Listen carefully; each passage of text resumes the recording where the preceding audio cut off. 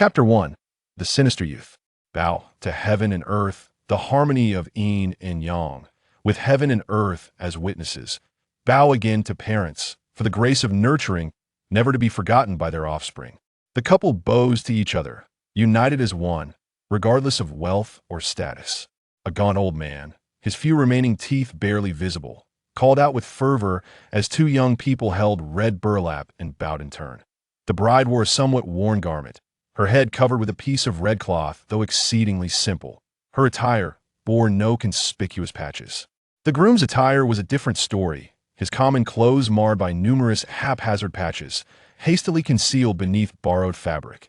Zhou Yuan stood amidst the bustling crowd, devoid of blessings or scorn, lost in confusion. Once a respectable citizen of Blue Star, he awoke to find himself in an ambiguous game-like world. This world was deemed game-like because, in his perception, everyone bore a health bar above their heads, and he himself possessed an attribute panel. The ambiguity arose from the fact that, throughout a month of traversing this realm, he discovered that the local villagers could not perceive such panels or health bars. They were simply ordinary living beings, experiencing the cycle of life and death, toiling diligently, and engaging in mundane gossip about the Zhou and families. Just as Zhou Yuan believed that this gamification was his unique advantage, he heard the village elder cautioning everyone to be wary of the undying demons lurking outside. These demons varied in strength but shared a common trait: immortality. Despite the arduous efforts to slay them, they would resurrect once the clock struck midnight. Fortunately, these demons maintained their own territories, preventing them from straying far. Otherwise, the village would have long since perished. The more Zhou Yuan listened, the more perplexed he became. How could such extraordinary powers of immortality manifest in the feeble? Why would these overwhelmingly powerful demons confine themselves? What sustenance did they require? Surely, they could not all be devoid of desires. Combining his ability to perceive health bars, a bold hypothesis began to stir within him. Perhaps these demons were akin to game monsters, not truly immortal, but merely respawning at intervals. Yet, this notion was also fraught with inconsistencies. If this were a game world, the human NPCs were far too realistic. How could diverse emotions and personalities be simulated? In that moment, Zhou Yuan found himself grappling with the distinction between a gamified world and his own gamification. A sudden clap on his shoulder jolted him from his reverie. The weathered old man spoke, his face lined with creases. "Sure to. Why are you dawdling? Are you envious of Ergo's wedding? Don't blame the village for not securing a wife for you. Your father left for the army early, and your mother passed on the day you were born. Even if the village pooled resources to find you a bride, who would care for her while you're away? What if you're fortunate enough to have children? Who would look after them?" "Uncle Daoist, I harbor no such thoughts. I am merely contemplating the military recruitment notice issued by the county." "What's there to contemplate? You're not thinking of running away, are you?" "That's out of the question. Our village has 67 households, and we need to send 23 able-bodied men. If you flee, others will have to fill your place." "Sure to. In previous years, other households contributed men, whether to the army or labor. We've spared you, being a child, but now that you're 16, you're a grown man, you can't avoid it any longer." "Certainly not, Uncle Daoist. We have conscience. We would never run away and harm others." Zhou Yuan had considered escape, yet the village, wary of him being unanchored, had assigned 3 family men to share his quarters. Alone, he could never overpower 3 village men, and thus resolved to understand this world before formulating further plans. The ceremony is complete. With a jubilant shout, the newlyweds were ushered into their chamber, while the village women brought forth baskets of soft yellow pancakes and bowls of rich chicken soup. The villagers in attendance contributed gifts and were rewarded with a meal of soft yellow pancakes. Zhou Yuan and the 23 men destined for military service not only received soft yellow pancakes, but also each a portion of slow-cooked chicken soup. The pancakes, crafted from millet, had a pleasantly soft and glutinous texture, which would have been enhanced with a touch of sugar. The chicken soup, simmered for ages, wafted a sweet aroma, flecked with tender morsels of chicken. These 2 dishes lacked sweetness and salt, rendering Zhou Yuan indifferent to the meal, yet his body craved it mightily. Slurp, slurp.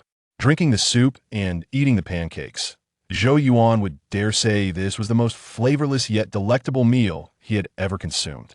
The blandness represented the essence of the food, While the deliciousness was his Buddhist response long deprived of richness, his body yearned to savor every drop from the ceramic bowl. Upon glancing up, he noticed a man licking his bowl clean. Zhou Yuan, who refrained from such behavior, suddenly felt rather affluent by comparison. Sure too, don't waste it, clean your bowl. Uncle Daoist, I've resolved to change my ways, starting with not licking my bowl. Quite the attitude you have, I won't take any from you. After filling his belly, Zhou Yuan turned to head home, while the three village men hurriedly followed, munching on pancakes. Their contrasting spirits, combined with the presence of three honest villagers, suddenly elevated him to the most esteemed youth in the village. I say, Uncle Daoist, am not running away, why do you follow me incessantly? Hurry home before the villagers see and think we're a miserly lot from Xiaoxi. Sure too, we're just concerned for you. With no ties, you might wander into the old woods and bring calamity upon many. Enough of this. If you keep talking, he'll surely run away. All right. No more talk, you're the master. Well, heed your words. With his belly content, Zhou Yuan should have enjoyed a peaceful slumber, yet he tossed and turned, unable to find rest. This was partly due to the thunderous snores of the two men sharing the straw mat, while Uncle Daoist remained vigilant, keeping a close watch on him. More importantly, the uncertainty of this new world left him feeling profoundly insecure. The crux of his distress lay in the failure of his initial plan. He had seized the village's poultry slaughtering rites under the pretext of wanting to witness bloodshed. However, after killing 3 live chickens, he garnered no experience or any form of reward. This rendered his strategy of gaining strength through the hunt of livestock a mere fantasy. Could it be that the undying demons are akin to game monsters that respawn at intervals? Perhaps only they yield experience. Or is it that the chickens are too weak to provide any? Should I consider taking a life to test this? Zhou Yuan scrutinized the 3 villagers, comparing his physique, and resolved to spare his fellow villagers. After all, these men had families and had helped him survive to the age of 16. Even a rabbit would not consume its own nest. He decided to venture beyond the village to find a more suitable subject for his experiment. Sure too, why are you staring at us? You wouldn't dare do anything foolish, would you?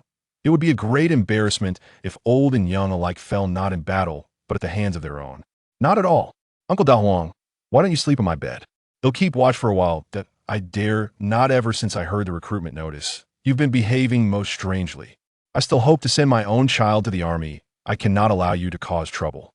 Uncle Daoist, do you have no trust in your fellow villagers? I have no intention of engaging with you further. Then go to sleep now. Chapter 2, You Foolish, I'm Mad. Xiaoxi village is nestled to the west of a stone arch bridge, while the eastern side is known as Xiaodong village. The presence of this bridge indicates a significant water flow, making the area conducive to agriculture, save for the occasional flooding during torrential rains. Thus, both Xiaoxi and Xiaodong villages are not impoverished, however. The local officials have been excessively harsh, leaving the villagers struggling to make ends meet. Initially, Zhou Yuan was elated upon discovering his transmigration, but within 2 days, regret set in. He had envisioned a life filled with wives and riches, yet the reality was reduced to a mere piece of bread and a bowl of bitter greens.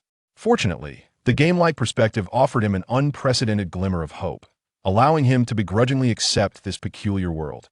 However, 20 days prior, local officials and soldiers arrived in Xiaoxi village to announce the latest military recruitment edict from the court. It was then that Zhou Yuan learned that Xiaoxi village was part of a nation known as Daoist. The Great Wei implemented a system of conscription known as the 3-house draft, wherein, in times of war or labor, every 3 households would contribute one able-bodied and to be candid. This method of recruitment was not particularly harsh by ancient standards. Yet coincidentally, Zhou Yuan, being a single household, fell within the scope of this draft. Upon hearing this, Zhou Yuan was dismayed. He thought it preferable to venture into the depths of the wilderness to survive rather than fight. In the wilderness, there remained opportunities for foraging and survival, whereas on the battlefield, he feared the villagers would be mercilessly slaughtered by armed soldiers. However, he underestimated the wisdom of the villagers. That very day, he and Ergo were each assigned 3 local men for supervision by the village chief. Zhou Yuan's solitary status left him with no attachments. While Ergo's situation was not much better, Ergo's father had suffered a leg injury during conscription years ago, leaving him with only one son.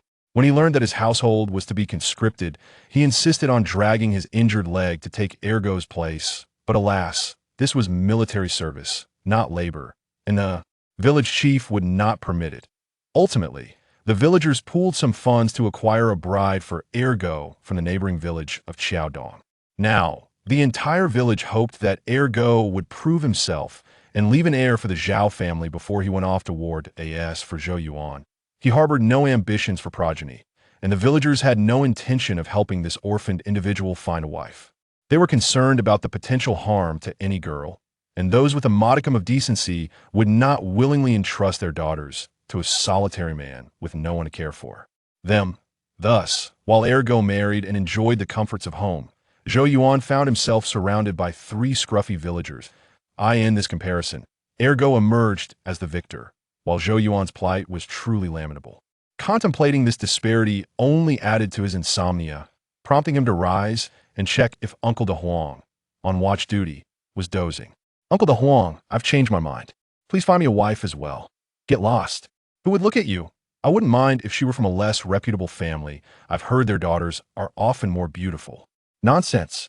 What defines a good family? A bad family is one like yours, where marrying off a daughter is a challenge, let alone finding someone attractive. It's laughable. Come on, we're not on the same page.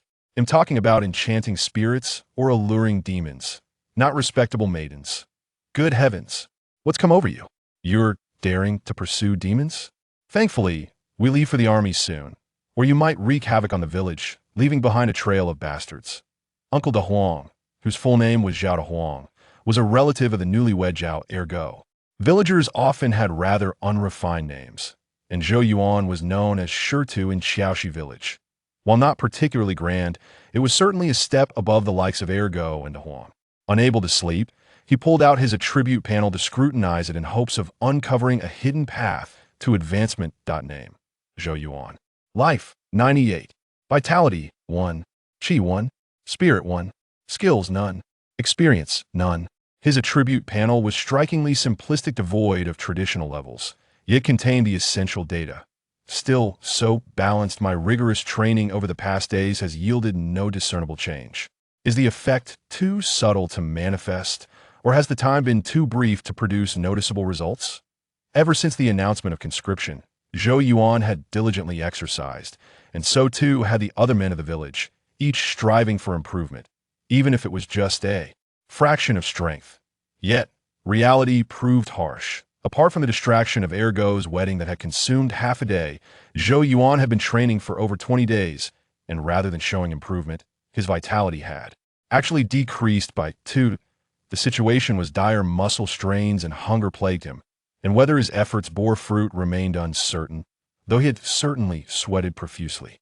Experience. Once I discover how to gain experience, everything will improve.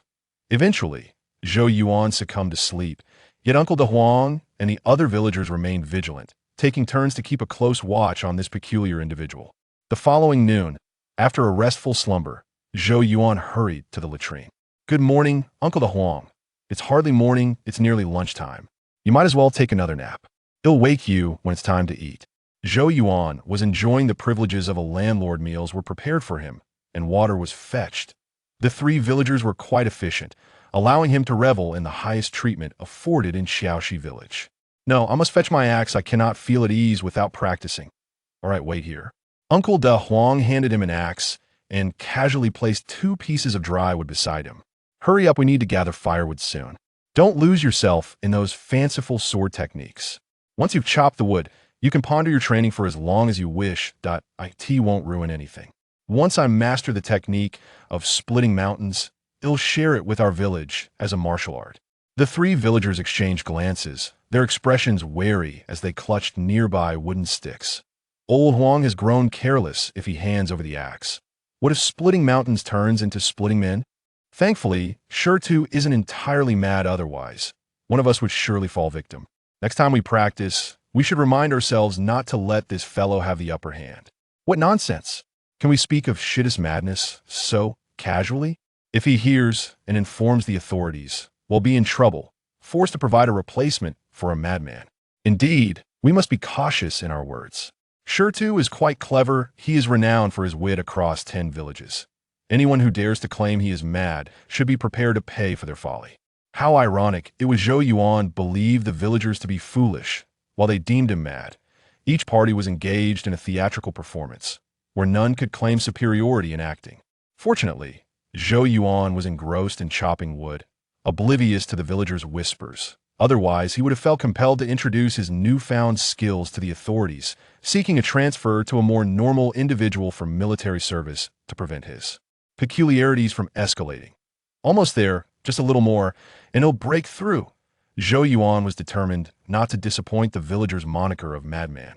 He muttered to himself, his face flushed, eyes fixed intently on the dry wood as he swung fiercely. He was not lying, he genuinely practiced with the axe. Even devoid of formal martial skills, the simple act of splitting wood felt increasingly satisfying and exhilarating with each attempt. Ding! You have comprehended splitting the mountains and have acquired a form of swordsmanship. Chapter 3. A calamity to the region. You have comprehended forceful chop of Mount Hua and master knife technique. Forceful chop of Mount Hua, LV1, 110. Effect. Harmonizes the body. Concentrates strength. Delivers a downward slash. As the prompt echoed in his ears, audible only to Zhou Yuan, an indescribable sense of relief washed over him, as if years of pressure had been lifted in an instant. Ha ha ha! I've succeeded. The three villagers exchanged glances, shaking their heads in resignation at Zhou Yuan's exuberance. What a disaster! Although Shurtu was somewhat foolish in the past, his honesty and integrity were commendable. He would eagerly undertake any laborious task for the sake of his fellow villagers. But now, with a recruitment notice in hand, he has frightened that simpleton to the brink of madness. It is a blessing if he does not flee instead of working. They all endeavored to care for the lad, ensuring he had everything he needed, hoping to ease his mind and prevent his madness from worsening. Yet, who could have anticipated that chopping wood would exacerbate his insanity? The three villagers exchanged solemn looks and sighed deeply. The cursed conscription has driven even the fool to madness. Finally, they muttered amongst themselves, Shurtu is such a coward. It is merely military service. Every man has to serve. How could he lose his wits before even setting off? Unbeknownst to them, Zhou Yuan's woodcutting was remarkably precise. The cut ends of the dry wood were so even that it was difficult to believe they were made with a dull axe. Bang! Forceful chop of Mount Hua. Experience 1. In that moment, Zhou Yuan felt an unparalleled thrill.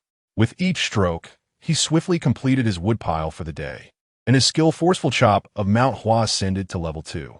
I must have chopped 30 times, yet I gained only 12 points of experience.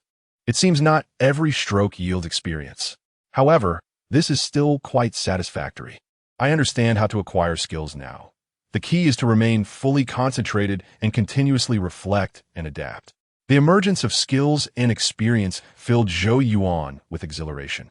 At this moment, he felt he had seized the trajectory of opportunity, earning his right to survive. As he prepared to continue chopping wood, aiming to elevate forceful chop of Mount Hua to its maximum potential, he realized that his hands, tightly gripping the axe, had unconsciously begun to tremble.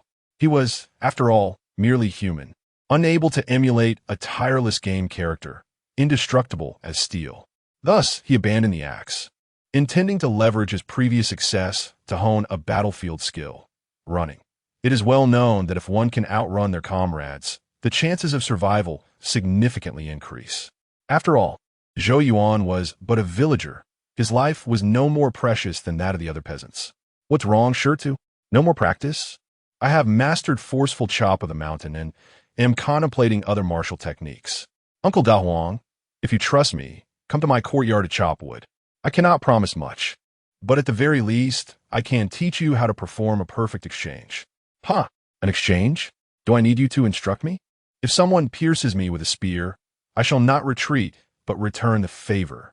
While such words were spoken, when it came to actual combat, it was not merely a spear or a knife they would face. Master this technique of mine, and it will ensure you have a shield, provided, of course, that the enemy is not an armored soldier. Well then, your technique is inferior to mine. Regardless of whether the enemy wears armor, we, the men, shall join forces and subdue him. We shall trample him to death. Well said, Uncle Da Huang. Have you seen battle before? No, but my father did. Before he left this world, he told me that military service is all a facade. A good spear is the most practical. Master the art of thrusting and withdrawing, and it surpasses everything else. That makes some sense. Give me a long wooden stick. I shall practice thrusting as well. Sure, your strength is great. Using a spear is more advantageous than using a knife. Zhou Yuan had not intended to keep secrets. If you were to enlist, these villagers would be far more reliable than outsiders. They shared a natural bond, and losing even one of them was a matter of significance. However, he did not anticipate that the villagers had their own notions, far more suited to this world than he was. Fortunately, he was open to advice, willing to explore any reasonable suggestion. Sure to, Ergo is looking for you. You should have seen him. The lad's legs were as weak as noodles, trembling as he walked. Good heavens! He just got married yesterday, and today he is in this state. His wife is certainly no ordinary woman. Let me tell you, it is fortunate that Ergo is to join us in military service soon. Otherwise, he would surely perish under the weight of his wife's demands. One villager tending to Zhou Yuan approached him, gesturing towards the door with a wink. Enough. I didn't expect you, with your strong brows and bright eyes, to be such a lecher. Who hasn't been in such a state at the beginning? They call it savoring the marrow and knowing the flavor, deep feelings and affection. Sure to. How do you understand these things? Tell me, have you secretly snuck into someone else's bed? Ah, you are indeed no good. We have been taking care of you for days. When something good happens, you don't even mention it. Enough. I have already mastered forceful chop of the mountain and now seek a lecher to validate my martial skills. The villager glanced at Zhou Yuan's axe, retracting his neck in apprehension. He muttered in dissatisfaction as he walked away, his voice raised as if to ensure Zhou Yuan could hear. You coward! No loyalty, stealing wives, lacking righteousness. Zhou Yuan stood tall, unbothered by the slander, for a sharp blade fears no foul tongue. He had little inclination to engage with him. In truth, the trio of villagers led by Uncle Da Huang had been quite amiable with Zhou Yuan in recent days. Their concern for his potential madness prompted them to accommodate him in every way. Had it not been for the villagers' increasingly vulgar remarks, Zhou Yuan would not have felt compelled to intimidate him. As Zhou Yuan stepped out of the courtyard, he realized he had somewhat misjudged the villagers. Ergo's current state was indeed hard to overlook. He saw Ergo's pale complexion, drenched in cold sweat, his legs trembling with weakness. Even while seated on a wooden stool, his limbs could not cease their quaking. Most crucially, Ergo's vitality had plummeted, dropping below 90, now resting at a mere 89. Brother Shurtu, I have something to tell you. Hold on. Ergo, take a moment to gather yourself. It is not that I am scolding you, but why exert yourself so? Besides, the girl is a person too. Seeing you in such a state surely pains her. Upon hearing Zhou Yuan's words, Ergo's eyes turned red, tears welling up. Brother Shurtu is not as you think. Chuanyang is a widow from Qiaodong village. My family situation is slightly better than yours.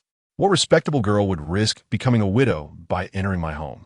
Brother Shurtu, Chuanyang is indeed a widow, and I do not mind. However, from last night until noon today, it has happened 7 times. I cannot endure it any longer. My parents insist I stay home, ensuring I leave them a legacy before enlisting. Zhou Yuan grew increasingly alarmed, having underestimated Ergo. He had not anticipated that such vigor resided within his frail frame.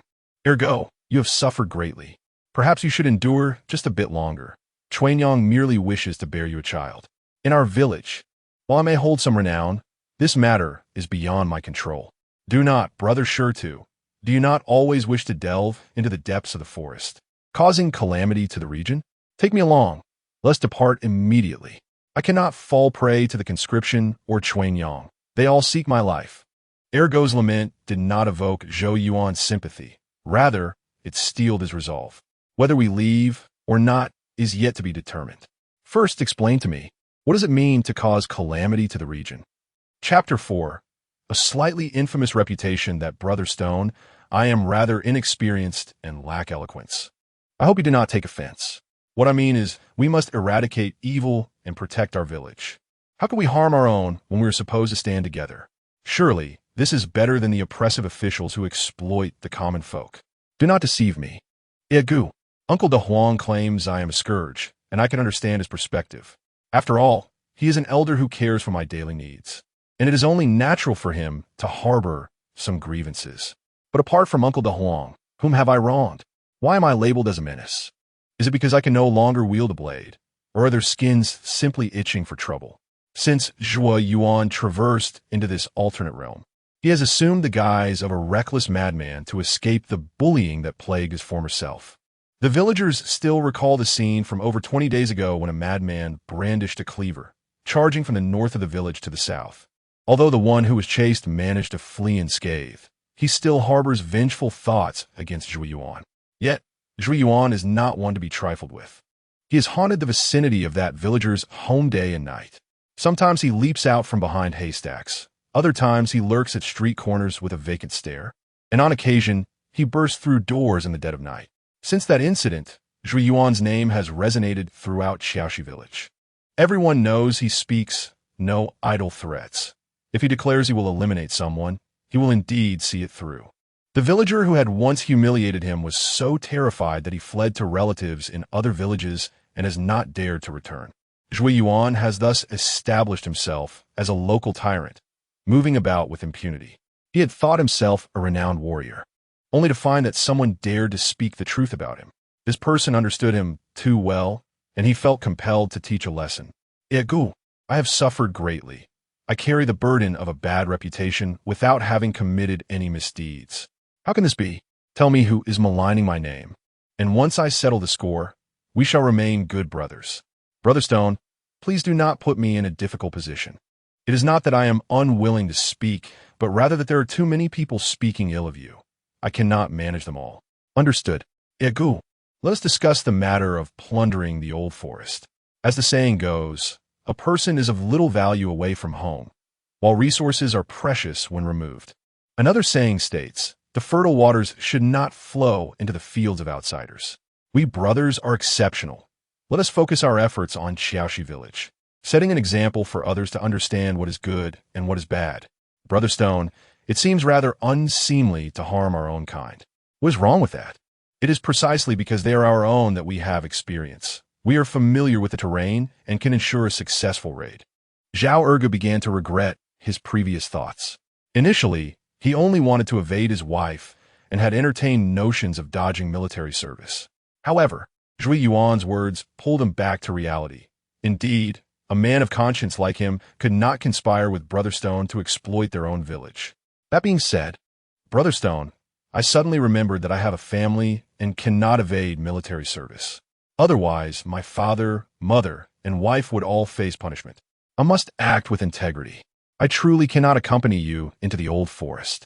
However, if you are intent on plundering Xiaoxi village, please do not target my home. We are already suffering enough. We have never wronged you, and I cannot allow my family to face ruin. That cannot be. Given our brotherhood, if I truly harm outsiders, I ought to bring something to your family as compensation. That is wonderful. I knew Brother Stone would be loyal.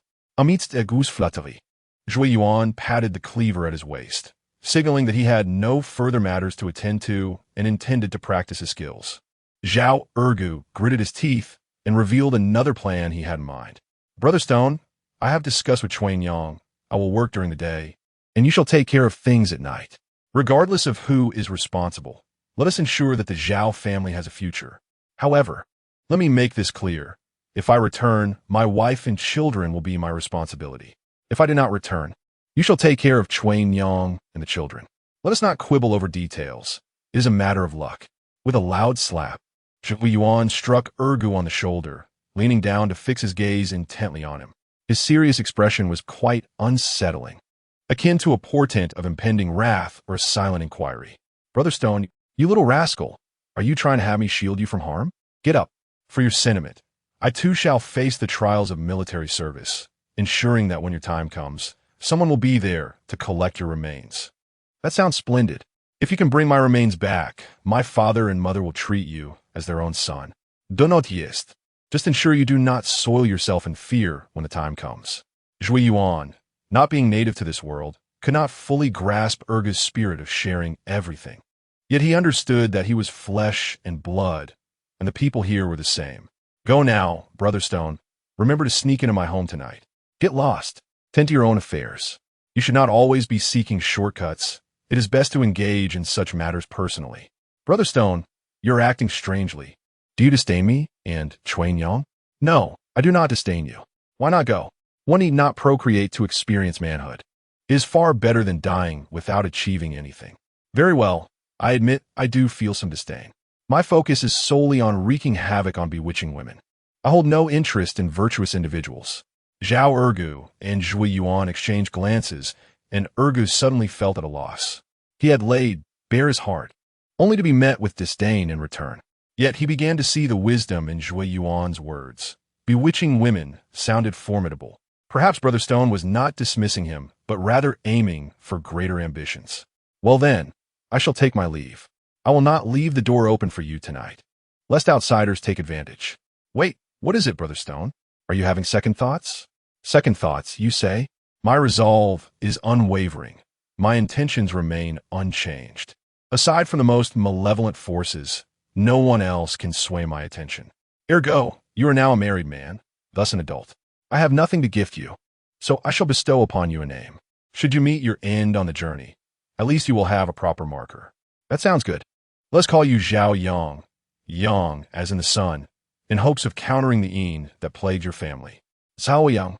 This name is far superior to Ergo. If I beget children, I shall use it for them. If fortune does not favor me, and I cannot leave a legacy, I shall keep it for myself. As you wish. Hurry home and fulfill your duties. I have much training to attend to. Regardless of whether it is military service or mischief, the priority is to hone one's skills first.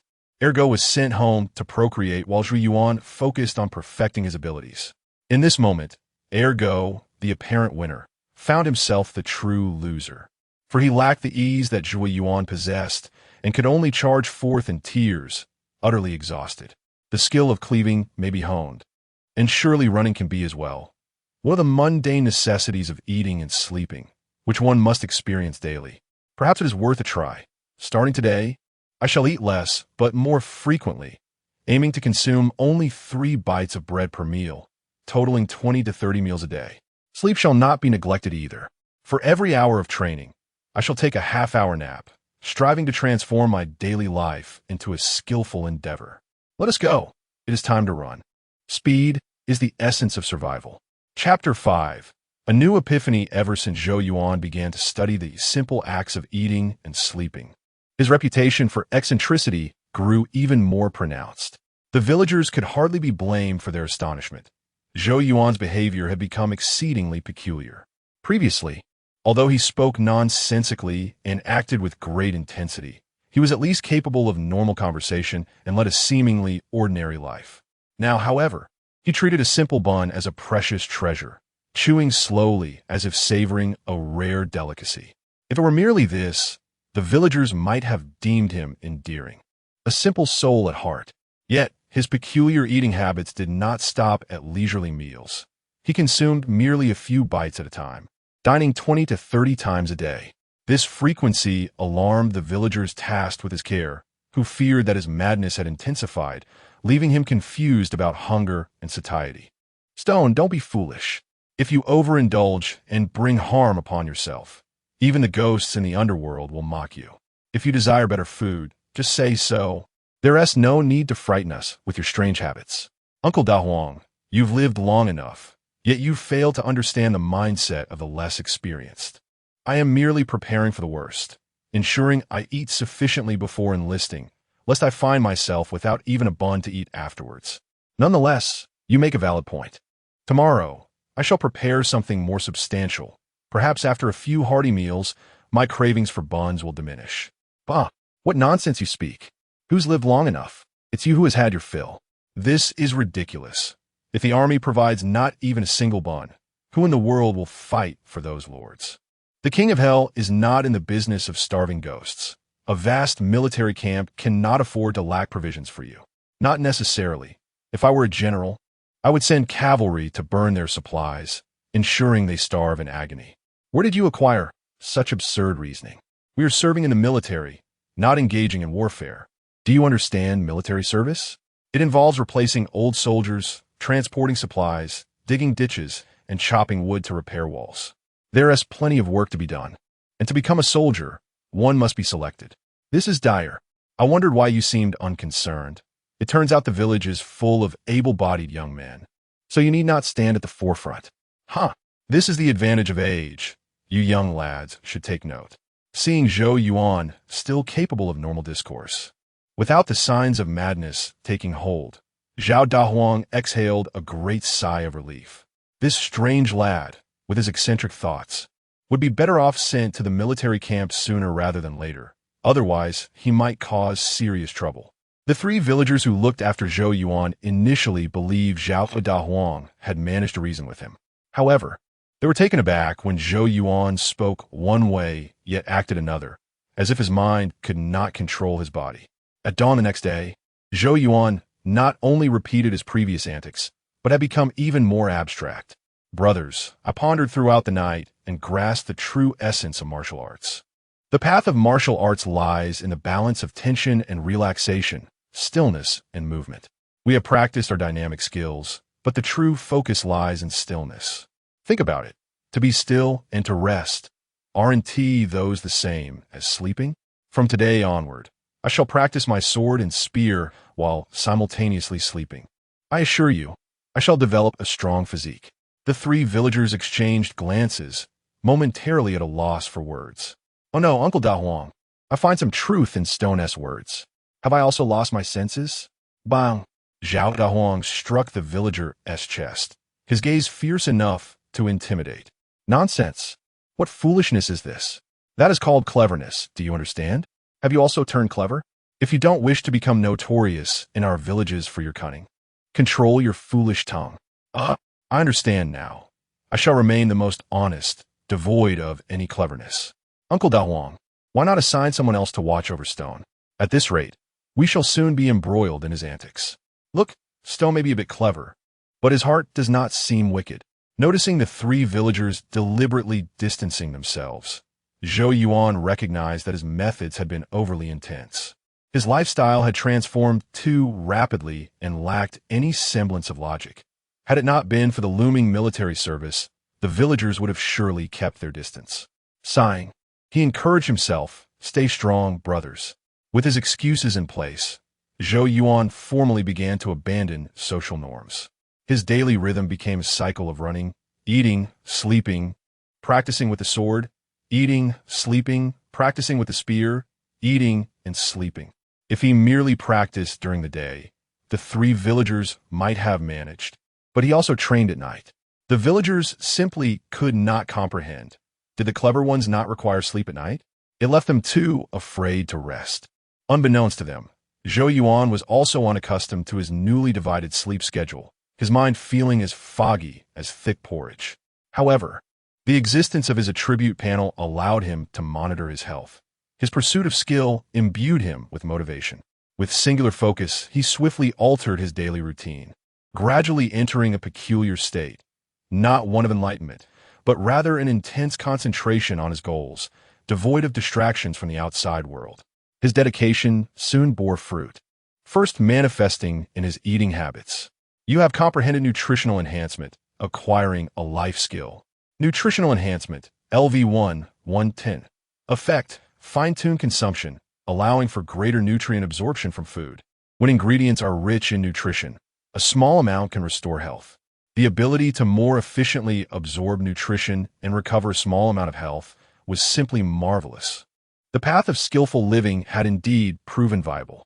The emergence of the skill nutritional enhancement granted Zhou Yuan a measure of recuperation abilities, further supporting his rigorous training regimen. Observing that his health had dwindled to merely 91, he resolved to seek out supplements to mend the physical toll wrought by his intense training. Stone, what are you doing out at this late hour? Zhou Yuan's erratic habits tormented the three villagers to the point of despair. Ultimately, they decided that two younger villagers would accompany Zhou Yuan during the day, while the elder Zhao Dahuang would rest in the daytime and watch over him at night. Uncle Dahuang, I have had another revelation. Practicing martial arts not only requires balance between stillness and movement, but also emphasizes the harmony of food and medicine. If I do not consume something nourishing to restore my body, I will be depleting my vital energy. You promised to prepare something good for me after several days. I have only received a single egg. I understand you are doing your best, so I have decided to take matters into my own hands and prepare something good for you as well. You fool, why are you always having epiphanies? You cannot be reckless.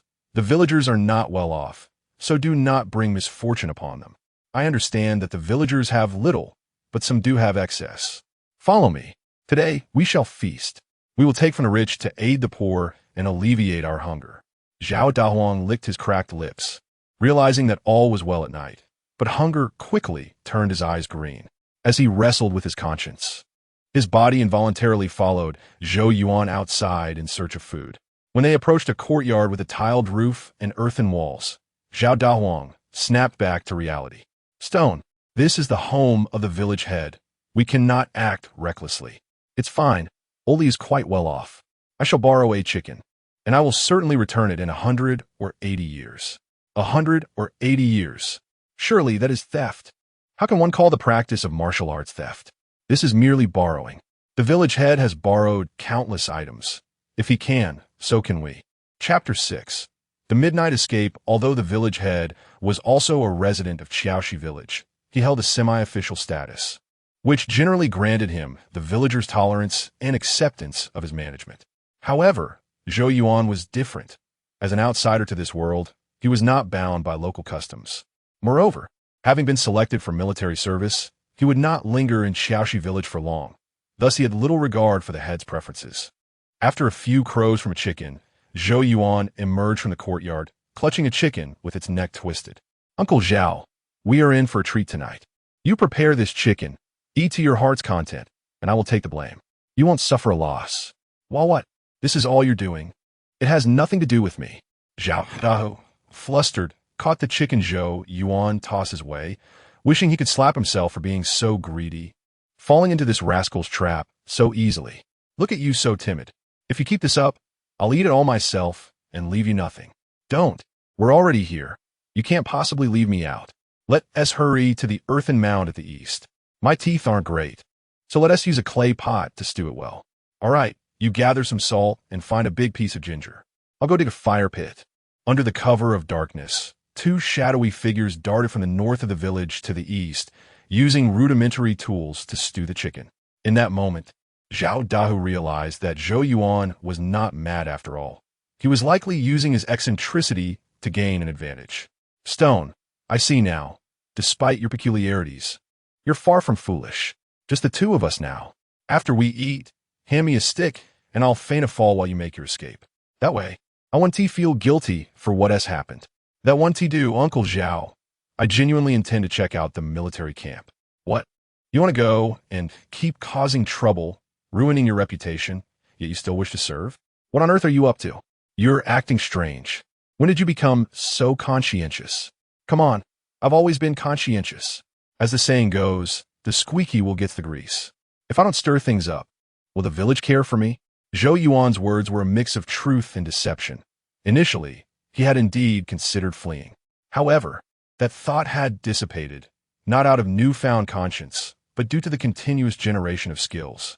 He no longer wished to hide in this barren village, where even bread was a luxury. He needed more resources and broader horizons. Thus, he resolved to undertake military service, hoping to secure a position in the camp to learn about this world and harness its resources to strengthen himself. Stone, you're quite clever. They say you're foolish, but you're the most astute one here. You're lucky to be in this era. If it were my youth, when every household struggled for food, everyone would be vying for military positions. There would be no room for your antics. Well, it's only because you all insisted I go that I'm playing with you. If you were all clamoring to enlist, I might have considered letting you go instead. Do I look like a fool? Who would believe your nonsense? Though Zhao Dahu was no longer young, his hands were nimble. He tended the fire without requiring Zhou Yuan's assistance, resembling a caring elder. Uncle Dahu, let us make a deal. You don't need to go for military service this time. Let your son take your place. With your old bones, if you fall on the road, you might never return. I promise to bring back ergo, but I can't carry you back. Those who leave their hometown are often forgotten, and it's better not to die far from home. While tending the fire, Zhao Dahu fell silent upon hearing Zhou Yuan's words. He rubbed his rough hands, wanting to say something, but only managed to utter, "Stone, the meat is ready. Eat quickly while your teeth can handle it. Otherwise, it'll toughen up. I'll leave you a bit of broth. I can't handle this greasy food anymore. All right, I'll save you a couple of chicken feet to nibble on. Truly, you're something else. You can't even understand polite conversation. You're just plain foolish." Zhao Dahu was reluctant to discuss his family matters, and Zhou Yuan did not pry further. He picked up a thin twig, broke it into chopsticks, and happily began to eat the meat. Not wanting to miss out, Zhao Dahu also took a branch and dipped it into the pot, lucking out by retrieving a piece of skin on meat, the glistening chicken skin stinging his eyes. "Eat up. Uncle Dahu, don't be polite. Tomorrow, when you learn to steal chickens, you can treat me. In that case, you're out of luck. We can't learn your tricks." As he fumbled, a piece of chicken fell back into the pot, and he fished out a chicken head, joyfully gnawing on it. Zhou Yuan glanced at Zhao Dahu enjoying the chicken head, and kindly picked out a chicken foot for him. "Uncle Dahu, have another chicken foot. If you can't bite it, just let go. My teeth are just fine, and you don't know how to speak like a person." After feasting on chicken and sipping broth, Zhou Yuan reclined on the grass, observing his attribute panel, and smiled in satisfaction as his health began to rise. After about an hour, his health climbed from 91 to 97.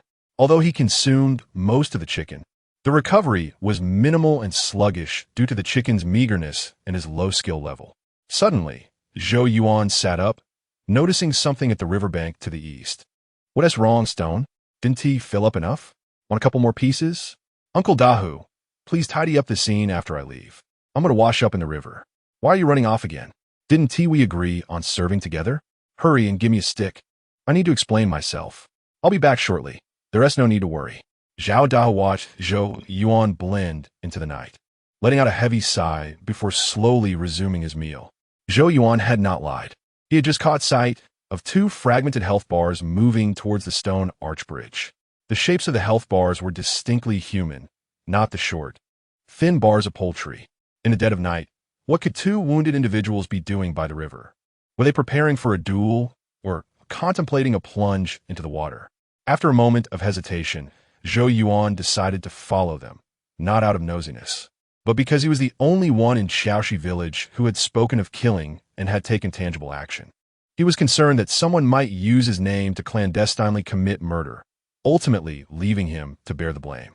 As he approached the stone arch bridge, he noticed one health bar vanish into the river while the other remained still. Instead of rushing to confront the individual behind the health bar, he chose to wait quietly, preparing to see where this health bar would lead. To his surprise, shortly thereafter, the person who had jumped into the river resurfaced, and, meeting up with the other on the shore, leisurely made their way back to Xiaoxi village. Zhou Yuan did not follow the individuals, but tracked the moving health bars, maintaining a safe distance, remaining undetected by the pair. "Ah, it's the family of Ergo. Isn't he newly married? Is he really so free at this late hour to wander by the river? Could it be that he is tired of his home life and seeking some excitement outdoors?" Chapter 7. The Cold Wave Shrimp Soldiers' Ergo's family lived in poverty, their courtyard enclosed not by earthen walls, but by a haphazard fence of branches and sticks. Zhou Yuan rummaged around for a foothold and, with a swift motion, climbed over the barrier. The entire courtyard was shrouded in darkness, devoid of any illuminating lights. He cautiously approached the only decent main house in the yard, carefully positioning himself by the window. "Mother, I am cold. Quickly, let me soak in the warm water barrel. As for you, dear husband, refrain from sneaking into the Dragon Palace again. A few more visits, and Ergo's life will be forfeit. I dare not go again. Today, Ergo nearly did not return. I shall not venture there anymore. What? Did Ergo not follow the method I provided? He must not offend the guards of the Dragon Palace. That is how our patriarch met his end. Ergo cannot afford to be reckless again." A young woman's voice emerged, and Zhou Yuan deduced that she was Chuan Yang, Ergo's newlywed wife. "Guin Yang, if you reveal to us the entrance to the Dragon Palace, we have all benefited from your fortune. So how could we dare not heed your words? The size of one's steps varies. You said one could only walk 36 steps, but Ergo walked 32 and caught the attention of the guards. Thankfully, he ran swiftly and was not greedy. Otherwise, he would have been pierced through. Ah, It is also that sure-to lad who lacks wisdom. Had he entered our home, he could have assisted ergo. In this village, we can only trust sure-to. As long as he keeps a back door open, our two families can become one. Father, why speak of such things? It is rather embarrassing. Nevertheless, you are correct. I only trust our family. If I were to enter another's home, I would fear they might bury me alive for those pearls. Chuan Yang, lend me a hand and add some hot water for ergo. Let him soak thoroughly. Ah, here it comes. Zhou Yuan listened in astonishment. Was ergo's family not feverish? The clear sand river beneath the stone arch bridge actually contained a dragon palace, and ergo could still steal from it? Finally, I have survived. That dragon palace was indeed no place for mortals. It was chillingly cold within, capable of claiming half a life with a single visit. Father, mother, dear wife, we have collected over 20 pearls.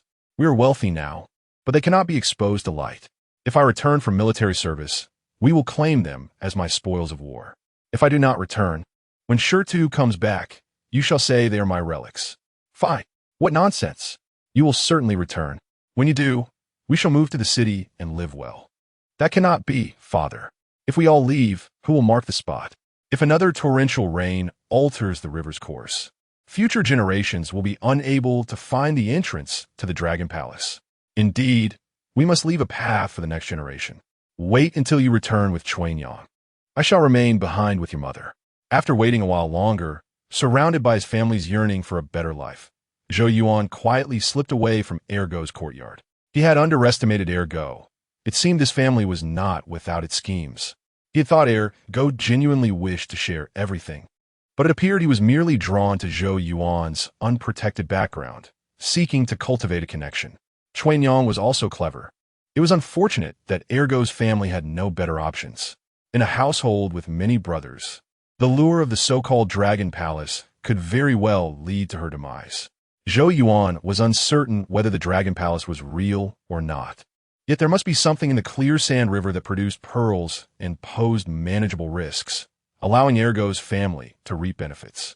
Under the moonlight, he soon arrived at the stone arch bridge. He observed a thick layer of water plants floating above the river, the water somewhat murky yet flowing steadily. Zhou Yuan removed his clothes, biting down on his hatchet, and with a splash, he plunged into the river. He anticipated that the entrance to the Dragon Palace would be exceedingly concealed. Otherwise, ergo's family would not have spoken of marking their steps and counting them. However, to his surprise, what was deemed a very secretive entrance by ergo's family appeared glaringly obvious to him. He noticed a black whirlpool atop the riverbed, covered in mud and water plants, which bore 2 lines of blood-red characters. Instance, Nest of the Clear Sand General, recommended challenge level, 15, recommended number of challengers, 5 to 10, excellent. The challenge level and number of challengers were clearly indicated, suggesting a game-like perspective at play.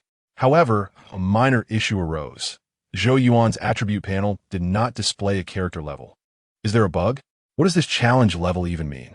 My gaming system cannot possibly be incompatible with this instance, can it? Zhou Yuan was not perplexed by his ability to see instance information. He had grown accustomed to the blood bars that populated the streets. Encountering another instance portal was not a surprise. Yet, he could not fathom why the portal indicated a challenge level, while he possessed no such attribute. Ergo claimed that 36 steps constituted a safe zone. His legs were shorter, so he would not compare himself to him. He decided to walk 20 steps instead. Zhou Yuan resolved not to retreat. After all, ergo's family had conducted experiments, and it would be a pity to miss such a splendid opportunity. With a sudden thrust, he dove into the pitch-black portal. The next moment, he found himself in a spacious corridor, its length limited but its width comparable to a 4-lane road on Blue Star. Most importantly, the ground was laid with dark red coral, interspersed with variously hued pearls, resembling a celestial pathway. On either side of the corridor stood 6 shrimp-headed, human-bodied monsters, each brandishing a trident and remaining motionless, akin to rigid stone statues. Above them, not only were blood bars displayed, but also their identity information. Level 15 cold, wave, shrimp soldier. A bone-chilling cold permeated the entire corridor. And Zhou Yuan noticed that the droplets of water on his skin began to show signs of freezing. There were many pearls beneath his feet. Why did Ergo insist on rushing to the edge of the safe zone? Zhou Yuan pried at a pearl with his hatchet, and soon understood why Chuanyang's former husband and Ergo had approached the shrimp-headed monsters. The pearls were embedded so securely that they were difficult to dislodge. After some effort, he managed to ruin several, leaving just 2 in pristine condition. Interestingly, the nearer he got to the cold wave shrimp soldiers, the more fragile the coral ground became, significantly increasing the chances of prying out intact pearls. Fortunately, Zhou Yuan's objective was not to collect pearls, but to investigate the Dragon Palace as described by Ergo, which he perceived as an instance. Thus, after acquiring 6 pearls and walking approximately 20 steps, he relinquished the urge to proceed further. Although the names and levels of these shrimp soldiers appeared to classify them as mere gatekeepers, they could induce localized temperature changes. Zhou Yuan, even with his stubbornness, recognized that he stood no chance against them and saw no need to provoke their ire or personally experience their offensive capabilities. The last individual who had been so headstrong ended up losing his wife, and Ergo's family ought to thank that brave fellow. However, refraining from contact and experimentation did not hinder Zhou Yuan's ability to assess the strength of these cold wave shrimp soldiers. Assuming a gaming rhythm where the initial character attributes stood at 1 and each level gained at least 1 attribute point, he surmised that his strength fell short by at least 15 attribute points compared to the cold wave shrimp soldiers, not to mention the skills that remained incalculable. Of course, such assumptions were merely idealistic. The actual disparity could be even more exaggerated. With such strength, coupled with the instance's respawn characteristics, they truly warranted the designation of immortal monsters. Chapter 8. Experimental Dungeon. The Level 15 Dungeon, Nest of General Qin Sha, is beyond Zhou Yuan's current capabilities. Yet, this dungeon still holds immense value for him. With a crude axe, he violently shattered numerous pearls and discarded the cloth he had tied around his head onto the ground before turning back toward the dungeon's teleportation portal. As he emerged from the frigid environment and returned to the soothing waters of Qin Sha River, the icy river felt as comforting as a gentle spring. After donning his clothing, he returned home to retrieve a large, lidded ceramic jar and a set of warm garments. Zhao Daohuang had not yet returned, and the 2 villagers were sound asleep, oblivious to Zhou Yuan's movements. Upon returning to the stone arch bridge, he stuffed the 2 sets of clothing into the ceramic jar and, gripping the axe firmly, re-entered the dungeon. The moment he stepped inside, he opened the jar and donned both outfits before surveying the changes in the dungeon's environment. The pristine coral floor, the absence of shattered pearls, and the vanished cloth all testified to the dungeon's refreshing capabilities. This refreshment not only affected the items within the dungeon, but also eliminated residual external objects. If a person remained in the dungeon, nothing would refresh. Upon their departure, however, the environment would automatically reset. If one were to station themselves within the dungeon for an extended period, could it serve as a secret base for stockpiling resources? Is it not reminiscent of a fabled paradise, isolated from a mundane world and existing in a realm of its own? From another perspective, if I were a native of this world, I would undoubtedly regard this mystical space as a sanctuary of fortune and blessings. It is no wonder that Ergo's family refers to this place as the Dragon Palace, hidden beneath the riverbed, guarded by shrimp soldiers, and self-contained, truly reminiscent of the legendary Dragon Palace. As Zhou Yuan caressed the remarkably tangible coral ground, he recalled an ancient text he had studied as a child, the tale of the Peach Blossom Spring, excluding the dangerous monsters in the dungeon. It indeed resembled a utopia for ordinary people, a heavenly retreat for seekers of enlightenment. Qin Sha River is merely one of many tributaries, albeit a lesser-known one. The existence of such a dungeon in such an inconspicuous location suggests that the number of dungeons in this world must be considerable. During his time on Blue Star, Zhou Yuan had played numerous video games. He understood that if dungeons were to be stripped of all cues and placed within a vast gaming world, they would be exceedingly difficult to uncover. Yet, as the quantity increases, some will inevitably stumble upon them. Just as now, Chuanyang's ex-husband discovered the nest of General Qin Sha, which he relayed to Chuanyang, who then informed Ergo's family. This indicates that certain individuals or factions may pass down the secrets of these dungeons through generations, treating them as personal sanctuaries of fortune. In the Great Way Kingdom, families that inherit dungeons speak of demons that do not leave their territories and remain undying. This circumstance bears a striking resemblance to a typical human society intertwined with the gaming world. Zhou Yuan shook his head, dismissing his narrow assumptions. His understanding of this world was still scant. Analyzing societal conditions based solely on one dungeon is neither logical nor reliable. Nevertheless, seemingly unfounded conjectures can prove useful, as they enable Zhou Yuan to extend his environmental awareness based on his own hypotheses.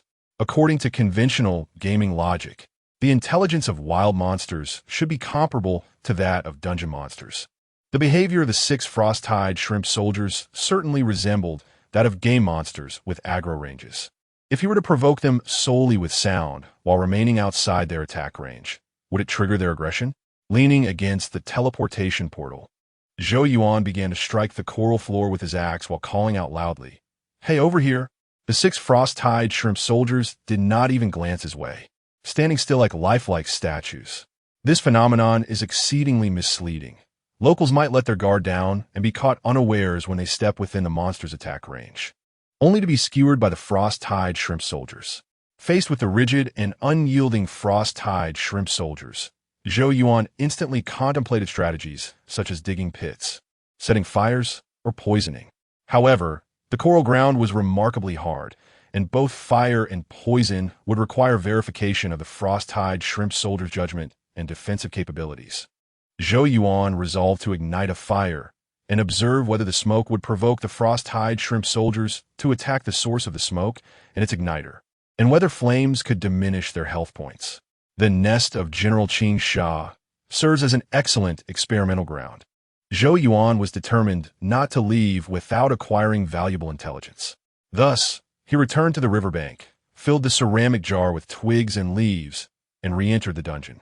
After advancing 20 steps, he extracted flint to ignite the dry grass, creating a vibrant fire. Once the flames roared, he tossed in a few damp, thick branches. Gripping the front of his clothing with both hands, he fanned the flames, attempting to direct the smoke toward the frost-tide shrimp soldiers. As the smoke wafted toward one of the frost-tide shrimp soldiers, Zhou Yuan quickly retreated to the vicinity of the teleportation portal. Shortly thereafter, the frost-tide shrimp soldiers caught the scent of smoke, perceived an attack, and immediately exited their standby state, charging toward the fire. Where they scattered the flames with a jab, they trampled across the burning branches, continuing their advance towards Zhou Yuan, who retreated just in time to reach the teleportation portal and escape the dungeon. Upon returning to the riverbank, he had to concede that the frost-tide shrimp soldiers were not genuinely rigid and unyielding. They were efficient killing machines, as long as they deemed themselves under attack. Even if the threat was minimal and posed no real harm, they would switch to an offensive state. The combination of poison and fire was relatively feasible, provided someone could withstand the frost-tide shrimp soldiers' assault, allowing the effects of fire and poison to gradually take hold. Could living beings disrupt the dungeon's refresh cycle? Zhou Yuan submerged himself in the water and soon surfaced with a palm-sized freshwater turtle, adeptly binding its shell with grass to ensure its limbs were restrained. He then re-entered the dungeon with the turtle. To his surprise, the burning branches had indeed refreshed. The pristine coral floor and the motionless frost-tide shrimp soldiers made the environment appear exceptionally tidy. "Turtle, this is a grand experiment, and I shall remember you," he declared. After placing the turtle on the ground, he skillfully exited and promptly re-entered. Miraculously, the turtle had vanished, as if the dungeon did not recognize it as a player-like entity and had refreshed it directly. It appeared that turtles could not disrupt the dungeon's refresh cycle. Nor could chickens, ducks, fish, or dogs, and insects were even less likely to succeed.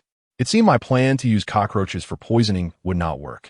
With a gamified perspective and the hints provided by the dungeon, Zhou Yuan found himself in a state of attempting to conquer dungeons beyond his level. Yet, reality proved that entirely opportunistic methods could not threaten dungeon monsters, Even the indigenous inhabitants of this world would struggle to devise strategies against formidable dungeon creatures. A level 15 dungeon is far too formidable for me at present. I require a lower-level dungeon or weaker wild monsters.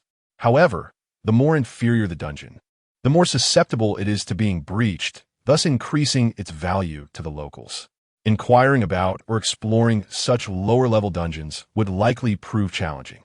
The murky river water and vibrant green algae obscure my vision, preventing me from immediately detecting the anomalies of Qingsha River, let alone the various mountains and structures.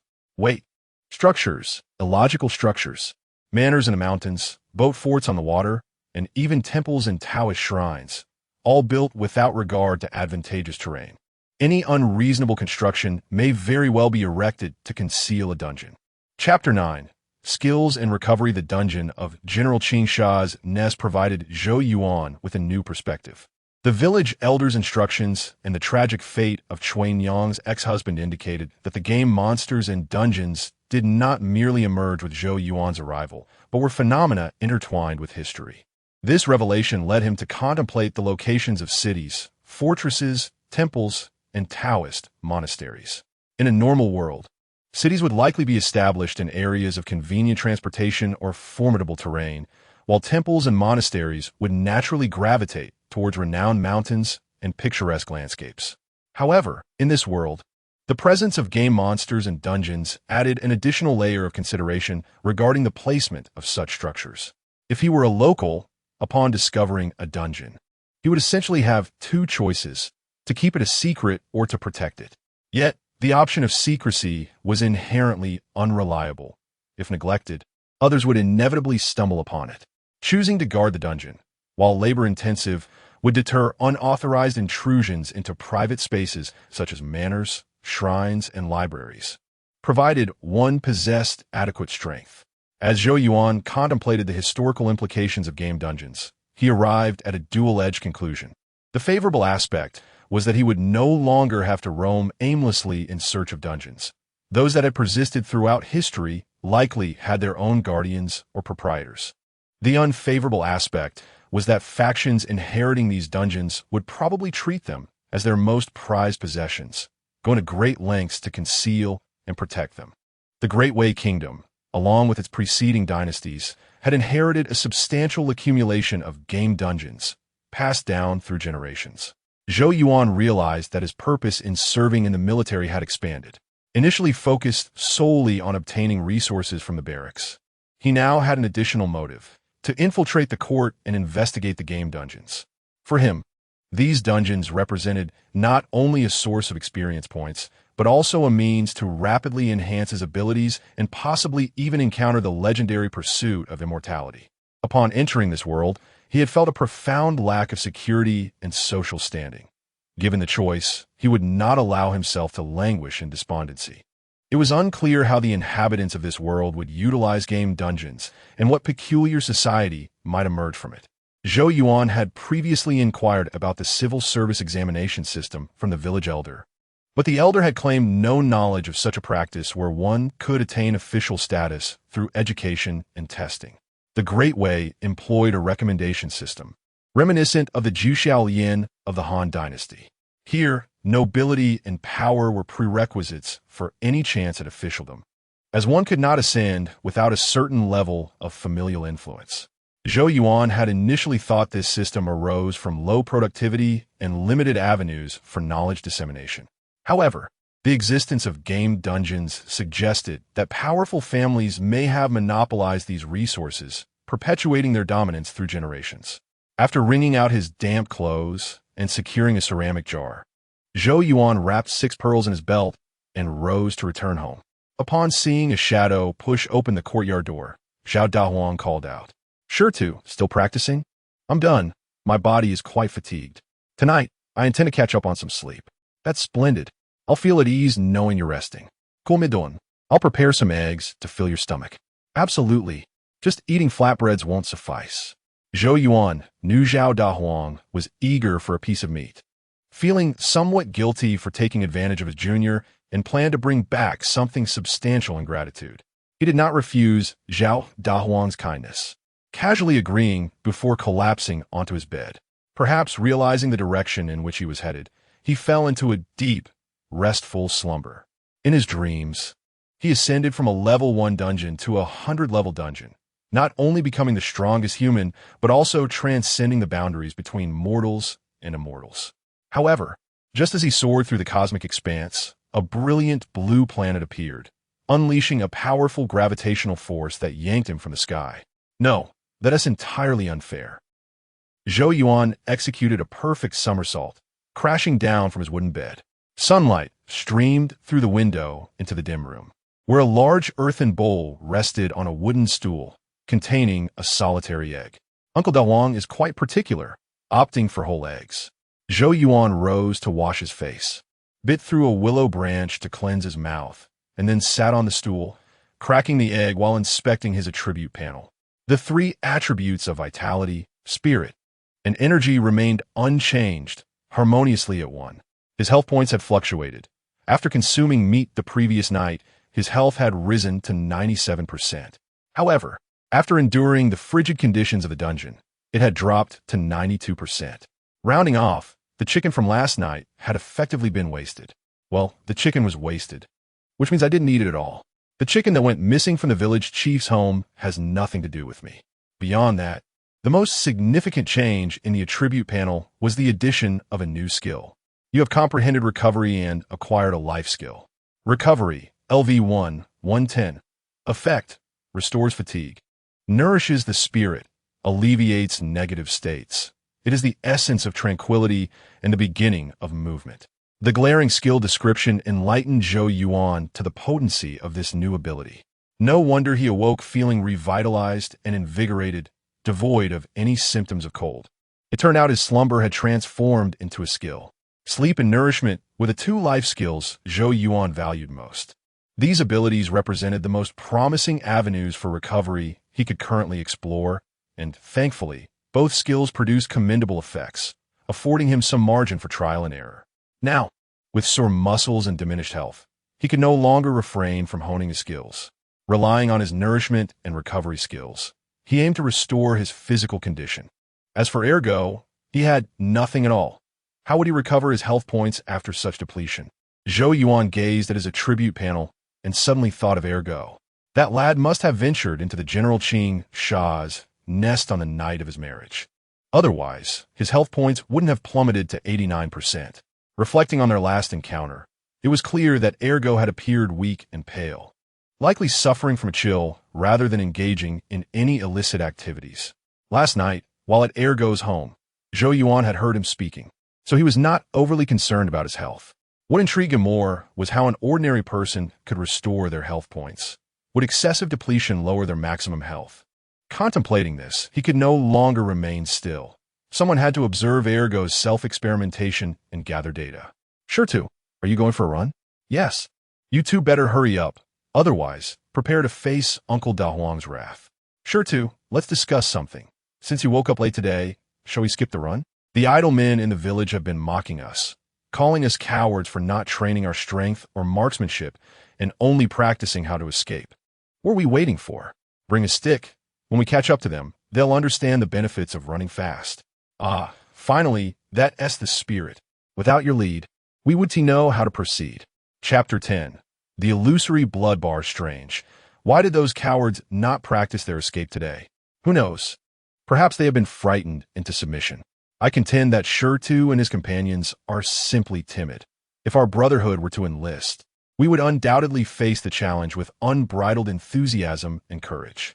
Indeed, I have long desired to charge into the enemy ranks and unleash havoc, but fate has not favored me with the opportunity. 5 idle men, reliant on their wives for sustenance, languishingly reclined beneath the elm tree at the village's edge, munching on dates and boasting of their valor. At first glance, one might mistake their words for the claims of truly underappreciated warriors. As the idle men engaged in their spirited banter, they suddenly spotted 3 figures approaching from the south. Initially unperturbed, they soon realized the gravity of the situation and were seized by terror. Brothers, it is nearly time for lunch. I must return home to check on matters. Ah, my stomach aches. I shall step away for a moment. How fortuitous! My dog has been neglected. Let us reconvene later. Upon observing Zhou Yuan, armed with a wooden stick and a machete at his waist, the bravado of these boastful men dissipated, and they hastily retreated without a trace after exchanging a few superficial remarks. Quickly, you two, or you shall miss the opportunity to strike. With Zhou Yuan and 2 villagers offering friendly encouragement, the 5 rascals were promptly escorted back to their homes. In a 3-to-5 confrontation, they emerged victorious without sustaining any injuries, much to the excitement of the 2 villagers accompanying Zhou Yuan. Sure, too, you are indeed forthright. Dealing with such scoundrels requires a direct approach. With a newfound sense of pride, the villagers puffed out their chests, shedding the earlier humiliation.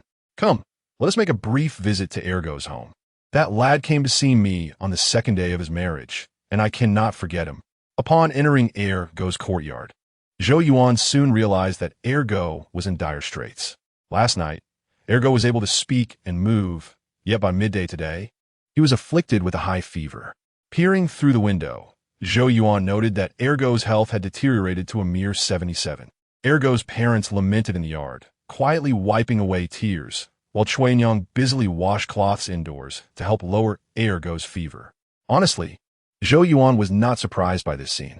He had experienced the frigid conditions within the nest of the Sand General Dungeon and knew that exposure to water would undoubtedly dampen one's body and hair. It is entirely normal for a person to catch a cold and develop a fever when subjected to such drastic temperature changes, especially considering Ergo's repeated entries into the dungeon. Unlike Zhou Yuan, who possessed healing abilities, Ergo was not in an environment known for advanced medical care. A severe cold might be trivial on Blue Star, but here, it was a different matter altogether. Uncle Zhao, has old Luo from Xiaodong village come by? He has. Old Luo mentioned that Ergo is afflicted by a malevolent wind and cold, and he went home to fetch medicine. If his condition does not improve in a couple of days, we shall take Ergo to the county for treatment. Very well, if we go to the county, please inform us. We shall assist in taking Ergo there.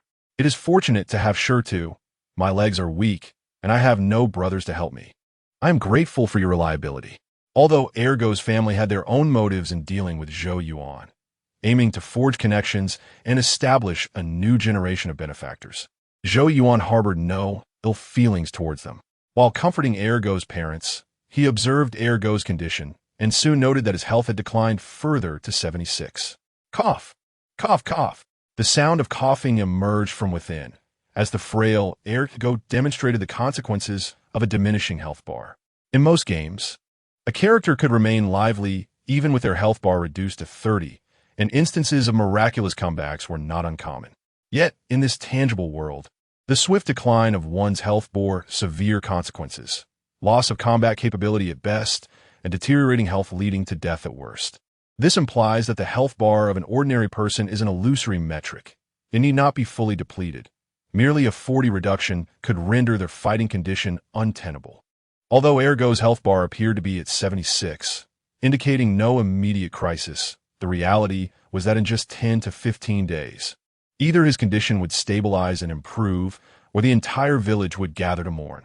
His father, old Luo, possesses only a few remedies.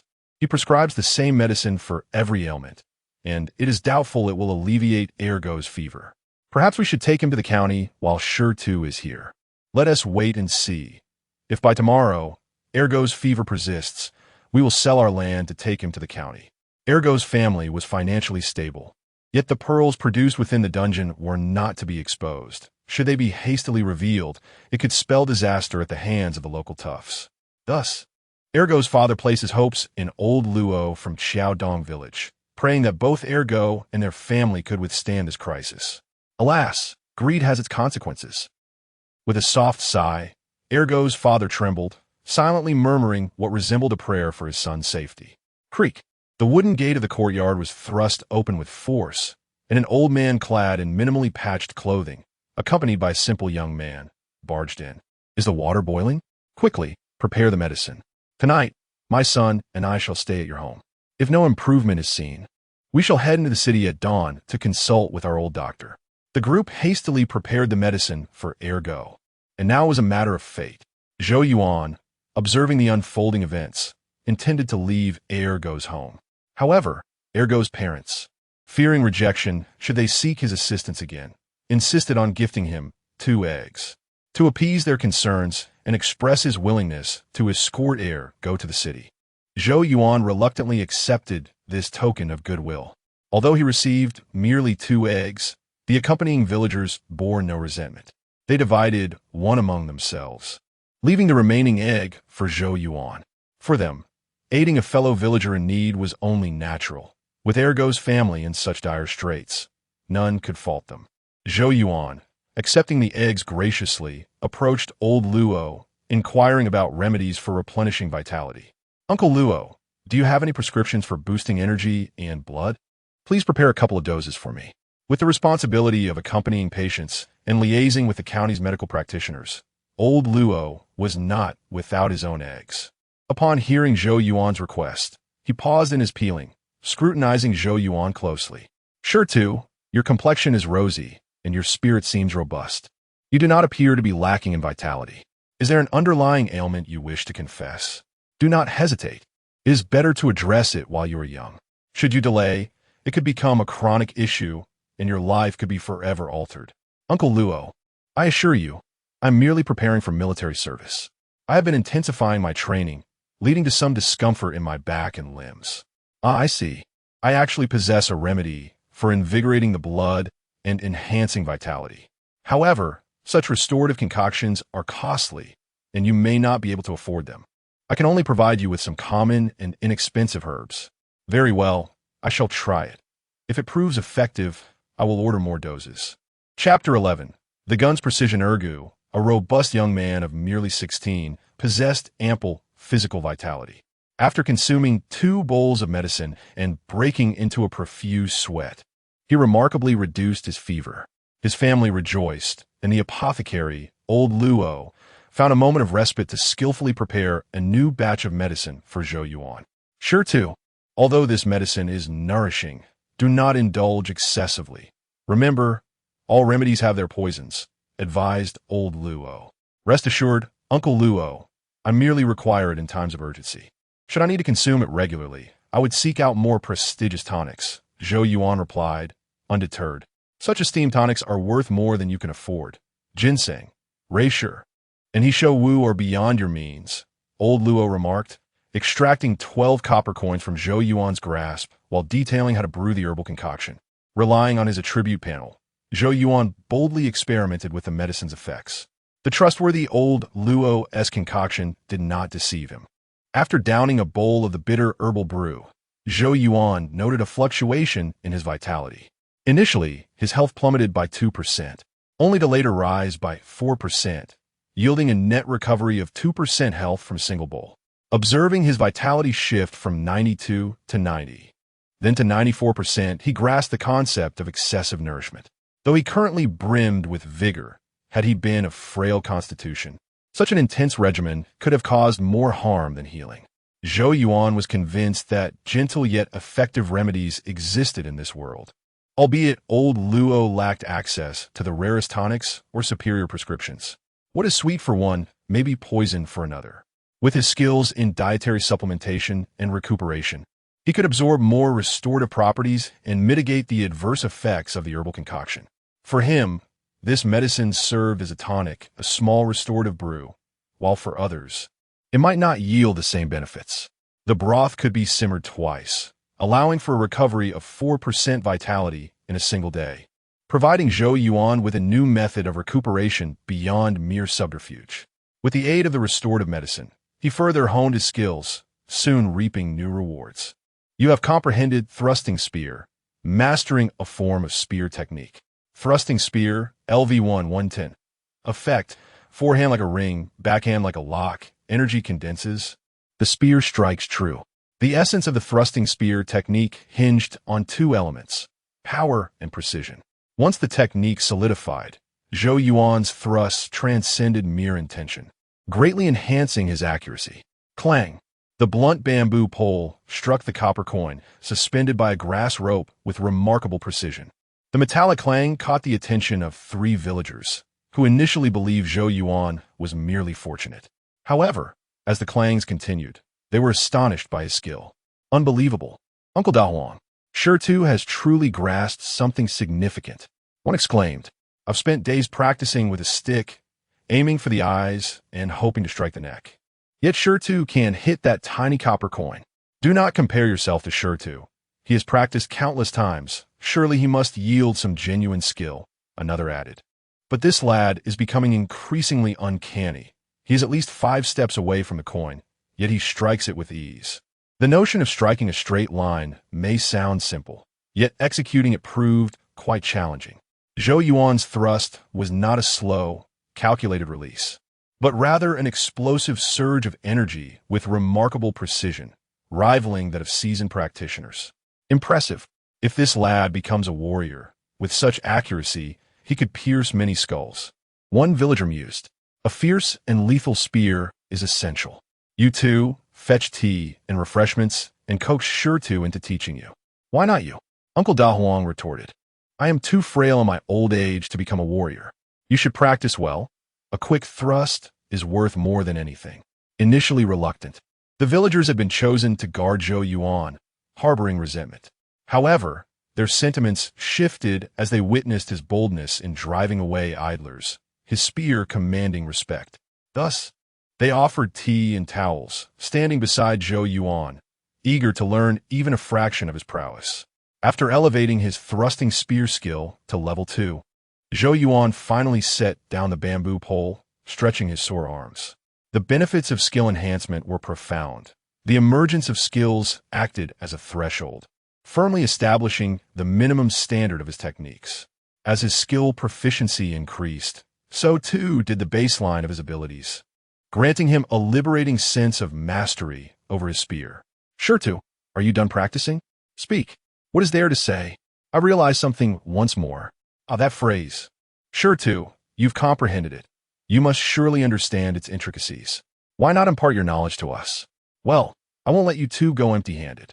We can arrange for some delightful treats. Eggs, beans, fruits, anything you desire.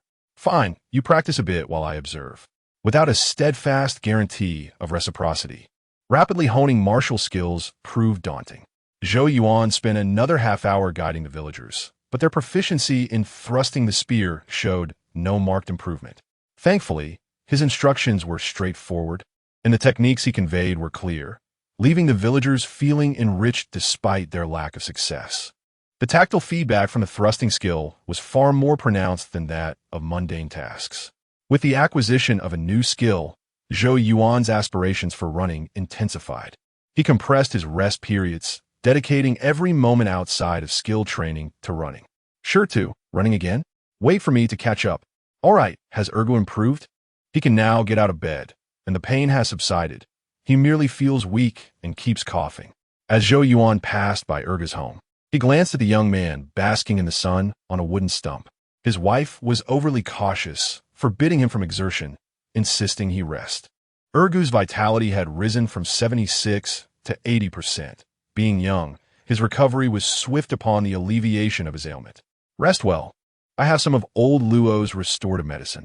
Once you are well, I shall provide you with a tonic to restore your strength. As Zhou Yuan waved goodbye, Ergu hurriedly rose from his perch and leaned against the fence, calling out, Shurtu, come here. I have something to discuss. What is it, Ergu? Do you have a secret? Shurtu, I nearly perished this time. It has prompted much reflection. This pearl is from Chuanyang's dowry. Keep it safe. If you join the military, it may serve as a bribe for a better post. The round pearl glimmered magnificently under the sun's rays, and Zhou Yuan immediately recognized it as originating from the nest of the general of Clear Sand Dungeon. It is far too precious. I cannot accept it. Moreover, we are brothers. Pursuing better opportunities should be a shared endeavor. Shurtu, just accept it. My father sold our land, and the village head has agreed to let me enlist. Very well. Seek a livelihood swiftly and live well. Chapter 12. The value of fellow villagers. The quota for conscripted labor, once registered, is not immutable. The local officials will sift through the candidates, discarding those afflicted by disabilities or illness. While some degree of tolerance may be afforded to the disabled, sickness is utterly intolerable. The officials of each county will certainly not allow those suffering from illness to infiltrate the ranks of able-bodied men, for in the realm of the Great Way, spreading plague within the military is a capital offense. Thus, wealthy young gentlemen, wary of losing limbs, are likely to feign illness to evade military service. However, such a tactic comes at a cost. Those seeking to replace a conscript must themselves manage the repercussions of such deceit, which demands a substantial sum of money. Zhou Yuan could hardly fathom that Ergo's father would resort to offering their ancestral land to secure a substitute for Ergo's military service. Consequently, the family of Ergo found themselves with no recourse but to seek survival in the city. At this juncture, their status had devolved to that of mere vagrants, their societal standing plummeting from one extreme to another. Perhaps this recent calamity has shifted the family's perspective, compelling them to embrace risk in order to safeguard their only remaining male heir. Yet, venturing into the city without support raises uncertainties about their fate and whether they might find peace. Ergo, careful with his finances, believed it prudent to maintain a modest lifestyle in unfamiliar surroundings. I know sure too, my father has instructed me to apprentice in the city. Uncle Luo from the East Village has introduced me to a carpenter. I am prepared to endure hardship, as long as my master does not drive me to despair. I will repay his kindness in my old age. Should I achieve any success, you may call upon my name if you find yourself wronged. The gesture of Ergo presenting a well-crafted pearl gift touched Zhou Yuan deeply, for it bore risks for Ergo's family. Should he be a malevolent figure, their lives would be in jeopardy. Sure too, can your family reclaim the land?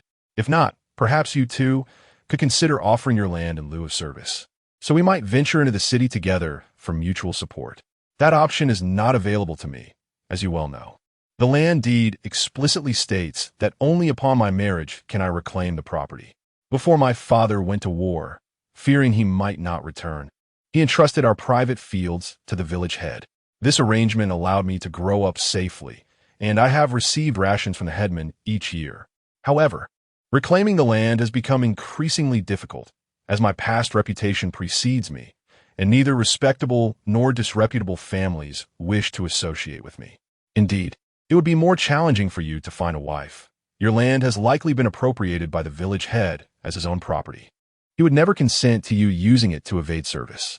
After a brief farewell, Ergo's family hurriedly departed, arriving in the city 2 days before the officials entered the village. The man who would take Ergo's place in military service was named Li Dazhuang, who had 5 sons, an archetype of land scarcity amidst a surplus of labor. Zhou Yuan observed the officials marking the names of the conscripts, while others received a circle. Li's name was crossed out, indicating that his family was now rendered without heirs. As long as he did not return, the household would be counted among the 66 families for service and taxation. Although Ergo's family had lost their land and sought survival in the city, their household registration remained in Xiaoxi village, and they would still be liable for future military service. Please, everyone, quiet down. I have a few words to say. Military service is a decree of the court, not a matter of our brothers being unduly harsh with you. Look at the conscripts. We have the young, the old, and we will consider your family as lacking able-bodied men and let you off lightly. We, as brothers, value loyalty, and we hope you will uphold righteousness. Once you leave this village, do not flee or cause disorder, for if the county office pursues you, it will implicate your families. I shall not say more. You need to select a responsible man to lead. We would pass through several relay stations, but we would not enter the county town. Instead, we would head straight for the county seat of Jing'an. It was reasonable for the laborers not to enter the county town, as they were fellow villagers merely passing through. Once ill intentions arose, they might inadvertently threaten the households within the county. Interestingly, the officials also accepted the practice of elderly men substituting for younger ones. It seems that the Great Way is not engaged in extensive warfare. The usual recruitment is merely to maintain the system rather than urgently bolster troop numbers. Why not choose? If you do not choose soon, I will make a selection on your behalf. Were it a matter of corvée labor, the villagers would be eager to volunteer as leaders, but as this pertains to military service, the leader would likely be conscripted as a soldier. A burden the villagers would prefer to avoid. I will do it. Under the watchful eyes of the villagers and officials, Zhou Yuan stepped forward, armed with a machete and holding a staff. A fine lad. The young possess vigor. Very well, you shall serve as the leader of the Qiaoshi conscripts. Zhou Yuan's aspirations diverged from those of the villagers, who primarily wished to return to their fields. His desire was to dedicate himself to martial training and enhance his capabilities. Thus, the position of leader, which many villagers shy away from, represented a promising opportunity for him. Yet, Zhou Yuan had not anticipated that he would need to prepare his own provisions for the journey. The village elder, Old Li, clutched Zhou Yuan's hand, repeatedly urging him to keep a vigilant eye on the village's few carts, stressing that they could not afford to lose any grain. Thus, under the guidance of the officials, the villagers set out, pushing carts laden with machetes, pottery, and mats. As the leader, Zhou Yuan was spared from the toil of pushing the cart. Instead, he was assigned to oversee 23 villagers. The group meandered, first converging with another band of conscripts from Qiaodong village, then onward to Shushi village, and finally to Dalinzhuang, where they mustered 100 men before setting their sights on Jing'an. With an experienced official at the helm, the conscripts reached the relay station before nightfall. There was shelter available, a large communal sleeping area, though lacking blankets. It offered some respite from the wind and rain without charging the conscripts. However, meals required payment, and even the leading officials settled for hot soup, dipping their flatbreads into it as sustenance. Those with prior service experience became invaluable. Under their guidance, several young men hurried outside to gather firewood and hay to boil water. Zhou Yuan, observing this scene, felt a sense of camaraderie akin to embarking on an adventure. Yet, when Zhao Dahuang handed him a cold flatbread, he was swiftly jolted back to the stark reality of their circumstances. This is sweet. Oh, Uncle Dahuang, you managed to procure sugar? Nonsense. This is a juju paste bun, made with red dates and millet. In previous years, we did not enjoy such luxuries during our labor. We merely arrived half alive. But this is military service. If we appear too feeble and are sent back from the barracks, we will need to supply more robust men. You are fortunate. After eating this juju bun, you will surely feel invigorated upon reaching the barracks. After a noisy dinner, the villagers required no direction from Zhou Yuan. They willingly relinquished the communal area to the elderly and weak, laying down mats on the ground to sleep. In that moment, Zhou Yuan truly grasped the hardship of service and the value of brotherhood among fellow villagers. Sure to select a few men to watch over the grain carts. We cannot afford any mistakes. Rest assured, there will be no errors. Chapter 13.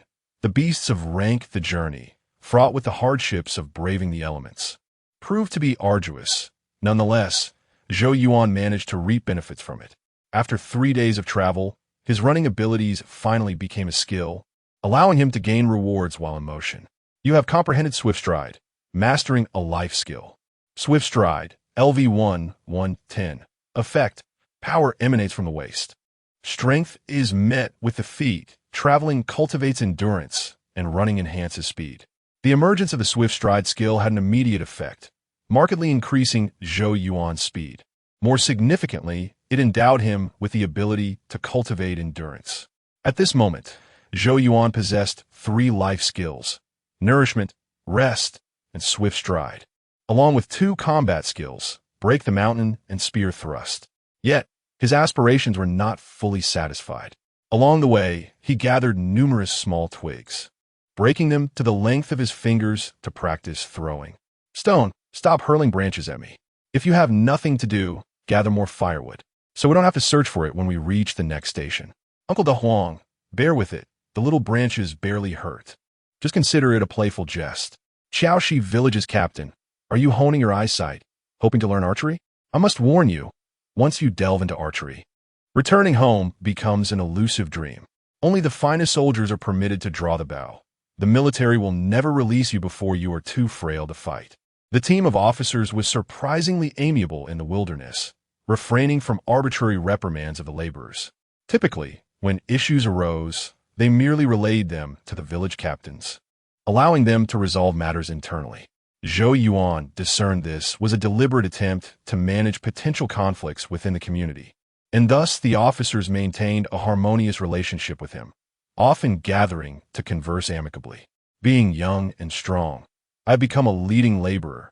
and I doubt I can escape the ranks of regular soldiers. It would be wiser to acquire some skills and become a well-regarded archer. Ah, I see. Valor and marksmanship are prized in the military. If you can draw a sturdy bow and shoot accurately, you will undoubtedly garner the favor of your superiors. However, I advise you, many aspire to rise through valor and marksmanship. Bravery relies on sheer passion, while skill in archery depends on talent. Mere diligence may not surpass your comrades. Thank you for your counsel. I shall proceed with caution and endeavor to improve. The officers observed the spirited youth before them, suddenly realizing he might indeed never return. Those driven by ambition, yet of humble origins, often perish in battle or squander their youth, struggling to elevate their status. Hasten your pace, dusk approaches, and the wilderness grows perilous with the weight of dew, making restful slumber elusive. It is best we reach the station promptly.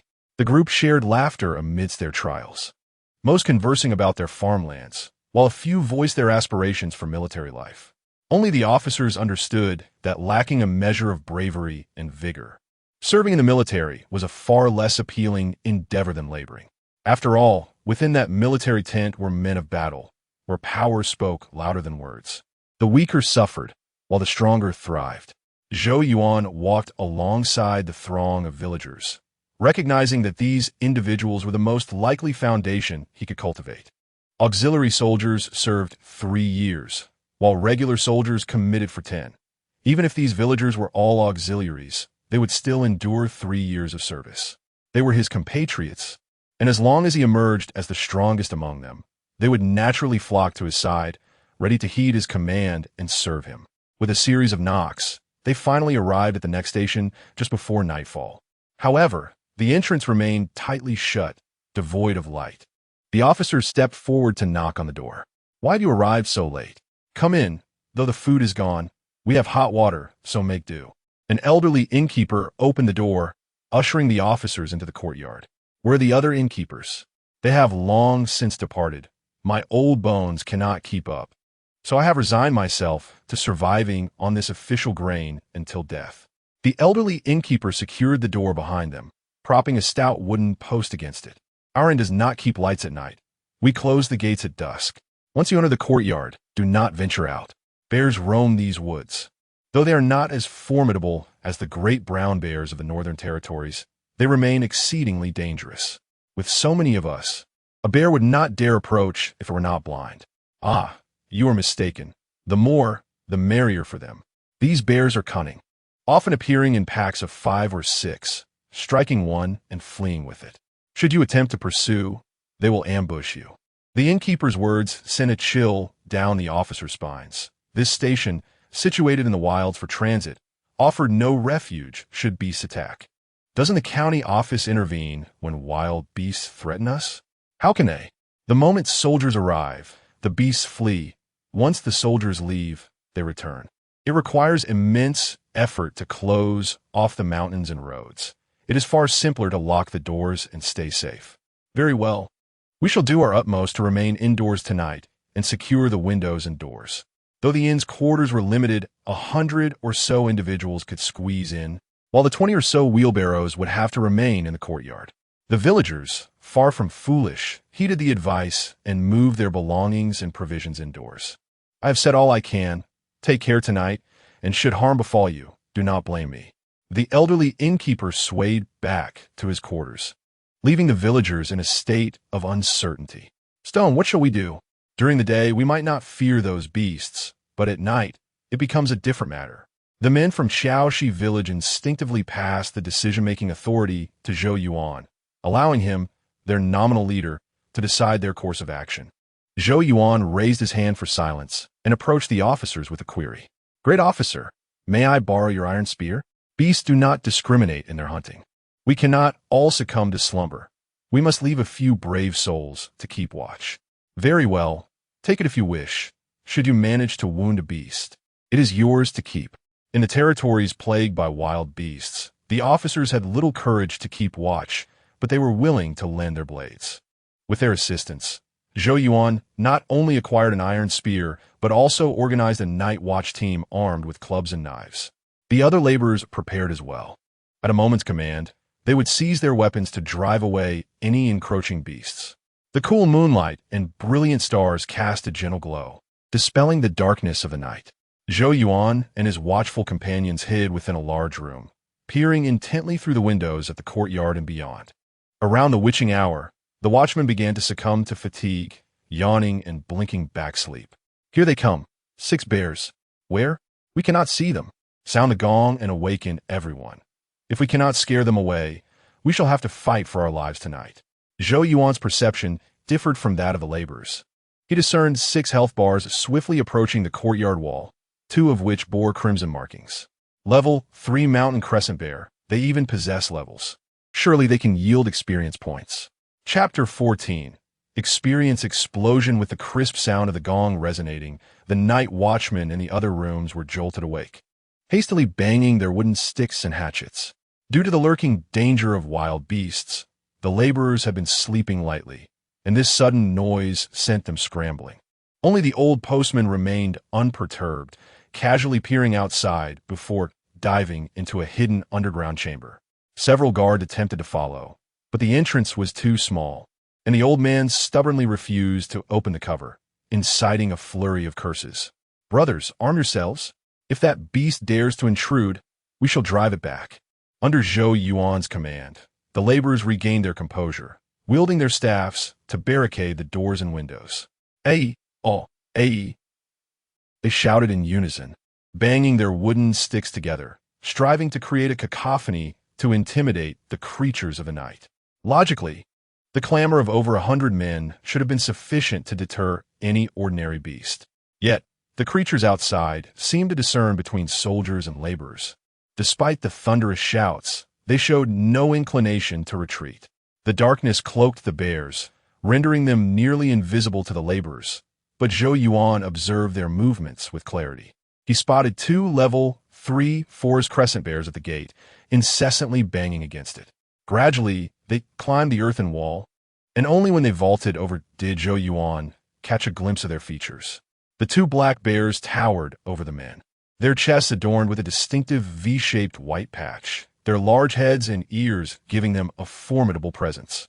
4 smaller bears, lacking visible attributes, lurked nearby. "Light the lamps. Fear not. Those beasts cannot match our strength." The warm glow illuminated the room, revealing the tense faces of the villagers, beads of sweat forming as anxiety surged. At that moment, the post station served both as sanctuary and prison. Merely 6 bears had reduced the laborers to a state of defense, too frightened to venture outside. Thus, the numerical advantage of the laborers was significantly diminished. In the absence of external aid, they found themselves relying solely on their comrades, 20 men against 6 bears. Let us dismantle the bed frames and use them as shields. The sturdy earthen walls were reliable, difficult for the bears to breach, yet the wooden doors remained vulnerable. Bang! Bang! The bears began to ram the door, causing the laborers to grip their staffs tightly, trembling in fear. Zhou Yuan positioned himself at the front, readying his iron spear for an attack. Roar! A fearsome bear head suddenly smashed through the wooden window, unleashing a terrifying roar that sent the villagers into a frenzy of despair. "Steady yourselves. Strike its head, pierce its neck. Bear paws and gallbladders are worth a fortune. If we succeed, we shall rise."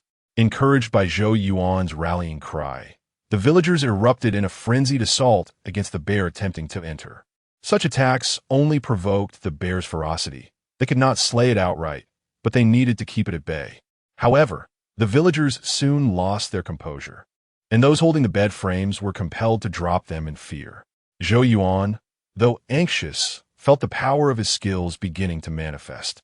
Regardless of his mental state, activating his skills would yield consistent damage. He thrust his spear into the bear's mouth and nose, drawing blood and eliciting a pained roar. Infuriated, the injured bear lunged to breach the threshold. Seizing the moment, Zhou Yuan drove the butt of his spear forcefully into the bear's open maw. The cold steel pierced its throat, the bear's weight combined with Zhou Yuan's leverage driving the spear deep into its neck. Zhou Yuan watched as the bear's health plummeted by half. He quickly drew his machete and delivered 2 precise strikes to its head. The enhanced strength of his skills rendered him deadly accurate, transforming the bear into a true blind creature. Even as the wounded bear attempted to flee, it was hindered by Zhou Yuan's spear lodged in its neck. As its health continued to decline, Zhou Yuan seized a staff, rallying the villagers to push it back. This time, the bear could no longer feign death. The blows from the staffs caused secondary damage from the spear. As it toppled, Zhou Yuan yanked on the spear's shaft, delivering a final, fatal blow. Notification: killed level 3 Forest Crescent Bear. Experience 30. The heavy bear carcass thudded to the ground, invigorating the villagers within, while instilling terror in the remaining bears. Unlike the villagers who saw only the slain bear, Zhou Yuan noticed a faintly glowing item amidst the remains. Did it drop something? Zhou Yuan mused, glancing at the bear's body, yet hesitated to retrieve it. The other bears still lingered, and venturing out would be perilous. A few roars echoed as 4 of the unranked bears prepared to flee, while the remaining level 3 Forest Crescent Bear charged to tear at them. Seizing the opportunity, Zhou Yuan reached for the spear embedded in the bear's corpse, and with the assistance of 2 villagers, they managed to pull it free. Sharpen the spear. Upon hearing Zhou Yuan's command, Zhao Dahuang quickly rummaged through the clutter and presented a sharpening stone. At that moment, Zhou Yuan's spear tip was damaged and bent, with a chunk missing, yet he remained undeterred. After instructing the villagers to sharpen the spear, he also retrieved a hammer as a backup weapon. Before long, the level 3 Forest Crescent Bear had dispatched 2 of the unranked bears, while the other 2 scaled the wall to escape.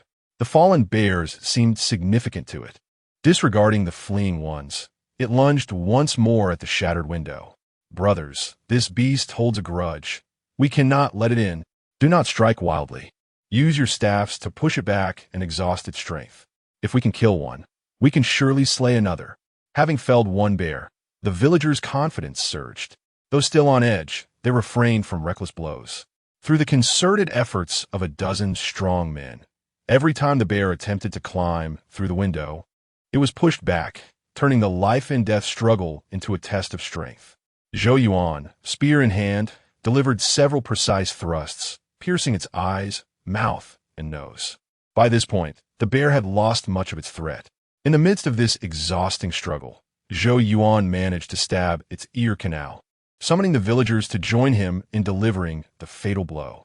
With a little more effort, let's pierce its skull. Notification: killed level 3 Forest Crescent Bear. Experience 30. With both great bears slain, the villagers were about to catch their breath when Zhou Yuan suddenly leapt out the window. I shall check on the other brothers. They may need assistance. Amidst the shouts of caution, loyalty, and warnings against folly, Zhou Yuan bent down to collect a green orb of light and a white orb of light. Notification: acquired Moonlight Bear Gallbladder. Great Bear Pelt. Chapter 15. The Surge of Force Herb. Moonlight Bear Gall. Pharmacology: clears heat and detoxifies, calms the liver and brightens the eyes. Strengthens the foundation and nurtures the essence. Can be refined with other herbs into elixirs to enhance efficacy. Usage effect: if the essence attribute is below 5, it increases the essence attribute by 1. Upon encountering 2 luminous orbs, 1 white and 1 green, the items dropped by the great bears vanished in an instant. Upon opening the attribute panel, a new item option appeared: Moonlight Bear Gall, along with the great bear carcass, which had been automatically collected. The Moonlight Bear Gall could directly enhance attributes, and even with a cap on its effectiveness, it was indeed a rare treasure. It was surprising that picking up dropped items could activate the inventory. Could ordinary tools and bear corpses also be stored within? After some experimentation, it became evident that neither the tool nor the bear carcasses could be stored, but the collected dropped items could be freely retrieved. Interestingly, the Moonlight Bear Gall and the Great Bear Carcass could only be utilized by clicking within the inventory. Otherwise, one would merely function as a remedy, while the other served as a tome. He discerned the differences in energy utilization. The attribute panel prized efficiency and stability, while the human body found it challenging to pursue such ultimate efficiency. Furthermore, the efficacy of the Great Bear Carcass was slower than that of the Moonlight Bear Gall, yet it was more comprehensive. Skill: Great Bear Carcass. Efficacy: leads the energy with intention, channels it through the body, strengthens physique, harmonizes divine intention. Usage effect. Level 3 increases essence attribute by 1. Level 6 increases energy attribute by 1. Level 10 increases divine attribute by 1. Though the Great Bear Carcass was a martial art of external stillness and internal movement, its core lay in strengthening the body and nurturing energy, seeking to attain the most subtle and profound state of fullness in spirit. After practicing this seemingly profound martial technique, he discovered that its training method was rather ordinary. Without the enhancement of the attribute panel, the Great Bear Carcass was not significantly different from the common martial arts of Blue Star, far from the extraordinary description it bore. Stone, why have you stopped moving? Did you twist your ankle? It's nothing. My leg just cramped a bit. EM recovered slowly. While utilizing his skills, he caught the attention of the villagers, who offered their concern. Rising to their encouragement, he ventured to other rooms. Brothers, come out. We've slain the bear. There's no danger now. He knocked on the doors, eliciting exclamations of admiration from within. Several officials, upon hearing this, first peered out the window, then joined the villagers to assess the casualties. When the officials and laborers beheld the 2 black bears lying in the courtyard, alongside the 2 great bears prostrate beneath the shattered windowsill, they collectively gasped in astonishment. Little Lord, you truly managed to confront 4 bears. That is remarkable skill indeed. With the gruesome bear heads as a backdrop, the officials abandoned their previous airs and became notably humble. While the laborers failed to perceive the peril, the officials understood that if one could slay 4 bears, they could easily do the same to them. Now that the bear carcasses were secured, the presence of additional wounded was not surprising, warranting respect for the ferocious men of Qiaoshi. Big official, you misspoke when the first great bear lunged at us. We were all paralyzed with fear. It was Stone who seized the opportunity to pierce its throat. We exerted considerable effort on the second, but in the end, it was Stone who drove the iron spear through its skull. I did not expect the little lord to be so valiant. We have been remiss in our treatment. Please forgive us. The difference between a group slaying a bear and an individual doing so is profound. A group may claim it as the unity and bravery of the men of Qiaoshi, while one individual's feat denotes true heroism. Indeed, this time, the brothers put forth their utmost effort. None retreated, all being exceptional men. Without the brothers risking their lives, I would not have found the chance to pierce the bear. This credit belongs to all my brothers. Excellent. Stone is commendable. From today, we men of Qiaoshi shall all follow you. Brother Stone stands by righteousness. We shall heed your lead henceforth. The officials exchanged glances, silently pondering that this young lord did not appear to be a mere brute. His methods of winning over the villagers, while not particularly sophisticated, had evidently resonated with the comrades who had just fought alongside him. Very well, we understand. The credit shall be shared. 1 great bear for the little lord, 1 for the men of Qiaoshi. Let us not be shy. Could we possibly distribute one of the black bears among us? What you say, big official, is quite mistaken. We all originated from the same village and are brothers. The black bears in the courtyard were not ours to kill. Sharing them with our brothers is only fair. Since you wish to have them, take 1 for yourselves. Let the brothers from the other 3 villages have 1 as well. Indeed, truly a youthful hero, bold and generous. Let us not discuss anything else. We can trade the great bear for money, and afterward, our brothers can run errands in the city to fetch some fine provisions. As the officials jested, they drew their blades and weapons to further the claims for the black bear, solidifying their own merits. Unexpectedly, an old man stumbled over, shouting loudly, "Spare the bear. Do not ruin the gall. Do not harm the paws. Old courier, you finally emerge from the cellar. What does our haul concern you?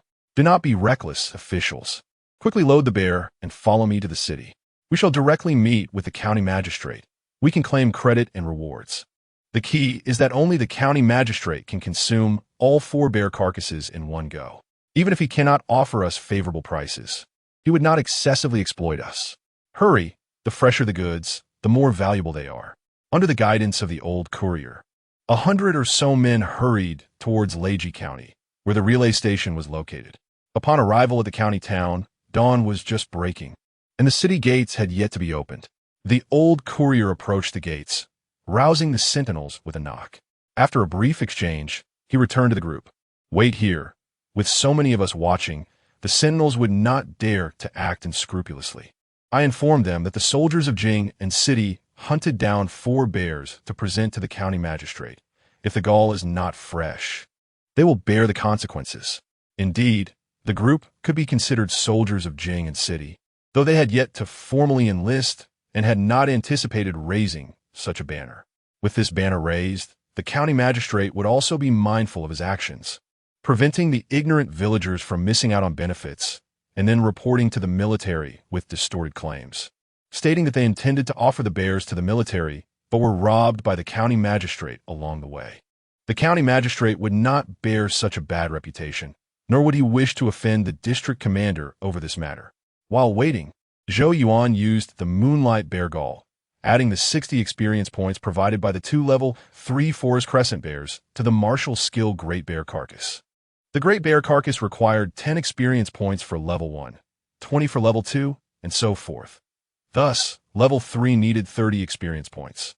The 60 experience points perfectly elevated the Great Bear Carcass to level 3, enhancing Zhou Yuan's essence attribute by 1. Coupled with the 1 effect from the Moonlight Bear Gall, his attributes soared dramatically, shifting from a balanced score of 1 across 3 attributes to Essence, 3, Energy, 1, Spirit, 1. The sudden spike in attributes felt unexpectedly harmonious. Zhou Yuan experienced neither pain nor comfort, merely a sensation of growing strength and an increase in his physical robustness. He discreetly lifted his shirt to examine himself, noticing that his once soft flesh had become exceptionally firm, with streamlined muscles naturally harmonizing, as if he had been sculpted for strength. The Great Bear's exploration of strength and bone structure imbued this practice with a bear-like essence. Chapter 16. The Smiling County Magistrate. The technique, known as bear stance, is not merely a lethal maneuver, but a method of force application that complements the Great Bear stance. With this technique, other martial skills become immensely powerful. Be vigilant, lads. Do not allow those unscrupulous soldiers to seize our goods. Zhou Yuan was diligently practicing the synergy between the Great Bear stance and his martial arts when the old courier suddenly beckoned him and several constables over. After instructing a few local villagers to guard the bear carcasses, he approached the forefront of the crowd. The county gate had indeed opened, and a middle-aged man in splendid attire, accompanied by 6 attendants and more than 30 soldiers, approached. Instead of inspecting the bear carcasses, he smiled and inquired, "Which brave man led the bear hunt? I must express my gratitude." His words were subtly crafted. The difference between gratitude and reward is but a single character, yet the implication is entirely distinct. At this moment, the old courier dared not speak out of turn and instead exchanged glances with the constables, all of whom turned their attention to Zhou Yuan. Zhou Yuan, undeterred, stepped forward, clasped his fists in salute, and spoke, "I am Zhou Yuan from Qiaoxi. It is thanks to the trust of my brothers that I had the fortune to lead the bear hunt." "Good lad," exclaimed Zheng Ji, the county magistrate of Leiji. "I assure you, I will not covet your hard-earned spoils. Allow my physicians and butchers to tend to those 4 bears. Come, walk with me. I happen to be having breakfast, and we shall share a drink shortly." "Thank you, Your Excellency, for your kind recognition." Zheng Ji maintained a courteous demeanor toward Zhou Yuan, but exuded authority over the constables, receiving their flattery with merely a nod. Interestingly, he was exceedingly amiable towards the villagers, distributing food to them as they gazed at the bears, leading them to believe that this magistrate was a rare, benevolent official and lamenting that they did not live under his jurisdiction. While examining the bear carcasses, Zheng Ji showed no concern for the damaged pelts, but scrutinized the bears' abdomens multiple times. "I have taken note. You shall assist in the dissection of the bears. I must return now. The constables will bring you some provisions. Your Excellency, take care. We shall see you off." As Zheng Ji departed, a scribe and his entourage worried that Zhou Yuan might not comprehend the situation and tugged at him, signaling for him to follow. Truth be told, Zhou Yuan had no desire to be alone with Zheng Ji. The disparity in their statuses was too great, and the mere presence of bear carcasses did not warrant a banquet. However, Leiji County was indeed Zheng Ji's domain, and Zhou Yuan could not afford to disregard the face of a county magistrate, so he reluctantly complied. Upon entering the city, Zheng Ji led Zhou Yuan into the government office, where soon after, a maid arrived to serve food. "Young master, I must sincerely thank you. You have helped me resolve a pressing issue. You cannot fathom how loathsome those black bears are. The thought of them harming innocent travelers pains my heart. There is no need for your excellency to thank us. We acted merely out of self-preservation, compelled to fight for our lives. Do not be modest. It is only right that we recognize your deeds. You have rid the people of a menace. Thus, you deserve my gratitude." Zheng Ji appeared quite amicable, frequently inquiring about Zhou Yuan's background and lamenting how heroes often emerge from youth. Zhou Yuan grew increasingly wary, uncertain of Zheng Ji's true intentions. "You are remarkably valiant, capable of battling bears. Surely, you have your own extraordinary tales to share?" Zheng Ji continued, "Aside from caring for the populace, I am quite fond of the unusual. If you have any intriguing stories, do share them. They would pair splendidly with our wine." At this juncture, Zhou Yuan comprehended Zheng Ji's motives for inviting him. He sought to leverage his noble status and flattery to incite pride in the young man, hoping to elicit tales of the extraordinary. Moreover, it became evident that the ruling class of the Great Way was acutely aware of the significance of such narratives and placed great value on related information. Even the act of vanquishing a black bear could prompt their probing. As for extraordinary tales, I have heard the elders in my village speak of immortal demons and ageless deities. Yet, I have never witnessed any such wonders myself. The bear hunt was merely a matter of leveraging our terrain and working together to subdue it. Eternal life? Ah.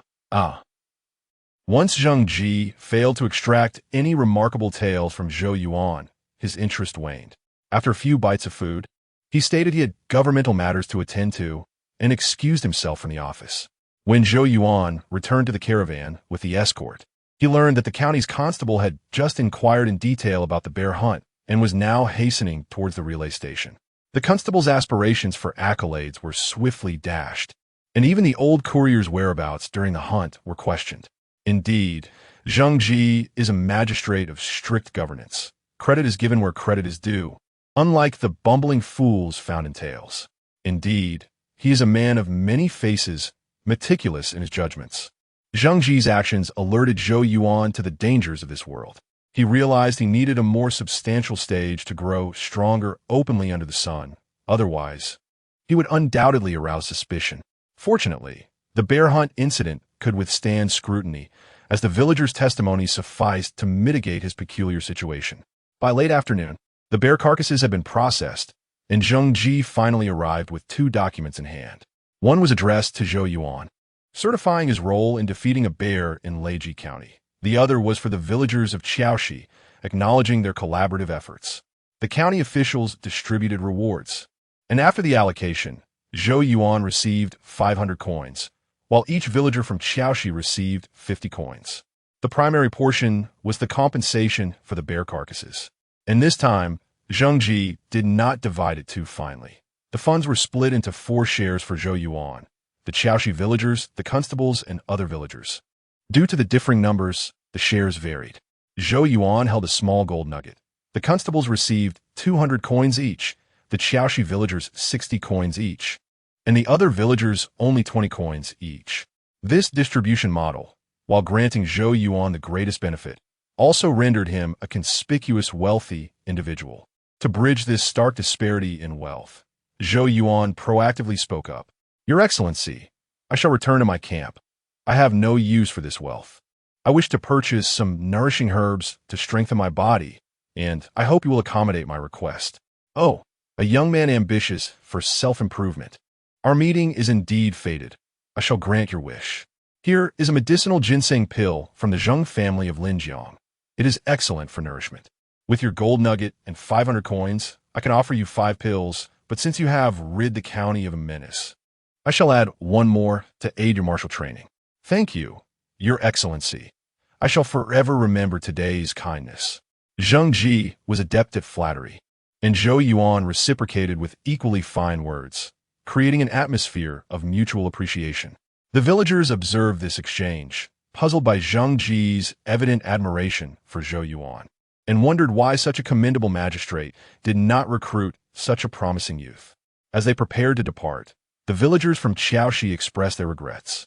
Zhou Yuan, Zhengji holds you in such high regard. Why not seize the opportunity to stay? If you became a constable, our community would benefit. I cannot remain. It is not an option. Meanwhile, Zhengji's attendants posed similar queries, remarking that brave men who dared to battle bears were rare. Why not stay on as an official? Such courage and valor in a youth ought to serve the Great Way well. However, if I were to retain him, the position would either be too insignificant or too grand. What role could possibly suit such youthful ambition? Chapter 17. The armored soldiers of Jing'an, the spiritual ginseng pills provided by the county magistrate Zheng were mere ordinary items, devoid of any game-related significance. Zhou Yuan found himself unable to discern the specific effects of these pills, yet he believed that a county magistrate would not deceive a mere country boy like him. Regardless, he had spent his money, and notably, he had done so in front of the laborers. This action not only alleviated many trivial matters, but also balanced the wealth disparity within the small group of laborers. Sure too. Why have you spent all your money? I'm not scolding you. It would be better to save it, one remarked. When you have more, you could find a wife and leave a lineage for the Zhou family. I almost forgot about that. Didn't you just receive 110 coins? Lend me a bit, another chimed in. Not a chance. Aside from this matter, everything else is negotiable. I need to save for my children's future marriages, Shurtu replied. Fortunately, Zhou Yuan had run out of money. Otherwise, he would have been plagued by those with ulterior motives, which would have been quite bothersome. Now the tables had turned, and it was others who had to worry about him. Despite his efforts, he had not borrowed much, yet he had gained some tangible benefits. Several laborers, recognizing his bravery, had bestowed upon him 200 coins, and each time they passed through towns, they would bring him some tasty treats. Thus, even though the journey ahead remained arduous, it was significantly better than when he had first left home. When the group finally arrived at the military fortress on the outskirts of Jing'an City, after enduring great hardships, the laborers had remarkably not lost much weight. At least their spirits seemed to be intact. Fellow villagers, sending you off for 1,000 miles means we must part ways. Today, after we finish our duties, we shall return home. You must live well in this camp, endure for a while. The 3-year conscription period will pass swiftly, and we will come back to escort you home. Young lord, you are different from them. You will probably join the regular army. If you can avoid suffering, do so. While you are young and vigorous, earn a reputation. That way, you can establish yourself in this camp for the long haul. Perhaps it was the feeling of being in a foreign land, or the bond formed through shared trials over the past days. But the camaraderie among the laborers suddenly surged forth. They sincerely offered advice, hoping their fellow villager would not be lost in a strange place. Rest assured, we are just honest farmers, with wives and children waiting at home. We would never stir up trouble, they asserted. The villagers expressed their commitment. But Zhou Yuan tightened his grip on the worn iron spear, nodding towards the direction of the military camp. A group of unambitious men could endure. But one with ambitions must be resolute. Historically, the paths of literature and martial prowess have served as avenues for social ascension. Since the scholarly route was no longer viable, he resolved to establish himself through martial means. Farewell, fellow villagers. Let us escort you one last time. The spacious military fortress resembled a small city, albeit one devoid of civilians, populated only by soldiers and auxiliary troops. Under the guidance of the laborers, they lined up before the fortress, awaiting inspection for service in Jing'an. After surveying the crowd, a stout soldier, seemingly dissatisfied, furrowed his brow, indicating his discontent with the quality of the recruits. The 2 leading laborers hurried forward to whisper explanations, occasionally gesturing towards Zhou Yuan. If what you say is true, I shall accept these individuals. How could we, mere commoners, dare deceive the general? He will know upon inspection. Surrounded by a dozen personal guards, the Jing'an military officer approached Zhou Yuan, having heard of his bravery in confronting bears. Present the official document from the county for verification. Yes, the laborers had previously advised that in military matters, all responses must begin with yes. If the general posed a question, one must first acknowledge before proceeding. After receiving the document from Zhou Yuan and glancing at the official seal, the officer nodded in satisfaction. You may enter the regular army. Your orders are to comply. Excellent. Indeed, you are a fine youth. Your background is unblemished, and you are young and strong. Your courage and spirit are commendable. I will have you join the armored unit to train with bows, swords, and spears. The armored soldiers focus solely on training and combat, without engaging in trivial matters. You will select 2 reliable companions from your fellow villagers to assist you. They will be well provided for, with food and resources allocated. Thank you, esteemed officer, for your support. Incorrect. In the military, ranks are distinct, yet none are superior or inferior. I oversee the selection and training of soldiers, serving as the officer responsible for selecting the elite. My lineage is from the Ma family of Qingxi. You may address me as Officer Ma. Remember, the military is serious. Refrain from misnaming ranks. Zhou Yuan understood and expressed his gratitude for Officer Ma's guidance. With the acquisition of a courageous individual, Officer Ma's mood lifted. He took the selection seal from his guards and stamped the labor's military documents. I accept these soldiers. Return promptly to report. The laborers bowed repeatedly, watching as the recruits entered the city before turning to leave. The management of the Jing'an military was stringent. Upon entering the city, Zhou Yuan was directed east, while the laborers were split into 2 groups and taken north. He chose Li Dazhuang and Zhao Tiniu as his aides. He did not select Uncle Daohuang due to his advanced age, which would hinder him from effectively carrying equipment. Good man, this is our Jing'an military's Wuwei camp. We train 3 days and rest 1. During leisure, we may change into civilian clothes and enjoy the city. However, as a new recruit, you will be closely monitored by the instructors. It is best not to venture out unnecessarily. After a brief explanation, the soldier led him towards the armored troops. Once the transfer was complete, Zhou Yuan officially entered the city's inner fortress. Upon entering, Zhou Yuan was struck by one word: opulence. A group of soldiers was engaged in armor training, adorned in fine iron armor, steadily advancing with their weapons. Surrounding them, the auxiliary troops held water bags and towels, or weapons, stepping in to replenish the soldiers' water and assist with weapon changes. Witnessing this scene, Zhou Yuan was filled with wonder. Is this the level of treatment, configuration, and training expected in a county army? The martial virtues of the Great Way seem exceptionally abundant. Unbelievable, isn't it? If you stay, you will gradually acclimate. Enough of that. Follow me to the dormitory. Mealtime will soon arrive. You will eat in the West Hall, while your aides will dine in the East Hall. The armored soldiers wear red, while the aides don black. Do not confuse or interchange the two. Otherwise, military law will not be lenient. Why separate dining? We are in the same camp. Will this not foster resentment? What resentment? If you desire better food, become an armored soldier yourself. We do not restrict aides from becoming armored soldiers. Training as an armored soldier is arduous. Without proper meat and medicinal nourishment, one may suffer grievously. If one endures the 5 labors and 7 injuries, how can they fight on the battlefield? You are still young. Now is the time to nurture your body. You must eat well and train hard, lest you be sent back.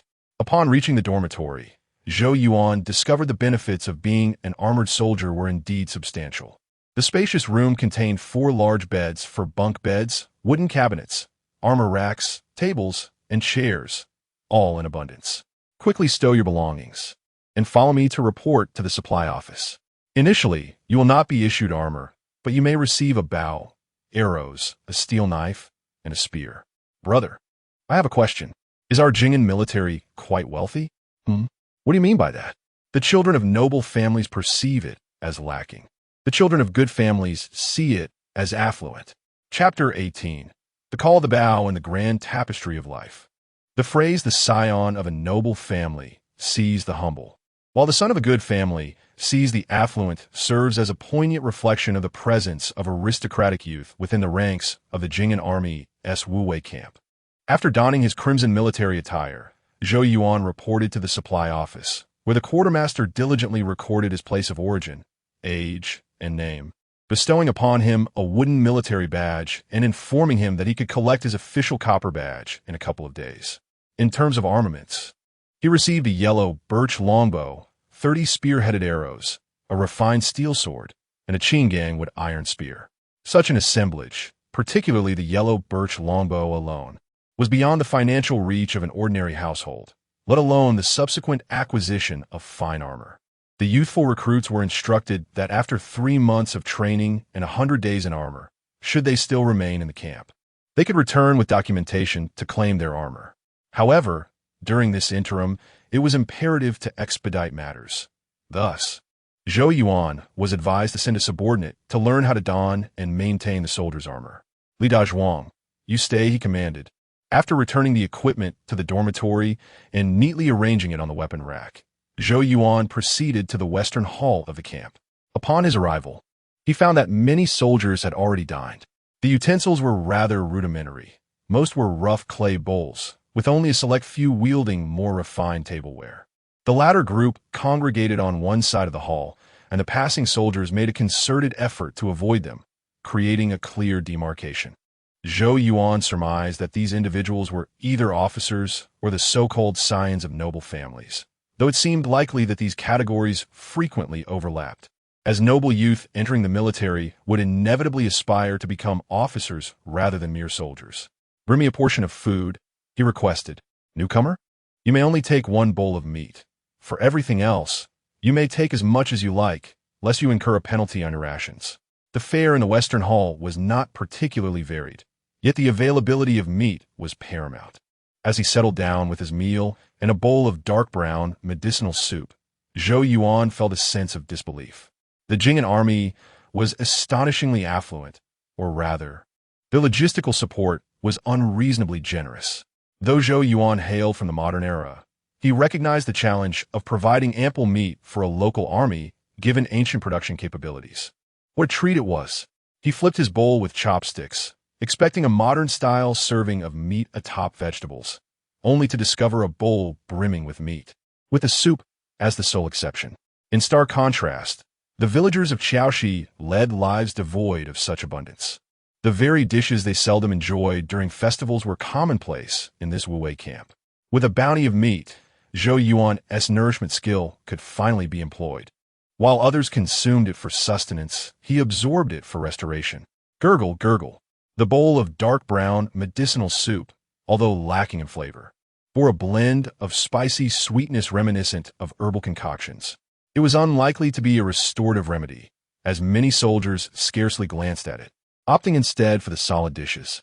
Upon inquiring with the cook, Zhou Yuan learned that the medicinal tonic was brewed over 10 days, with servings taken morning, noon, and night. Today's concoction was designed to counteract heat and clear fire. As he prepared to leave, Zhou Yuan sought to wash his bowl at the sink, only to have a swift aide whisk it away, treating him with the deference reserved for a young master. Remarkably, enjoying such privileges required no payment, and one received a monthly stipend.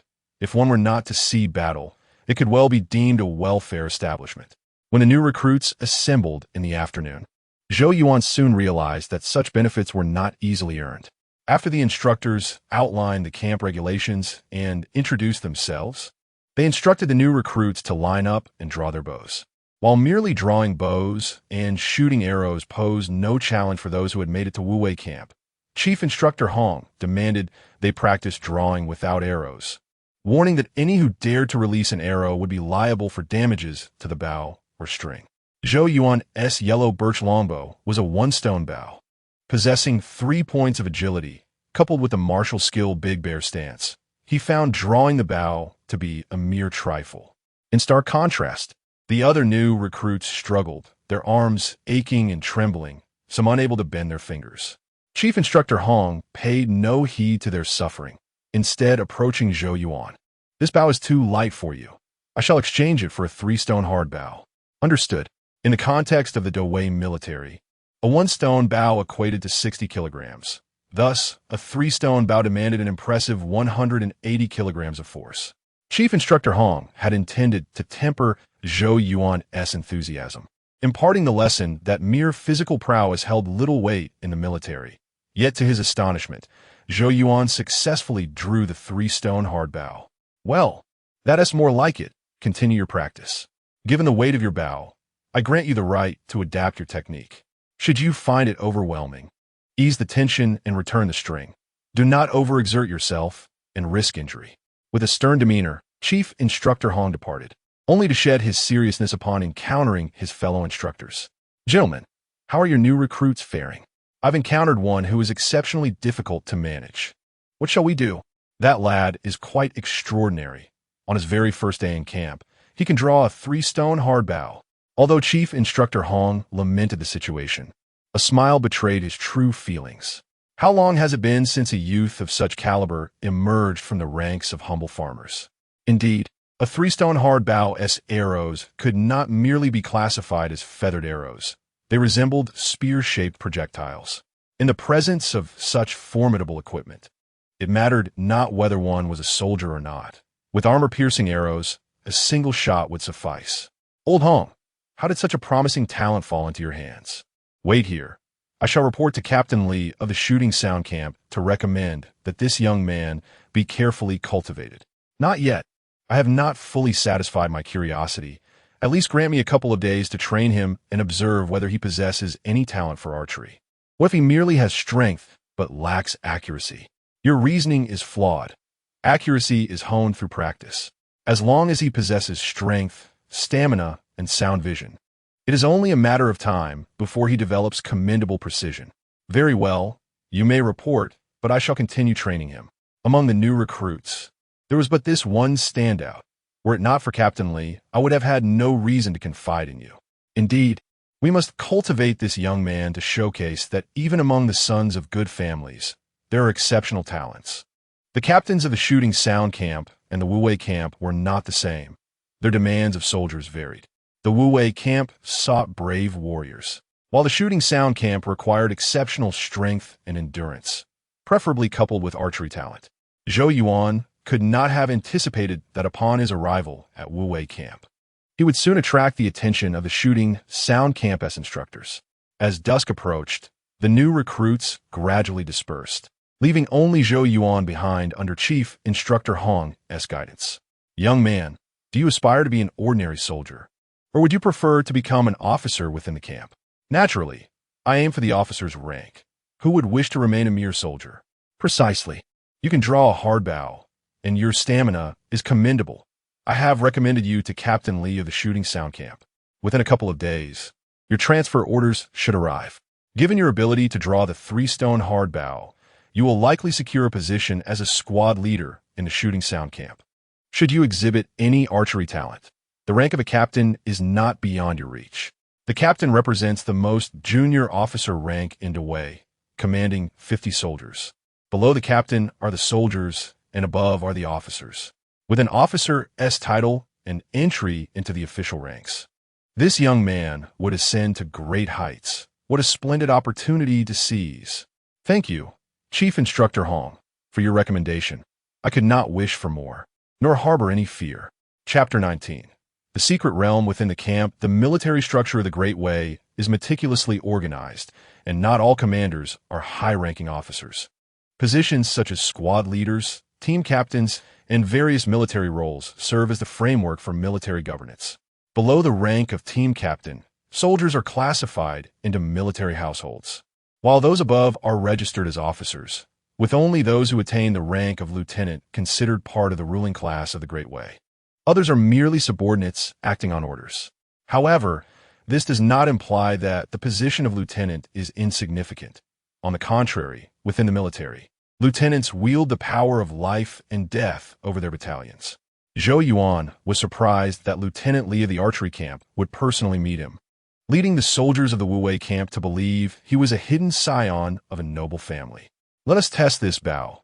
Shoot your arrows freely, and allow me to assess your endurance. Understood. Thud, thud, thud. The sound of arrows striking the target echoed across the training grounds. While Zhou Yuan's archery skills were not exemplary, he managed to avoid shooting wildly, ensuring that his arrows landed within the same vicinity. After releasing 30 arrows, he felt fatigue in his body, with his arms experiencing a burning ache. Ah, truly a natural archer. Your initial attempt was raw and forceful. With proper training, it will become effortless. I appreciate your recognition, Lieutenant. I am profoundly grateful. Do not rush to thank me. The archery camp is different from the Wu-Wei camp. The latter is esteemed, while the former is more modest. The Wu-Wei camp represents the elite of the Jing'an army, where the soldiers are brave and skilled, often led by sons of noble families. Although the archery camp's treatment is somewhat inferior to that of the Wu Wei camp, promotions are more attainable. You must contemplate the trade-offs yourself. What is there to ponder? Since you have granted me a military position and the prospect of an official rank, I am eager to serve in the archery camp. For Zhou Yuan, remaining in the Wu Wei camp was indeed favorable. Yet, joining the archery camp would allow him to converse with the commanding lieutenant, undoubtedly a significant elevation in status. With the endorsement of a leader and the enhancement from his attribute panel skills, he would gain a stable path for promotion. Come with me. I will arrange for a new instructor for you. The Wu Wei camp is located to the east of the city, while the archery camp lies to the west. Although Lieutenant Li mentioned the disparity between the archery and Wu Wei camps, it was clearly regarding the treatment of soldiers, not officers. In the new military camp, Zhou Yuan not only received a larger room and more nutritious food, but also bypassed the selection phase, directly acquiring a formal soldier's insignia and armor. The armor of the archery camp was a flexible armored style, unlike the heavy iron plate armor commonly used in the Wu Wei camp. The iron plate armor offered comprehensive protection but was heavier, whereas the armored style allowed for greater mobility. Upon receiving his armor, Zhou Yuan began systematic training under the guidance of a skilled archer, quickly acquiring new skills. You have mastered string control, a form of archery technique. String control, LV1, 110. Effect, harmonizes energy, focuses on the target, enhances body coordination, strengthens mental concentration. The string control skill, developed through systematic instruction, was more comprehensive than the spear techniques Zhou Yuan had previously explored. It not only possessed offensive capabilities, but also included enhancement effects. With professional guidance and ample nourishment, Zhou Yuan embarked on an intense regimen of martial training. The restorative skills enabled him to recover swiftly, while the recuperative skills alleviated his negative states. Under the assurance of these two restorative skills, the archery camp witnessed the emergence of a remarkably diligent talent. Each day, at first light, he began practicing archery, continuing until nightfall, as if he possessed iron arms that would not succumb to fatigue. This grueling training regimen, to the instructors in the camp, appeared almost self-destructive. Despite numerous attempts to intervene, they could not alter Zhou Yuan's relentless training pace. Eventually, upon realizing that he was brimming with vitality, showing no signs of weakness, they begrudgingly accepted his nearly self-destructive approach to training. This, however, proved detrimental to the ordinary soldiers of the archery camp, who found themselves ensnared in a delusion of lacking both talent and effort. When they mustered the determination to emulate Zhou Yuan, they would quickly find their arms too fatigued to lift after a mere day of training. In the end, not only did they fail to enhance their training results, but they also struggled to maintain even the regular training the following day. It was only at this moment that they realized effort also had its thresholds, requiring physical aptitude as well. Consequently, many once enthusiastic soldiers fell into despair, feeling disheartened. Being born into lesser circumstances than noble families was one thing, but now they faced the daunting reality that effort alone was not enough. Fate seemed to dictate their outcomes, leading them to question the purpose of their training. As the first batch of disillusioned soldiers emerged, the camp instructors quickly recognized the underlying issues. Lieutenant, Zhou Yuan is not suited to practice archery on the training grounds. His presence diminishes the morale of the other soldiers. Oh, what is the matter? Has his archery skills improved to surpass those of the seasoned veterans in the camp? Surpass is an understatement. That fellow shoots with both arms, hitting his targets flawlessly. Moreover, he wields a 3-stone hard bow. If he is even slightly close to the target, he can pierce right through it. What a promising talent. Surpassing the others is one thing. We have had gifted archers in our camp before. Those soldiers whose morale is damaged should strive to improve rather than wallow in self-pity. Lieutenant Li Fu of the archery camp had yet to grasp the seriousness of the issue. The premise of striving for improvement is that there must be room for effort. Yet Zhou Yuan had compressed rest periods to the utmost, leaving ordinary soldiers with no chance to even attempt to exert themselves. Lieutenant, it is impossible to keep up with Zhou Yuan. He possesses iron arms, training for 6 hours each day. 6 hours? His endurance is that formidable? Indeed, Not only is his endurance impressive, but his recovery ability is astonishing as well. The camp's physician remarked that he is as robust as a bear, with a natural physique for rigorous training. The instructor's words greatly pleased Lieutenant Li Fu. He had indeed not misjudged Zhou Yuan, who was truly a natural archer. Moreover, we have yet to assign Zhou Yuan any soldiers to accompany him. Lieutenant, reconsider. Assigning him soldiers may not cultivate talent, but rather lead to their depletion. If he demands the same standards from his soldiers, we risk losing a batch of elite archers in no time. No, what I mean is that we will not assign him soldiers. Instead, we will promote him and allow him to join the Divine Arm Squad. Is that appropriate? He is still a newcomer. Promoting him to the Divine Arm Squad now, to face the trials in the secret realm, is it too soon? Not at all. If he perceives the camp as filled with inept individuals beneath him, it is only natural for him to harbor discontent. Let us assign him to the squad. Even the finest sword must taste blood to reveal its sharpness. Otherwise, it remains merely an ornate decoration. Understood. I shall discuss this with him in detail. Zhou Yuan, though outwardly a youth, lacked the rebelliousness and pride typically associated with his age. However, Lieutenant Li was unaware of this. To him, Zhou Yuan was a raw gem, requiring careful refinement without excessive pressure. Thus, he resolved to transfer Zhou Yuan to the squad tasked with exploring the secret realm, exposing him to the vastness of the world and the wonders of the divine, allowing him to comprehend his own insignificance and ordinariness. With a perfect accuracy rate, wielding a 3-stone hardbow, let us see if he can vanquish foes. Do not let me down. Chapter 20. The Discourse on Spiritual Energy. The Divine Arm Squad is a unique elite unit within the archery camp, consisting of over 30 exceptional marksmen. Zhou Yuan had previously heard the soldiers in the camp speak of the Divine Arm Squad, but he regarded them merely as skilled soldiers, unaware of their true responsibilities. It was only when the instructor approached him for a discussion that he began to comprehend the squad's distinct nature. Zhou Yuan, do you know that there exist immortal demons in this world, as well as formidable warriors capable of defeating armies? The instructor inquired. Zhou Yuan had heard tales of such beings, though he had never witnessed them himself, dismissing these accounts as mere myths. The sudden mention of these matters by Instructor Zhong left him pondering their significance.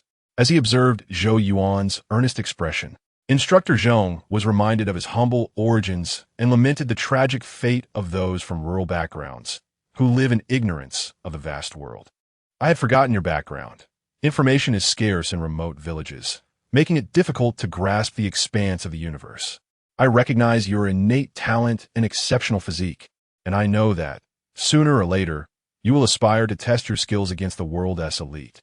However, I must impress upon you that the world is vast, and your talents are insignificant when confronted with true power. You have misunderstood me, instructor. I harbor no arrogance and do not underestimate the heroes of the world. Zhou Yuan replied, realizing that his recent performance had drawn attention, either as a reprimand or an attempt to elevate him. At least you possess some understanding. Otherwise, I will not divulge so much to you. Since you have heard tales of demons, let me explain the origins of these warriors. Instructor Zhong continued. You must understand that our physical forms have limits. Individuals with natural talent like yours are exceedingly rare, let alone those warriors powerful enough to confront demons. The essence of a warrior's strength lies in their spiritual energy, often referred to as Qi practitioners. This spiritual energy does not reside in mountains or rivers, but rather in the hidden realms of the world, specifically within the treasures or entities found therein. These hidden entities, which are immortal and indestructible, are constantly targeted by imperial armies, noble families, and temples, who seek to extract items imbued with spiritual energy. Thus, the world is home to formidable warriors, enlightened practitioners, and mighty beings like the Diamond Arhut. As Instructor Zhong elaborated, Zhou Yuan found himself increasingly enlightened. The powerful beasts, wondrous flora, and mystical weapons encountered in dungeons could indeed serve as the foundation for extraordinary pursuits. Due to the dungeon's refreshing nature, even if they could not gain experience, the continual production of special items could still foster a substantial number of extraordinary individuals. I see now. According to the instructor, humans consume the spiritual energy of demons to become extraordinary, while demons, in turn, gain wisdom by preying on humans. It is quite clever. Indeed, humans consume demonic energy to attain prowess, while demons, through bloodshed, awaken their intellect. In previous dynasties, experiments were conducted in which demons gained sentience after slaying a certain number of humans, akin to puppets regaining a soul.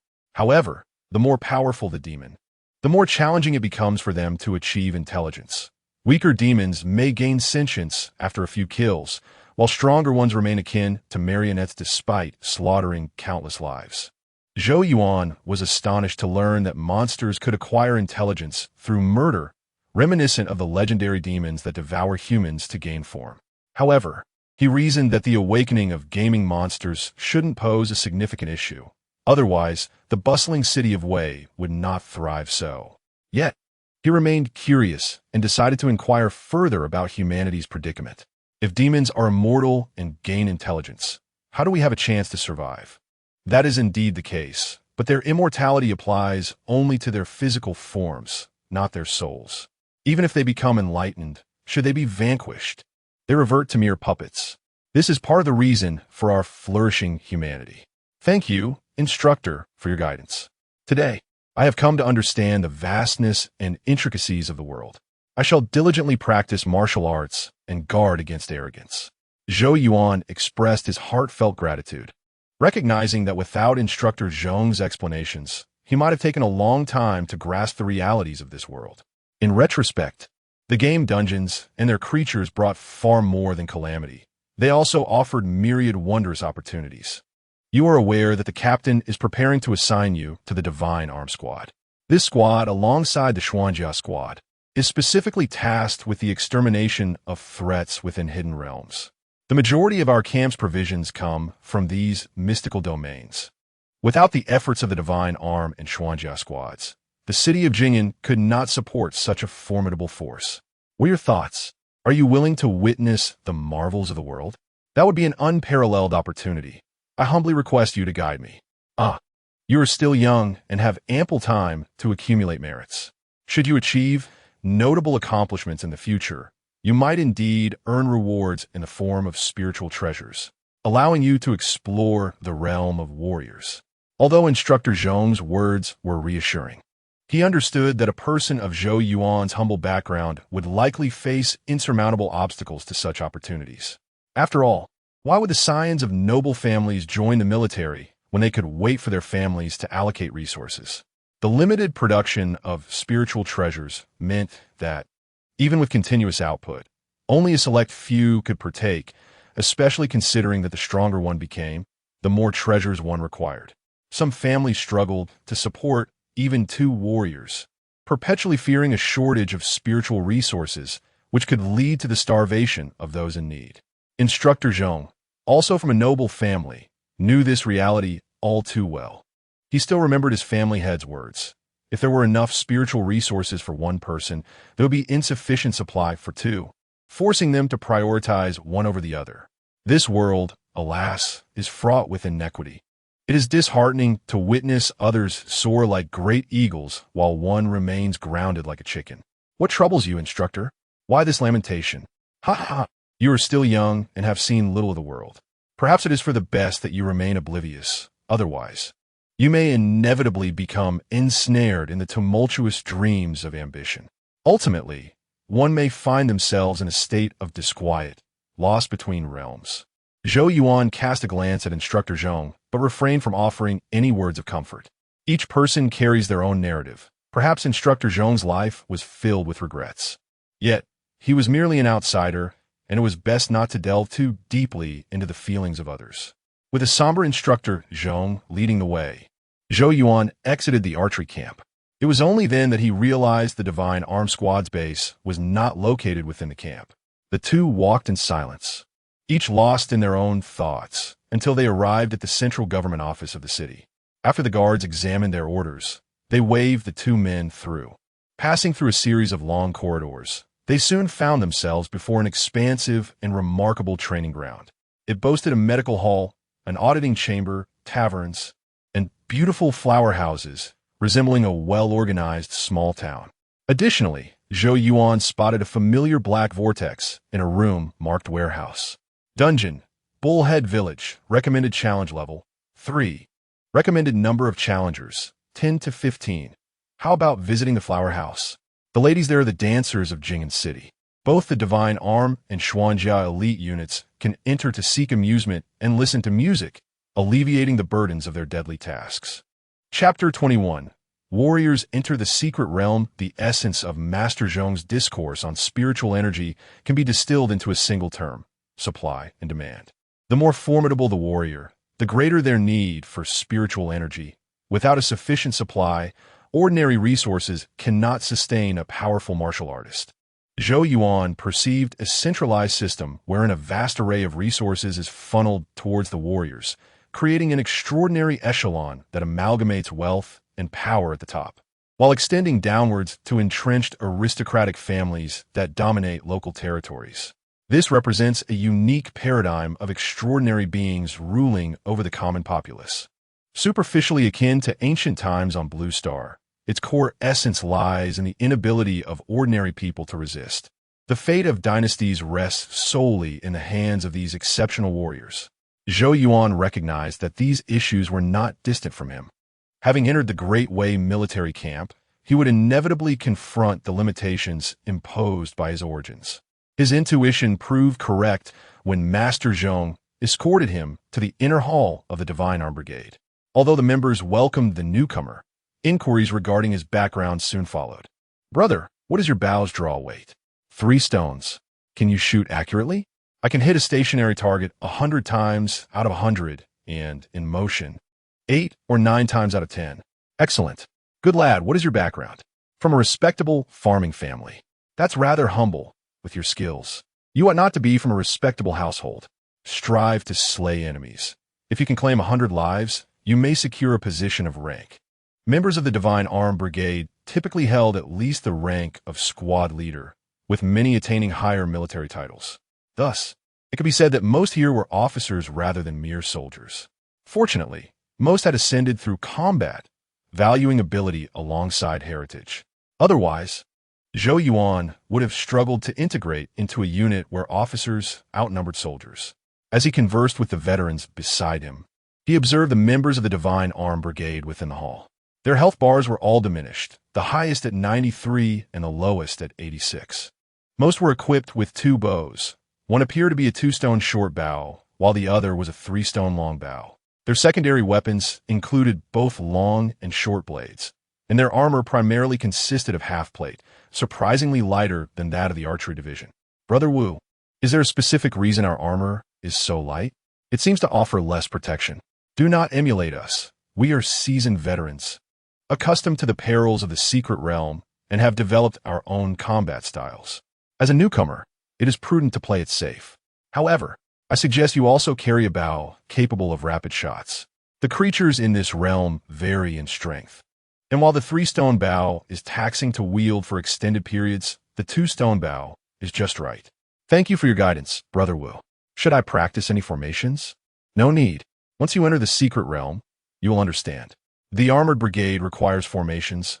We simply need to shoot accurately and learn to evade." Zhou Yuan complied and selected a 2-stone bow, mimicking the veterans as he stowed armor-piercing and bodkin arrows in his quiver. "String the bow. What are you dawdling for? As a newcomer, you should be the first to join the fray and let everyone see your mettle. Due to the bowstring being prone to losing tension when left taut, regulations mandated that combat bows must be unstrung when not in use. Thus, Zhou Yuan's 3-stone long bow remained unstrung. He had anticipated some form of observation or training upon his arrival, but he was taken aback by the veteran's direct approach. No practice, no observation. Simply thrust into the crucible of battle. Is it always this straightforward?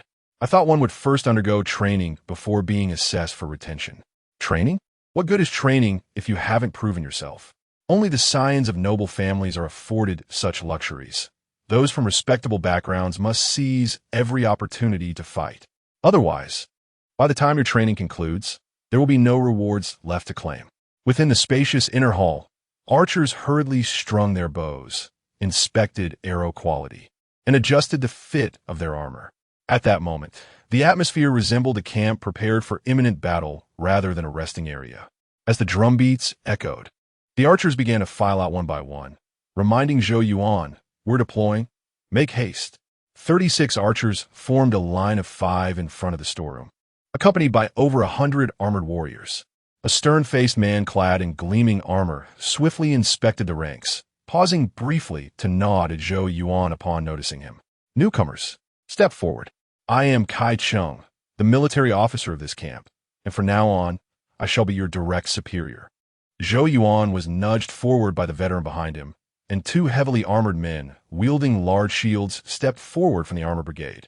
"Very well, in our brigade, we adhere to the principle of mentorship. For this expedition into the secret realm, each of the divine arm and armored brigades will bring 1 newcomer. Though you may be newcomers, you're seasoned soldiers from your respective units. I will spare you the lecture on military law. Remember, once we enter the secret realm, there is no retreat without orders and no entry without permission. Those who defy this decree shall be punished without mercy." "Understood," they replied in unison. "Divine Arm Team 3, step forward. Armor Team 3, take position." Zhou Yuan, already at the forefront of the line, remained stationary as 4 divine arm archers instinctively flanked him. From the armored brigade, 8 shield bearers emerged, selecting one of the newcomers at random to complete a group of 9. 9 armored warriors, 5 from the divine arm, plus Officer Kai Chung, perfectly matched the suggested challenge number of 10 to 15 indicated for the dungeon. It seemed that entry into the game dungeons was not as simple as it appeared. The number of challengers represented the capacity limit of the instance. "With new recruits joining our ranks, I shall add a word. Slay all monsters.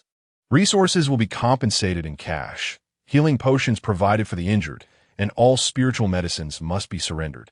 Additionally, accomplishments in battle will be recognized, with 10 kills meriting a promotion and 100 leading to official rank." The promotion mechanism for both the divine arm and armor brigades was even more stringent than Zhou Yuan had anticipated. The requirement of 10 kills for a promotion was already harsh, while 100 kills to attain rank seemed to disregard the very essence of the soldier's humanity. In the annals of Blue Star's history, the merit of slaying 100 foes would warrant a general's title. Here, it barely sufficed for an official position. Having established the rules, let us brothers march into battle. Under Officer Kai Chung's command, Zhou Yuan followed the troops into the dungeon's portal. In an instant, the world transformed, transitioning from the fortified military camp to a desolate wilderness. Ahead, 2 small hills perched atop a gentle slope, resembling the horns of a yellow cow against the rugged terrain. The armored brigade formed a defensive line, while the divine arm advanced alongside. After issuing orders, Kai Chung, armed with a round shield and spear, led the way. It was evident he was well acquainted with the terrain, occasionally prodding the ground with his spear to expose hidden pitfalls and cautioning the soldiers to steer clear of danger. Before long, the company rounded a bend and encountered a makeshift encampment built against the hillside. Constructed of earth and stone with logs forming the walls, it stood about 3 meters tall, with 2 wooden watchtowers flanking the entrance. Approximately 20 to 30 figures stood atop the modest fortification, some wielding blades and shields, others brandishing long spears, and 6 archers among them.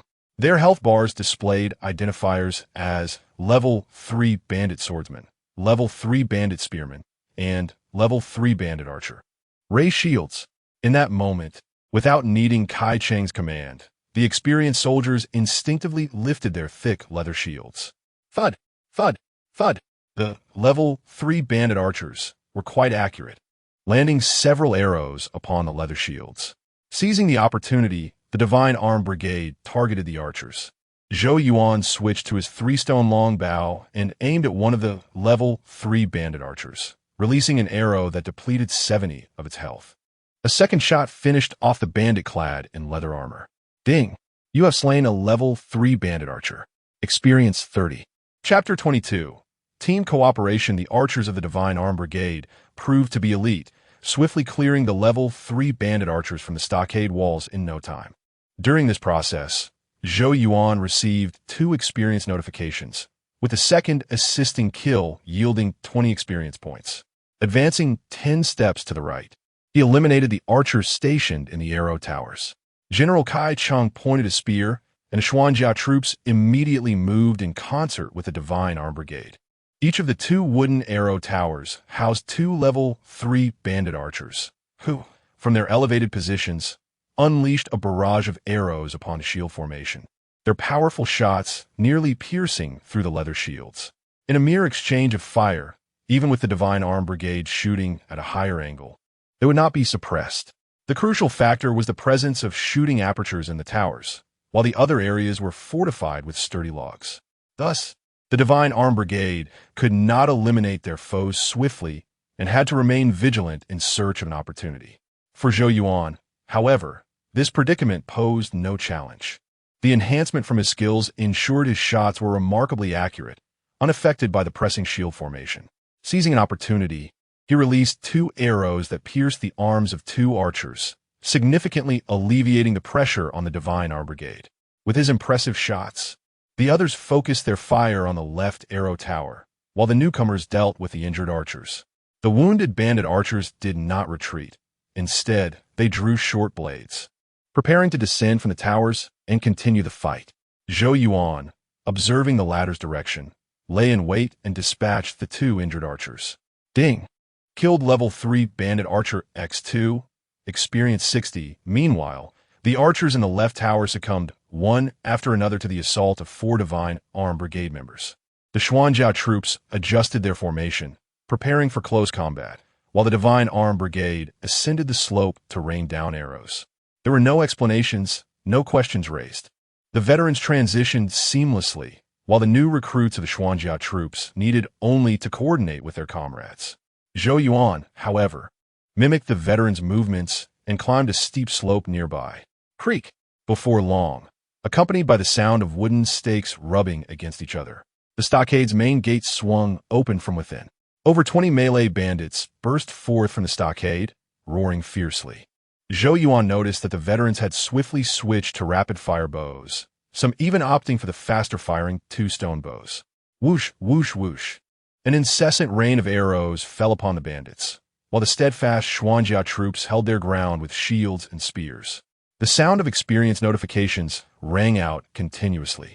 With armor protection in front and comrade support behind, this squad of soldiers functioned like professional gamers, allowing Zhou Yuan to truly relish the thrill of rapid leveling. As bandits fell, he spotted several white orbs descending to the ground.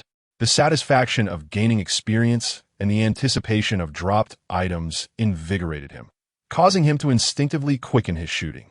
Ceasing fire, the Xuanjia troops pressed forward to seize the gate. After clearing the melee bandits, General Kai Chung did not order a respite, instead disregarding the injured. He commanded an immediate push to capture the gate. Compared to those on the front lines, the safety of the Divine Arm Brigade was undoubtedly higher.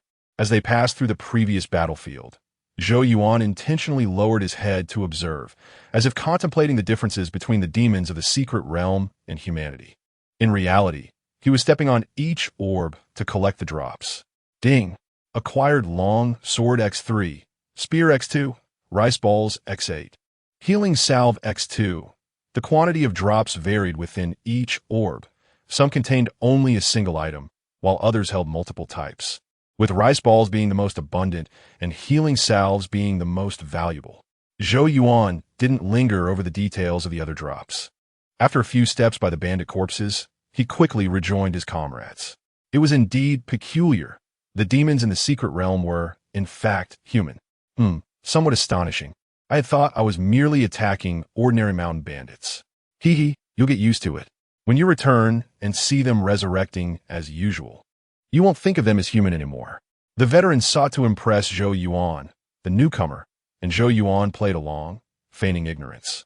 As they approached the gate, the soldiers of the Xuanjia Brigade had already formed a defensive shield formation, evidently intending to leverage the narrow passage of the stockade gate to minimize contact. Taking 2 steps forward, they secured the gate's passage while the Divine Arm Brigade scattered freely. The Xuanjia troops advanced a couple of steps, providing the Divine Arm Brigade with a shooting angle. At this moment, the bandits within the stockade surged forth, and the Xuanjia troops continued to fortify their defenses while the Divine Arm Brigade stood ready to shoot. Due to the proximity, The two stone bows delivered substantial force within the passage. Moreover, Zhou Yuan's shots were steady and precise, targeting the faces and necks of the bandits, making it feasible to score a kill with each arrow. However, his opportunity for output was earned through the sacrifices of the Xuanjia soldiers at the front, despite their armored protection, suffered wounds and bloodshed. Once the area was cleared again, General Kai Cheng finally ordered a rest, allowing the injured to apply salves and withdraw from the instance, making way for another batch of Xuanjia troops to enter. Seizing the moment, Zhou Yuan collected new drops, acquiring 6 swords and spears, 12 rice balls, and 3 healing salves. Let us all switch to bows. We are about to face formidable demons. As Zhou Yuan awaited the arrival of new teammates, he mentally tallied the number of kills from the previous encounters, realizing they had dispatched approximately 60 bandits thus far. He glanced at his attribute panel and discovered that his experience points had soared to 320. Given the current situation, he prioritized allocating his experience to the skill string control. This substantial allocation propelled his string control skill to level 8, just 2 levels shy of reaching its maximum. The string control skill requires 10 experience for level 1, 20 for level 2, and 100 for level 10. Indeed, to gain experience, one must engage in dungeon runs. After so many days of diligent practice, my string control skill only reached level 4, yet a single wave of monster slaying propelled it to level 8.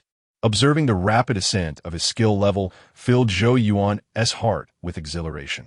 He possessed numerous skills, and there were also martial techniques available for learning, such as swordsmanship, spear techniques, and equestrian skills. If he could elevate all his skills to their maximum levels, a transformative change would undoubtedly occur. General, the 4th Battalion of the Xuanjia troops has arrived. The Xuanjia troops exhibited remarkable efficiency in their troop exchanges. It wasn't long before the second batch of Xuanjia soldiers reached the stockade gate. This time, they wielded hooked halberds, and their leather shields had been replaced with iron tower shields. Utilizing the limits of the instance, part of the injured personnel withdrew, replaced by fresh reinforcements, which Zhou Yuan considered highly professional. This effectively simulated the rapid recovery capabilities of typical players from another perspective. The demon bandit leader was ferocious and brutal. This battle would still revolve around control. The Divine Arm Brigade must shoot rapidly with their bows to swiftly eliminate the demon bandit leader. How are you holding up, newcomer? Can you still endure? Rest assured, General, I'm naturally robust, and using the step bow earlier did not exhaust much of my strength. All right, once we enter the stockade, choose advantageous positions for shooting, and the Xuanjia troops will form ranks to confront the enemy. Chapter 23. The demon leader of the demon cave. Instance, Bullhead Village, possesses monsters that adhere to a certain martial decorum, or perhaps their inherent logical constraints limit their prowess. Had they all charged out of the village gates in a single rush rather than advancing in waves, the Xuanjia squad would have been obliterated without any opportunity for rotation or respite. After all, the soldiers are not ordinary players. Their seemingly stable combat state is, in fact, influenced by various factors such as stamina, emotions, and pain. With their hook and sickle spears at the ready, they prepare for both feigned thrusts and real hooks, focusing on controlling the heavy damage while sustaining minimal injuries. As the Xuanjia soldiers crossed the village passage, Zhou Yuan finally beheld the internal scene of Bullhead Village. It was a settlement ingeniously built into the mountain structure, with its architecture cascading in a stair-like manner. The varying elevations, while potentially hindering the movements of Xuanjia soldiers, were quite favorable for the agile sharpshooters. In the center of the village stood a wooden platform adorned with a tall flagpole, draped in black cloth and featuring a white design that vividly depicted a bull's head. For bandits stood at each corner, while a robust figure clad in half armor and donning a red scarf sat upon a wooden chair beside the flagpole. Above his head not only hovered a health bar and identity information, but also the title, Level 5 Bandit Leader, accompanied by a blood-red skull icon. This was not unfamiliar to Zhou Yuan. Certain boss-level monsters in some games indeed bore distinct markers. It seemed rather hasty to initiate a boss fight at this moment. The sharpshooters unleashed their arrows, targeting the four guards. With a command from the military officer Kai Cheng, the boss battle commenced in earnest. Zhou Yuan, possessing an adept control over his bow due to his level 8 skill, commanded a unique rhythm that enabled rapid shooting with minimal energy expenditure. Thus, before the other 4 sharpshooters could eliminate their targets, he had already released a flurry of arrows, successfully striking down 2 bandit guards.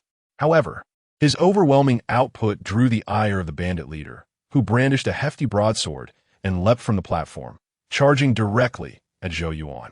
The Xuanjia squad surged forward to confront the threat, while the sharpshooters spread out to snipe at the enemy. Kai Cheng, reliable as ever, took the initiative to intercept the bandit leader, despite the latter's evident fixation on Zhou Yuan.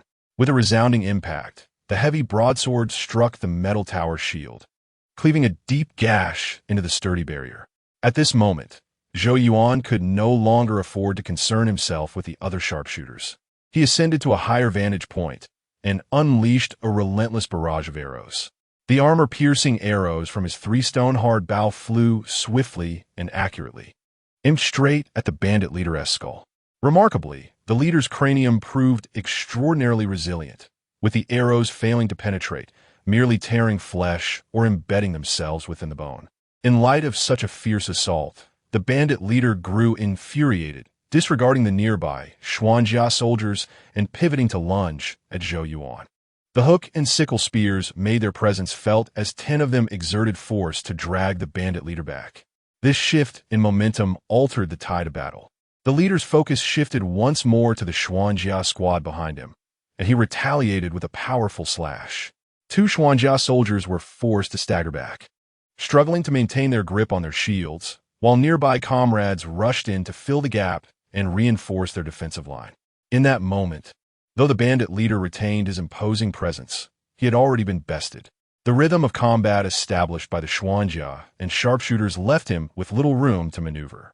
Indeed, the next moment saw the bandit leader rushing at Zhou Yuan once more, only to be met by the Xuanjia squad as hooks and sickles, who had readied their shields for defense. Ding, killed level 5 bandit leader, experienced 200. The anticipated thunderous blow did not descend. Instead, there was a sound of something heavy hitting the ground. The bandit leader, riddled with arrows, collapsed, leaving the embattled Xuanjia squad momentarily disoriented. This is unusual. Typically, it would take 5 or 6 pulls and injure several Xuanjia soldiers. Why was this so effortless today? Has the demon leader learned to feign death? Amidst the confusion, only Zhou Yuan and military officer Kai Cheng understood the underlying issue. Zhou Yuan, being able to see the health bar, comprehended when the boss was likely to fall and how many arrows he could endure. Kai Cheng, with his wealth of experience, promptly attributed the battlefield dynamics to the actions of the newcomer. Newcomer, what is your name? How many arrows did you strike the demon leader with? With a fluid motion, Zhou Yuan descended from his elevated position, responding to Kai Cheng's inquiry as he approached the Xuanjia squad. Reporting to the military officer, I, Zhou Yuan, shot a total of 18 arrows, all of which struck true. Such remarkable marksmanship. If you were a Xuanjia soldier, your valor would qualify you as a leader in the secret realm. Kai Cheng was not belittling the sharpshooters. Rather, he recognized that a leader in the secret realm should not only be fierce in combat, but also embody fearlessness. The Xuanjia squad, at the forefront of the battle and bearing the brunt of the damage, required a fearless commander to guide them and inspire their morale. Only by witnessing their leader's selfless valor could they unhesitatingly utilize their hooks and sickles to reclaim the demon leader, creating opportunities for the sharpshooters to unleash their firepower. Thank you for the praise, military officer. My courage is but a reflection of the Xuanjia soldiers' indomitable spirit. A rare trait indeed, to possess strength without arrogance, and to recognize the bonds of brotherhood. You are truly a promising candidate. Zhou Yuan approached the fallen bandit leader's body, offering a respectful gesture, seemingly in gratitude for his comrade's efforts. In reality, he discreetly stepped on a nearby blue orb of light to complete the loot collection. Ding! Obtained Breaking Edge 8 Styles 1, Golden Silk Broadsword 1, Jade Tranquil Powder 3. Martial Technique, Breaking Edge 8 Styles. Description: the sword possesses 8 techniques: cleaving, chopping, slicing, hacking, sweeping, striking, blocking, and hanging. each representing a distinct approach to wielding the blade. Herb, Jade Tranquil Powder. Effect, quells wind, calms spasms. Alleviates pain, nourishes energy. Consuming it can smoothen meridians and nurture internal energy. Use, quickly restores a small amount of true energy and removes one negative pain status. Both the Breaking Edge 8 Styles and Jade Tranquil Powder were exceptional items, while the Golden Silk Broadsword was rather ordinary, merely a hefty steel blade adorned with golden lines. As Zhou Yuan perused the loot information, Kai Cheng began to assess the contributions made in defeating the demon leader. The other 4 sharpshooters had collectively landed 21 arrows, averaging nearly 5 each, almost overshadowed by Zhou Yuan's singular prowess. This left the 4 seasoned sharpshooters feeling rather embarrassed, while the Xuanjia squad was elated. Zhou Yuan, would you consider remaining in the secret realm? With your swift bow, you could significantly reduce our comrades' casualties. Given the chance to aid my comrades, how could I refuse? Having reaped abundant rewards from this instant's exploration, Zhou Yuan was about to concoct an excuse to engage in a few more runs when Kai Cheng provided a perfect reason. Very well, do not depart from the captain's residence for the time being. We shall seize the opportunity of your archery prowess to delve into the demon's secret realm multiple times. Once you feel fatigued, you shall be granted a long reprieve. Zhou Yuan, it is my duty to assist, and I shall wholeheartedly exert myself in our incursions into the secret realm. Chapter 24. The causes of wealth. The objective of the armored soldiers is not to conquer the secret realms, but rather to gather resources from them. After a brief tally of their achievements, the soldiers of the armored and divine arms swiftly exited the secret realm, leaving only Zhou Yuan and the military officer Kai Cheng behind. Observing Zhou Yuan's perplexed expression, Kai Cheng began to elucidate. To prevent the soldiers from dying unexpectedly, the camp mandates that at least 2 soldiers remain stationed at the secret realm, awaiting the transfer of supplies. Normally, we would leave 1 divine armed soldier and 1 team leader from the secret realm. The reason for your presence today is that you will be a permanent member of the secret realm team, and you must quickly familiarize yourself with every detail of this place. Kai Cheng diligently introduced Zhou Yuan to the circumstances within the realm, akin to a non-player character guiding a player in a game. He emphasized the positions and attack rhythms of each bandit, and even led Zhou Yuan into the lair of the demon chieftain. Zhou Yuan, every human harbors greed, though you are young and vigorous. You too are not exempt from this flaw. I bring you here to inform you that there are spiritual herbs in the demon chieftain's quarters, but these herbs are limited in number and have remained unchanged for many years. Moreover, all resources within the secret realm are finite. Even a slight discrepancy can be detected. Open the large chest beside the bed and see if it contains 10 white porcelain vials, 5 blue porcelain vials, and a martial arts manual. Zhou Yuan understood that his new superior was imparting a lesson on temperance, advising him not to secretly take what was not rightfully his, for any misstep would surely be discovered. Acknowledging this kind reminder, he opened the chest as instructed. Indeed, it contained 10 vials of wound medicine, 5 vials of Yuzhan San, and a manual titled 3 Talents Post. As Kai Cheng had stated, it was precisely as described. I have learned my lesson, and I shall restrain my desires, taking no items from the secret realm in the future. That is well, Kai Cheng replied. What we can provide will be given to you without your asking. For instance, the powder in the white porcelain vials is excellent for stopping bleeding and treating wounds. The armored soldiers and divine armed soldiers injured during the assault on the secret realm can each receive a vial. The pigs, chickens, and provisions from the camp will partially fill your bellies and partially be converted into wealth for you. Although you witness the armored and divine armed soldiers exerting themselves fiercely in this perilous secret realm, they are in fact quite affluent, most having purchased land and taken wives in Jing'an City. The only item you cannot obtain are the 5 blue porcelain vials. Those are spiritual substances that nourish the energy of martial artists. They appear exceedingly precious, but hold no value for you. I offer you a piece of advice. Should you ever be fortunate enough to acquire spiritual substances, do not use them for yourself. Once you begin, you cannot stop. Without the energy to nurture, you will revert to the mundane, leaving you with nothing. To Zhou Yuan, Yuzhan San was akin to blue potions. He could easily obtain several during his dungeon runs, rendering them not particularly valuable. However, for the locals, items that replenish energy in the game realm are their sources of the extraordinary and the sustenance of their powers. When both the functions of activation and maintenance converge upon a single item, the spiritual substances of the dungeon become fundamental to the extraordinary community. Thank you for your counsel. I shall remember it well. As Zhou Yuan conversed with Kai Cheng, a group of soldiers clad in red uniforms swiftly entered the camp. They split into several teams, skillfully rummaging through the quarters, including the demon chieftain's room, where the treasured Yu San was personally transported by an officer. Following their departure, another wave of soldiers seamlessly entered the secret realm, heading straight for the pig pen in the camp. With a crash, a soldier shattered a pig's head, and within moments, 9 pigs of varying sizes were carried out of the secret realm. Following them came teams transporting grain, capturing chickens, and collecting bows and weapons. A continuous stream akin to ants moving their nest. Zhou Yuan momentarily found it difficult to discern whether they were regular troops or professional bandits. Why are we just watching? Shouldn't we assist? No need. They are quite adept at this task. This work is neither dangerous nor laborious, and the pay is substantial, hardly a chore. If we were to help, they would require fewer people, so do not disrupt their livelihood with misplaced goodwill. Kai Cheng explained to Zhou Yuan that they were not idly standing by. Instead, they were supervising the transport. Without oversight, there could be instances of hoarding, pushing, and disorder. Entrusting the supervisory role to Kai Cheng, Zhou Yuan began to meticulously explore the camp. He discovered that the Jing'an army, seasoned thieves, had left the rooms they had raided cleaner than a dog eschew.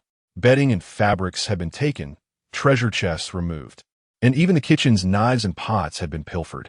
Upon seeing the wooden bed within the room, he felt a peculiar familiarity. Upon closer inspection, it resembled the very bed he had slept on in the shooting sound camp.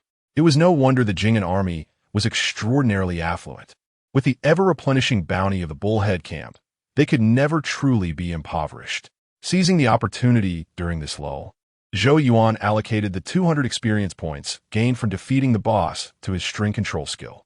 The moment this skill reached its zenith, he felt as if the world around him had come to a standstill. It was a state of unparalleled concentration. In this condition, the auxiliary soldiers transporting supplies appeared to move in slow motion. He could instinctively determine where to aim his bow to strike at various parts of the auxiliary soldiers' bodies, whether it be their heads, torsos, or legs.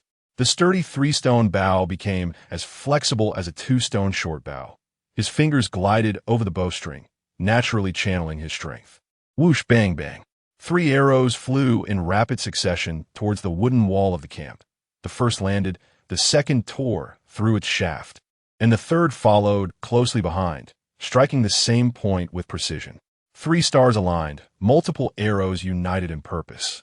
If the bandit chief were to remain still, these 3 arrows would undoubtedly penetrate his skull, depleting his vitality. With his perfected string control skill, Zhou Yuan had surpassed the limits of an ordinary person. Within the entire Jing'an army, aside from the enigmatic martial artists, no one could shoot as accurately or swiftly as he could. Perhaps some exceptionally gifted archer might achieve a similar feat in a fleeting moment, but they could not maintain such brilliance consistently. This, however, was Zhou Yuan as permanent state. When Zhou Yuan and Kai Cheng departed the secret realm, the audit documents from the prefectural military office promptly delivered financial rewards. Zhou Yuan received 4 taels of gold and 500 copper coins, while Kai Cheng received 6 taels of gold, without any additional copper coins as compensation. Military officer, is our treatment not overly generous? After a few more excursions into the secret realm, it would be hard not to amass wealth. The more effort you put in, the more you receive. The other divine armed soldiers receive at most 1/3 of what you do. The armored soldiers may receive slightly more, but they also endure greater physical tolls and injuries while defending. My situation is somewhat unique. I generally receive 6 taels of gold, but mistakes incur penalties, and I would have to compensate for the loss of an armored soldier. Zhou Yuan jingled the 4 taels of gold in his hand, suddenly comprehending why the camp's rewards were so plentiful. The divine arms and armored soldiers were, after all, mere mortals, They could not endure grueling battles for long. It was likely that after a year of intense combat, their vitality would wane and spirits would falter. Without substantial rewards, their fighting spirit would surely diminish. Chapter 25. The Jing'an prefect Zhou Yuan was promoted from the position of Shixing Shichang to the commander of the Divine Arm Team. A recent expedition into a secret realm had elevated him to the pinnacle of the soldiers, and the next step awaited him was the bestowal of an official title. Advancing to the position of Duke Jun military commander Kai Cheng was a competent leader, not only charging at the front lines as a formidable shield, but also adept at fairly distributing military merits during rest periods. However, he did exhibit a discernible bias towards the Xuanjia team. Nonetheless, the members of the Divine Arm Team, including Zhou Yuan, could not accuse Kai Cheng of exploiting his authority for personal gain or favoring his direct subordinates. 7 injured soldiers from the Xuanjia team were currently receiving treatment from the military physician in the apothecary. Some suffered from fractured arms, while others bore lacerations. One valiant warrior, who had bravely withstood a heavy blow from a demon chieftain, had a swollen wrist and a fractured forearm. Fortunately, the miraculous healing ointment produced in the secret realm proved effective. Otherwise, these Xuanjia soldiers would have found it difficult to regain their combat prowess swiftly. As the direct leader of the Xuanjia team, Commander Kai Cheng did not approach the injured immediately to offer his condolences, but instead stood by the storeroom, seemingly waiting for someone. From a distance, Zhou Yuan spotted a formidable general clad in armor, draped in a black cloak, moving along the corridor of the estate. The general seemed aware of Zhou Yuan's gaze, and a hint of a smile appeared on his icy countenance as he slightly nodded in acknowledgement. Zhou Yuan, do not show disrespect towards the prefect. He is a warrior of great prowess, possessing perceptive abilities that far surpass those of mundane folk like ourselves. Your sharp gaze as archers should not provoke any misunderstandings from the prefect. Understood. Is Commander Kai Cheng waiting for the prefect to finish his inquiries before he approaches the injured Xuanjia soldiers? You are quite astute. Indeed, the prefect, as a martial artist, ought to personally extend his condolences to those who fought valiantly in the Divine Arm and Xuanjia battles, both morally and emotionally. My timing is of little consequence. I can only comfort their spirits, whereas the prefect can offer them tangible benefits. Commander Kai Cheng's words rang true. For once the highest-ranking officer appeared. The wounded Xuanjia soldiers were filled with elation. The Jing'an prefect was deeply considerate of his subordinates, generously granting 15 days of leave for lightly injured soldiers and 2 months of paid leave for those severely injured. The man with the fractured arm promptly bowed down, requesting permission to return to the city to be with his wife and children. Unsurprisingly, he was granted permission and could return by the military supply cart once his condition stabilized.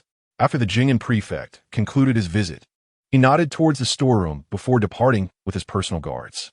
Once the imposing prefect had left, Zhou Yuan curiously inquired, "Commander, since the prefect is such a formidable warrior, why does he not personally venture into the secret realm?" Zhou Yuan, a warrior, radiates an aura that enhances every movement. While it would be effortless for the prefect to attack the secret realm, the energy expended must be replenished with the spiritual materials found within. Our Jing'an army is not a clan of noble families. The spiritual materials harvested from the secret realm must be regularly submitted to the court. The remaining materials must be allocated for the prefect's training and wartime reserves. Thus, they cannot be used for offensive maneuvers. Kai Cheng's explanation enlightened Zhou Yuan. Extraordinary warriors cannot generate their own spiritual energy and require replenishment after each battle. While factions with abundant spiritual materials may thrive, regions with limited resources cannot afford to unleash these colossal beasts.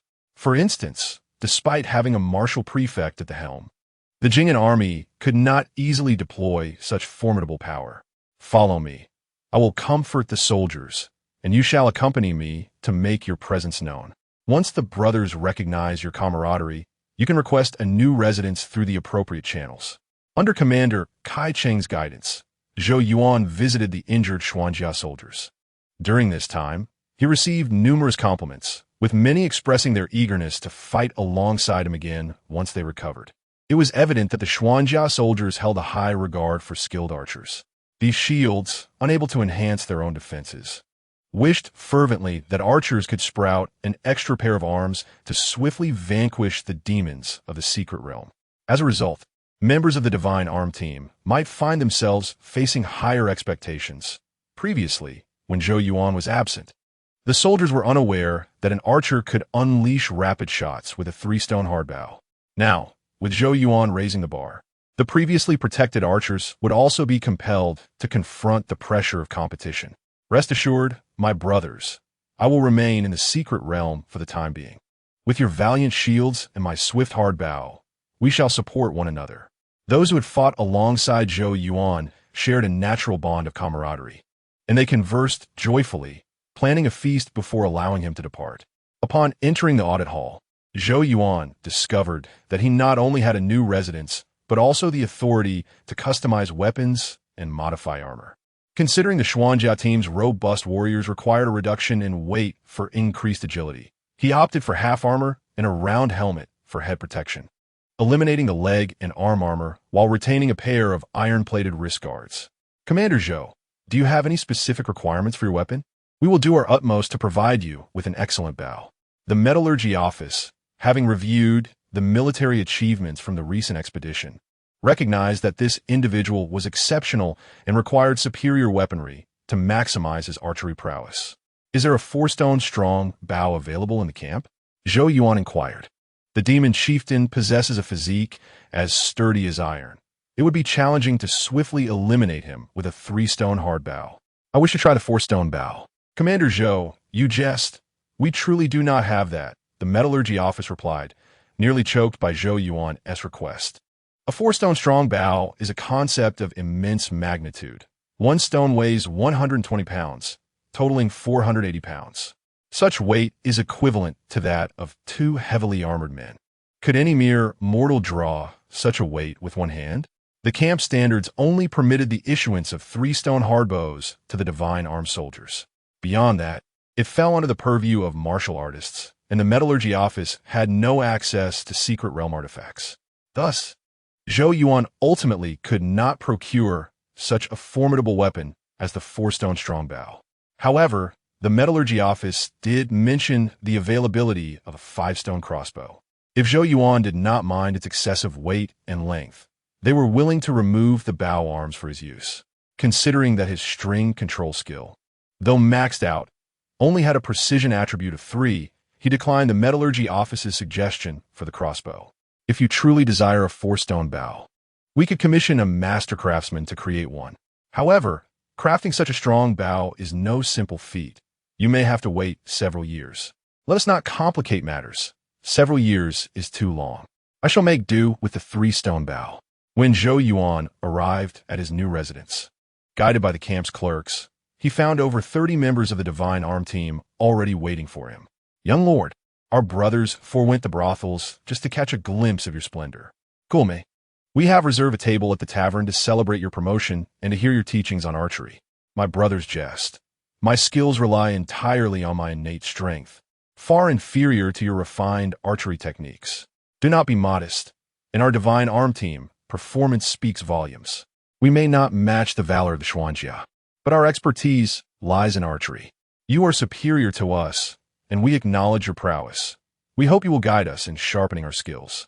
The Divine Arm team, ultimately a close-knit group of warriors, placed great value on archery and revered skilled marksmen.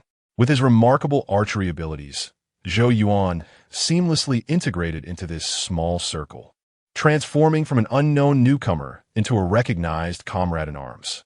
Indeed, we brothers should share drinks, converse freely, exchange skills, and combine our wisdom under the banner of the Divine Arm.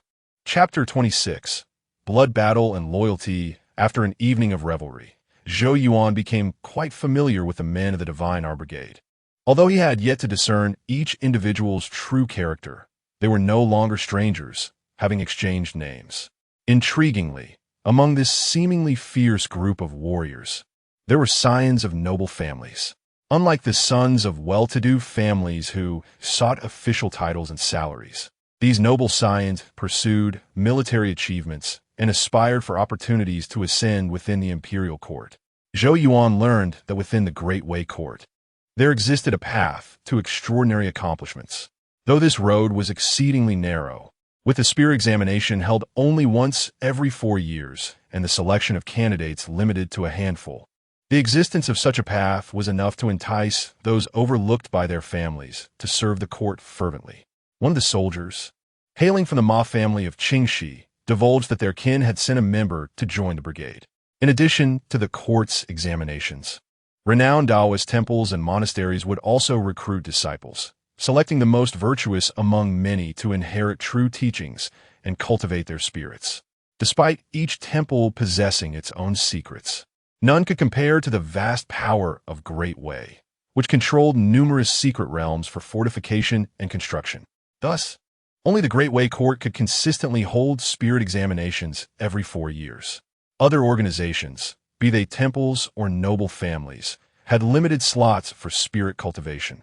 For each individual lost, a new one could be admitted. Thank you, Brother Ma, for your candidness. It has opened my eyes to the vastness of the world.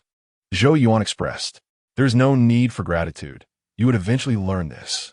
If you have the inclination, do share some archery techniques with me in the future. Ma replied.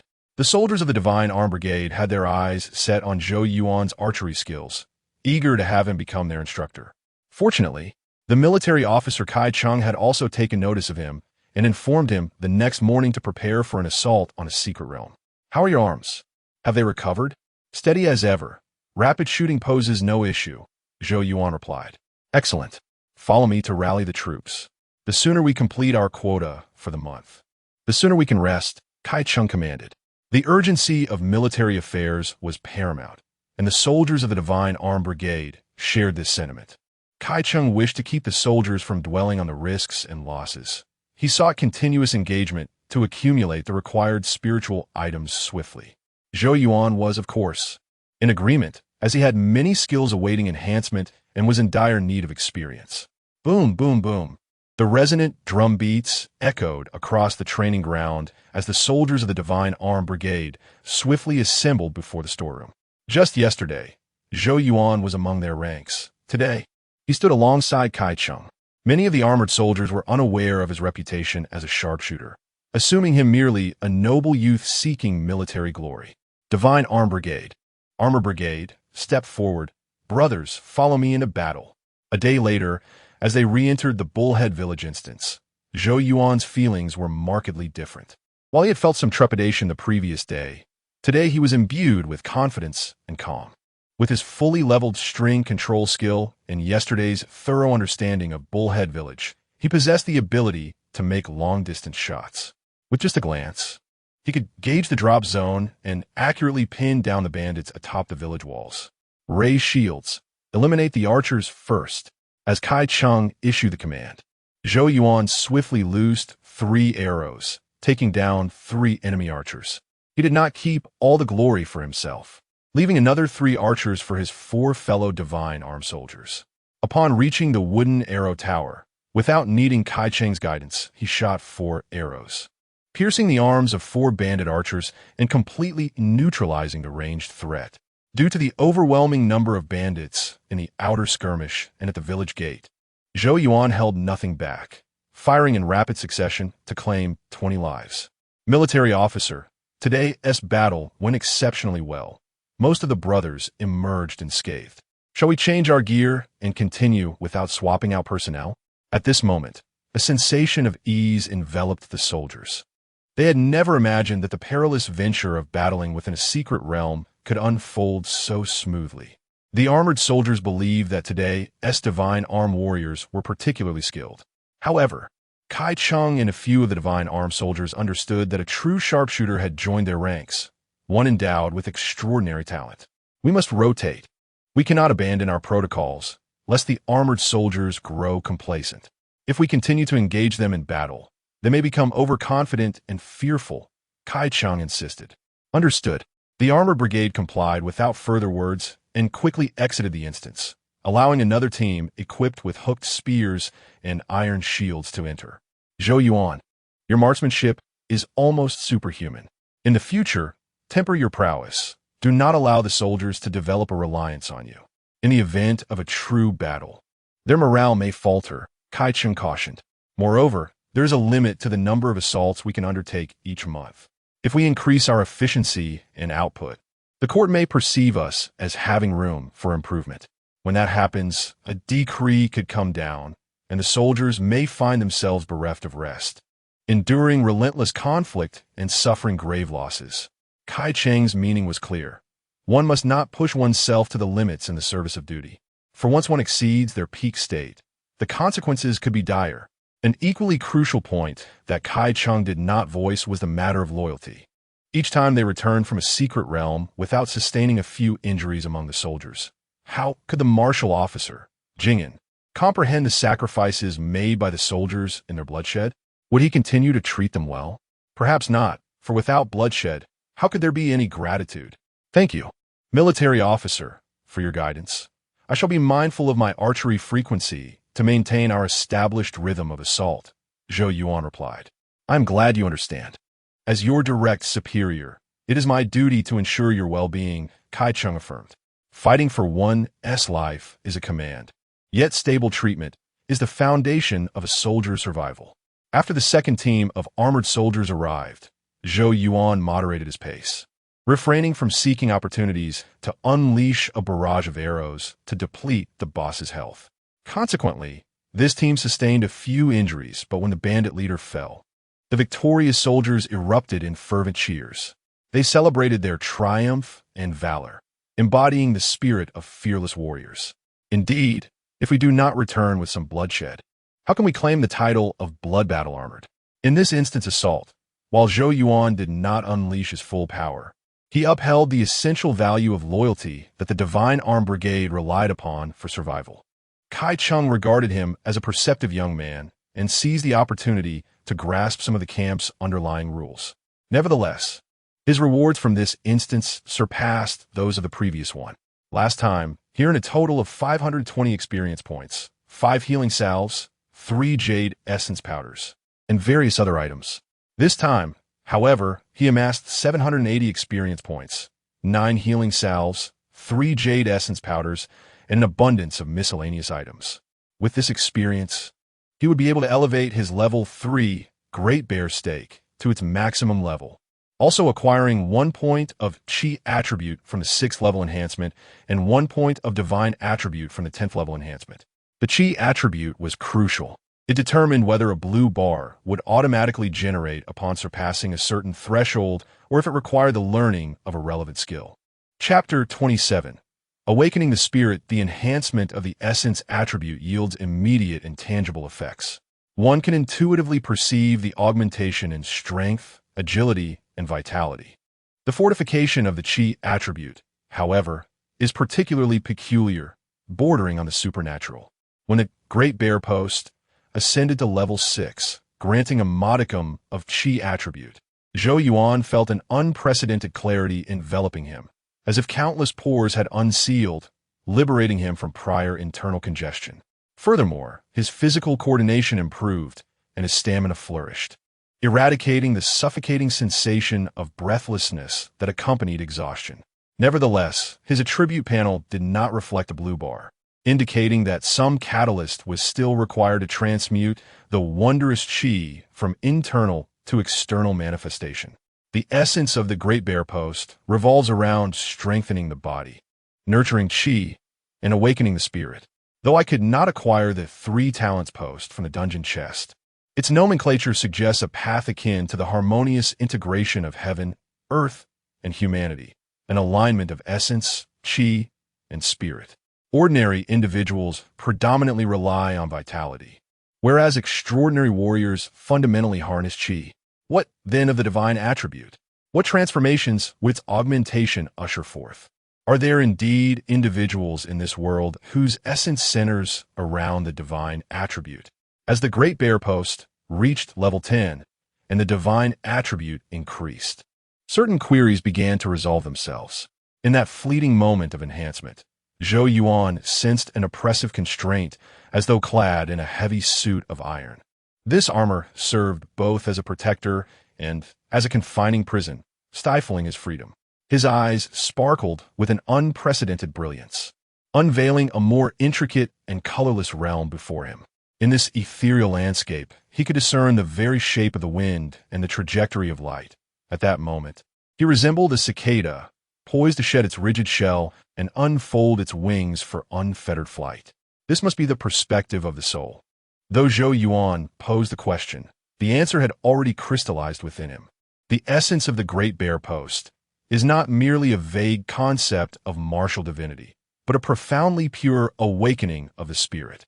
In that instant, his soul, intimately entwined with his corporeal form, awakened and liberated itself from the chaotic amalgamation of essence, qi, and spirit. While a mere increment in the divine attribute could not catalyze an evolution in his life form, it did ignite the foundation of his divine consciousness, granting him an alternative vista from which to observe the world. Is this what it means to awaken the spirit and cultivate qi? Zhou Yuan was astonished by the pronounced distinctions among the three attributes of essence, qi, and spirit. The enhancement of the essence attribute yielded instantaneous feedback, while the bolstering of the qi attribute was perceptible. Yet, the divine attribute transcended conventional comprehension, shrouded in profound mystery. Gazing upon his attribute panel, he noted, essence, 3, qi, 2, spirit, 2. A moment of clarity dawned upon him. The values of attributes may not simply represent ordinary addition, but rather signify a transformative leap that engenders qualitative change. Attributes of normal individuals are uniformly set at 1, not due to any lack of capability, but rather because this reflects the quintessential state of humanity. Each increment beyond this threshold approaches the limit, representing a transcendence that shatters prior confines. The attribute panel was exceedingly potent. The nurturing of qi and awakening of the spirit was merely a theoretical construct. Yet, under the impetus of experience, even theoretical states could manifest. Zhou Yuan meticulously examined the Great Bear Post. He did not believe that ordinary individuals could utilize such martial techniques to achieve the strengthening of the body, the nurturing of qi, and the awakening of the spirit. It sufficed for an ordinary person to strengthen their body, yet grasping the elusive qi and the enigmatic spirit was akin to transforming fantasy into reality. However, this was not an absolute. From his inventory, he retrieved a vial of restorative jade essence powder.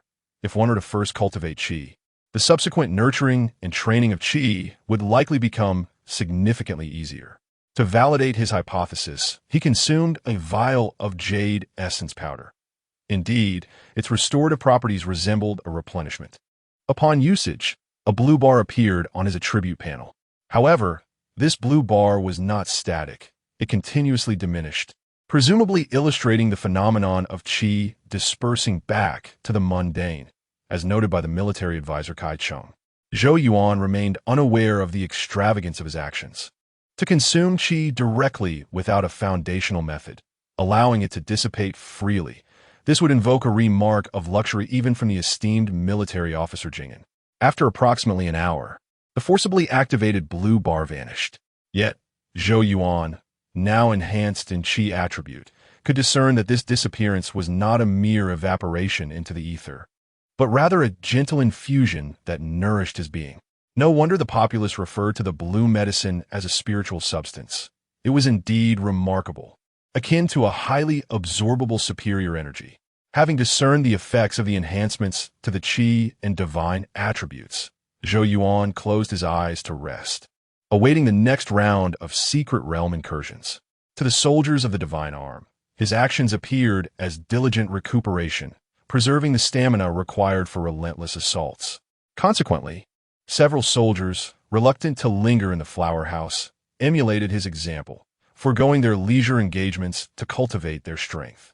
The following morning, Zhou Yuan hastily consumed breakfast and proceeded to the storeroom to await further orders. In the ensuing days, he emerged as a model soldier among the Divine Arm's armored troops, consistently engaging in dungeon incursions without complaint of fatigue. Moreover, his precise and rapid shooting skills had saved numerous armored soldiers from peril, earning him the respect of his comrades. Unbeknownst to him, he had gradually ascended to the unacknowledged vice-captain of the Secret Realm expeditions, succeeding military advisor Kai Cheng as the new core of the team. The benefits of this newfound influence were substantial. The armored soldiers of the divine arm now greeted him with smiles and profound respect. Yet, his greatest gains lay in the accumulation of experience and the upgrading of skills. After several consecutive days of dungeon incursions, his life skills, culinary nourishment, recuperation, and brisk walking had all reached their zenith. In terms of martial techniques, his simple cleaving skill, Mountain Splitter, had been integrated into the 8 blades of Breaking Edge. With experience compounding, both 8 blades of Breaking Edge and Spear Thrust also reached their maximum levels. Consequently, his movement speed, dietary recovery, and restorative capabilities saw significant enhancements, successfully transitioning him from a ranged archer to a versatile warrior capable of wielding both blade and bow.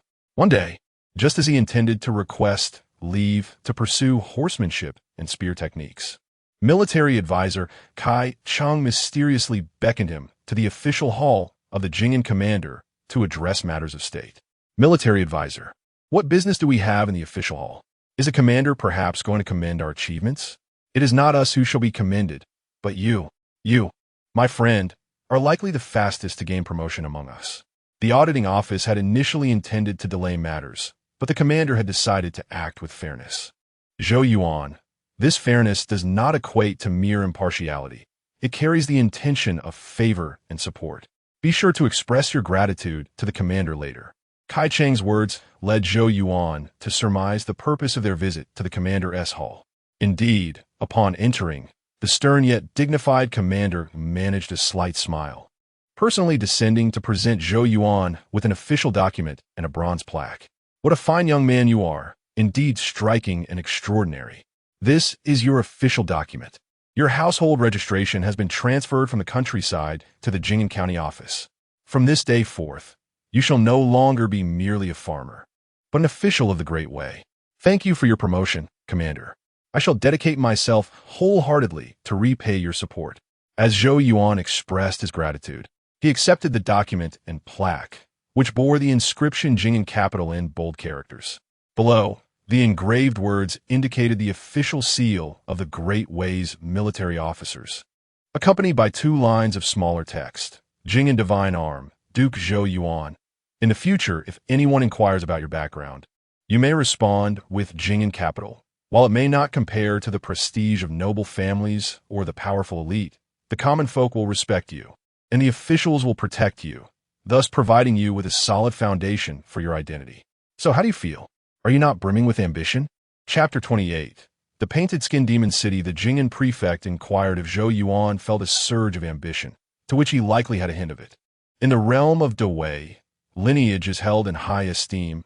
Without a dignified status, even conversing with others requires gratitude for their graciousness. Furthermore, without an official identity, commoners and townsfolk are unable to migrate freely. They are firmly bound to the land, and apart from serving or engaging in commerce, they cannot obtain travel permits. In such a society, the possession of an official title signifies liberation from the oversight of lowly officials, granting one the opportunity to accumulate wealth and advance oneself. While it is not illegal for the common folk to save money, the heavy taxation by petty officials deprives them of the chance to amass family fortunes. As the prefect aptly stated, a change in status broadens one's horizons immensely. Indeed, through valor in battle and personal merit, a true man ought to forge his own path. While commoners pass down land and homes, noble families inherit knowledge and territory, and warriors bequeath positions and titles. A young man, sharp and ambitious, should strive for a title. Thus, his lineage can pass down the legacy of official appointments.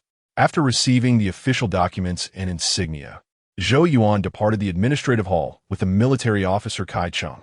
The Jing'an prefect, possessing noble status and formidable strength, was far from arrogant in dealing with his subordinates. His adeptness at fostering alliances was truly remarkable. Military officer, when shall we venture into the secret realm for our assault? Zhou Yuan inquired. We shall not go. The Xuanjia soldiers have sustained a 20% injury rate, and the Xunbi soldiers are fatigued. It is time for the men to rest for a few days. Kai Cheng replied. Zhou Yuan, you must have accumulated quite a sum by now, he continued. These days, consider purchasing a residence in Jing'an City. Do not squander your wealth in frivolous pursuits. You will need a place to call home when the time for battle arrives. Kaicheng, having grown fond of Zhou Yuan during their time together, was willing to offer guidance to this exceedingly young lad. Thank you for your counsel, military officer. Since my arrival at the camp, I have yet to venture outside. It is a perfect opportunity to explore Jing'an City and see if I can procure some items I fancy. With newfound leisure, Zhou Yuan recalled that he had yet to witness the splendor of this world, and thus he contemplated visiting the martial arts halls and libraries within the city. Acquiring items you desire is essential. Otherwise, the pent-up aggression from combat could lead to dire consequences, Kaicheng remarked. By the way, there is one matter I must clarify. Be sure to find a silk pouch to contain your copper insignia. Do not let it dangle from your waist. Is it necessary to keep the identity of a junior officer confidential? Zhou Yuan queried. What need is there for secrecy? The officers who ascend through bloodshed are not clandestine agents. However, our Xinbi and Xuanjia soldiers possess unique characteristics. The townsfolk regard us as warriors who vanquish demons, and affluent families are eager to associate with us.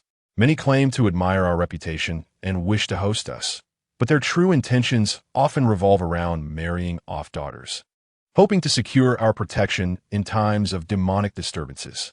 Upon hearing this, Zhou Yuan felt that perhaps showcasing his insignia was not entirely out of the question. The importance of marriage was trivial.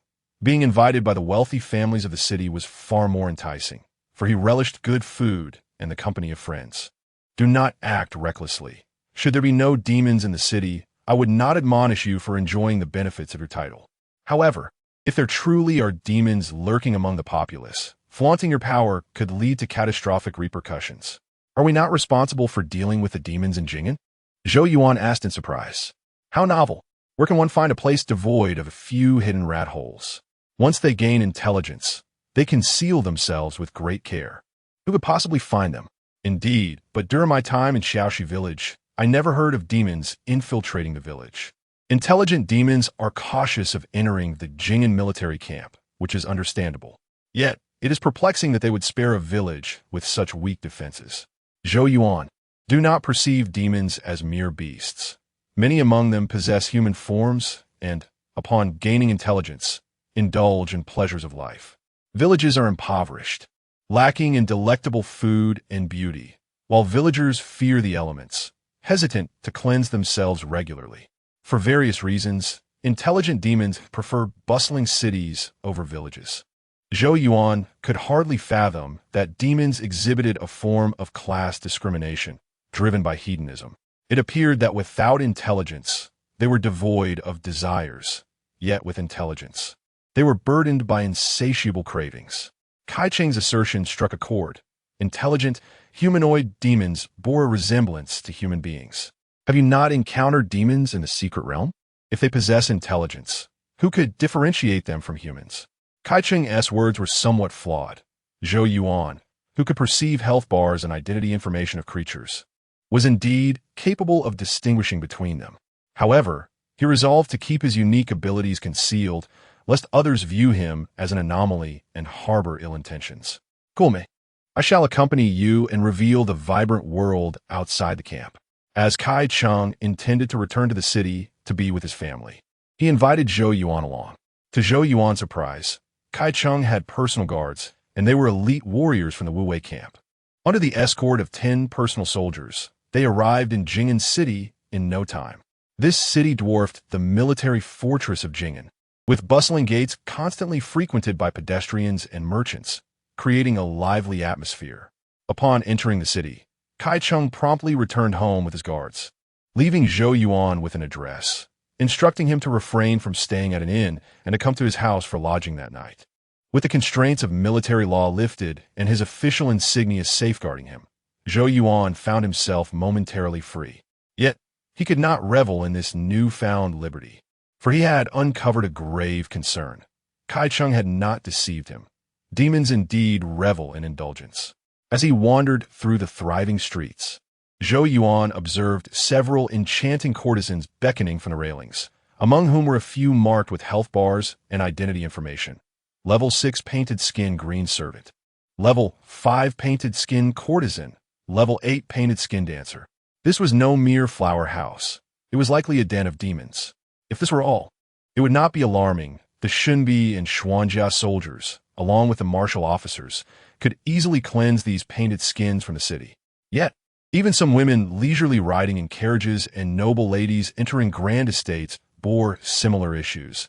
Level 10 painted skin lady, level 9 painted skin concubine, level 7 painted skin miss. Moreover, there were even varieties such as level 6 painted skin beggar chief, level 6 painted skin lackey, and level 5 painted skin waiter. The more Zhou Yuan explored, the more he sensed that Jing'an City was far from ordinary. It was difficult to ascertain whether the human population was merely vast and the demons concealed themselves, or if the painted skins had clandestinely infested the city. He had previously pondered a question. Since demons could consume humans to gain intelligence, would they assist their subordinates or kin in attaining intelligence? The circumstances in Jing'an City confirmed the existence of this possibility. It seemed the court was aware of such risks, which is why they confined crucial secret realms and military forces within the military fortress for closed management. When Zhou Yuan again encountered the level 8 painted skin physician stationed at the medical clinic and the level 7 painted skin rogue, lurking in the alleyways, he realized that nearly all professions capable of causing untimely demise in Jing'an City bore the presence of painted skins. Though he had not ventured into the city's prison, he surmised that painted skins likely existed among the guards there as well. Indeed, this was a city of painted skin demons, and it was highly probable that undiscovered layers of demons lingered nearby. Wait, could Kai Cheng's wife also be among them? I must investigate. Chapter 29. The bestowed martial arts. The phenomenon of spiritual intelligence is truly remarkable. The painted skins, endowed with consciousness, managed to maintain a semblance of order, creating an illusion of peace and prosperity in Jing'an City. Despite the lurking dangers, signs of chaos and the extinction of its citizens are conspicuously absent. The painted skins exhibit remarkable cunning, transforming into various human forms and seamlessly integrating into the city's populace, their true identities cleverly concealed. Zhou Yuan casually selected a gift shop along the street, enlisting the help of an attendant to choose several presents. After paying a little extra, the shopkeeper agreed to deliver the items to the residence of Military Commissioner Kai at Yaofeng. Thus, Zhou Yuan acquired a living map of the city, as the shopkeeper provided insights about the local situation while on their way. For instance, he mentioned the notorious beggars, the rascals, the abundance of courtesans in the flower houses, and the exquisite dances at the green pavilions, with a true elegance found in the private courtyards where one could enjoy tea and music in leisure. Should you wish to indulge, do seek me out. I can arrange it for you at a price far more agreeable than those other intermediaries. Upon reaching the military commissioner's residence, the shopkeeper excused himself to avoid being seen as lacking in sincerity by the gatekeeper. The shopkeeper, accustomed to judging character by attire and demeanor, perceived Zhou Yuan as a martial figure and assumed he was there to solicit assistance. Here, take a few coins for tea along the way, he said. Such generosity from a martial man is indeed commendable. I am enlightened today.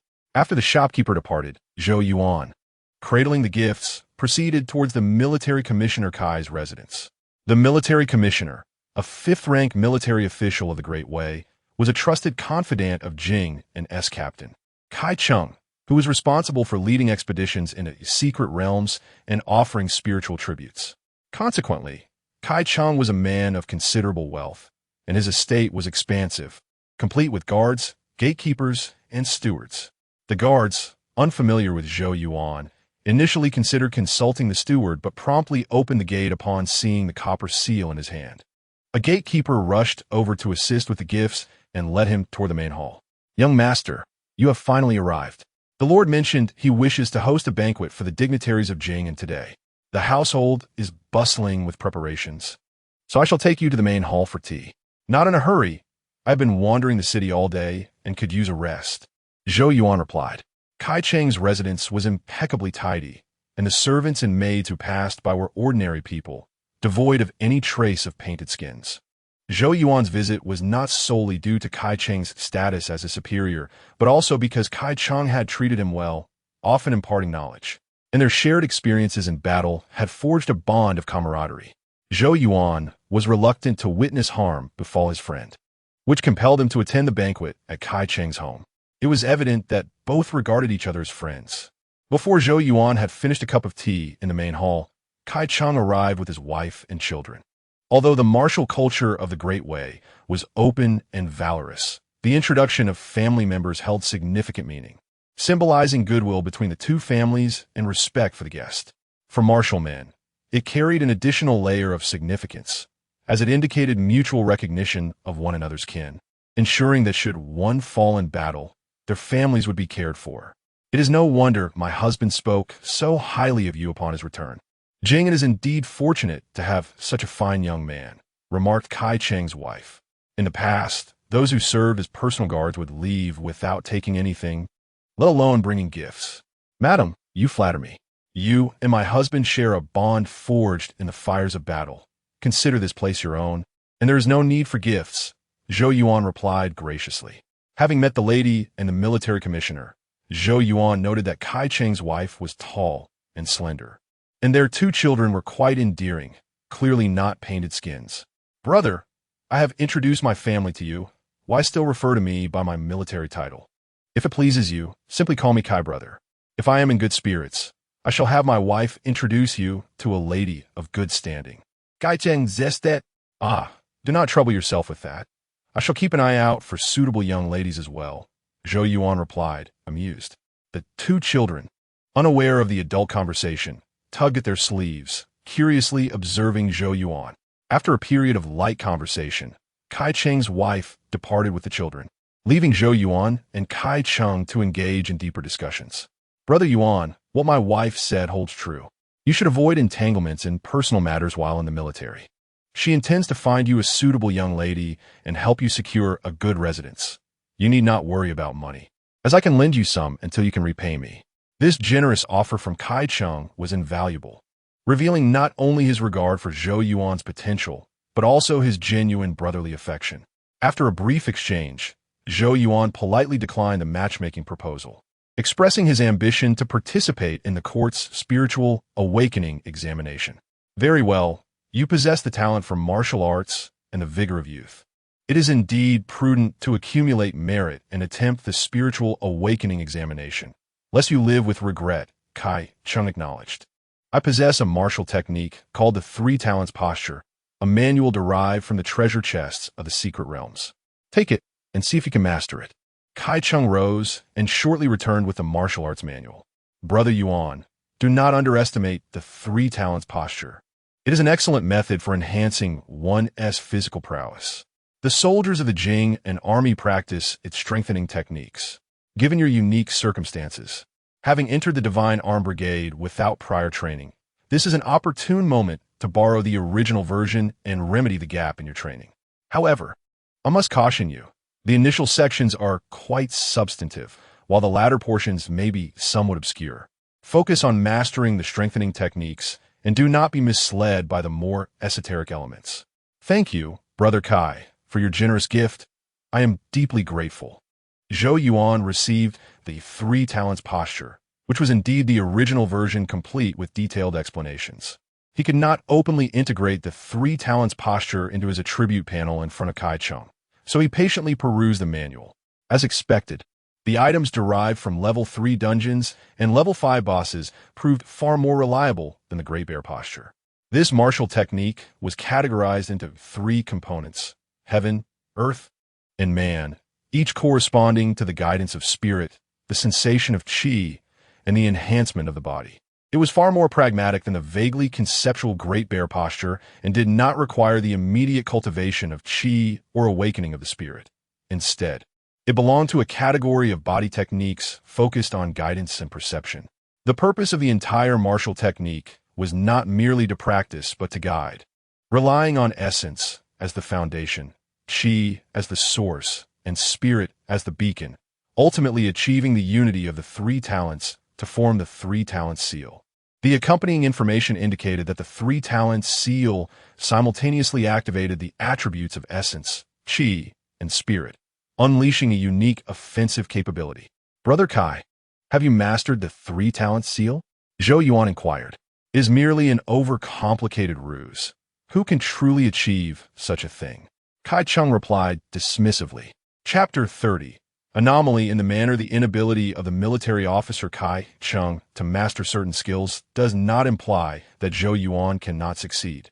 The martial arts diagram, known as the three talents posture, typically allows an ordinary person to achieve a modest 3 to 5 successes, while those with innate talent might reach 7 or 8. However, attaining the pinnacle of perfection, coalescing the essence, energy, and spirit to form the three-talent seal, transcends mere talent and years of practice. This endeavor requires enlightenment. Those who grasp the essence and can draw upon their spirit will naturally succeed, whereas those who cannot will toil in vain. Nevertheless, these are standard expectations for conventional practitioners, and they impose no restrictions on Zhou Yuan. As the evening banquet commenced, Zhou Yuan engaged in a spirited drinking contest with Kai Cheng, who was aided by his loyal soldiers in pouring copious amounts of strong liquor into Zhou Yuan's glass. However, with his maxed-out food supplement skill, it was nearly impossible to intoxicate him. Ultimately, amidst shouts of commendation for his drinking prowess and promises of future revelry, the feast drew to a close. Madame Kai had already arranged for servants to carry the inebriated guests to their quarters for rest. Only Zhou Yuan remained sober, guided by a servant back to his own guest room. Once in his room, he felt no need to conceal anything and directly integrated the three talents posture into his attribute panel, selecting it for use and study. The experience required for the three talents posture was 5 times that of the Great Bear posture, with the first level demanding 50 experience points. Yet this posed no issue, as Zhou Yuan had accumulated a considerable amount of experience from recent offensive dungeons, sufficient to upgrade the three talents posture.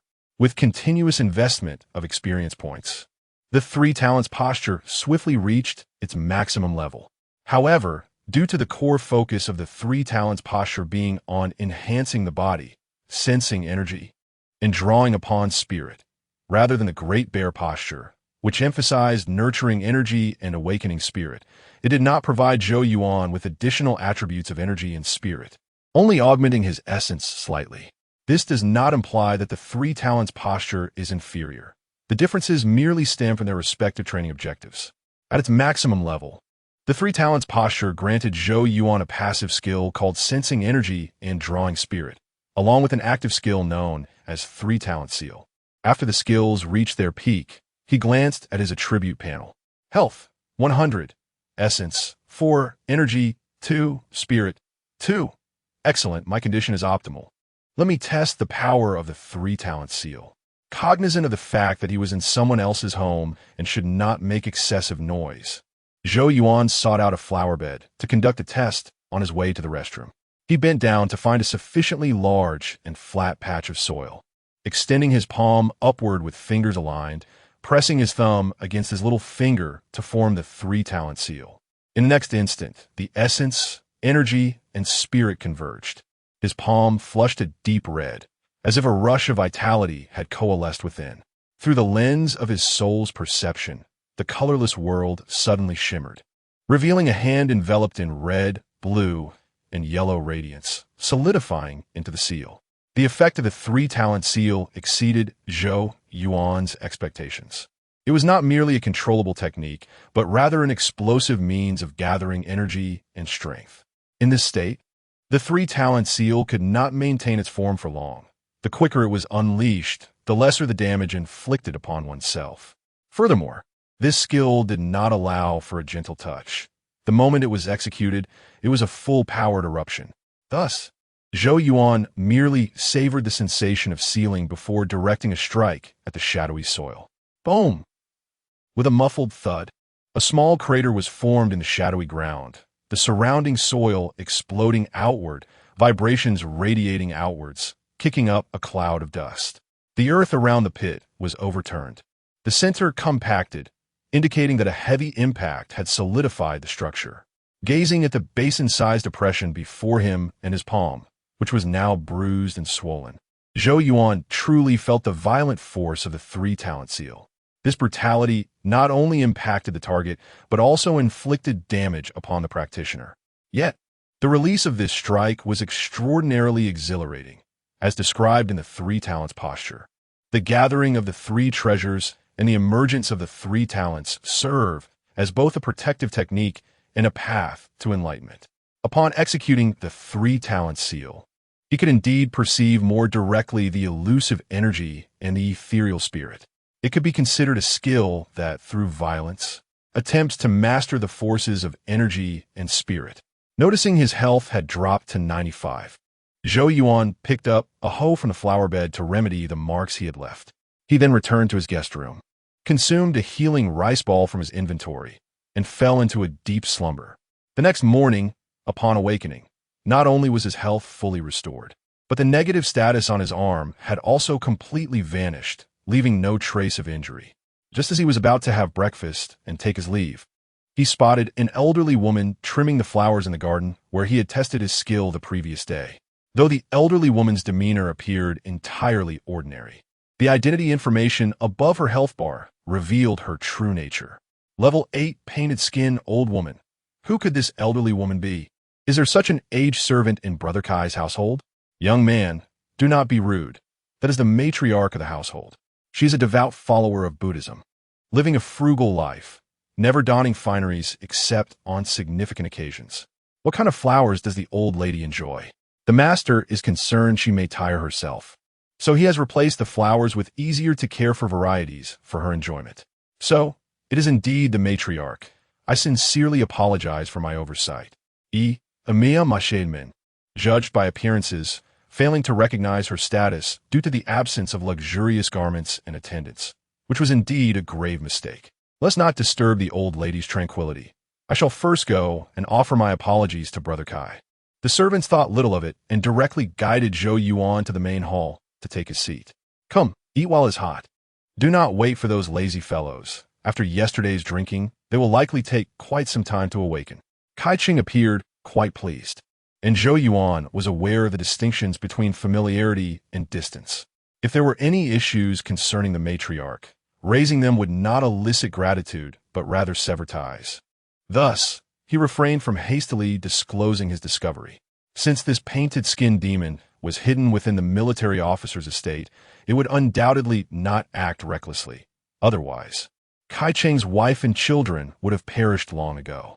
Brother Kai, I happen to see the matriarch upon my arrival. Should we not wait for her to take her seat before we dine? There is no need. Mother is accustomed to a vegetarian diet and does not partake in meat, so she cannot enjoy our feast. Ah, I see. I noticed the matriarch dressed plainly, without any attendants, and mistakenly thought she was a subordinate of the household. I beg Brother Kai's pardon for my misjudgment. It is not your fault. Unless one knows the elder, no one would recognize her as the matriarch of the household. Since my father's passing, she has undergone a significant change. There are times when she does not speak for over 10 days. However, she has improved considerably after years of tending to her flowers and plants. Yet she still insists on living without excess and engages in prayer and offerings, seeking blessings from my father and atonement for our sins, lamenting that we have committed too many atrocities to earn good karma. Unbeknownst to Zhou Yuan, while he conversed with Kai Cheng, the painted-skin old woman had also called to the guiding servant. Was that person just now a close friend of Cheng? What did he say to you? Old lady, that individual is Zhou Yuan from Jing'an, a close comrade of the young master.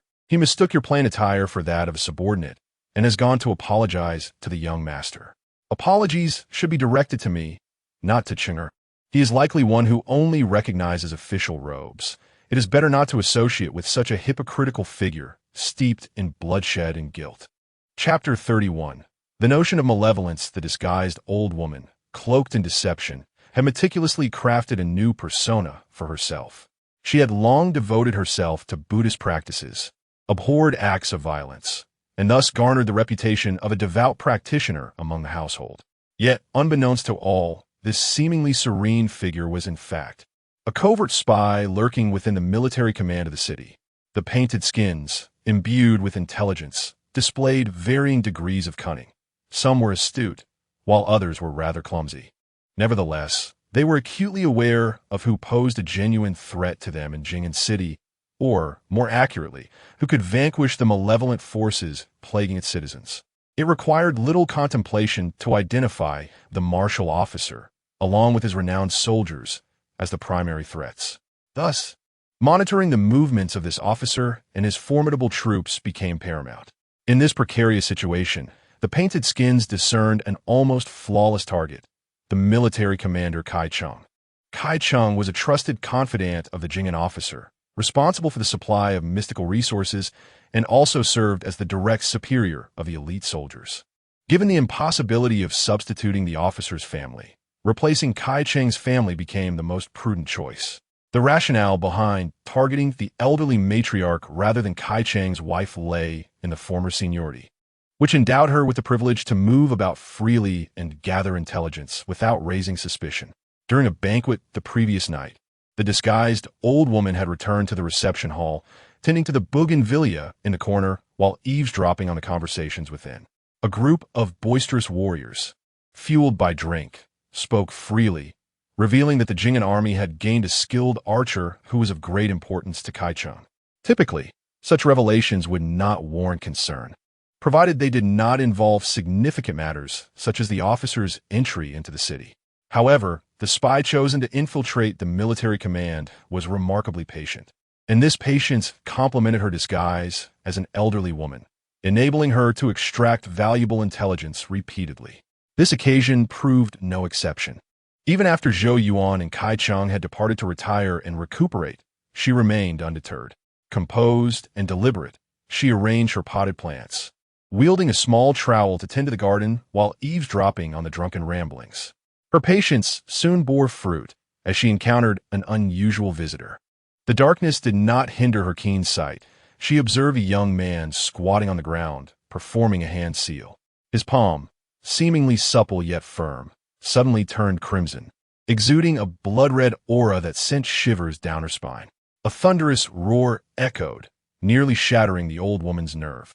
She withdrew her gaze, collapsing against the wall like a puddle of mud, enveloped in profound terror. The imperial court of the Great Way had accurately summarized the nature of these malevolent creatures. Once they attained awareness, they indulged in pleasure and beauty, yet they were equally terrified of death. The painted skin was unfazed by ordinary weapons, which could merely pierce its outer layer without threatening its essence. However, the three-talent seal was an entirely different matter. It embodied the quintessence of vitality and spirit, manifesting a unique form of attack derived from the interplay of heaven, earth, and humanity. Such an assault could not only pierce the painted skin, but also annihilate it and disperse its spectral essence. Thus, fear gripped her heart. She dreaded the notion that Zhou Yuan was a martial artist dispatched by the Jing'an officer to investigate the military command and feared that he might uncover her true nature, imposing the seal upon her without hesitation. Initially, her guise bore a protective charm, as Kai Cheng would undoubtedly safeguard her. Yet, in this moment of peril, that assurance faltered. She knew she could not withstand the seal's force, let alone rely on Kai Cheng's limited authority. Once she regained her composure, she dusted off her garments and hurried to her quarters. The night was fraught with danger, with malevolent entities lurking. She resolved to wait until dawn before venturing out. The sentient demons harbor desires, fears, and, naturally, anger. Upon returning to her chamber, the painted skin found herself increasingly irate, vexed by her own fear and the sudden emergence of malevolence within her secure abode. Consequently, at the break of day, she proceeded to the guest quarters to tend to the plants, seeking an excuse to expel Zhou Yuan. Her objective was clear upon encountering Zhou Yuan. Her facade of a pious and non-violent individual would serve her purpose. With an excuse at hand, the painted skin could hardly contain her urgency. Summon Cheng. I have matters to discuss with him. The servants dared not disobey the matriarch's command, and Kai Cheng, being a dutiful son, would not ignore his mother. Shortly, he arrived at the guest courtyard, guided by a servant. Mother, you called for me. Is there an issue with the flowers in the courtyard that requires replacement? Plants possess life. How can we simply discard them? Cheng, my devotion to Buddhism is not for my own sake, but for you and your father. Your history is marred by bloodshed. Without sacred texts to absolve you, you will be haunted by vengeful spirits. Thank you, Mother, for your blessings. I am deeply grateful. Kai Cheng was perplexed by his mother's sudden discourse, but complied, wishing to appease her. My son, our family's Buddhist statue has been consecrated, harboring the presence of the divine. You may not perceive the burdens of your violent deeds, but you must not allow the malevolent aura to taint our abode's sanctity. Alas, I am bound by duty. My actions stem from necessity. I have never engaged in indiscriminate killing and have cared for my comrades, harboring no enmity that could jeopardize your prayers. After the passing of his father, Kai Cheng felt a sense of guilt for his family due to his military obligations and thus endeavored to consider their feelings. You are my son. How could I blame you? I refer to Zhou Yuan, the Jing'an officer. His hands are stained with blood, and he is a fierce individual. Together, our fates may disrupt the sanctity of our home. Mother, I understand that Zhou Yuan is your brother in arms, and it is difficult for you to sever ties. I do not insist. Simply ask him to leave. Should he wish to visit again, let him do so in a tavern or restaurant. But he must not set foot in our home, lest he ruin your prayers. Though her arguments were unfounded, laden with superstition, they proved effective. The painted skin's carefully constructed persona and her unique status compelled Kai Cheng, guided by filial piety, to comply with her wishes, ensuring that his friend would be sent away from the household. After all, amidst camaraderie in the military, it was rare to return home. It was only proper to prioritize the preferences of his elderly mother. Mother, please refrain from speaking of life and death. I shall escort Zhou Yuan away at once. Should we meet again, I will arrange for him to stay elsewhere and will not bring him back home. Good child, your words bring me peace. Upon returning to the main hall, Kai Cheng sat awkwardly for a moment until Zhou Yuan inquired, prompting him to relay the situation at home in a roundabout manner. I see. Kai brother, do not feel pressured. We are comrades. Trivial family matters should not drive a wedge between us. I intend to explore the city and witness the splendor of Jing'an. There is no need for you to accompany me. Spend time with your wife and children. My good brother, should you encounter trouble, simply call my name. Kai Cheng will always be at your service. Chapter 32. The demise of the malevolent spirits after departing from the military governor's residence. Zhou Yuan sought solace in a tea house. As he sipped his tea, he reflected on his experiences at the governor's estate, swiftly unraveling the threads of the situation. Kai Cheng had no reason to deceive him, nor to fabricate tales about his own mother. The painted skins in the city were numerous, and there was no indication that they sought to drive him away. It was likely that during his skill experimentation the previous night, the painted skin matron had sensed his presence. The three talismans, when combined, emanated significant energy. The matron may have perceived a threat, thus concocting tales of misfortune, insisting that he be expelled. If the old matron in the residence were a normal human, Zhou Yuan would not have overthought the matter. However, as a painted skin spirit, her presence in the military governor's estate certainly did not stem from a desire to act as a mother figure to Kai Cheng. Zhou Yuan could not help but ponder this. Kai Cheng indeed possessed value. He was a prominent figure both in the military camp and within the confines of Jing'an City. Even the painted skins had set their sights on him, willing to masquerade as his kin to surveil his life. As Zhou Yuan contemplated how to address this predicament, whether to feign ignorance or to discreetly provide some leads, he turned to pour himself more tea, only to find 4 level 7 painted skin ruffians entering the tea house. Brother, you've taken our seats. Don't you owe us an explanation? The painted skin matron was, after all, a crucial informant among the painted skins, and several of various trades lingered in the streets, awaiting her to relay information. Zhou Yuan had scarcely left the military governor's estate when the matron transmitted her findings to a painted skin merchant. Consequently, the 4 ruffians had trailed him to the tea house, eager to gauge his strength. Should Zhou Yuan prove weak, they would eliminate him without hesitation. If he was formidable, they could adjust their approach and include him in their surveillance. Unexpectedly for the ruffians, before they could finish their taunts, Zhou Yuan simply descended the stairs and exited. Hey, don't run away. Today, you must give us an account. In crowded areas, one might assume humans held the upper hand, providing a refuge from danger. This was a grave misconception. Zhou Yuan knew full well that the painted skin ruffians were capable of murder, undeterred by the possibility of being apprehended by their painted skin enforcers. Even in prison, They might find allies among the painted skin jailers. They would not perish. And the authorities of Jing'an City could do little to contain them. If one were to harbor any illusion that the presence of a multitude would deter their reckless behavior, that would be a significant folly. Should the painted skin ruffians brandish their fists, onlookers would surely gather. But if they revealed their weapons, the crowd would scatter in panic. Thus, Zhou Yuan paid them no heed, descending the stairs and merging into the throng. There he is. Don't let him escape. The Black Tiger Gang is on the case. Bystanders, step aside. The four painted skin ruffians pursued closely, even as a painted skin beauty leaned against the railing, openly directing them. Passers-by hastily dodged, while the maidens of the flower houses urged the painted skin beauty to refrain from meddling. In that moment, the city seemed divided into two factions, one comprised of oblivious, self-contented humans, and the other of the painted skins who harbored ulterior motives. Zhou Yuan glanced at his inventory: 112 healing potions, 35 essence recovery elixirs, and 237 rice balls. In terms of weaponry, he possessed over 60 swords, spears, and shields, 20 sets of leather armor, and 13 bows and arrows, all acquired from dungeon drops. Have you mistaken your identities? I'm a true boss here. With ample restorative potions, several maxed-out skills, and a high-impact 3 talismans, Zhou Yuan was indeed more powerful than the dungeon boss, a level 5 bandit leader, boasting greater output and resilience, with skills that utterly overshadowed his foes. For level 7 adversaries could hardly contend with him. Anything above level 10 was uncertain, but with the support of healing potions, he was confident he could hold his own. Run! Aren't you supposed to be fast? Why aren't you fleeing? The four ruffians cornered Zhou Yuan in a dead end, only to witness him brandishing a knife, seemingly intent on dispatching them in this secluded alley. How rude to draw a weapon.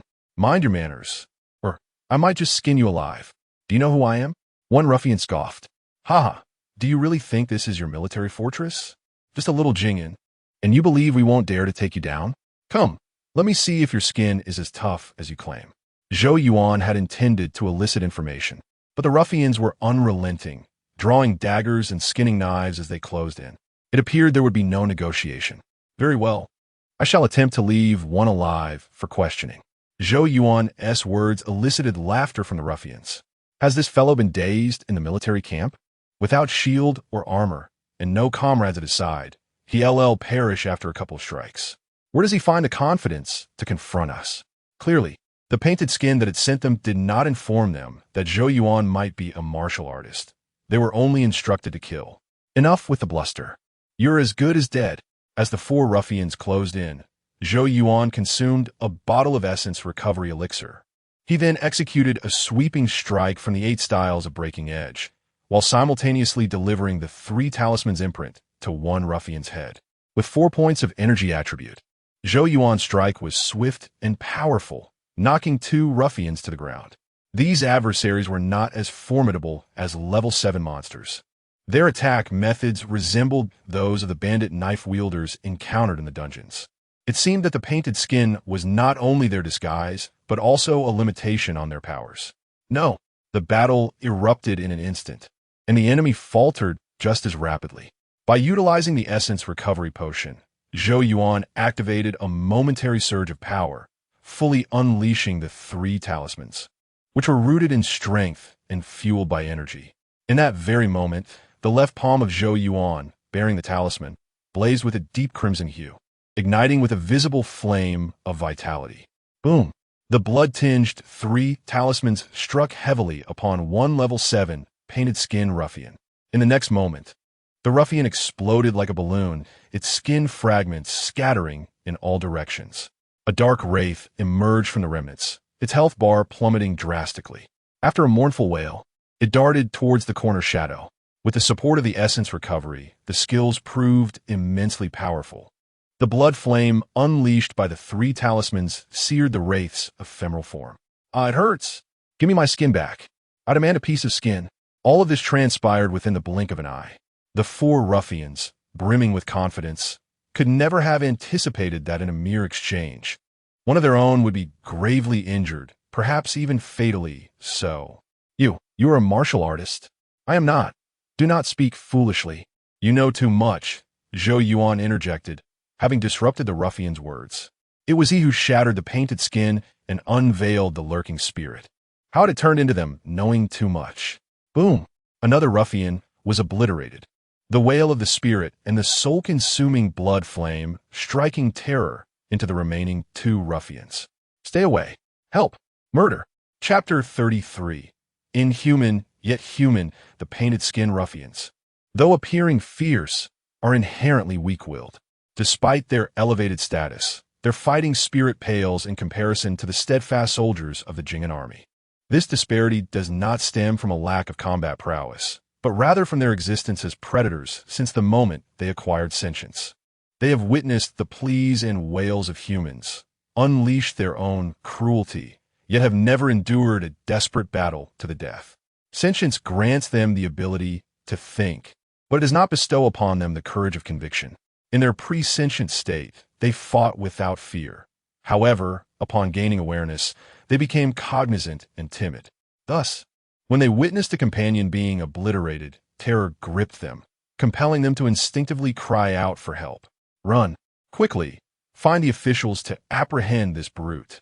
These painted skin ruffians have masqueraded as humans for far too long, or rather, since the birth of their sentience, they have lived as humans. Their actions naturally influenced by human behavior. At this moment, their sole desire is to escape the desolate alley and seek refuge on the street, imploring for assistance, hoping to deter Zhou Yuan from committing his heinous acts in plain sight. Yet they are mistaken. When faced with violence, humans scatter in fear, showing no inclination to aid unfamiliar ruffians. Moreover, Zhou Yuan possesses exceptional speed, far surpassing these painted skin ruffians. Bang! The skin balloon explodes, and the wails of the spirits echo as the soul-consuming blood flame engulfs another entity, hissing as it burns like grease. Help! A murder is taking place. The last remaining level 7 painted skin ruffian had scarcely fled the alley when a powerful hand yanked it back. Tears streaming, it clawed desperately at the brick wall, pleading for mercy from passing merchants. However, the assailant in the alley showed no intent to relent, forcefully shattering its fingers, causing a black mist that resembled blood to seep from the gaping wound. Do not act rashly. The officials are on their way. With a thunderous crash, a robust young man peered out from the alley. Indeed, coincidences are rare. The blustering old man was merely a level 6 painted skin merchant. Old man, selling dates? Bring one for me to taste. If it's sweet, I shall purchase some. You. I shall not conduct business with you. If you desire to eat, take it all. Do not take my life. What nonsense are you spouting, old fool? I am an upstanding gentleman. How could I possibly harm your life? Have your old eyes deceived you, mistaking me for a villain? Come, take a look. Is there anyone in this alley? I merely came to relieve myself, and I cannot allow you to tarnish my reputation. Zhou Yuan seized the painted skin merchant and dragged him into the alley, causing the merchant to tremble with fear and plead for mercy. Spare me, good sir. I have seen nothing. I have family to care for. I cannot lose my life in vain. Speak another word, and I shall truly be enraged. Look how clean this alley is. There are no villains here. The 4 spirits lurking in the shadows wailed incessantly, their essence being scorched by the soul-consuming flames. Save me, brother. Give me a skin. I am in agony. Under Zhou Yuan's pressure, the painted skin merchant dared not glance at the spirits, merely casting a casual glance around the alley, hastily nodding in agreement. Yes, good sir. I have lost my senses. There is nothing in this alley. You are certainly not a villain. Have you seen clearly? Have you seen clearly? In broad daylight. I could never make a mistake. That is well. You may leave. Do not wander aimlessly in alleys. Should you encounter true villains, it will be ill-fated. Indeed. Thank you for your guidance. The painted skin merchant, trembling, retreated step by step from the alley. The spirit's wails suddenly diminished, and with a few more steps, silence fell upon them. Why provoke this fierce spirit? If a confrontation arises, the singers, merchants, and jesters cannot possibly contend with a warrior in battle. Fortunately, that warrior cannot see through our disguise. Otherwise, I would have met my end today. The painted skin merchant dared not linger, gritting his teeth as he hurriedly fled the alley, only daring to glance back at the corner. That single glance revealed the sinister smile of the spirit within the alley, nearly sending his soul into flight. What is there to fear? I'm no malevolent ghost. Zhou Yuan refrained from slaying the painted skin merchant, not wishing to provoke a full-scale assault from the painted skins. The ability to kill painted skins and the ability to see through their disguises are entirely different matters. The former merely demonstrates his strength. The painted skins could simply avoid him. The latter, however, leaves no room for retreat. Painted skins must eliminate any who see through their ruse, lest they be unable to survive in the city. Thus, when Zhou Yuan encountered the painted skin merchant, he adopted a demeanor of explanation, allowing the painted skins to retain their sense of security in their disguises. Our roles seem to be shifting. For painted skin ruffians, and one painted skin merchant revealed to Zhou Yuan just how anthropomorphic they had become. This is promising news. The more human-like they become, the greater their fear, and the more fragmented their collective combat strength. Had they been less sentient, they might have charged him headlong, compelling Zhou Yuan to retreat to the military fortress for safety. However, that is no longer necessary. The painted skins have learned all human traits, including cunning and cowardice. It has been quite some time, yet no reinforcements have arrived. It appears the painted skins are not a military unit like the Jing'an army, but rather a loosely organized gang. Zhou Yuan emerged from the dark alley, ascended the roof of a nearby building, and lay in wait for approximately half an hour, observing that no groups of painted skins ventured into the dark alley. Had soldiers of the Jing'an army been slain, nearby patrols and armed units would undoubtedly have responded, enforcing a state of alert. The painted skins seemed to have only adopted the lifestyle of Jing'an City's residents, lacking the military readiness of a formidable fighting force. After waiting a while, Zhou Yuan, unable to gauge the collective response of the painted skins, opened his attributes panel to review his gains. The 4 painted skin ruffians provided him with 280 experience points, averaging 70 points each. Additionally, he acquired 1 special item, painted skin ruffian, 2 units of accumulation liquid, and 4 skinning knives. Item, painted skin ruffian. Usage. The intricacies of painting skin cannot replicate the essence of bone. Upon use, transforms into a painted skin ruffian, but cannot alter height or weight. Note, sustaining heavy blows or cuts will damage the painted skin, which can be repaired with accumulation liquid. Item, accumulation liquid.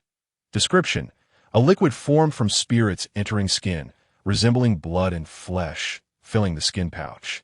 Usage, rapidly restores a small amount of true energy, stacking with the cold status, alleviating ongoing blood loss while mitigating coma and seductive negative states. The effects of the painted skin item are rather unique, and the accumulation liquid proves quite effective. However, it is merely an item, not a potion. Using it requires preparation for the cold to enter the body. A common individual consuming it would likely succumb to illness before even benefiting from its effects. Consuming more than one could be fatal. This substance is akin to a poison that exchanges blood for energy, far less useful than the Yuzhen powder produced in military camps. Ineffective does not equate to useless. These painted skins still possess value. As long as they hold worth, warriors' nobility, and the court will likely take the initiative to exorcise demons and banish evil. Chapter 34. Emotions transformed the puppet as dusk fell. Zhou Yuan made his way to and near the martial governor's square. This location was conveniently close to the military governor's residence, allowing him to seek refuge there in the event of a sudden attack. Kai Cheng's influence proved advantageous, linking him with both the elite soldiers of the Divine Arm and the Jing'an Constabulary. Such connections meant that any disturbance, even the intrusion of demons into his domain, would warrant the immediate attention of the Jing'an forces. With the bonds of brotherhood forged in bloodshed and loyalty, even someone as high-ranking as the Jing'an constable would be compelled to protect his trusted allies. Having wandered the city for half a day, Zhou Yuan pondered whether the painted skins had completely abandoned their pursuits, as they seemed unperturbed by his presence. Meanwhile, within the confines of Jing'an City, discussions regarding Zhou Yuan were unfolding. At this moment, in the eastern part of the city, at Chunrongfeng, within the estate of the county governor's assistant, Luo Ying, a literary gathering was taking place. However, The learned gentlemen present were not engaged in discussions of poetic beauty, but rather scrutinizing the identity of the newly appointed Jing'an district chief. Lord Luo, have we ascertained Zhou Yuan's background? Is he an associate of the Jing'an constable or an envoy of the court? It was confirmed that Zhou Yuan hailed from Chaoshi village in Shangle County and had enlisted in the 13th year of the Hongye era. Official records revealed that he had fought valiantly against bears and excelled as a marksman, ultimately demonstrating his martial prowess in the divine arm. Within a mere month, he had risen from the rank of squad leader to the commander of the divine arm, subsequently being appointed as the Jing'an constable's designated officer, complete with a golden seal. The learned gentlemen present were well versed in the intricacies of governance and the interpretation of political directives. Yet, Zhou Yuan's swift ascent left them in awe. How had this rural youth, previously unnoticed, acquired such formidable abilities upon entering military service, and why had his promotion been so remarkably rapid? If left unchecked, it was conceivable that he might soon command troops within the camp.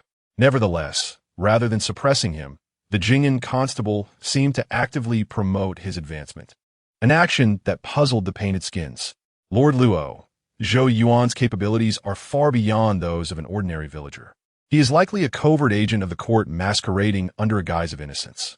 This theory gained traction, as his meteoric rise through the ranks aligned perfectly with the profile of a secret investigator. Additionally, martial artists relied heavily on spiritual sustenance, and his entry into the military ensured a consistent supply of spiritual nourishment. While the reasons behind the court dispatching a martial investigator remained unclear, the confirmation of his identity was indeed fortuitous. Henceforth, intensifying surveillance on him would safeguard their plans from unforeseen disruptions. The painted skins, in their analysis, attributed all incongruities to the imperial court of the Great Way. It was hardly surprising that they miscalculated. Zhou Yuan's background appeared remarkably pristine. His rapid rise from peasant to official status akin to a blank slate entering Jing'an City.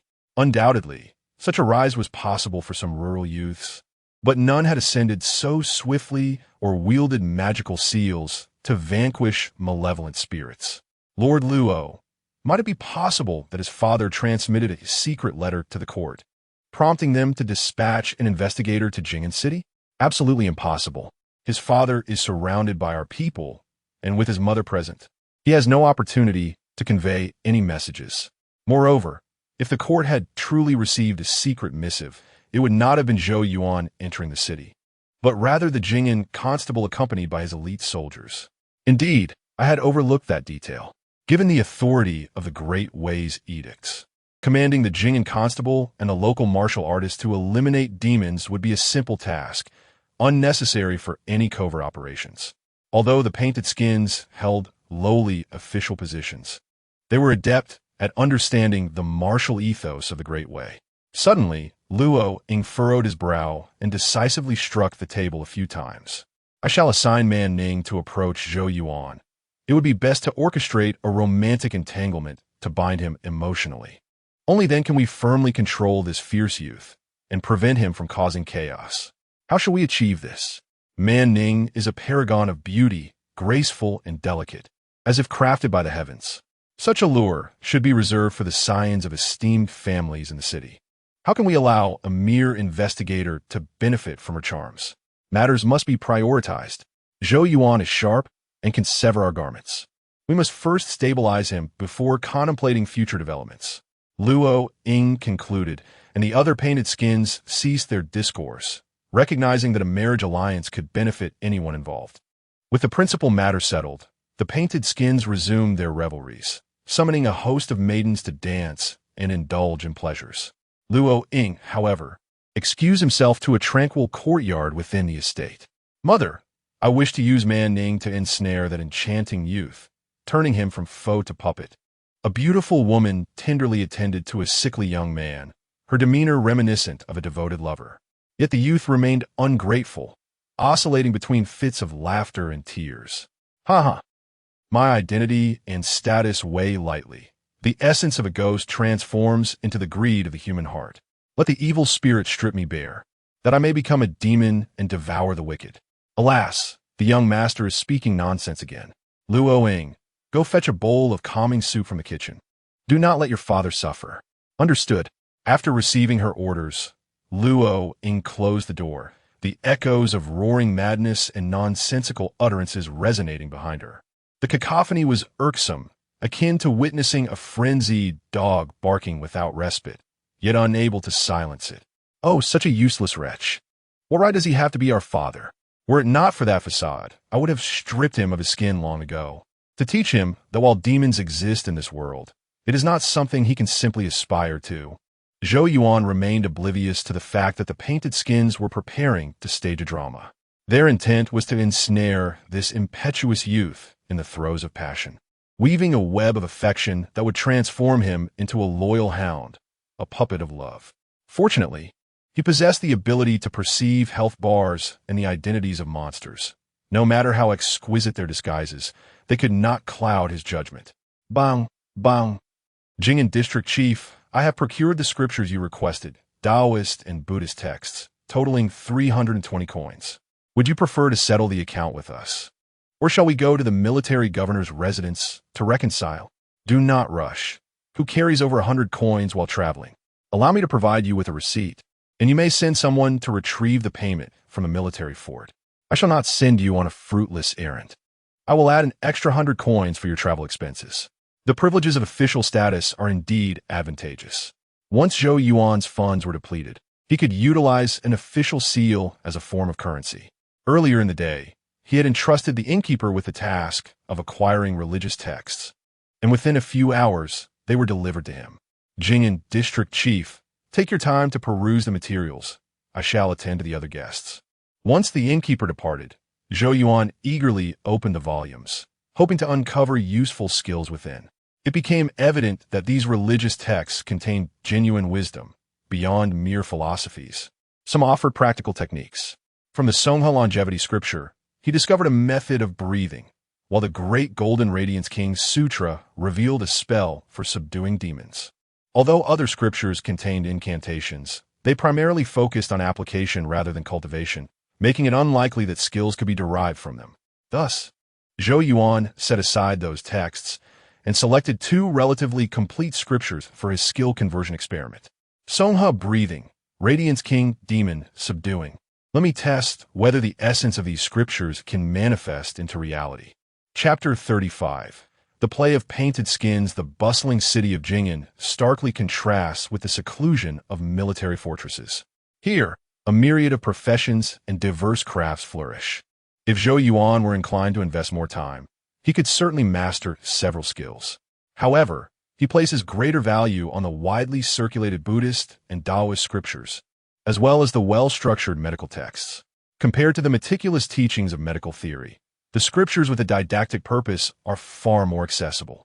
Zhou Yuan merely spent 320 coins to obtain the privilege of studying the sacred texts and incantations. He was unaware of how much genuine essence the so-called fundamental texts of Buddhism and Taoism contained, yet he was not averse to exploring them. Interestingly, aside from the Sung He Chong Sheng Jing and the De Jin Yao Ming Wang Jing, Zhou Yuan also discovered a volume elucidating the cosmos, the Shanhai Ji. The opening verse reads, "In the primordial chaos, the heavens and the earth were clear. The 4 seas and 8 wildernesses concealed myriad phenomena. Rare herbs and spiritual medicines sprouted everywhere, and demons and monsters lurked, shunning human traces." This poetry, seemingly enigmatic, indeed introduces certain celestial phenomena. Those well-versed in the world would recognize its significance, while those unaware could glean some hidden truths from it. The publication of this book signifies the open-mindedness of the Daoist court towards the existence of celestial mysteries, at least towards the literate populace. This is in itself a manifestation of confidence, openly proclaiming rather than concealing. Upon acquiring this intriguing geographical treatise, Zhou Yuan found himself irresistibly drawn to study it late into the night. The following morning, he was awakened not by the innkeeper or malevolent spirits, but by the military officer Kai Chung. "Brother Kai, what brings you here? Have you come to ask me for a drink?" Zhou Yuan, as a guest. "You expect me to treat you?" After exchanging playful banter, they took their seats at the tea table with solemnity. Zhou Yuan understood that Kai Cheng did not come to the inn without reason. His visit bore the weight of investigation and surveillance. Kai Cheng would not act so rashly without significant cause. Brother, a misfortune has befallen my wife's family, and I intend to take my soldiers to investigate. I hope you can assist with your marksmanship. We are comrades, no need for excessive words. However, pray tell the details, so we may ascertain the enemy's condition. Indeed, my wife is the daughter of the prominent Zhang family in the city, and she has a sister named Man Ning, who is exceptionally graceful and gentle. The child is not only beautiful, but also remarkably sensible, endearing herself to friends and relatives. Last night, Man Ning suddenly convulsed and fell unconscious, only to awaken in the early hours of the morning. She recounted a dream in which a vengeful spirit feasted upon her flesh, peeling her skin, causing her unbearable pain, and begging her parents for salvation. The Zhang family initially dismissed it as a mere nightmare. However, they were unprepared for Man Ning to fall into a coma once more, crying out in agony for her mother and father. What parent could bear such a tragedy? My in-laws are nearly heartbroken. Thus I must go and see for myself. Kai Cheng earnestly requested his brother to accompany him, stating that if they encountered tangible demons, they would test their blades and arrows. If confronted by intangible spirits, he would return to report to the captain. Kai Cheng's word struck Zhou Yuan as coincidental. Almost too coincidental. Just yesterday, he had vanquished 4 painted skin rascals, and today he found himself embroiled in ghostly matters at a friend's home. Furthermore, Kai Cheng's sister-in-law was fortuitously beautiful, necessitating the assistance of this youthful warrior. It was a curious situation. He pondered whether this venture was a hero rescuing a damsel or a case of love at first sight, ideally human misfortune requiring human aid, rather than being ensnared by malevolent spirits. After a brief moment of contemplation, Zhou Yuan rose and departed with Kai Cheng. At this juncture, he was unperturbed by the prospect of being besieged by painted skins, what was merely a layer of skin. If provoked, he could utilize the item, painted skin rascal, to infiltrate their ranks and discern their schemes. Kai Cheng, Zhou Yuan of Jing'an, and 10 sharp-soldiered warriors made their way from the military residence, equipped with swords, shields, leather armor, and bows, heading directly to the Zhang residence in the eastern part of the city. Just before their departure, Kai Cheng's wife wished to accompany them to visit her sister, yet was firmly refused by Kai Cheng. Additionally, an elderly woman, said to be a practitioner of Buddhism, appeared, advising Kai Cheng to proceed with caution and not to overreach. It was indeed an odd sight, an elderly painted skin creature cautioning a military officer tasked with addressing ghostly afflictions. Do not worry, mother. My brothers and I will test our strength. Should it fail, I will report to the authorities. Zhou Yuan observed as the painted skin elder trembled slightly upon hearing the words report to the authorities. This indicated a certain apprehension. Why then did she involve Kai Cheng in this matter? The Zhang residence in the eastern part of Jing'an was even grander than Kai Cheng's military manor, with a multitude of servants exceeding those in Kai Cheng's household. However, these details were trivial compared to the ominous identities of the lurking monsters. Level 5 Painted Skin Maid. Level 6 Painted Skin Steward. Level 8 Painted Skin Young Master. The esteemed guest has arrived. Quickly, guide the guest to see if any demons plague the residence. The common folk could not distinguish between the divine armored soldiers and martial artists. The steward of the Zhang residence likely could, yet still placed his hopes on Kai Cheng. Cheng'er, come quickly and see Man Ning. You must save her.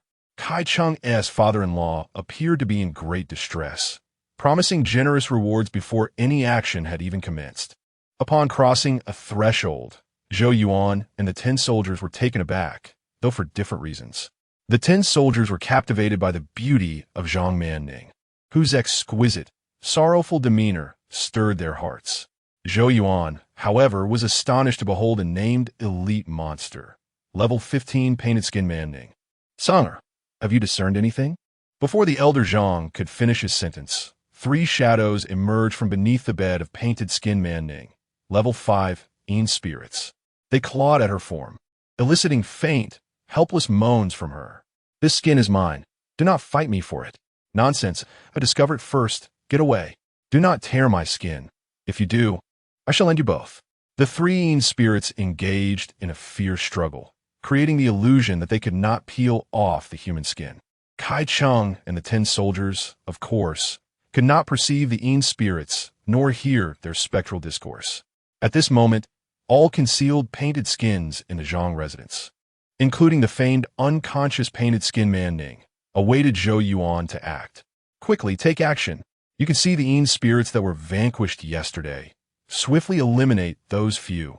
The beauty was tormented by vile ghosts, who sought to strip her of her skin. This was unbearable. How could he remain indifferent? Was he not human? This was the heart of a court spy, hardened like iron, ready for a change of plans. After some exchanges, the level 8 painted skin young master seemed to recall something and rushed towards Kai Cheng. Brother-in-law, do you not possess the divine liquid granted by the captain? Quickly, bring it forth. Perhaps it will reveal something. Kai Cheng, without further thought, casually pulled a pendant from around his neck. It was indeed a small copper flask, no larger than a fingertip. He uncapped it and dripped a couple of drops of azure liquid into his eyes. There are indeed malevolent beings at play. Zhou Yuan accepted the potion. Chapter 36. The unveiling of the blade. Kai Cheng, the military advisor, displayed remarkable composure upon discovering the specters, opting to rally his comrades rather than charge headlong into battle. Zhou Yuan took the divine liquid, letting a drop fall into his eye before swiftly unleashing 3 arrows in succession. Whiz, whiz, whiz. Brother Kai, this is futile. The arrows cannot pierce them, remarked the butler of the painted skin, who, witnessing the implementation of Plan B, hastily interjected. My lord, I have heard that the blood of the malevolent can vanquish evil spirits. Upon hearing this, Kai Cheng slashed his palm, coating his blade with blood, and struck downwards. The specters recoiled as if confronted with something terrifying. Yet, despite their fear, they remained fixated on the exquisite skin of Zhang Manning, swirling around her bed and significantly hampering Kai Cheng's efforts. Is that so? I shall give it a try as well. Zhou Yuan cut his arm, kneading his blood into his palm until it turned crimson, then discreetly formed the 3-talent seal. Lacking the blue potion, his hand did not ignite with the blood flame effect, and the formation of the seal was obscured by the blood. As Zhou Yuan approached, the 3 5th-level specters continued their charade, secretly taunting him. However, the 15th-level painted skin, Zhang Manning, began to panic, unlike the other uncomprehending specters. She was acutely aware of Zhou Yuan's prowess. Terrified, she implored, "Do not fear, do not fear. Jingan's Zhou Yuan knows not my secrets. He should protect me and would not harm me. This exquisite guise of mine is worthy of admiration. Any man should be enamored by my delicate and charming form. Brother, assist me." Kai Cheng's fierce shout interrupted Zhang Manning's self-reassurance, presenting the 3 5th-level specters with a genuine threat. His blood-stained crimson hand, appearing to wield a blade, was in truth forming seals to strike. Though the 3 talents seal lacked the enhancement of a blue bar and the soul-devouring blood flame, it remained formidable. The specter struck by Zhou Yuan's seal found its health depleted by a third, emitting agonizing cries. Run! This fellow possesses true skill. The 3 specters dared not linger around the bed, nor provoke the formidable specter atop it, and cried out before attempting to flee.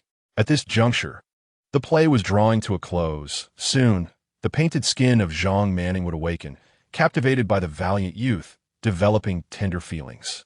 Yet Zhou Yuan was a man indifferent to romance, disregarding conventional expectations. Do not leave. Take another blow from me. At that moment, the ordinary folk within the Zhang household were filled with admiration for Zhou Yuan's courage, while the painted skins silently lamented their misfortune. Indeed, Zhou Yuan was remarkably swift, bursting forth from Zhang Manning's chamber in the blink of an eye.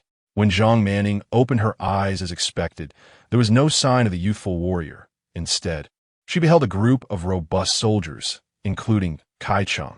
Child, we thank your parents for their rescue. Good child, quickly lie down. Have the spirits departed? Your safety is our greatest blessing. Father, though the spirits have left, I fear they may return. I am shattered and terrified after this ordeal. I hope a valiant protector may stay close by. Though Zhou Yuan had vanished, The painted skin of Zhang Manning still had a role to play. Upon uttering these words, even Kai Chang felt a stir in his heart, let alone the other guards. Yet, the venerable Zhang was astute, discerning the underlying implications in his daughter's words. Swiftly dismissing Kai Chang and his guards. My son, I have come to a realization. No family is more important than safety. That Zhou Yuan dares to battle vengeful spirits is a testament to his exceptional bravery. I shall speak with him shortly, requesting he remain as a guardian for some time. The hearts of the burly men shattered at this. For how could such a delicate young lady possibly endure the fiery passion of Zhou Yuan's youthful vigor? Kai Cheng too felt a tremor in his heart, lamenting that the fortunate boy had indeed struck gold. The painted skins in the courtyard, though their initial performance had encountered an unexpected twist, felt a sense of relief that the overall direction remained intact. However, the other 3 fifth-level specters could not share this satisfaction. They could no longer coalesce. After Zhou Yuan dashed out of the courtyard, he activated a vial of jade essence to regain his blue bar, evading the gaze of several servants as he dispatched the 3 specters with ruthless efficiency. This fierce demeanor instilled terror in the hidden, painted skins among the servants. Lord Zhou, my master requests your presence in the main hall for a discussion. The painted skin butler, suppressing his dread, approached the formidable figure with an invitation to move to another courtyard. In truth, he did not approve of today's performance. While exploiting the tale of vengeful spirits was simple, it bore its own dangers. However, the plan had already been set in motion, leaving him no choice but to comply and patch up any discrepancies to prevent Zhou Yuan from uncovering any inconsistencies. Butler, why is there unrest in your household? Is there a reason? If the source is not eradicated, the vengeful spirits may linger. Faced with Zhou Yuan's inquiry, the painted skin butler merely forced a smile, indicating that the servants should not discuss matters of the master. Lord Zhou, please follow me. Upon returning to the main hall, Zhou Yuan's gaze fell upon the ostensibly weakened 15th-level painted skin, Zhang Manning. Young Master Zhou, my daughter was nearly claimed by the vengeful spirit. It was thanks to the assistance of my son-in-law, Kai Cheng, and you that she was saved. I ought to offer a substantial reward. Yet my daughter is so frightened by the encounter that she finds it impossible to rest. Might I request that you remain for a few days to safeguard her health? Why not the military advisor? He possesses the divine liquid and is a relative. He is far more suitable than I, an outsider. The painted skins were at a loss regarding their intentions, seemingly desiring Zhou Yuan and Zhang Manning to cohabitate. Was this a ploy to cultivate a bond? Dear nephew, you must know that daughters should be guarded closely. Though Kai Cheng is my kin, it is unseemly for him to accompany an unmarried woman. If Kai Cheng must be cautious, I am even less appropriate. I implore Master Zhang to seek another solution. You, young man, are utterly clueless. You hold an official title, and my family is esteemed. It is a match made in heaven. After this ordeal, I ask for nothing more than the safety of my children. You are unmarried. My daughter is unwed. Your valor is exceptional, and my daughter is extraordinarily beautiful. If you can support each other, it would not be a tale without merit. Father, please do not say more. Zhang Manning's pale cheeks suddenly flushed with an unnatural hue, genuinely appearing bashful and infatuated. She turned to Zhou Yuan, inexplicably shedding tears. My lord, I wish to live. Please save me. This poignant lament, coupled with her tearful gaze, pierced the hearts of all present. Yet, Zhou Yuan remained as stoic as a stone, furrowing his brow as if confronted with a daunting dilemma. Why are you so heartless, dear nephew? My daughter is merely 15, a splendid age. How can she be unjustly harmed? What troubles you? Speak, and if you truly do not wish to, the Zhang family shall not force you. Thank you, Master Zhang, for your kindness, but I have aspirations within the military. I fear I cannot remain in the city to care for your daughter. Zhou Yuan's response left Kai Cheng momentarily speechless, stirring a sense of disbelief within him. Is Zhou Yuan truly so foolish? A beauty like Zhang Manning is rare in the entire Jing'an County. Why refuse her? Could it be that his determination to participate in the spiritual awakening assessment is so steadfast? Indeed, his tenacity is not without reason. This conviction befits his talent. How cruel! My lord, will Manning still be waiting for you? Chapter 37. A revival of trouble. The enchanting Huapi Manning performed splendidly, embodying the tender sentiment of a damsel yearning for her savior, wishing to accompany him for a lifetime. Were he a typical youthful warrior, witnessing such infatuation with beauty would undoubtedly stir some emotions, perhaps leading him to perceive it as fate or affection. However, Zhou Yuan was different. He was uncertain whether he could triumph over this formidable level 15 elite creature. Thus, he had no inclination to engage in theatrics. Consequently, Huapi Manning's ardent affections ultimately failed to retain Zhou Yuan's attention. "My son, there are many talented youths in the county.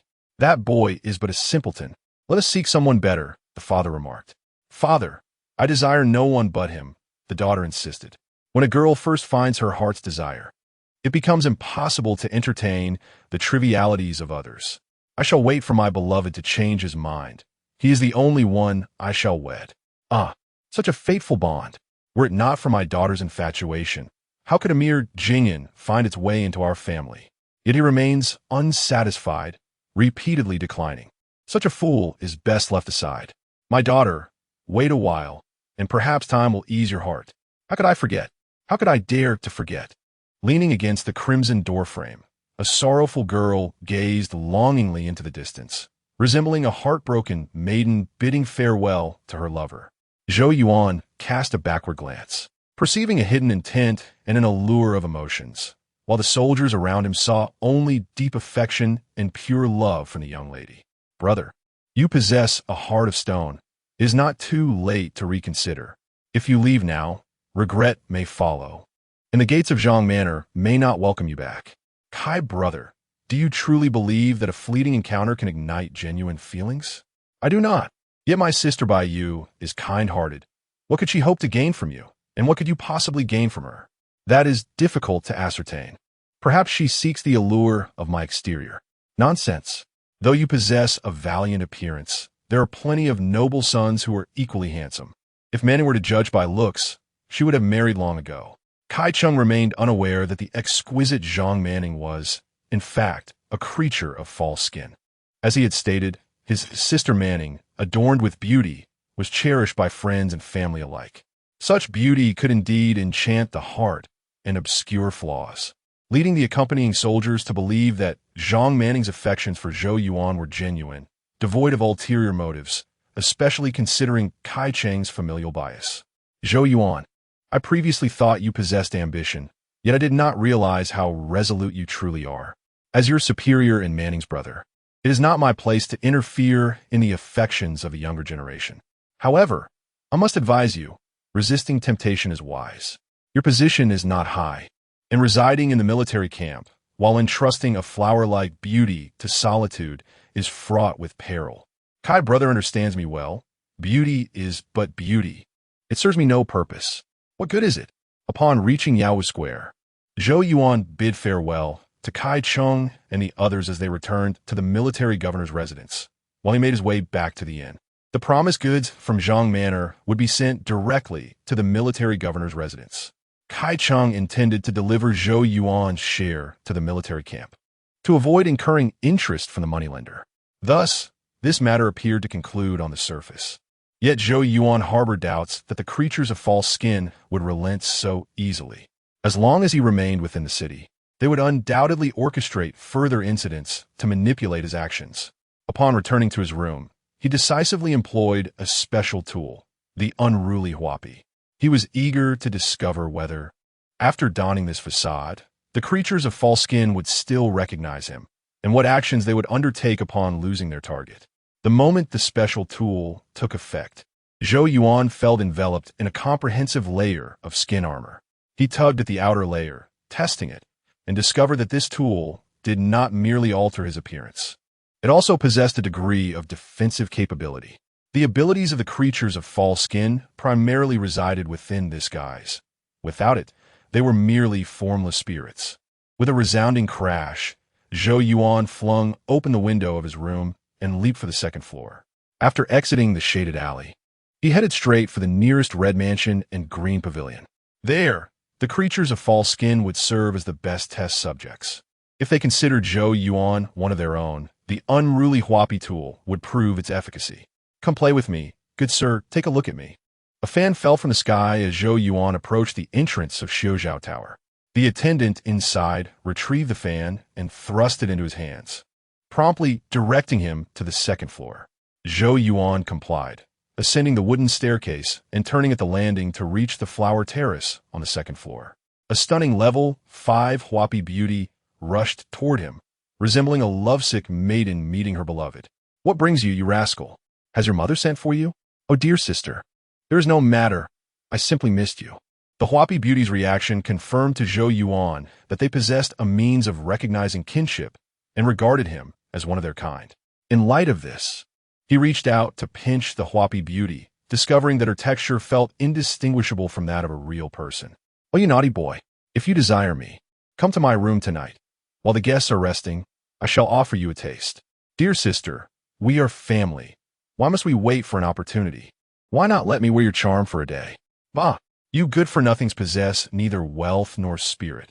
What profit is there in amusing yourselves with me? Begone. Do not obstruct my business. Although Zhou Yuan was ejected from the establishment, he had gathered ample information.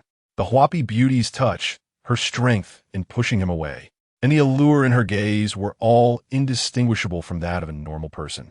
Such authenticity made it nearly impossible to discern truth from illusion, explaining how they could seamlessly integrate into city life. After exiting Xiuzhou Tower, he initially intended to visit Chuanrong Square to observe any further actions from the creatures of false skin. However, before he could leave the marketplace, he spotted a group of young noblemen accompanied by 20 or 30 servants, marching toward the inn where he had previously stayed. Where is Zhou Yuan of Jing'an? I am Wang Li, son of the county minister. You military man, how ignorant you are! Upon entering the city, you failed to pay respects to the officials, and now he must come to summon you personally. This was Zhou Yuan's first encounter with the brazen arrogance of the gentry, not including Kai Cheng, who was a battle-hardened military officer and not a pampered scion of privilege. The son of the county minister, Wang Li, was clearly seeking trouble. His father would likely be unaware, for otherwise he would not allow his foolish son to provoke an officer in the military camp. The reason being, the Great Way was steeped in martial tradition. Though the county minister held the title, he was merely a fifth-rank civil servant. This rank was equivalent to Kai Cheng's military position. What audacity did he possess to provoke a seasoned warrior? Moreover, the officials in Jing'an were properly ranked 7th-rank military officers.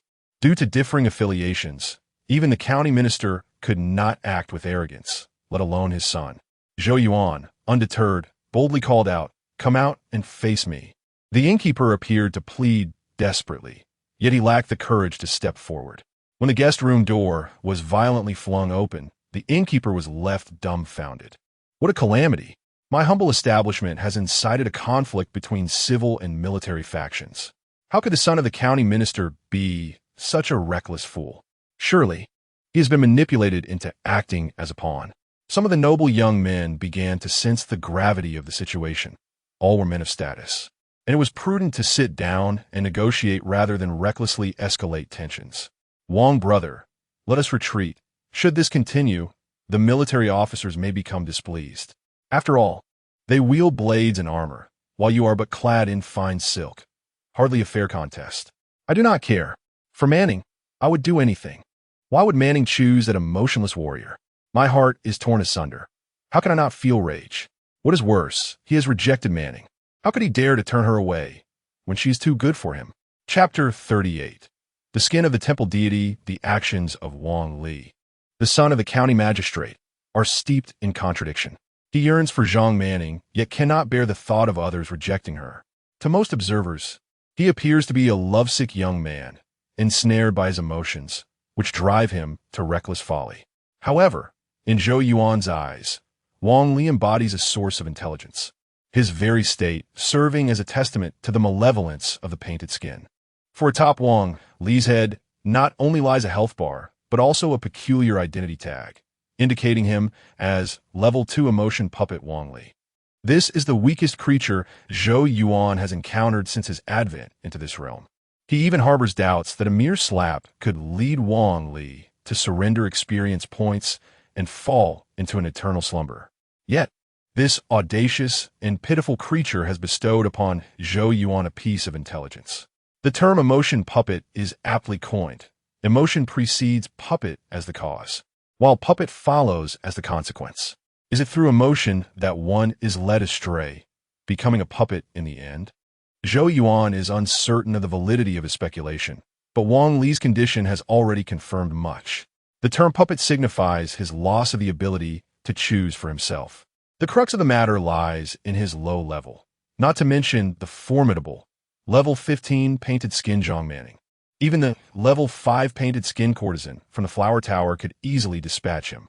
It appears that the painted skins possess not only the ability to create their disguises, but also to manipulate others. Recalling recent events, Zhou Yuan realizes he has not encountered any other emotion puppets in the city. Those frequenting the red and green houses bear no such markings. It seems that ordinary painted skins lack the capability to create emotion puppets. Only a select few powerful painted skins possess such deceptive control. Where are you, Zhou Yuan? Why do you not dare to meet me? Do not pull me away. I await his explanation, an explanation for Manning. Zhou Yuan is ill-equipped to engage with such individuals, more adept at digging a grave for their eternal tranquility. Nevertheless, while Wang Li is quite irksome, his transgressions do not warrant death. Thus, Zhou Yuan disregards this lovesick individual and turns towards the spring roam fawn. As he walks, he enters two more establishments, seeking the confirmation of his disguise from an level 8 painted skin dancer. Indeed, the dancer fails to discern his true nature, instead complimenting his physique and inviting him to join her later that evening. In the midst of revelry and indulgence, these painted skins seem to live more lavishly than the common folk, becoming the very embodiment of hedonism. As Zhou Yuan continues on his path, drawing closer to Spring Roam Fong, he notices an increase in the number of painted skins in the vicinity. This phenomenon is rather unusual. When Zhou Yuan and Kai Chung previously ventured to eradicate the ghostly affliction, the density of painted skins here was no greater than elsewhere. Was this area always abundant with them, only now revealed, or are they deliberately congregating for some scheme? Following the flow of the painted skins, Zhou Yuan observes that they do not linger at the level 15 painted skin Zhang Manning, his residence, but instead press onward, venturing deeper into the marketplace. The surrounding structures grow larger and more opulent, while the diversity of passers-by diminishes, with an increasing number of servants and maids from various estates. Upon reaching a serene spot by a small bridge with flowing water, the painted skins enter a secluded courtyard. Zhou Yuan observes that this courtyard is a small temple, directly facing Spring Roam Fong and backed by the bustling market. What are you dawdling for? Hurry inside and make your offering. Do you not desire your monthly stipend? As he enters, Zhou Yuan discovers that this is a temple dedicated to the local deity, akin to a village shrine. Though modest in size, the statue of the temple deity is exquisitely crafted, resembling a kindly old man brought to life. Numerous townsfolk come to light incense, some even slipping coins into the offering box. Upon closer inspection, Zhou Yuan notices that the statue bears an identity tag, skin of the temple deity. The worshippers burn incense, while the painted skins offer their essence in tribute. Dark, viscous liquid drips from the eye sockets of the painted skins, which is collected by the level 10 painted skin temple keeper, who then applies it to the back of the statue. Those who offer this dark essence receive around 500 coins in return. The sight sends a shiver down Zhou Yuan's spine. It is not surprising that the painted skins would cover the deity with skin, but the fact that the skin bears the name temple deity is perplexing. What exactly are these painted skins scheming? Is the skin of their own making, or does it possess genuine significance? The machinations of the painted skins extend beyond Zhou Yuan's imagination. He cannot fathom why they would offer tribute to a mere piece of skin, which must possess some extraordinary quality. Verifying the truth should not be difficult. This item, akin to a dropped object, has a name and description, likely allowing it to be stored in his inventory. Once it resides within Zhou Yuan's possession, he can examine the item's details and uncover its mysteries. This is his intention, and he proceeds accordingly. Cloaked in the guise of rascal painted skin, the painted skins cannot identify him. He harbors no fear of their pursuit. Imitating the worshippers, Zhou Yuan lights several sticks of sandalwood incense, bows respectfully in reverence, and as he approaches to offer his incense, he discreetly touches the statue of the temple deity. Notification: obtained item skin of the temple deity. Having secured the item, Zhou Yuan hastily departs without pausing to inspect its details. The worshippers remain oblivious, merely sensing that the statue of the deity has become somewhat stiff, lacking the lifelike quality it once possessed. However, the level 10 painted skin temple keeper, applying the dark essence to the back of the statue, feels something amiss, gazing upon the suddenly altered deity with confusion. Where has my substantial skin of the temple deity vanished to? How could it simply disappear in broad daylight? A theft! A theft! Someone has made off with the esteemed deity's golden belt. Although the temple keeper is alarmed, he does not lose his wits, merely using a euphemism without uttering the terrifying name skin of the temple deity. What manner of thief would dare steal even the deity's belongings? The moral decay of society is alarming. They do not fear the deity's wrath. Who is this audacious rogue, daring to pilfer right beneath our noses? Should we capture him, we shall surely break his limbs and present him before the deity to atone for his sins. Ah, but is not the golden belt still affixed to the deity? Perhaps the temple keeper has erred in judgment. While the worshippers express indignation at the perceived desecration of the deity, they do not take it too seriously. In these times, the city is rife with scoundrels and pickpockets. It is not uncommon for the destitute to seek a light breeze within the temple. Little did they expect that this thief would be so brazen as to steal even the deity's items, truly a display of audacity. In stark contrast to the indignation of the worshippers, the level 10 painted skin temple keeper and the painted skins within the temple are engulfed in panic. Disaster has struck. The skin of the temple deity has been lost. Mother will surely flay us alive. More critically, they have found no clues, let alone the means to identify the thief. What a tragedy it is to have lost the item so silently and swiftly. Why steal anything at all when the focus is upon that skin? With a mother relying on emotion to sever fate, what else could contain the father's essence without the skin of the temple deity? Chapter 39. The Doctrine of Fate, Props, Skin of the Fong God. Introduction. In the West Market there exists a deity known as Fong, small yet benevolent. A spirit transformed from the deceased who were virtuous in life. Friends from his past, witnessing his entrapment within a shrine, found it difficult for him to reunite with his loved ones. Thus, they opened his coffin, took his skin, and fashioned it into worldly garments. Fong, clad in these garments, rejoiced immensely and re-entered the realm of mortals. One day, while traversing the streets, he witnessed a devout believer drowning, a lonely soul scorched under the sun. In a rush, he called out, "Don my garments and shield me from the sun." Years passed, and Fong's spirit dissipated, leaving behind only the garments. Effect: the divine attire is impervious, shielding the spirit and preserving its essence. It can be nourished with accumulated liquid and repaired with the essence of incense. Upon use, it allows for a continuous, albeit slight, restoration of health and energy. The potency of the skin of the Fong God is remarkable. Even ordinary individuals, devoid of attribute panels, cannot benefit from the continuous restoration of health and energy. The mere description of its effect, shielding the spirit and preserving its essence, elevates it to the status of a rare and precious spiritual artifact, not to mention the attribute of impervious divine attire. This item likely bears some connection to the origins of the painted skins. I fear I have unearthed their roots. While the introduction of the skin of the Fong God is not one of treachery, but rather a gentle and warm tale, it is laden with information, especially the phrase, "Take its skin, fashion it into garments, and re-enter the realm of mortals." This depiction mirrors the situation of the painted skins almost perfectly, differing only in the quality of the garments and the nature of the spirits that don them. Zhou Yuan is indeed correct. He has unearthed the origins of the painted skins. At this moment, the temperature in Chunrongfeng, the residence of the county official's aide, has dropped several degrees. All servants, including the painted skin maidens, tremble in fear, hoping their master will not unleash his wrath upon them.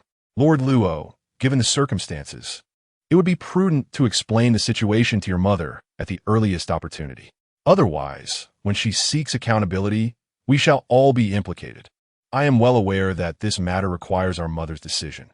However, she has faced misfortunes of late, and her inner turmoil has begun to simmer. Should we report the inexplicable disappearance of the skin of the Fawn God, I fear she may strip our very souls from our bodies. What then shall we do? Reporting now still affords us a glimmer of hope. If our mother were to invoke the skin of the Fawn God, and we mention its loss then, it would likely spell our doom. Alas, we cannot escape our fated tribulations. We, the hidden demons of the secret realm, who have enjoyed a life of luxury, have been exceedingly fortunate.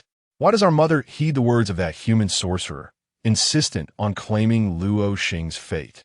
The heavens grant for a reason. To act against the natural order invites retribution.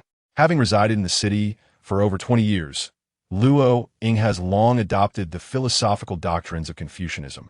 Influenced by the notion of the harmony between heaven and humanity, he believes that to survive in this world, one must align with the will of heaven. Otherwise, one risks losing their spiritual essence and being driven back to the secret realm. Yet, he is not the painted skin mother. He must often heed the commands given to him. At this juncture, what use is it for Lord Luo to speak? We must seize the moment while the skin of the Fawn God has only recently vanished and search the entire city, if it has been taken beyond the city walls. Even with our mother-s abilities, retrieving the divine attire would prove exceedingly difficult. The demons of the secret realm possess neither wisdom nor mortality, whereas the beings of this world are fragile in their existence. Such is the balance of yin and yang. Very well, we have committed our sins and enjoyed our rewards. Should calamity befall us, we shall return to our former state as mindless demons. Luo Ying gestured with his sleeve, leading the painted-skinned scholars toward a secluded courtyard. There resides not only their mother, but also the sovereign who holds their fates. Referring to her as mother is merely a means to cultivate affection. One cannot expect genuine maternal warmth. Clang, clang. Mother, I seek an audience. The tightly shut door opened automatically, revealing a graceful woman attending to the feet of a young man reclining on a bed. Wait a moment. Your father has just fallen asleep. Let's speak outside. The elegant woman gently set down the young man's legs, tucked him under a light blanket, and then donned her shoes to step outside. Speak, for you have all come to seek me. It is likely not for anything good. Mother, I regret to inform you that today, before the temple keeper and the guardians, the skin of the Fawn God has inexplicably vanished. It was not due to our negligence. It was simply beyond our control. Just a moment prior, the temple keeper was still tending to the divine attire with yin liquid, and in the next instant, it disappeared without a trace. Crack, crack! A chilling sound emanated from the graceful woman, her hands clenched tightly, her cheeks quivering as if she were exerting great restraint. Several painted-skinned scholars knelt upon the ground, their eyes fixed on the woman, who glared at them with fury. Silence reigned, an oppressive quietude where no one dared to utter a sound, lest they incur the wrath of their irate mother. After what felt like half an hour, the graceful woman finally waved her hand in resignation. Alas, it is fate. This is not your fault. Fetch a carriage to take me around the city. If I am fortunate enough to recover the divine attire, you shall be rewarded. If not, we must find a remedy. We will obey. Though the graceful woman declared the painted-skinned scholars blameless, she also implied the need for a remedy. The scholars, fearing to delay, instructed the servants to bring 3 carriages, preparing to escort their mother through the city. The graceful woman paid no heed to their eagerness, turning back to enter the room and lean upon the bed. Xinglang, I wish to spare your life. Thus I have acquiesced to your wishes. Originally, I intended to take your fate to attain a new existence, allowing you to don the skin of the Fawn God and accompany me. However, with the loss of the divine attire, I can no longer play the role of the benevolent spirit, and I fear I may reveal my true nature and endanger your life. Tell me, if your sheep entrusted to the temple fate is false, and I cannot draw upon the power of heaven to safeguard myself, then is my art of transforming emotions into puppets not in vain. Who would have thought that I, a demon, would come to believe in the sorcerer's teachings on fate, greedy for a way to escape the confines of the secret realm and seeking to retain my intelligence? If the heavens allow for mindless demons to exist eternally, why not grant eternal life to intelligent demons? The graceful woman caressed the young man's face, lifting him into her arms. She had lost the skin of the Feng god and could not afford to lose Luo Xing, a being of fate. Should that occur, she would lose her purpose and become one of those indulgent painted skins, indifferent to the morrow. Xinglang, why are you so foolish? You clearly perceive my true nature. Why do you not understand the virtue of patience? Indeed, the sorcerer spoke the truth. Those with the sheep entrusted to the temple fate are resolute and courageous, unaware of the values of compromise and retreat. The painted skin mother still recalls how, upon marrying into the Luo family, she painstakingly altered her garments to win her beloved's favor. Little did she expect her husband, Luo Xing, naturally gifted with the ability to perceive yin and yang, would draw his blade to confront the lurking spirit beneath the painted skin, truly a valiant warrior. From that moment onward, the demon mother cast aside her initial infatuation. She exchanged families with Luo Xing and sought out sorcerers to investigate his peculiarities. One sorcerer discerned the signs, employing the 7 governance and 4 residuals, along with plum blossom divination, to reveal that Luo Xing possessed the sheep entrusted to the temple fate, belonging to the fire and metal elements, bearing the North Dipper's floating star, capable of distinguishing between yin and yang. Thus, the painted skin mother became acquainted with the sorcerer's teachings on fate and the methods of changing one's fate, nurturing the desire to augment her own destiny and preserve the intelligence of the demons. Mother, the carriages are ready. Please, let us proceed. The painted skin scholars bowed respectfully as the petite painted skin mother cradled the tall, slender youth and exited the dwelling. The skin of the Feng god is my master. Those who steal from my master shall leave a trace. They cannot escape. Chapter 40. Refuge in the camp. The painted skins were ultimately not the true masters of Jing'an City. Even though they wielded their power to seal streets and patrol the city, numerous loopholes remained. Upon witnessing the introduction of the skin of the city god, Zhou Yuan swiftly fled through the east city gate, escaping the mingling of humans and spirits within Jing'an City. He did not take any carriages, but relied solely on his fully upgraded agility skills to hasten towards the military fortress. Along the way, he removed the item, rogue with painted skin, restoring his own appearance, and returned to the military camp before dusk. To his surprise, the camp was under strict lockdown. Even a military official like him was subjected to inspection.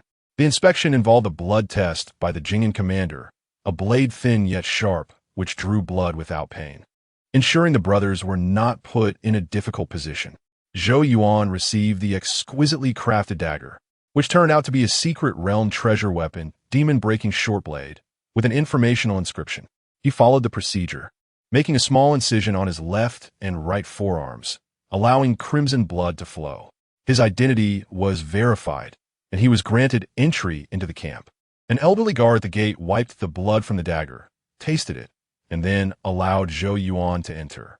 This effectively sealed off the painted skin's access to the military camp. The Jing'an lieutenant clearly knew something. "Where is Zhou Yuan of Jing'an?" the lieutenant's aide inquired. As Zhou Yuan stepped into the lieutenant's residence, intending to report back after his leave, he noticed the lieutenant's personal guards searching for him. "I am here, and my brothers will lead the way." Under the guidance of the guards, Zhou Yuan re-entered the lieutenant's command hall.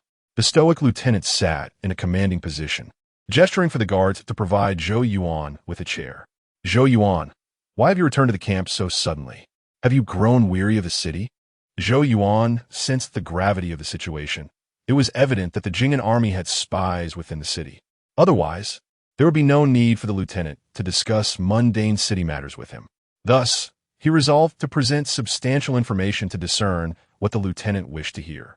Reporting to the lieutenant, "During my 3 days in the city, I encountered strange occurrences and dared not linger further, thus returning to report."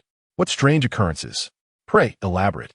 "On the first day of my city visit, I wandered aimlessly. On the second day, I was confronted by ruffians outside the military scribe's residence. So I lured them into an alley, intending to teach them a lesson. Unexpectedly, Those ruffians were not human, but demonic. I struck at their skins with my blade and found no flesh, ultimately slaying them and obtaining 4 pieces of their skins. On the 3rd day, I intended to return to the camp to report these anomalies, but I was compelled to assist with a vengeful spirit that emerged at the military scribe Kai Cheng's residence. Utilizing the spirit manifesting liquid, he aided me in gaining insight, revealing 3 spirits tormenting others. We used the blood of malevolence to drive them away and rescued Miss Man Ning of the Zhang family. The Jing'an lieutenant tapped his fingers rhythmically on the table, listening intently until Zhou Yuan completed his report, at which point a faint smile crept onto his icy visage. Every word is true. You are indeed a valiant and loyal man, not one to deceive me. Zhou Yuan, do not think that the camp is monitoring you. Rather, the provincial spies have long been concealed within Jing'an City. They witnessed your encounter with the ruffians in the alley and your actions at the Zhang residence dealing with the spirit affliction. This is not surveillance of a newly appointed military officer, but observation of the military scribe's household. The spirits in the city are adept at hiding among the populace, and Kai Cheng has a profound connection with me. Thus, the spirits are undoubtedly observing him, while the spies glean insights through their watch over him. The ghostly affliction in Jing'an City is not a recent phenomenon, but a gradual expansion over many years. Initially, they may have concealed themselves well, but as their numbers grow, they will inevitably reveal some telltale signs. In truth, the lieutenant and the provincial officials have already set their sights upon them, yet they have not acted decisively, remaining in the phase of identification and scrutiny. Lieutenant, the spirits in the city travel in groups. Their numbers must be considerable by now. Why not dispatch soldiers into the city to investigate and eradicate the hidden spirits? Zhou Yuan, the spirits in the city are exceedingly skilled at concealment, making them difficult to inspect. Forcing blood tests is a last resort. If we press too hard, leaving no escape, they may incite even greater calamities. As it stands, they remain in a phase of hiding, and as long as they conceal themselves, they will act cautiously, thus limiting the damage they can inflict. I see. Thank you for clarifying, Lieutenant. By the way, Lieutenant, the military scribe, Kai Cheng, gifted me the martial technique 3-talent stance. I was fortunate enough to grasp the essence of the 3-talent seal. It has proven effective in repelling spirits on 2 occasions, yet after several uses, I find myself feeling somewhat drained and fatigued. I am uncertain as to why, since there are indeed spies in the city. I will no longer keep my cards close to my chest, Zhou Yuan thought, presenting the 3-talent seal, a technique reliant on enlightenment, openly. Otherwise, it would be difficult to explain how a martial artist could effortlessly repel spirits without visible injuries. Good thing you mentioned this. Otherwise, I would not have known how to offer you this bottle of vitality ointment. Upon hearing Zhou Yuan's inquiry, the lieutenant's stiff, forced smile faded, replaced by a touch of sincerity. He retrieved a bottle of ointment from beneath the table and tossed it to Zhou Yuan, evidently having prepared it in advance. Had Zhou Yuan not divulged the hidden circumstances, he would not have received the ointment and would have lost the lieutenant's trust. Zhou Yuan, your bloodkin of the divine Armshian armor have fought valiantly for me, protecting my path and my personal guard. You may speak to me candidly about any matters. Should you withhold information, I will not pry further. From the moment I bestowed upon you your rank, you should understand that I am not only your superior, but also your support. Though the Jing'an army may not embody complete unity, those above the rank of dukes share honor and disgrace. If you suffer humiliation or injury, the camp will not turn a blind eye. When a camp is in command and the court issues decrees, we need not complain. We simply take up our bows and swords and slay the enemy. Use the 3-talent seal sparingly in the future, as it relies on spiritual energy to draw upon your blood. Overuse may inevitably lead to depletion. Upon your return, take a spoonful of the vitality ointment morning, noon, and night for 3 consecutive days. It will be sufficient to replenish your lost vitality. Zhou Yuan clutched the vitality ointment with an informational inscription, marveling at the lieutenant's generosity. Is this the advantage of power? Is this the lieutenant's method of uniting the military officials? Truly, it feels as though one is being nurtured as a loyal soldier. The 3-talent stance draws on spirit. It is a challenge that has confounded many fierce generals in the army. I did not expect you to master it. Now, let me see the proficiency of your 3-talent seal. Zhou Yuan did not hesitate, positioning his palm to cast the seal with a forceful strike upon the hardwood chair. Bang! Wood splintered, and the sturdy military chair shattered into multiple pieces, the immense force causing debris to explode outward. The Jing'an lieutenant, witnessing Zhou Yuan's sudden gathering of energy and effortless destruction of the chair, appeared somewhat incredulous. How did you practice this seal? How can you unleash it at will without needing to cultivate energy?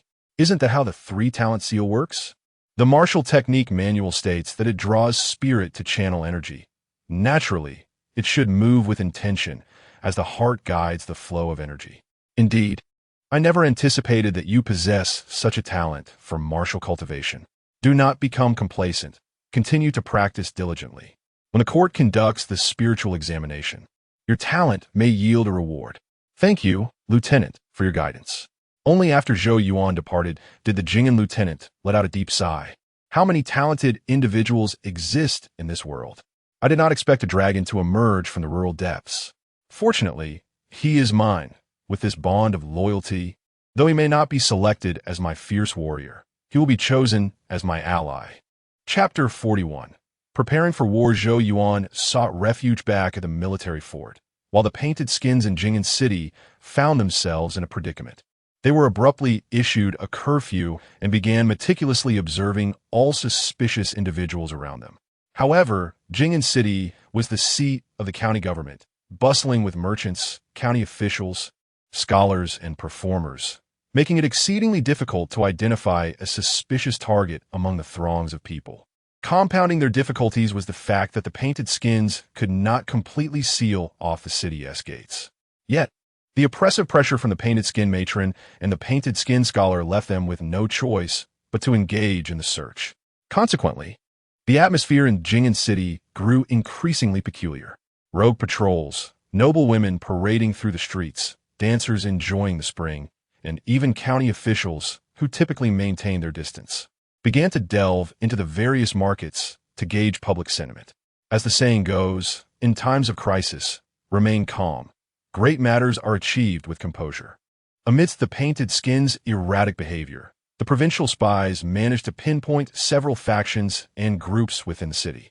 The report to the general indicated that merchants, dancers, ruffians, and physicians in the city were exhibiting unusual behaviors. County officials and aides were also implicated, with a detailed list of the aides' names provided. While the number of errant officials was incalculable, necessitating a thorough re-evaluation and replacement.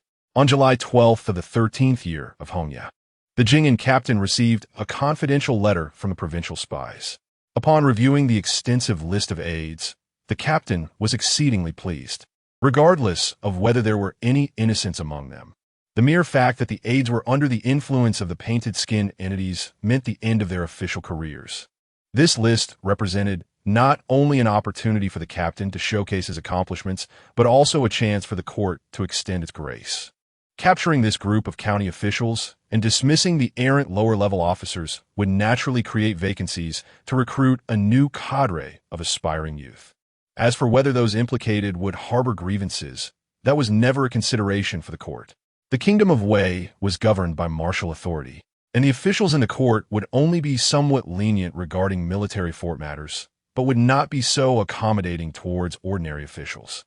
Indeed, the efficiency of the provincial spies was commendable. Once these treacherous entities were eliminated, Jing'an County might well hold a civil examination to select new aides, benefiting the populace. While the captain marveled at the spies' diligence, his accompanying guards delivered yet another secret report. The report indicated that the activities of the ghostly entities in the city had become increasingly brazen, even daring to patrol the streets. After thorough investigation, they had identified suspects spread across various trades, with the red houses and green pavilions being the most prominent, alongside the county officials as secondary players. These two factions had established connections through local gangs and apothecaries, with the bandits now forming an organized force, urging the captain to make a decisive judgment. This confidential report had been encrypted and was prepared by Jing'an's military spies. As the captain contemplated how to address the situation, he unexpectedly received another secret letter from the county office. The circumstances described therein diverged entirely from the previous two reports, written by the county magistrate. It suggested that the officials were acting independently, and the chief officer was unable to contain the rogue subordinates, urging the Jing'an captain to lead the military into the city to impose martial law. They seem to have lost their desire to hide, thinking they can govern Jing'an autonomously. Relay my orders to mobilize the martial artists from the various counties and command the troops from Wuwei, Xisheng, and Shaoqi to prepare for battle.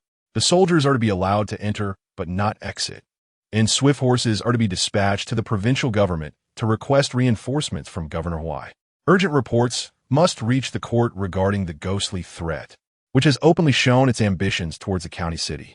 I, Captain Jiang Rini of Jing'an, will execute the law and quell the ghostly menace, asserting the court's authority. A swift command spread throughout the 3 military camps, as soldiers readied themselves for battle. Auxiliary troops assembled first, preparing to transport supplies.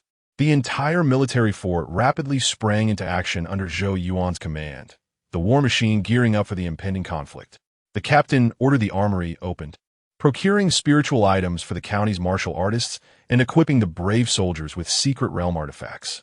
As the busy captain's guards relayed commands and military officers gathered, the distinctive wooden crates from the armory came and went, signaling to Zhou Yuan the gravity of the situation. The painted skins were likely to become frantic and errant. Their excessive actions led the Jing'an captain to believe they were poised for genuine confrontation. The critical point was that the captain was more ruthless and possessed greater authority than they, and should he take matters seriously, the situation would escalate rapidly. Where is the divine arm, General Zhou Yuan? Here I stand, awaiting orders.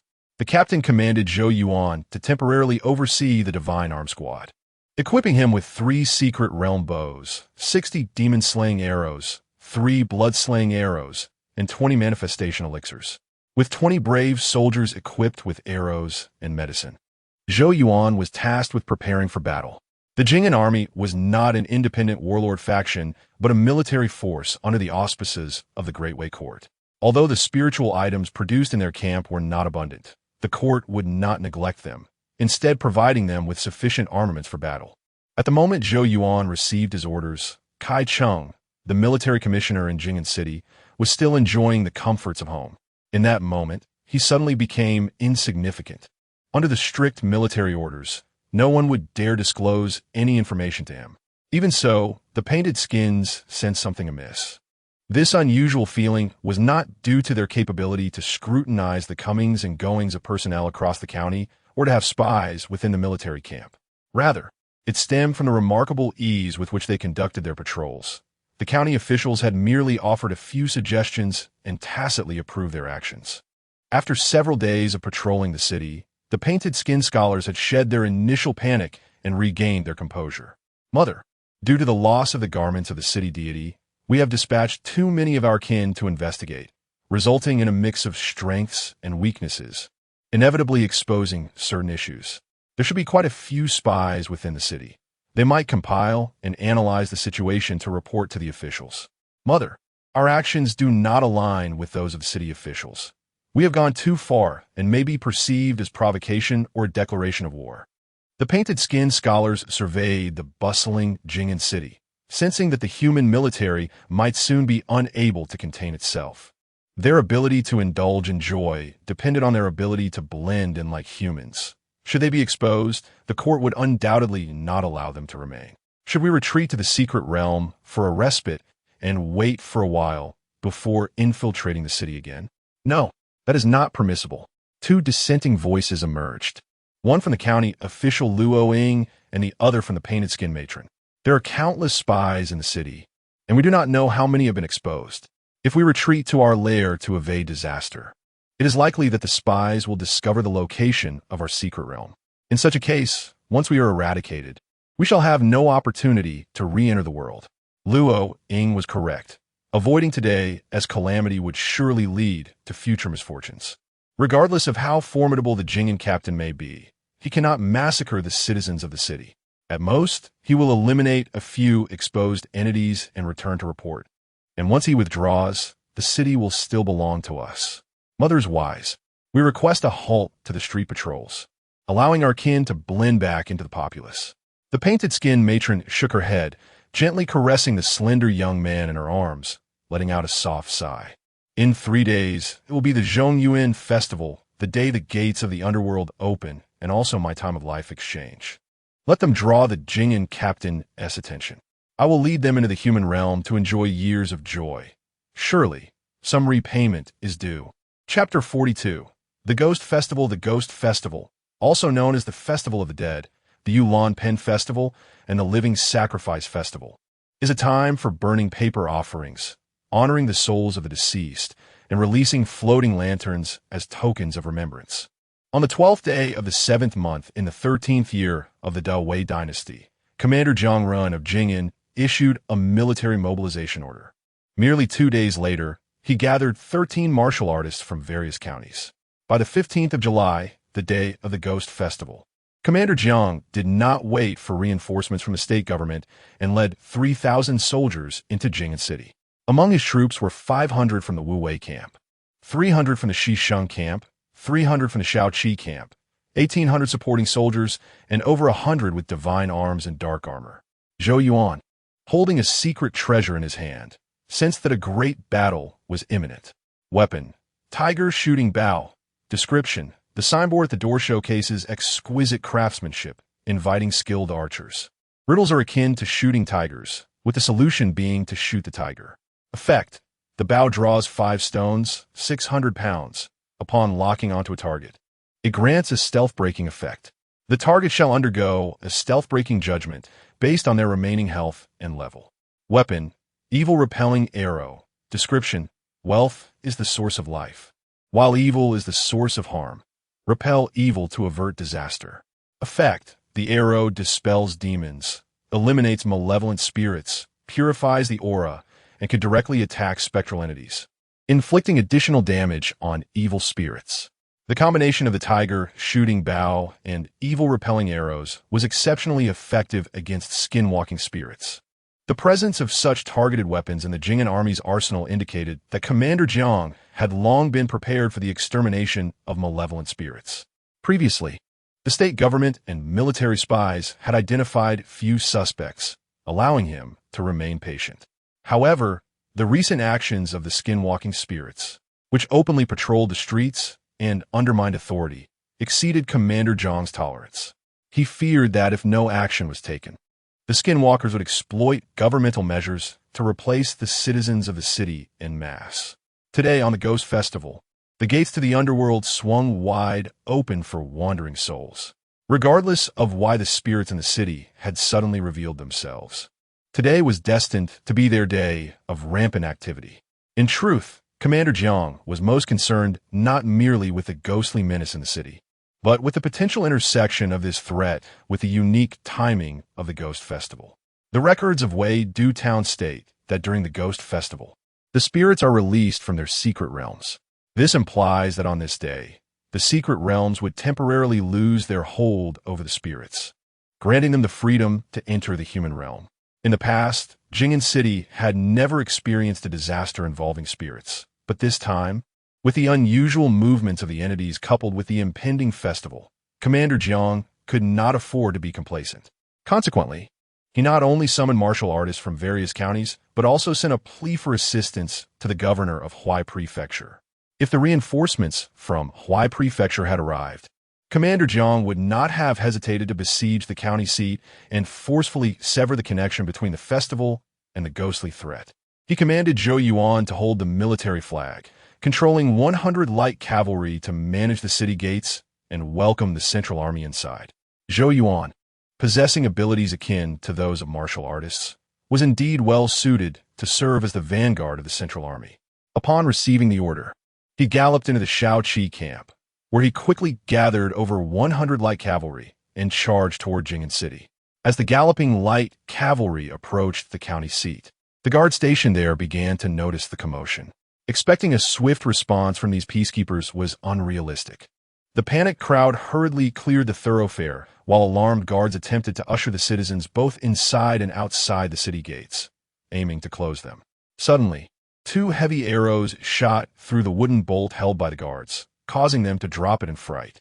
Commander Jiang had ordered the southern city gate to be open to welcome the Central Army. The other three gates were to remain open, and anyone inciting panic under false pretenses would face execution. Fools! Look at this banner. Do you intend to trap the Jing'an army outside the city? Zhou Yuan exclaimed, though he maintained a formal tone despite having fired two arrows to prevent the guards from closing the gates. The accompanying light cavalry, however, were less restrained, shouting angrily and leaving the guards bewildered. Do not be angry, General. We are all brothers here. We simply did not receive orders from the county office. How can we not be afraid upon seeing the cavalry rushing in? The guards explained, hoping to avoid trouble with the soldiers. Military orders are in place. Promptly notify the county magistrate. The Jing'an army has been commanded to enter the city for defense, Zhou Yuan asserted, tossing a black command token marked with red characters to the gate captain to ensure he reported to the superior authorities, thus avoiding any unauthorized release that could result in military punishment. Very well, General, please wait a moment while I seek our supervisor Chu, the captain replied, hurrying off. Following this brief commotion, the citizens near the southern gate gradually calmed down. To them, the arrival of the Jing'an army was not a cause for fear, as many of their family members served within the ranks. In essence, the Jing'an army was viewed as a part of the local populace, one engaged in martial training while the other pursued daily life. This connection was further strengthened as military officers established residences within the city, marrying and raising families, enhancing the citizens' sense of belonging. Therefore, when the central infantry and supporting troops arrived, some citizens felt emboldened enough to approach and converse with them. Familiar with the protocol, the military officers quickly organized the supporting troops to secure the thoroughfare, allowing the central soldiers to enter the city first. Zhou Yuan, have there been any unusual occurrences within the city? He inquired. Commander, all is well. The local ruffians who were loitering in the streets dispersed upon seeing the cavalry enter, was the response, indicating that the situation had not spiraled entirely out of control. Commander Jiang rode into the city, first meeting with the county magistrate and then dispatching troops to take control of the four city gates. The soldiers on duty adhered to the principle of allowing entry and exit, but paid little mind to the possibility of spirits escaping in the process. Commander Jiang's primary concern was to prevent any major disturbances on the day of the Ghost Festival. If the spirits were to leave the city, it would align perfectly with his intent. The Jing'an army began to enter the city in the morning, but the replacement of guards did not conclude until the afternoon. Subsequently, Commander Jiang divided his forces into 8 small teams, each led by martial artists from various counties, to execute the order for capturing spirits. Given his skills akin to those of martial artists, Zhou Yuan was also assigned 5 divine-armed soldiers, 20 dark-armored soldiers, and 50 supporting troops to carry out the mission. The Black Tiger Gang?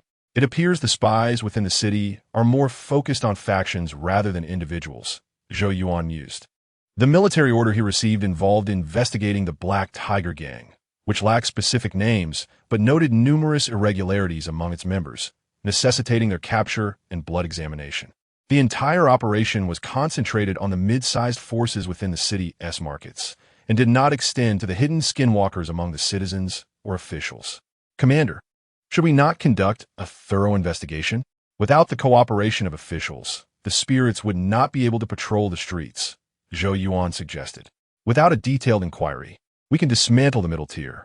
The upper echelons will evade us due to their wealth, while the lower ranks will shy away from trouble. By targeting the middle tier, we can instill fear, preventing them from consolidating their strength for resistance. Zhou Yuan, let the martial artists from each county follow their own protocols. Your youth and vigor should not lead you astray. Deliver the guilty to the supporting troops for capture and refrain from indiscriminate killing. Should rivers of blood flow, the suppressors will be viewed as bloodthirsty demons by the citizens. If we ultimately prove to be worse than a group of skinwalkers, we would have been better off not entering the city at all. Zhou Yuan received the command. Only those who resisted or attempted to flee would be slain. while those who complied and surrendered would be captured according to orders. Chapter 43. The extermination of the spirits. Whoosh, whoosh, whoosh. The swift arrows homed in on the painted skin specters. The combination of the tiger-breaking bow and the evil-subduing arrows effortlessly pierced their skins, pinning the malevolent spirits to the ground. Ding! Eliminated 5 level 7 painted skin rascals. Experience 350. The Jing'an army issued an order to thoroughly investigate the Black Tiger Gang, declaring that those who resisted or fled would be mercilessly slain, while those who surrendered would be captured and interrogated. Zhou Yuan loosed 6 arrows, dispatching 5 painted skin specters intent on rebellion and piercing the chest of a fleeing leader of the Black Tiger Gang. Utilizing the mystical bow, tiger breaking, imbued with the strength of 5 stones, he not only obliterated the painted skin specters, but also created a gaping hole the size of a fist in the leader's chest. This gruesome spectacle rendered the remaining members of the Black Tiger Gang paralyzed with terror, leaving the 2 painted skin rascals who dared not resist devoid of any escape instinct. The city was rife with spectral torment, devoid of flesh and blood. Merely vacant skins remained. You shall draw blood to prove your identities and expose hidden spirits. Terrified, the members of the Black Tiger Gang, upon hearing the requirement to draw blood, hastily brandished their daggers, slashing their own arms and pointing at the bleeding wounds, desperately trying to demonstrate their innocence. General, I bleed. I am human. General, I bleed. My brother still serves in the camp. We are definitely human. Those 2 scoundrels dare not cut their arms. They're surely spirits. We brothers will help capture them, having frequently engaged in brawls. The Black Tiger Gang knew that inflicting a wound could easily prove their identity, making it a rather advantageous situation. Thus, upon seeing the 2 painted skin rascals who hesitated to draw blood, they instinctively recoiled in panic. However, realizing their numbers and the presence of seasoned soldiers brandishing shields and blades, they summoned the courage to encircle the 2 painted skin spirits. Oh, Niuat, Datu. Why do you possess such fine skins yet bear no wounds? It appears you are vile spirits, having harmed countless innocents to obtain these skins. Laughter erupted, Wu Laolu. Had the officials not been present, I would have skinned you right here. They mocked, we spirits harm others as a matter of course, while you, looking human, are more malicious than we. You are the true evil spirit. The encircled painted skin rascals were on the verge of breaking down, one stepping forward to counter Wu Laolu, while the other trembled in fear, pleading for mercy. Whoosh whoosh. 3 heavy arrows were loosed at the 2 painted skin rascals and the blustering Wu Laolu. The evil-subduing arrow pierced through the skin, shattering the spirit, while a standard piercing arrow struck Wu Laolu's head, instantly obliterating a significant portion of his skull, splattering blood and brain matter everywhere. This brutal demise instilled profound fear among the Black Tiger Gang members, some trembling, bowing their heads, too terrified to move. Others, filled with anger, contemplated questioning the situation, but upon meeting the soldiers' icy gazes, they quickly grasped their precarious position. This battalion came to eradicate spirits. Yet who constituted a spirit was not theirs to decide. Note it down. Zhou Yuan of the Jing'an army surrounds the Black Tiger Gang, eliminating 7 painted skin spirits and 5 flesh and blood evil spirits. I have just slain 2, leaving 3 slots. Those who defy will be dragged out to fill the count.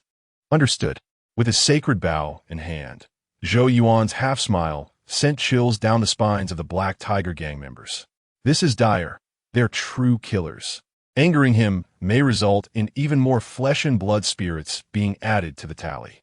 Lord, there are too many of them. Perhaps we should slay half. That way, we can return with a reasonable account. The bloodthirsty soldiers of the secret realm were indeed formidable, and such a suggestion nearly terrified the Black Tiger Gang members to death. These were no mere soldiers. They were a band of bloodthirsty warriors. Please spare us, General. We are compliant.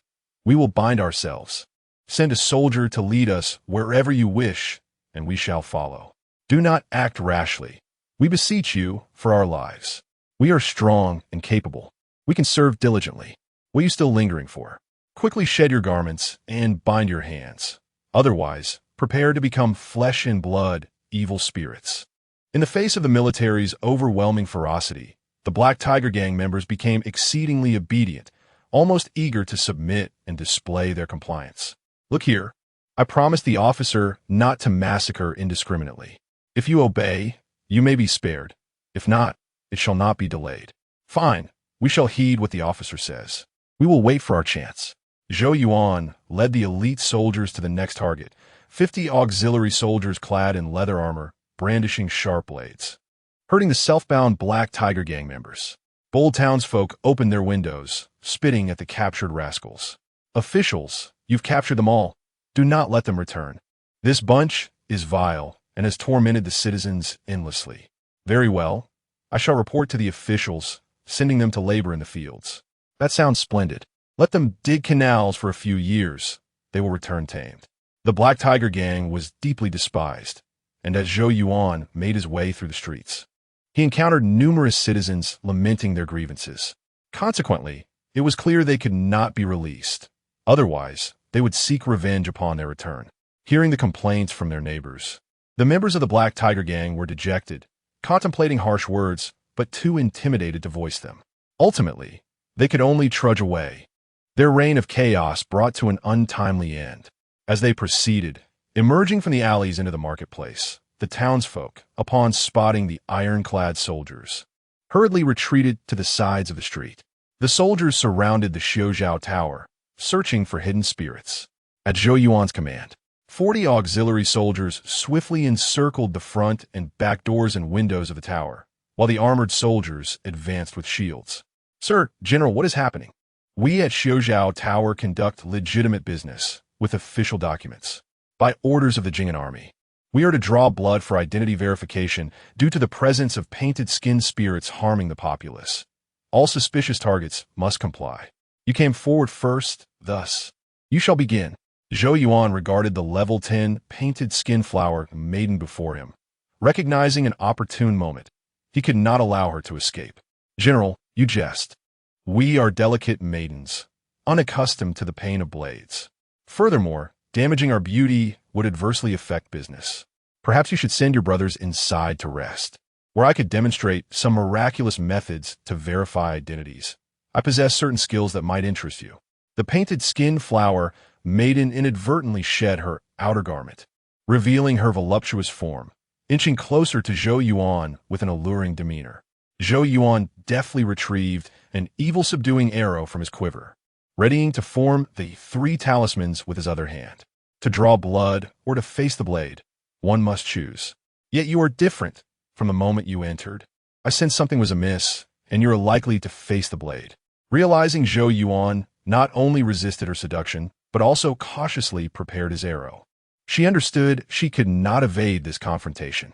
With steely resolve, she drew a dagger from her waist and lunged at Zhou Yuan.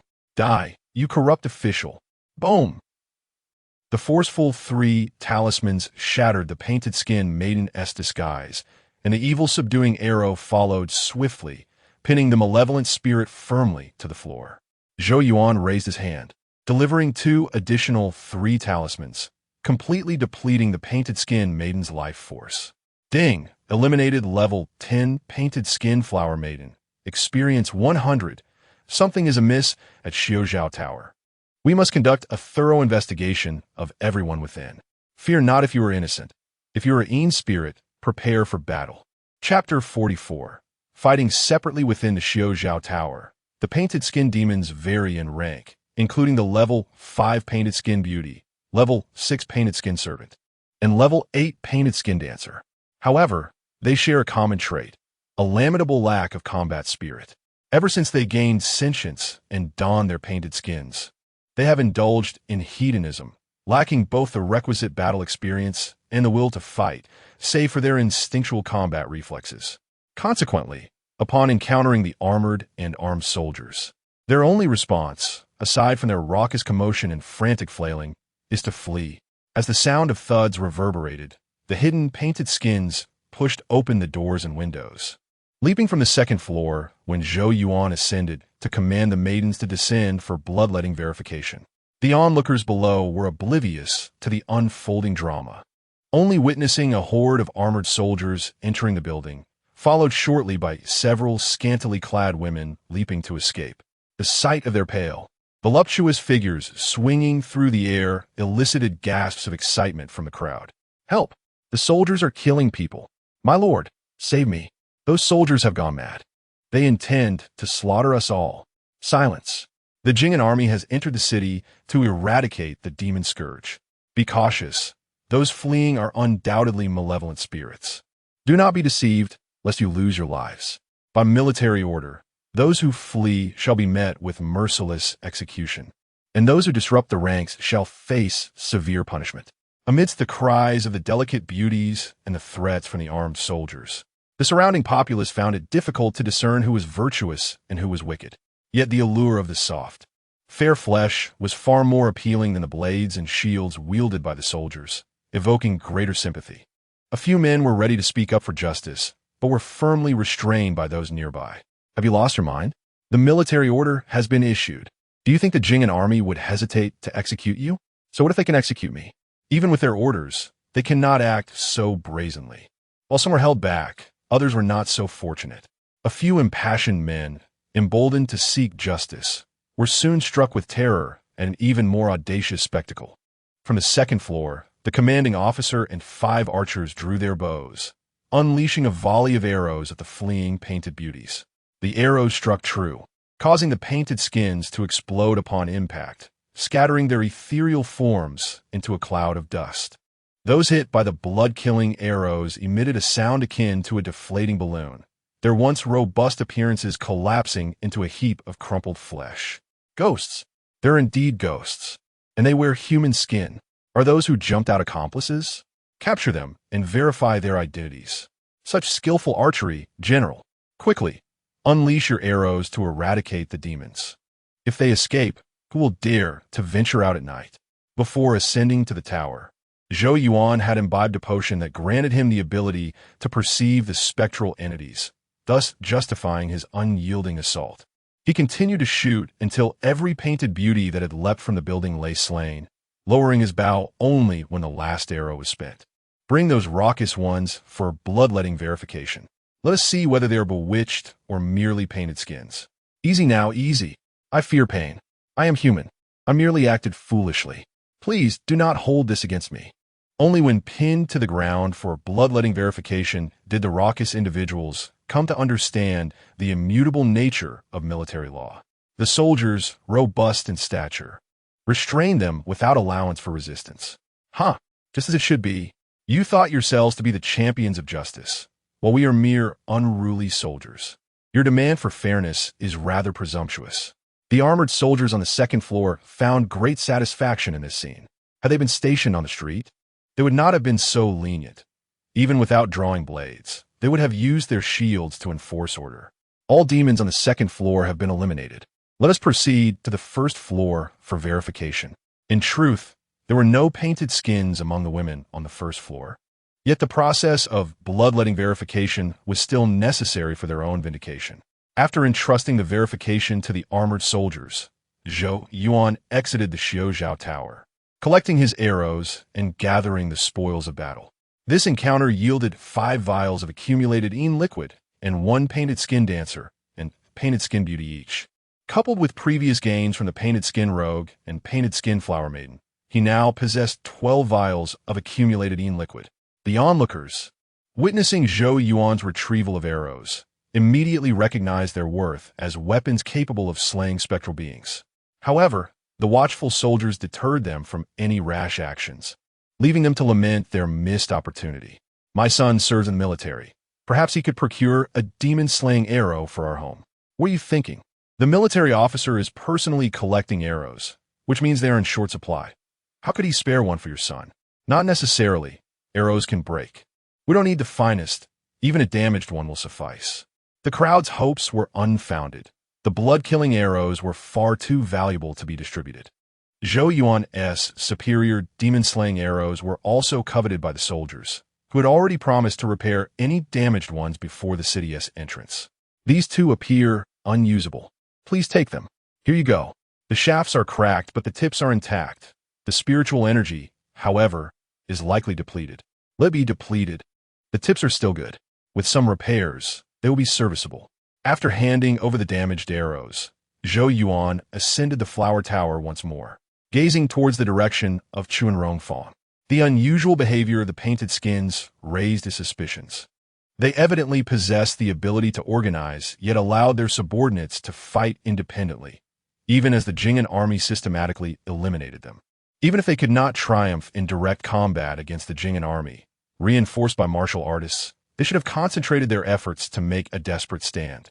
Yet, it seemed they had resigned themselves to inaction, permitting the Jing'an army to dismantle their middle management. How then could the upper echelons of painted skin officials maintain control over the painted skin populace hidden among the common folk, relying solely on the loyalty of the lower ranks? They were too dispersed. If this continued, it would merely delay their efforts without inflicting significant damage. The 15th of July, the Ghost Festival, is indeed a peculiar occasion. Perhaps they are merely stalling for time, fighting separately to lower our vigilance. The smooth progression of events has its advantages and disadvantages. The martial artists from various counties have begun to underestimate the painted skins, viewing them as mere frail spirits. This is the outcome the painted skins desire, or perhaps the aim of their matriarch. At this moment, in a secluded courtyard within the governor's assistant Luo's residence at Chuanrongfang, various types of painted skins, including painted skin munning, painted skin scholar, and painted skin warrior, gathered together. Mother, we can hardly hold out any longer. The soldiers roam the streets, employing bloodletting verification to force us out for slaughter. The wails we hear break our hearts. We beg you to order a counterattack. Even if we perish in battle, it is far better than being slaughtered indiscriminately. Wait a moment. Nightfall is near. On the night of the Ghost Festival, the gates of hell open. None but the dead may enter. Chapter 45. The Battle of Humans and Spirits. As dusk fell, the Jing'an army abandoned their small-scale hunting tactics and regrouped. The focus of this assembly was undoubtedly on the elite warriors from the counties and the formidable divine armored troops, while the other soldiers served merely as an adjunct, contributing little to the impending conflict. The Jing'an captain opted to redeploy the city guard to prevent retaliation from the disguised, ghostly beings against his troops. As for whether the newly stationed city guards would face attacks from these spirits, that was beyond his concern. The Jing'an army and the city guards were ultimately two distinct entities. His sole responsibility was to protect his own soldiers, neglecting the potential dangers lurking within the city guard. The city guard's commander was no fool. Having observed all afternoon how valiant warriors dispatched the spirits, he fully understood the perils that nightfall would bring. The beleaguered Jing'an army seemed to regard the city guards as inconsequential, provoking the spirits within the city and leaving the guards to endure the night watch. Inform the brothers below that tonight, patrols should merely appear diligent. The guards of the four gates must not leave their posts, he instructed. Commander, isn't this unwise? The Jing'an captain is not one to be trifled with. If we take the opportunity to slack off, we risk incurring his wrath. What will we say if he reports us to the district office at dawn? Explain? We've already explained ourselves to him. Who will explain it to us? Those bold enough to risk it, I will not stop them. If one seeks peace, let them indulge in a rare moment of laziness. He cannot punish us all. As long as we can preserve the lives of our brothers, I shall resign from my post as city guard commander, if need be. If Zhou Yuan were present, he would certainly notice that the city guard commander bore not only a life bar, but also an identity label, level 12 disguised warrior. Nevertheless, even as a disguised entity, his actions were cloaked in the guise of safeguarding his subordinates, leaving no grounds for reproach. After reassuring the city guard's military officers, he swiftly returned to the eastern Spring Harmony Square, the residence of the district magistrate. Lord Luo, as you predicted, the Jing'an captain is indeed a man of selfish interests. Now, the four gates of the city are back in our control, and we have no worries regarding our escape routes. Excellent. Tonight we shall engage in a tactical retreat, luring the Jing'an army out of the city, making them believe that our secret realm lies beyond the city walls, rather than within. Once they leave the city, they will find themselves lost in the vast wilderness, and only then will we be truly safe. As the district magistrate Luo engaged in conversation with the city guard commander, a disguised warrior hurriedly approached.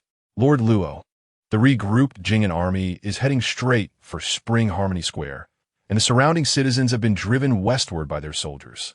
Do not panic. I anticipated this.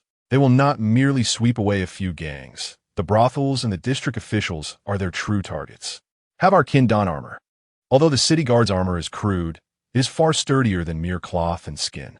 Additionally, let us arm ourselves with shields, bows, and spears. Their ghost-hunting arrows may be formidable, but as long as they do not strike us, their effectiveness is greatly diminished. Understood. With the city guard commander leading the way, the armory had long since fallen into the control of the disguised ones. While they could not use the city guard to attack the Jing'an army directly, they still had access to weaponry. Manning, as our combat strength is lacking, you shall play the role of our mother tonight. Once she alters her fate and bleeds flesh anew, all our sacrifices will be repaid. There is no need for such words. Lord Luo, Manning cannot deceive the blood test. With no path of retreat, what harm is there in fighting them? Good, let them lose some lives today, allowing them to reap a hollow victory while we secure our own place of refuge. As the district magistrate Luo Ying cast a glance toward the secluded courtyard, he hoped the mother would succeed. Otherwise, their struggle would be rendered meaningless. While the disguised warriors donned their armor and prepared for battle, the Jing'an army encircled Spring Harmony Square, and a war between humans and spirits was imminent. Order the soldiers of the 3rd Battalion to attach blood-seeking arrows to their long spears and stand ready. Direct the military officers to use the spirit manifestation liquid to serve as the soldiers' eyes and ears, commanding them to attack. The auxiliary soldiers escorted the nearby citizens into the western Yao Wu Square, where they established a garrison to maintain order. As commands were issued, the auxiliary soldiers withdrew in an orderly fashion, leaving behind 1,200 combatants from the 3rd Battalion. Instruct all members of the Divine Armored Troops to utilize the Spirit Manifestation liquid and attach anti-evil arrows to their spears while patrolling Spring Harmony Square. Command Zhou Yuan to supervise the Divine Armored Troops, scaling the walls and waiting to snipe the ghostly beings. Understood. Just as Zhou Yuan ascended the 3-story wooden building within the square, he spotted an official clad in the standard black robe of the Great Way, shouting frantically from the outskirts. Had it not been for the soldiers of the Wu Wei Battalion forcibly blocking him, he might have charged into the military formation. Captain Jiang, I am the district magistrate Wang Han. My son is still in Spring Harmony Square. He is human, not a ghost. I personally conducted the blood test on him this afternoon. You must not kill him. At that moment, the district magistrate Wang Han was in utter despair. As his family attempted to evacuate Spring Harmony Square, his son Wang Li suddenly exclaimed that he wanted to protect Zhang Manning and had stealthily run away. He realized that expecting the Jing'an army to distinguish between the disguised and the ordinary was placing an unreasonable burden on these soldiers. If his son dared to appear on the streets at night, he would most likely be shot as a disguised spirit. Thus, he was desperate to see the Jing'an captain, pleading for him to dispatch county warriors to ensure his son's safety. However, during such a time of war, his request could not be fulfilled. The Jing'an captain, as the commanding officer, could not possibly meet with him. Ultimately, this heartbroken district magistrate was carried away by the auxiliary soldiers, having not encountered a single military officer. Fortunately, the soldiers of the Wu Wei Battalion conveyed his plea to the Jing'an captain, but received no response from the cold-faced commander. Gather the flames and drums, and at the southeastern corner of the Luo residence, launch flaming arrows.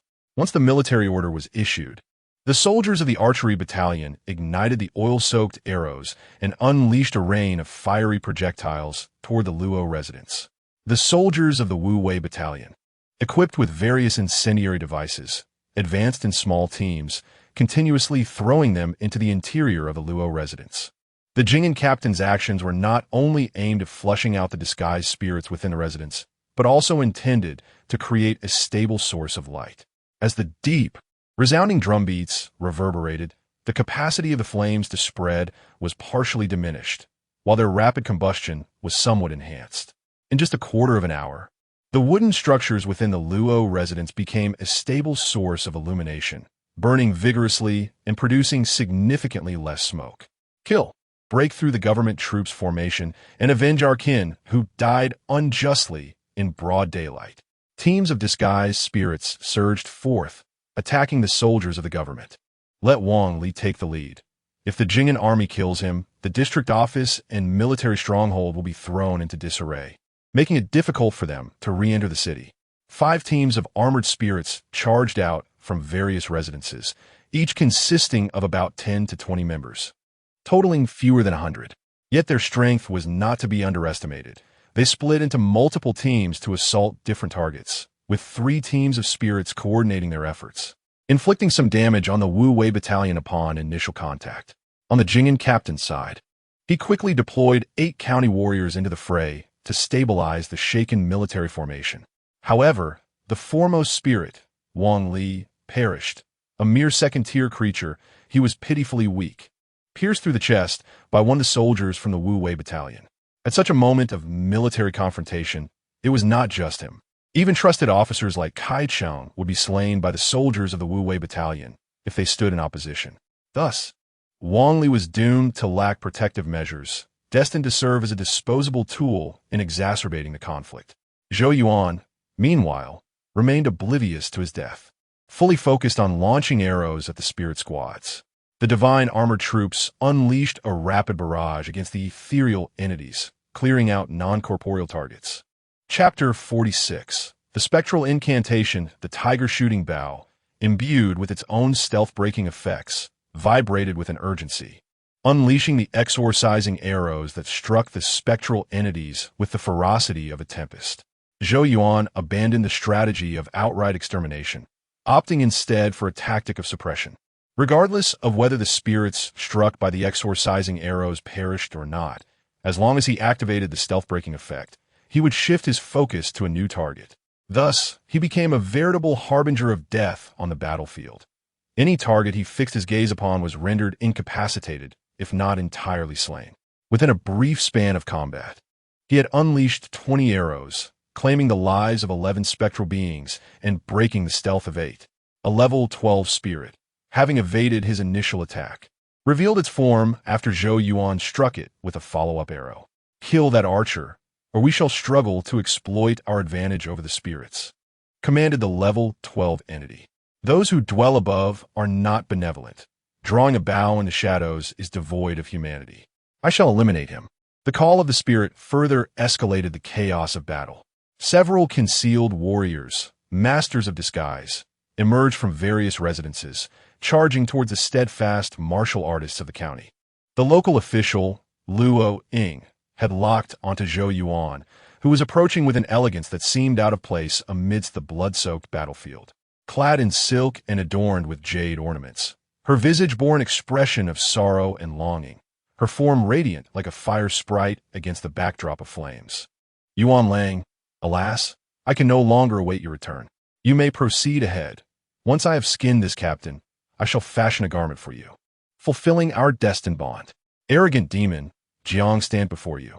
Let's see if my blade proves sharp enough. The moment the disguised warrior, Man Ning, made her entrance, she captivated the attention of the soldiers, uttering nonsensical threats about skinning the captain. This juxtaposition of exquisite beauty and brazen arrogance presented a peculiar allure of lethal grace. The surrounding battlefield served merely as a backdrop, the true essence being the resplendent flower of carnage amidst the cries of anguish. Yet, such charm could hardly beguile the captain of Jing'an. He unsheathed his secret realm blade, channeling his spiritual energy to project an aura of formidable power. The emanating energy crackled with brilliance, wrapping around his long blade, and the flickering light seemed poised to cleave through the darkness. With a resounding crash, Man Ning's petite form unleashed a tremendous force, wielding an iron bamboo whip that redirected the captain's attack towards the ground. However, the sheer might of the long blade still forced her back several paces, the violent energy tearing through her palm's skin, revealing a flowing darkness beneath. Yet, as a level 15 elite, Man Ning, despite the wound, remained unyielding and vibrant. You captains are truly oblivious. Yuan Lang is departing, yet you expose me to such humiliation. Man Ning underestimated Zhou Yuan, believing it a simple task to eliminate one so abundantly supplied with healing potions. As she engaged with the captain, the disguised Luo Ying, shielded by two other warriors, stealthily approached Zhou Yuan. Indeed, the captain is no ordinary foe. Had we slain you outright, we could have avoided much trouble. Perhaps you are mistaken. I am quite adept at evasion. As Luo Ying advanced, Zhou Yuan retracted his bow and drew his steel blade. The confines of the three-story wooden structure, cluttered with debris, limited his ability to shoot freely. Oh, so the captain possesses other means. Your blade is ornate yet lacks substance. Should you wish to strike me down with it, you may be overestimating your capabilities. Very well, let me test it. Luo Ying brandished a sword, her half-armor offering scant protection for her vulnerable form. Her advantage lay in her level 13 status and years of honed swordsmanship. However, the disguise hindered her strength, forcing her to engage in combat akin to a mere warrior. Clang, clang, clang. The clash of blades resounded as the agile and powerful Luo Ying initially suppressed Zhou Yuan. Yet, Zhou Yuan was fiercer still, relying on the expansive coverage of his armor. As long as he avoided critical strikes, he would trade injuries for aggression, displaying unparalleled ferocity. After a furious exchange, Luo Ying examined her tattered disguise and Zhou Yuan, who bled from multiple wounds, yet stood resolute. I underestimated you. I did not anticipate such valor. Now that my disguise is torn, the spirit within me shall emerge. Allow me to escort you on your final journey, and I shall use your skin to mend my attire. Your combat experience is commendable. Why cling to a human guise? You should have shed it to fight. What do you know? You possess flesh and spirit. You cannot fathom the worth of this skin. Without it, how could we touch the mortal realm? Zhou Yuan appeared wounded, yet it was merely a fade. His health remained above 95, until his healing supplies were depleted. His vitality could not be diminished. As the disguise lost its substance, Luo Ying's true spectral form materialized, a shadowy wraith lunging towards Zhou Yuan, intent on claiming his very soul. Yet, what awaited him was a palm enveloped in sanguine flames. With a resounding impact, a second strike followed, relentless and unyielding. Zhou Yuan's three-talent seal, while costly in energy, became a mere extension of his attacks, replenished faster than the costs incurred. Upon delivering the sixth imprint, Luo Ying found her vitality entirely drained. She scarcely had time to register the searing pain of the soul-consuming flames before collapsing beneath the relentless barrage of the three talents technique. Ding! Defeated level 13 Luo Ying. Experience 200. Though the experience gained was modest, it yielded a verdant orb of light. Ding! Acquired item. Disguise Scholar. Ghostly Script. Spectral Incantation. Skill. Ghostly Script. Description. Language of the underworld. A means to decipher spectral writings. Upon use, grants a passive ability to recognize spectral texts, with speed increasing alongside proficiency. Skill. Spectral Incantation. Description. A unique incantation of spiritual energy, primarily used to summon lost souls and beckon spirits. Effect. Marks one or more targets. Enabling communication and location tracking. At maximum level, can mark up to 100 targets. Upon perusing the description of the spectral incantation, Zhou Yuan comprehended the means by which the disguised entities commanded and coordinated their actions. While he was uncertain of the number of such entities as Luo Ying, he surmised that these specialized units were indeed scarce. By eliminating their liaison, I have not caused their command structure to collapse, have I? Zhou Yuan's intuition was correct. There were indeed few specialized units like Luo Ying, each with distinct responsibilities. After her defeat, the remaining warriors lost their superior capable of issuing retreat orders, compelled to continue fighting against their will. Where is Luo Jun? Was it not agreed that we would fight and retreat, drawing the Jing'an forces from the city? Why has no retreat command been issued? Uncertain, perhaps Luo Jun has been targeted and slain by the martial artists. We must decide for ourselves. Let us retreat while we fight, drawing them out of the city. The central ghost gate is on the verge of opening. We must not allow them to discover that the spirits emerge from the stone pool. Chapter 47. Dungeon Refresh after the demise of the painted skin creature. The command structure among the painted skins remained intact. Under the direction of several painted skin scholars, they fought and retreated, creating a considerable distance before hastily fleeing. Those left behind shed their skins and, utilizing the advantages of the ethereal spirits, eluded the pursuit of the Jing'an army. Their intention was to escape, and they sought to mislead the Jing'an army into believing they were terrified and retreating to their lair. Consequently, their withdrawal route was notably uniform, as if the area just beyond the southern city gate was their sanctuary. With a loud thud, the city gate's bolt was violently dropped, and the heavy door was pushed open by 4 painted skin warriors. At this moment, the night watchmen, cowering within their quarters, were too frightened to move. "Chief, should we not take a look? If bandits were to take advantage of the night and raid the treasury, it would be a grave dereliction of duty. Look at the Jing'an army. They are engaged in battle with the ghosts in the city, and the drums of war have yet to cease. What fool would dare stir trouble at this time?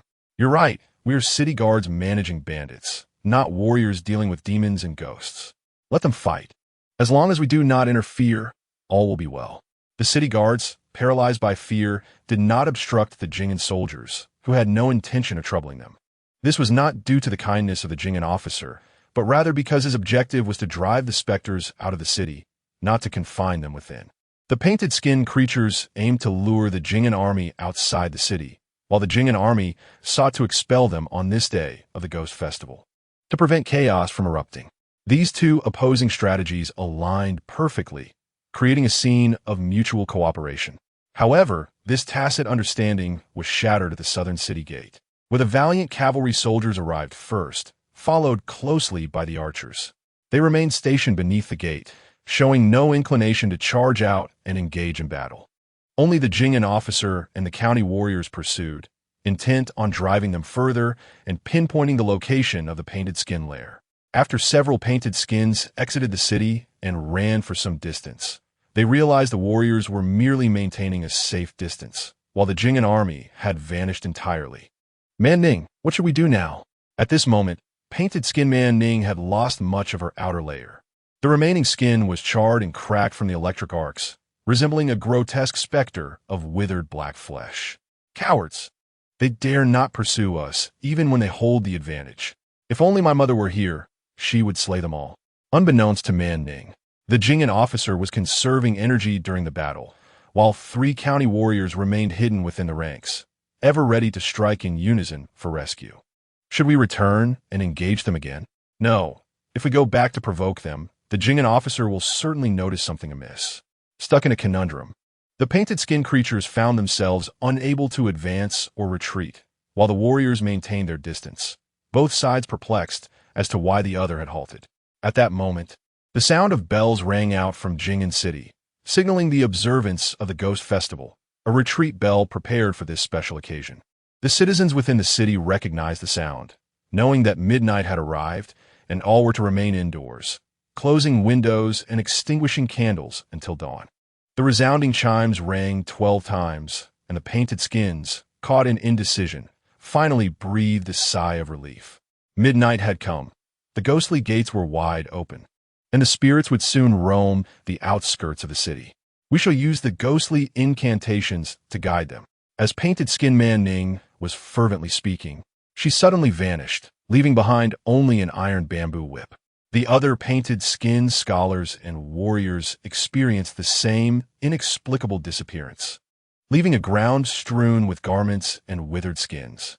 Simultaneously, the concealed painted skins within the city also vanished silently, leaving behind terrified screams from their relatives as they discovered the empty skins. In that instant, it seemed as though a peculiar force had eradicated the painted skins, leading to an instantaneous purification of the mingled human and ghost population in Jing'an City. "Jiang officer, why have they suddenly disappeared?" "I do not know. Perhaps they have returned to their lair, designating this area as a focal point for stringent inspection." The onlookers were unaware that shortly after the bells rang, within the cellar of a residence in Chuanrongfang, a pale-faced man abruptly sat up. He caressed his emaciated frame, tracing the ribs of his chest, filled first with joy, then with worry. "Luo Lang, have I succeeded or failed? If I have not succeeded, why do I have flesh and blood? If I have succeeded, why can I no longer use the ghostly incantations? I feel no spiritual energy. I can only sense the warmth of my heartbeat. I believe I have succeeded. Yet I have lost the essence of the ethereal spirits, becoming a normal human. The painted skin mother had succeeded. She had exploited the open, ghostly gates of the ghost festival, temporarily transcending the constraints of the secret realm to complete her identity swap. Yet, she had also failed. Luo Xing's body lacked spiritual energy. He was merely a robust, normal human. The only noteworthy aspect of his fate was the celestial mandate of the sheep entering the temple, which also could not generate spiritual energy on its own. The painted skin mother had transformed Luo Xing's body and soul through her emotional manipulation, gaining a human identity through the wondrous effects of the celestial mandate. Thus, she had escaped the jurisdiction of the secret realm's dungeon, becoming a relatively normal being. She introduced an incompatible identity prefix, causing the secret realm to classify her as lost or dead. She was free, yet she lost her connection to the secret realm. Consequently, the dungeon's core boss was deemed dead, and with no players remaining, the dungeon automatically reset. The painted skin creatures originating from the dungeon were directly refreshed. Yet the painted skin mother, having undergone a metamorphosis and gained a human identity, narrowly avoided disaster. But if I become a normal person, where will they go? The ghost Mother Luo Xing seemed to have realized something. She hurriedly pushed aside the barrier in the cellar, revealing a dark opening. Using cloth, grease, and wood, she fashioned a makeshift torch, igniting it and descending into the darkness. Indeed, after a short distance, she beheld a ground littered with withered skins and disheveled garments. She stared blankly at this scene, a unique pang of human loneliness washing over her. Farewell, my friends. Ha ha! I sought to escape the secret realm, and the realm has discarded me. There are no eternally intelligent, undying demons, only mindless beings that do not perish in the fragile lives of the sentient. In the cold, foul-smelling sewers of the city, a gaunt figure mourned deeply, having attained the coveted mandate, yet losing everything in the process. After a moment of sorrow, he raised the torch and continued onward, navigating through various openings until he encountered wandering ethereal spirits. This was the discerning ability granted by the celestial mandate of the sheep entering the temple. Those wandering spirits did not attack him. During the opening of the ghostly gates, the spirits of the secret realm became passive entities, aimlessly drifting around unless provoked by an attack. The ghost Mother Luo Xing understood that these spirits could no longer call her mother. They had likely found a new maternal figure. Following the stench-filled passage, she discovered a hastily furnished hidden chamber where an artificially excavated dry well stood, with spirits continuously emerging from its depths. My friends, you have all returned, yet I cannot go back. Is this fortune or misfortune? At least you remain mindless and eternal, unable to feel sorrow or pain. Let our fates intertwine no further. Chapter 48. The reason behind the painted skin. As dawn approached, the sky only just beginning to brighten, many households within the city hung white banners. Clad in mourning attire, they gathered at their doorsteps, wailing and calling out, hoping that the deities of heaven and earth, as well as their ancestors in the netherworld, would hear their sorrow and witness their misfortune. The patrolling soldiers occasionally moved through the various districts, yet they brought no sense of security. The bereaved citizens gazed at the soldiers of the Jing'an army with mixed emotions. They were grateful that the army had entered the city to eradicate the malevolent spirits. Otherwise, they too might have faced the gruesome fate of being skinned for garments. Yet, they also resented the army for disrupting their lives, shattering their once harmonious families. They were relieved that the army had arrived, but lamented that they had not come sooner.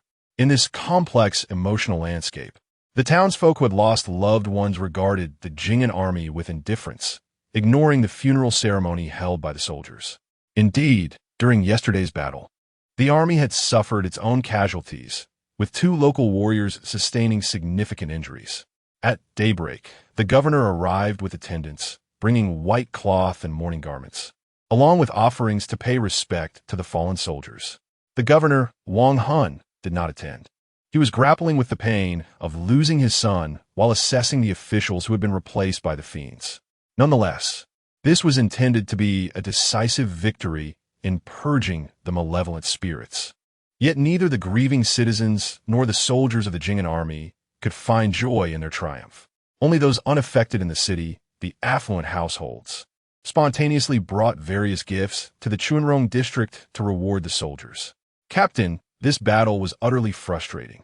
We had hoped to intimidate those citizens of the painted skin, compelling them to behave. Yet, to our surprise, these fiends fled at the first sign of defeat. One soldier lamented, "Do not speak rashly. This is a victory, a significant victory. It is only in this way that the sacrifices of our brothers hold meaning. Record the merits and demerits well, and ensure that the compensation is distributed promptly. While those who enter the military must be prepared for the possibility of death in battle, we must also take care of the aftermath for the fallen soldiers. Kai Chung, select a team of assistants and a military officer to establish a camp in the city. From now on, the families of the deceased may seek assistance there, ensuring that outsiders do not exploit our brothers' widows and children." Understood. This campaign against the fiends has revealed numerous inadequacies, to the point that even the captain himself is dissatisfied. If we cannot locate the lair of the spirits, even if we have eliminated the malevolent beings from the city, my achievements will remain limited. Consequently, my soldiers will struggle to reap greater rewards. Zhou Yuan, when we left the city yesterday, I entrusted you with searching for any remaining fiends. Have you discovered anything unusual? Reporting to the captain, I initially captured several hiding spirits, but as the midnight bell tolled, they all vanished without a trace. Where could they have gone? Surely they are not lurking beneath the southern part of the city. It seems we must mobilize labor and auxiliary troops to dig a defensive moat in the southern section. Unlike the Jing'an captain's bewilderment, Zhou Yuan had gleaned some insights. During his search for the residual spirits, he had noted that the vanished fiends did not simply lose their essence, but rather disappeared entirely.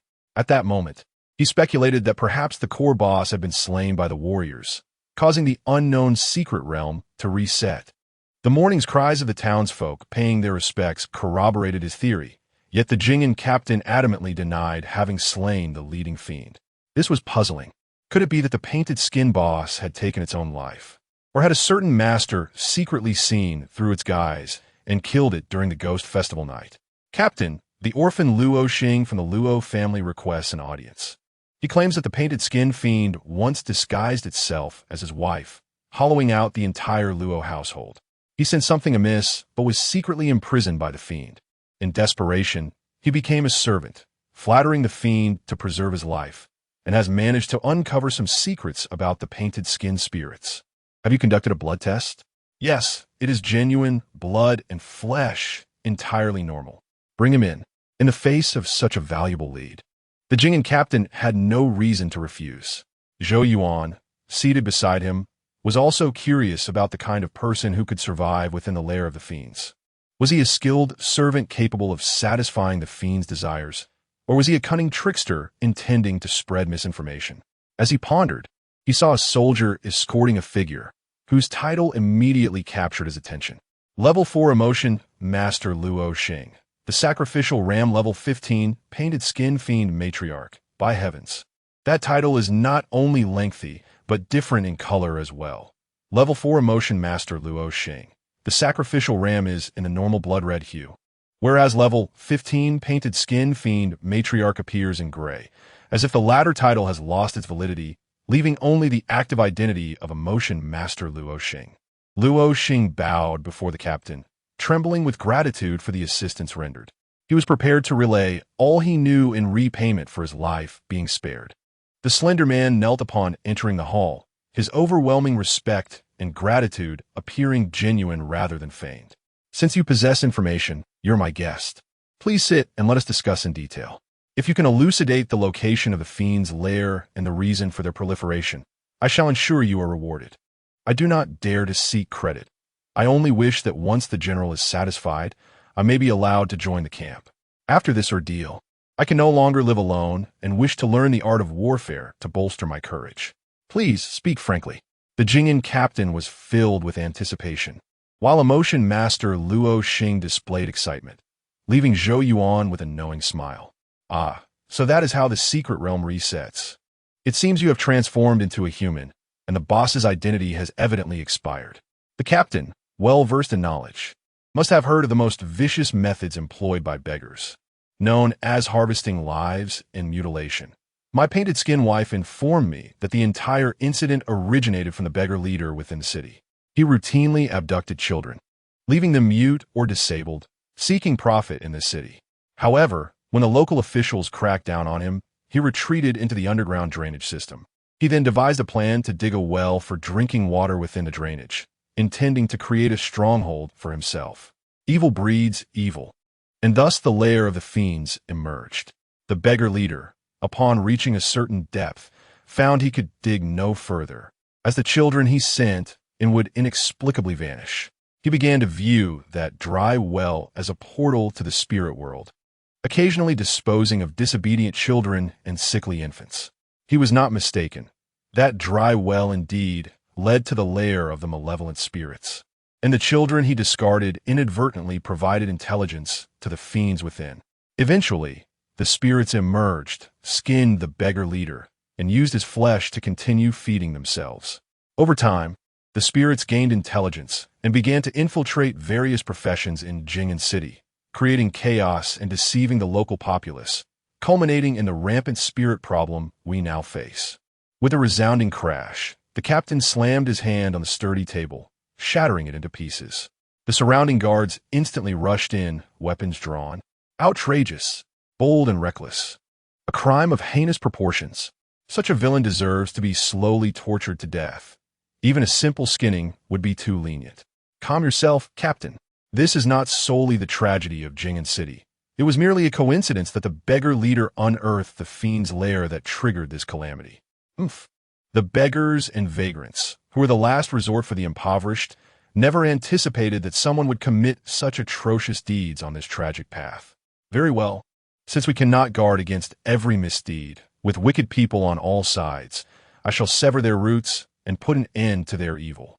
Dispatch my orders. Conduct thorough investigations in all districts of the city and arrest every beggar. Those able-bodied shall be conscripted into the camp as auxiliary soldiers, while the disabled shall be sent to the military supply unit to serve as seamsters. From this day forth, as long as I, Zhou Yuan, remain the Jing'an captain, there shall be no beggars in this city. I shall see if their wickedness can withstand the blades and spears of the camp. Understood. We shall execute your orders and cleanse the districts. Chapter 49. The lair of the shadow ghosts. I admit my obstinacy and kindly ask for your understanding. Captain Zhou Yuan of Jing'an, despite his sudden fury and outwardly expressing forgiveness to the county warriors, showed no intention of retracting his military orders. It was likely that the incident involving the beggar leader's mutilation struck a sensitive chord within him, instilling a sense of dread.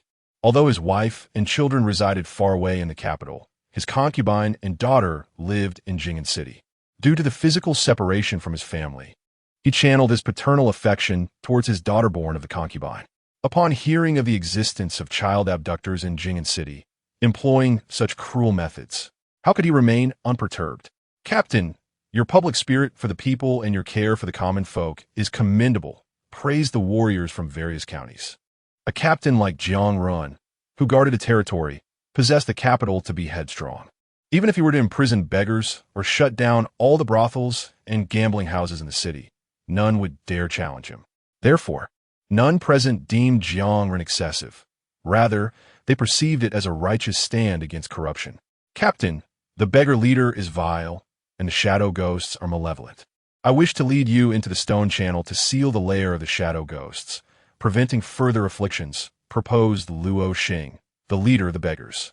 Upon hearing this, Zhou Yuan could not help but admire Luo Xing's ruthlessness. Setting aside the numerous spirits within the ghost lair, his willingness to offer his own home for rewards showcased a remarkable decisiveness. Very well, if we can seal the exit of the secret realm, it shall be a significant achievement. Should the shadow ghosts realm yield spiritual treasures, your contributions could earn you titles and rewards from a court. Any undiscovered secret realm is a treasure trove waiting to be unearthed. If this merit is substantiated, the Jing'an army need not be responsible for rewards. The Great Way Court will surely reward the benefactor generously, establishing them as a paragon. Furthermore, with this merit, the court will undoubtedly safeguard Luo Xing's safety. Leaving Zhou Yuan reluctant to eliminate him, and gain experience points. Please, General, follow me. The truth of Luo Xing's words shall be revealed through investigation. This exploration of the secret realm did not require further prompting from Captain Zhou Yuan. The warriors from various counties eagerly volunteered. They initially believed the ghostly affliction had subsided and would receive little recognition from the court. But the discovery of a secret realm within the city was indeed a cause for celebration. Under Luo Xing's guidance, the warriors and the elite soldiers clad in dark armor entered a courtyard and uncovered a concealed passageway within the underground caverns. Jiang Yong, take a few brothers and investigate. Commended Jiang Ling. Do not be alarmed. This passage is narrow and dark, and there may be shadow ghosts lurking. Let the soldiers descend and ascertain the truth. Captain Zhou Yuan was not a reckless individual. Upon observing the cramped space of the stone channel, he decided to send his personal guards to investigate. Jiang Yong, his loyal guard, did not hesitate. He first removed his armor, then tied 2 live rabbits with hemp rope around his neck. Finally, he applied a spirit-revealing liquid, clenched 2 exorcism arrows in his mouth, and slid down into the pitch-black hole. The soldiers accompanying Jiang Yong also stripped off their armor, armed themselves with torches, and followed suit. Captain, the stone channel winds and twists. It will be difficult to locate the dry well without a guide. I will descend and accompany them. One warrior volunteered. Your selflessness is commendable. Thus, I shall entrust this task to you. Luo Xing, having mingled among mortals for many years, was well aware of the duties of personal guards. With Captain Zhang Ren's guards risking their lives to pave the way, he could not afford to evade responsibility. It would be better to volunteer and gain their trust.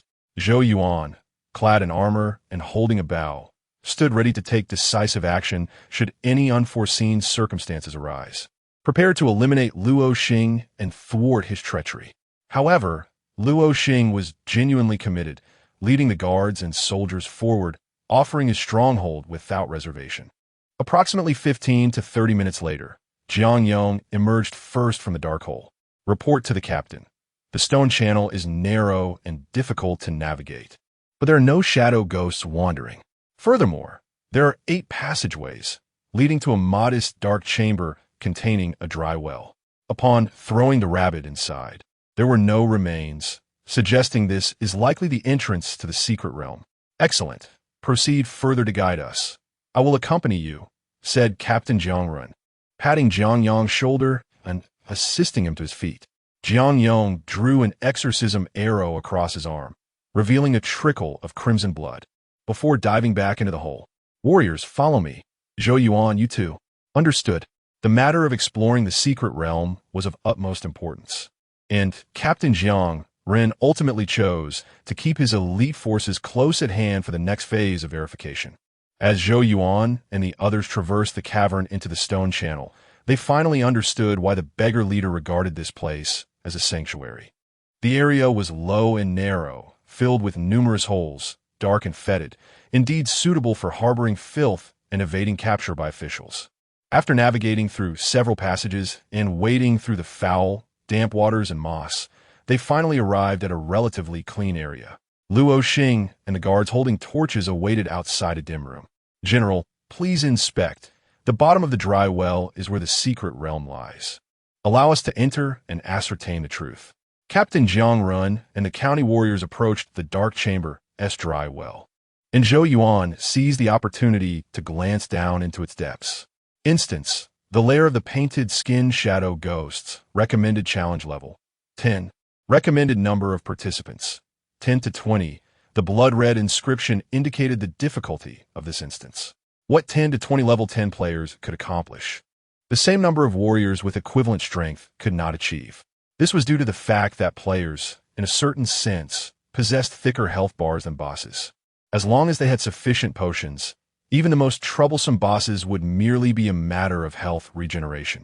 However, warriors were different. Their health was precious, and they could not afford a war of attrition. Which warrior is willing to venture down for a brief look and confirm the authenticity of the secret realm? Do not linger, nor act recklessly. Allow us to rest a moment. I shall go, volunteered a warrior from Leiji County, brandishing a sword and shield as he leaped into the well. Indeed, under the light of the torch, a robust warrior appeared to plunge into an unfathomable abyss, leaving no trace behind. Yet, merely a few breaths later, the warrior resurfaced, kicking against the well walls and climbing out. Ha ha ha! Splendid news. Captain Jiang, brothers. The dry well indeed leads to the Shadow Ghost secret realm, which has ample space and numerous spirits. Moreover, a faint damp mist pervades the realm, chilling and ominous. It is likely not benign. Good. As long as the realm is genuine, the court will undoubtedly bestow great rewards, and all brothers shall share in the merits. After confirming the authenticity of the Shadow Ghost secret realm, Captain Jiang finally revealed a satisfied smile. This achievement was indeed substantial, even outshining his years of service in guarding the territory. Should the Shadow Ghost secret realm yield sufficient spiritual treasures, he might even ascend to the central authority, becoming a distinguished general within the Imperial Guard. Zhou Yuan swiftly lead the troops to survey the terrain, establish a military camp above, and excavate a convenient passage. Understood. Until Zhou Yuan departed, the warriors settled their excited hearts, and Luo Xing cautiously spoke. General, what do you think? Fear not. I will not forget you. Await the court's rewards. Chapter 50. Fellow townsmen, the rascals captured by the Jing'an army found themselves with work, immediately conscripted into labor without waiting for deployment. After Zhou Yuan contacted the officials at the county's construction office to ascertain the location of the Yin Ghost secret realm, all the apprehended ruffians were reassigned as laborers. Under the sharp instruments of the assisting soldiers, this group toiled diligently, fearful of incurring punishment. However, such noble aspirations were destined to be in vain. Accustomed to bullying and mischief, they struggled with the relentless labor. Ultimately, it was only after the military clubs fell upon them that patience grew and their efficiency improved. Mr. Zhou, that group of scoundrels has already dug a hole and can now see our brothers inside the stone channel. Good. Let the construction office send a supervisor to establish a broad staircase on site. Additionally, erect military tents and construct large buildings around them to ensure the townsfolk do not accidentally fall into the holes. Understood. Following Zhou Yuan's orders, the logistic support soldiers were dispatched to oversee the construction of the barracks and staircase. The rascals were driven into the stone channel by armed assistants to build new foundations underground. The officials from the county's construction office drafted blueprints, planning to create a 3-level tower structure in the Yin Ghost secret realm. 1 level underground for combat, 1 above for preparation, and the 2nd floor as a lookout. This design was both elegant and efficient, swiftly approved by Zhou Yuan, who then set the officials to work gathering materials from the treasury to commence construction. The establishment of military tents did not hinder the internal operations, as the support troops swiftly assembled several rope ladders. The martial artists eagerly prepared to explore the Yin Ghost secret realm.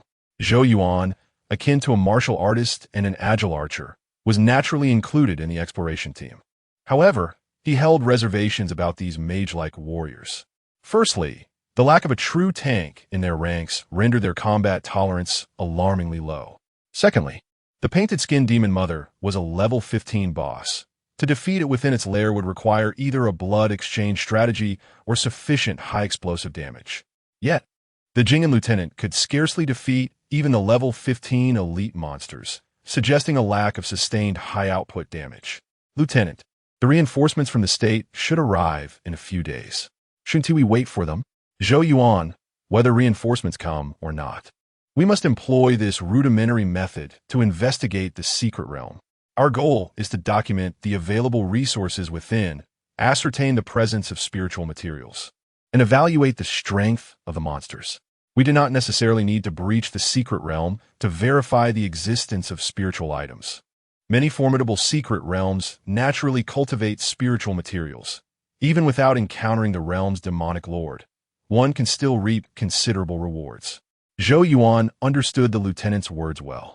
Once combat ensued, battlefield intelligence became vital, and someone must collect it. The key issue was that Jiang Run lacked information about the instance. His understanding of the painted skin demons was limited to the ghostly troubles within the city. He believed their existing strength was sufficient to explore the Yin Ghost secret realm. And with a concerted effort, They might even defeat the realm's demonic lord. However, the reality was far different. The mindless Yin ghosts could be more troublesome than their sentient counterparts. After all, one was driven by survival instincts, while the other simply required a combat trigger to fight relentlessly without fear. Go change your gear. Aside from the enchanted bow and quiver, do not carry heavy items. In case of a setback, we must retreat swiftly. Understood.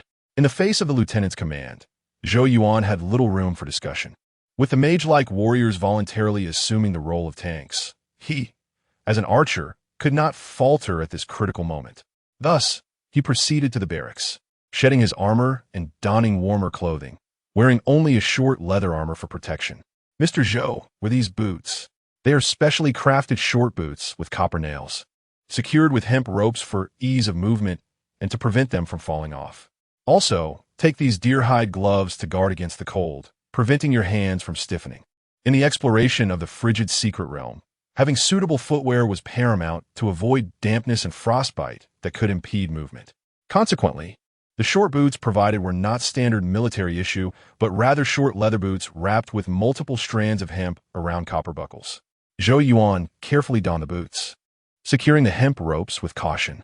Nearby, a support soldier crouched to wrap soft leather protectors around his legs and wrists to prevent cold air from seeping in and affecting his archery performance. Mr. Zhou, this is your backpack-style quiver. To facilitate access, it is not constrained at the opening. Please be cautious not to drop any arrows while reaching for them. Very well. I will be careful.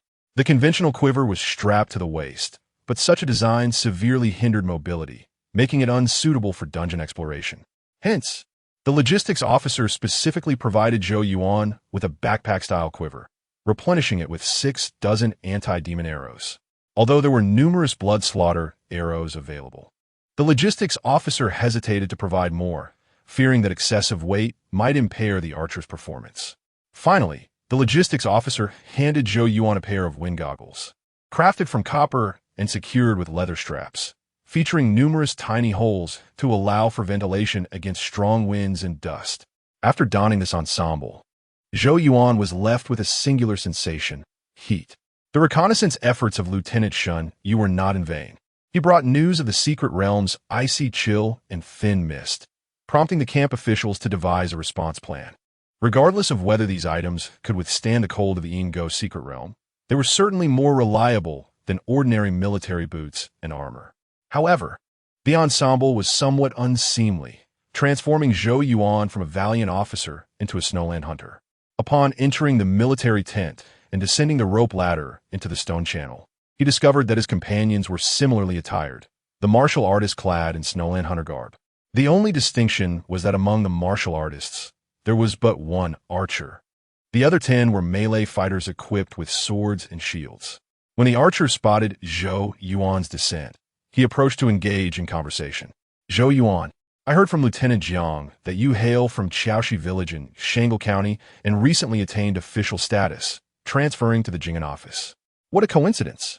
I am Cheng Fei, the county lieutenant of Shangle. We are indeed fellow townsmen. Greetings, county lieutenant. It seems not only are we fellow townsmen, but we also share a common path. I humbly request your guidance in the future. The county lieutenant, being a higher-ranking officer than Zhou Yuan, held significant authority, even within the Jing'an army, surpassed only by Lieutenant Jiang Run. Other officers in the camp were either of equal rank or subordinate, and given that he was also a martial artist, Zhou Yuan felt compelled to show him due respect. Indeed, although we are fellow townsmen and both adept in archery, I am unaware of your skill level. Once we enter the Yin Ghost secret realm, let us both exert our utmost. Should you impress me, I shall impart some archery techniques to you. That is a promise. Thank you for your guidance, County Lieutenant. Ah, a confident young man. Very well. I shall await your demonstration. Do not disappoint me. Chapter 51. The chilling mist as he traversed a narrow well shaft. The colors of the world around Zhou Yuan shifted dramatically. Upon surveying his surroundings, he discovered that the instance known as the Cave of the Painted Skin Ghosts was a dilapidated city block. The portal for entry and exit from the instance whirled incessantly at a weathered city gate, its lacquer peeling away. Their group found themselves within the passage of the gate. and moving further would lead them into the crumbling marketplace. The sky above was shrouded in gloom, and a frigid mist wafted through the air. Unlike the familiar white fog, this mist bore a faint gray hue.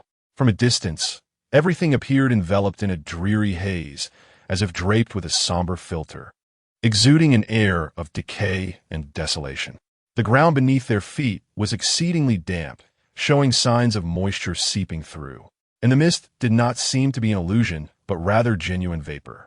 Jiang Run, the captain of the Jingen Guards, stepped cautiously out of the city gate, bending down to caress the pavement laid within the city, prying open the tiles with his blade to feel the earth beneath.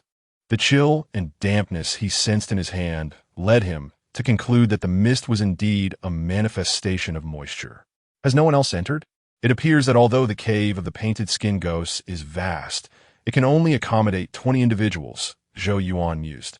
After waiting for a while, the martial team realized that aside from Zhou Yuan, only 8 of the divine armed soldiers had entered, confirming the instance's limitations on numbers. Emerging from the gate, they each took a moment to observe their surroundings. Concerned about the unusual mist, Captain Jiang had no intention of acting immediately. Instead, he instructed his team to remain near the exit, to carefully observe the environment and acclimatize to the mist. This cautious observation yielded disturbing revelations. Zhou Yuan was the first to notice something amiss. Upon stepping out of the gate and fully entering the pale gray mist, he was immediately struck by an intensified cold, reminiscent of a harsh winter. Ding! Contact with the mist of accumulated Yin liquid has resulted in the acquisition of the negative status, chill of Yin. Zhou Yuan recalled encountering this substance when he defeated the painted skin ghosts. The attributes panel described it as a means to swiftly restore a small amount of true energy while stacking the chill of Yin status, leading to blood loss over time while alleviating states of faintness and nausea. Though it appeared to be a viable source for energy restoration, its side effects were not to be underestimated. Zhou Yuan patiently monitored the attributes panel. After approximately 5 minutes, his health had decreased by 1, yet his energy bar was activated. In a typical game scenario, players would likely complete a prerequisite task to obtain a counteractive item or prepare healing potions to charge through. However, normal warriors and soldiers had no such options and could only bear the environmental damage with their limited health. With his impressive 4 points in vitality, along with 2 points each in Qi and spirit, Zhou Yuan was losing health after 5 minutes, which would be even more perilous for regular soldiers. Indeed, it was not long before, merely 10 minutes later, several soldiers began to voice their discomfort. "Captain, I find the cold unbearable. My body and fingers are stiff with chill. Captain, I can hardly breathe. It feels as if my chest is constricted by some foreign object, leaving me weak and nauseous." Zhou Yuan turned to see that the soldier who complained of nausea had already fallen to 89 health from an initial 93. Those feeling unwell retreated back to the city gate, while the others continued their examination. After another 10 minutes, all the divine armed soldiers, being ordinary troops, had retreated to the gate, leaving only 11 warriors alongside Zhou Yuan. It appeared that the issue lay with the Qi. Without mobilizing their internal energy, they could not withstand the chilling gray mist. "Zhou Yuan, your 3 talismans can draw upon divine energy. Take the spiritual elixir to maintain your strength," Captain Jiang advised. Zhou Yuan complied, receiving 2 vials of jade true powder from the captain to replenish his energy. With this, he gained access to a source of sustenance within the instance. This phenomenon was not uncommon. Trusted subordinates of martial officers often had opportunities to engage with restorative spiritual items. The Great Wei Dynasty's Spirit Awakening assessments did not merely provide a single restorative item, but rather a stable supply quota of such items. Without that quota, merely cobbling together a few restorative foods would not suffice for one to become a martial artist, as the essence would ultimately dissipate without stable spiritual nourishment. The Divine Arm team left behind 4 quivers of arrows and fully exited the cave of the painted skin ghosts. Captain Jiang, realizing that ordinary soldiers could not survive in this place, ordered their departure. Cultivating several divine armed soldiers was not an easy task, and he could not afford to lose 8 to this chilling gray mist. With the soldiers' exit, Zhou Yuan and Cheng Fei, the county lieutenant of Shangle, Each obtained 2 additional reserve quivers. However, as it was inconvenient to carry them on their person, they would have to return midway for supplies, which was nevertheless quicker than entering and exiting the instance repeatedly. Let us proceed to test the quality of the ghosts within this instance. Under Captain Zhang's guidance, the martial team advanced toward the marketplace ahead. The ghosts present varied in level, the lowest being merely level 5, while the highest barely reached level 10. They meandered in and out of the numerous dilapidated rooms, walking orderly through the streets as if they were ordinary residents of the place. Strangely, there were no signs of the painted skin ghosts, suggesting that such skins were not easily crafted. As the martial team advanced, they soon triggered the attack range of the outer ghosts. All the apparitions turned their gaze toward Zhou Yuan and his companions, their emerald eyes paired with misty, shadowy forms, creating an eerie and terrifying sight. Swish, swish, swish. Zhou Yuan and Cheng Fei swiftly drew their bows, unleashing arrows that swiftly felled multiple ghosts. The frontline warriors activated their weapons, employing various special effects to confront the oncoming apparitions. Approximately 30 ghosts, drawn by direct and indirect provocations, surged forth. Yet, they could not breach the defenses of the 10 warriors, quickly succumbing to the combined assault of archers and martial artists. The sound of experience notifications chimed incessantly, with Zhou Yuan reaping the greatest rewards from the ghostly kills. Rather than checking his specific experience gains, he remained vigilant, monitoring the health bars of his fellow warriors. Excellent. We sustained minimal damage during this wave of encounters. It seems we can afford to engage in several more. Although the vaporous Yin liquid continued to deplete Zhou Yuan's health, its lower concentration rendered it less impactful. The warriors displayed a commendable resilience, as none had yet reported significant discomfort. Hold, I have an announcement, Cheng Fei stated, having adeptly scaled a nearby building for a better vantage point. Speak freely, Lieutenant. Captain, this instance resembles a city block. I do not refer merely to its appearance, but rather to the phenomena within. Upon climbing the building, I observed several ghosts lingering in the nearby courtyards. If such is the case with the residences throughout the block, the number of ghosts here may be exceedingly high. Determining the capacity of a city block is difficult. Yet given the density of the buildings within the cave of the painted skin ghosts, it could easily house 4,000 to 5,000 inhabitants. At such a density, should players arrive, they would undoubtedly farm the bosses, treating the lower-level ghosts merely as background fodder.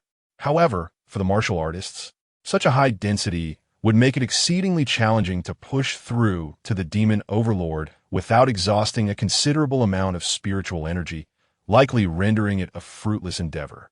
Realizing the perilous nature of this place, Captain Jiang ordered a decrease in their advance speed and instructed them to investigate the residences more thoroughly. Chapter 52. The Spirit of Cold Poison. The exploration plan of the warrior team did not progress smoothly. Since entering the Yin Ghost secret realm, they had scarcely received any good news. Within the residential areas of the town, Yin spirits lingered, and entering any house would result in immediate attacks. Observing this scene, the warriors wore solemn expressions, as if confronted with a formidable challenge. The situation was dire. The celestial records issued by the court documented such large-scale secret realms. Restoring these realms was relatively straightforward. One merely needed to slay the demon leader and exit, and the realm would automatically revert. However, like ordinary secret realms, simply defeating the demon leader would not eliminate the remaining demons, which would continue to roam the area. Thus, these large secret realms were difficult to transform into stable supply depots. The warriors could hardly fathom the costs involved in clearing the Yin ghosts from the town and enabling soldiers to transport supplies. If the secret realm were populated by weaker demons, the subsequent cleanup tasks could be delegated to the soldiers.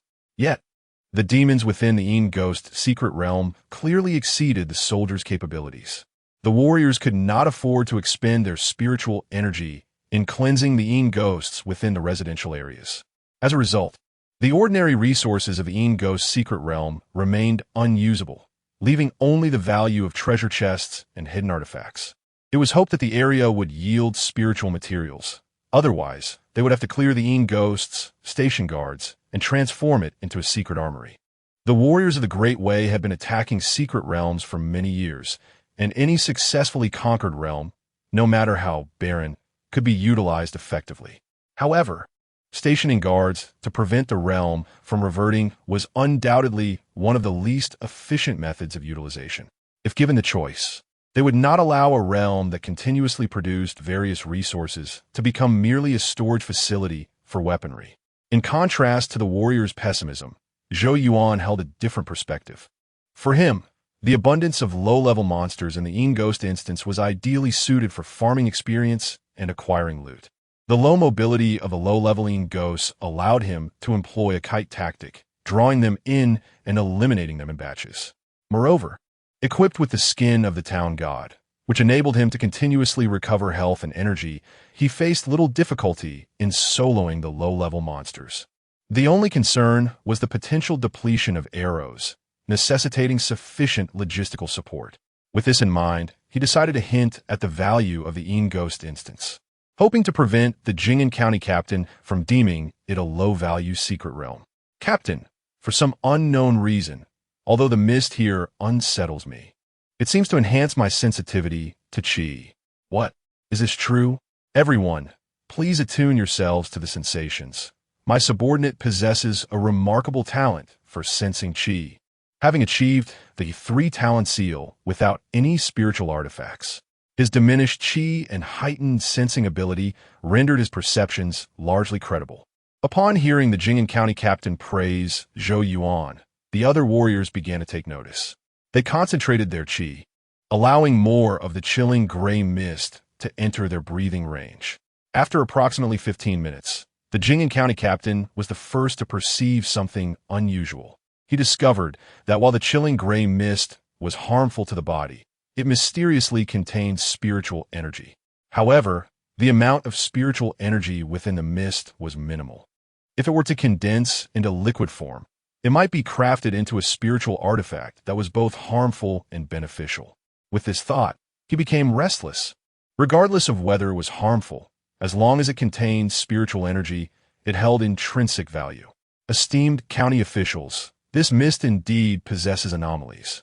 It is detrimental to the body, yet beneficial for qi, cold yet invigorating. Such a mixed blessing can be considered a spiritual substance. Indeed, as the captain had stated, this gray mist was not a good thing, but its abundant spiritual essence rendered it valuable. Even if it could not serve as spiritual food, it could supplement the spiritual energy of certain precious weapons and talismans. However, while it was good, collecting it posed challenges. Perhaps laying cloth might allow some mist to adhere, but merely relying on damp cloths to wring out the liquid would yield little. Though the Warrior County officials lacked the sensitivity of the Jing'an County captain, they did not suspect him of deceit. Upon hearing the captain validate Zhou Yuan's sensations, they too recognized the value of the chilling gray mist. However, the toxicity of the cold poison significantly constrained this value. Otherwise, even if extraction proved difficult, converting it into a training ground for warriors would still represent a rare haven. Excellent. Since the mist here contains spiritual energy, the treasure chest obtained after slaying the demon leader is bound to contain spiritual artifacts. Let us join forces and see if we can locate the demon leader's position. With the Jing'an County captain's command, the warrior team swiftly departed from the residential areas, returning to the main street of the marketplace. The number of ghosts in the marketplace was substantial, thus completely clearing them was no small feat. After dispatching 5 additional waves of ghosts, totaling approximately 160, the warriors distinctly felt they were on a financially draining path. If they continued this way, they might exhaust their spiritual artifacts before even confronting the demon leader. Moreover, with the presence of cold poison, having a group expend their spiritual energy while harming themselves was hardly a sound strategy. The optimal approach would involve someone actively clearing the main street, allowing the warriors to maintain peak condition for the final assault on the demon leader. Naturally, it would be ideal if the individual responsible for clearing the street could do so without heavily depleting spiritual artifacts, relying instead on ordinary supplies. Among those present, only Zhou Yuan and County Lieutenant Cheng Fei fit the bill. Their efficacy in combating Yin ghosts relied on the secret realm's prized bow and the evil-repelling arrows, rather than spiritual energy. Under normal circumstances, arrows could be reused, making their approach far more cost-effective than the collective expenditure of spiritual energy by the warriors. Captain, the Yin ghosts here have limited mobility and will not swarm us. Perhaps we could utilize archers to eliminate them one by one, thus avoiding excessive energy expenditure while maintaining our combat readiness. The strategies proposed by the county lieutenant were not lost on the Jing'an county captain. However, he needed to consider the morale of his subordinates and could not personally suggest a plan that benefited the group at the expense of individuals. Now that a warrior had proactively proposed such a strategy, he seized the opportunity to inquire. Cheng Fei, Zhou Yuan, do you believe this approach is feasible? Why not, brothers? Take a breather. We shall exert ourselves first, one replied. I also believe it is worth a try. Otherwise, the consumption will be excessive and detrimental to our later explorations. Though both archers expressed their willingness, for safety's sake, the Jing'an county captain remained as a guard, ensuring that the archers would not encounter danger while drawing the Yin ghosts. The other warriors also left one individual behind to serve as a guard, while the rest temporarily returned to the city gate for rest. Thus, the 12-person pioneering team transitioned into a duo of active attackers and 10 resting, a clear depiction of a powerful figure leading the idol. After Zhou Yuan and Cheng Fei lured several small groups of 5 to 16 ghosts, the option for archers to eliminate monsters expanded. Zhou Yuan, why don't we alternate our actions? One of us can draw and kill while the other rests, allowing for continuous rotation. Indeed, Lieutenant, a brief rest will suffice. Luring and killing 5 or 6 at once poses little challenge for me. With 9 warriors resting at the city gate, 2 remained on guard in the residential area, while Zhou Yuan diligently engaged in monster luring and elimination. Am I truly the team's MVP, or merely a labor? Chapter 53. The Spectre Warlord Whiz Whiz Whiz. The arrows flew with remarkable speed as the archer moved swiftly, evading the grasp of the summoned specters, who fell one by one. Although on the surface, Zhou Yuan appeared to be merely a laborer clearing the monsters, he was, in fact, gaining greater freedom to showcase his abilities. The incessant chimes of notifications rang out, marking not only the acquisition of experience, but also the collection of dropped items. These 2 steadily increasing rewards significantly bolstered Zhou Yuan's fighting spirit, rendering the task of eliminating the specters anything but tedious. Rather, it invigorated him. Cheng Fei, the county lieutenant of Shanglu, was astounded by Zhou Yuan's rapid shooting and his ability to maintain precision while in motion. To him, standing still to shoot was the easiest, while riding and shooting was challenging, and shooting while running was exceedingly difficult. He never expected Zhou Yuan to retain perfect accuracy while on the move. Truly a prodigious marksman. I had intended to teach him archery, yet his skills are so refined that I might not even measure up, he mused. This subordinate of mine only possesses the art of ordinary shooting, lacking the finesse of spiritual archery, and is far inferior to the county lieutenant. If the county lieutenant wishes to impart his knowledge, it would be better to teach him the art of spiritual archery, allowing him to admire the prowess of his predecessors and avoid arrogance. He jested. Ha ha ha, since the captain has spoken, I shall not hesitate to teach him a technique of spiritual archery. After all, he is my fellow townsman. I hope he will one day achieve greatness and not forget his roots. Unbeknownst to Zhou Yuan, who was diligently clearing the monsters, his superiors were arranging a benefaction for him. The captain of Jing'an valued Zhou Yuan not only for his talent and bravery, but also because he was a trusted subordinate. At least within the confines of the Spectre's secret realm, Zhou Yuan was his most trusted ally, far surpassing the martial artists from other counties. Thus, the captain was willing to assist Zhou Yuan in enhancing his strength, indirectly fortifying the entire Jing'an army. While the captain of Jing'an conversed with Cheng Fei, Zhou Yuan encountered his first batch of higher-level monsters, level 12 Spectre warriors and level 12 Spectre scholars. These specters, marked by their professions, lurked in the alleys of the bustling streets, which connected to expansive residences likely harboring more Spectre warriors and scholars. The attack range of the Spectre warriors was significantly greater than that of ordinary specters, As soon as Zhou Yuan lured nearby specters, they joined the pursuit willingly. Unlike their ordinary counterparts, they wielded weapons such as swords and shields. Fortunately, the attack range of the specter scholars was not particularly sensitive. Otherwise, Zhou Yuan might have inadvertently attracted too many monsters at once, complicating his efforts to clear them swiftly. Nevertheless, after 5 rounds of luring and shooting, he succeeded in eliminating all 6 ordinary specters and 5 specter warriors pursuing him. The specter warriors, true to their classification, dropped not the usual white orbs, but rather more conspicuous green orbs. Upon approaching to collect, Zhou Yuan discovered an item that was not merely accumulated Yin liquid but something more.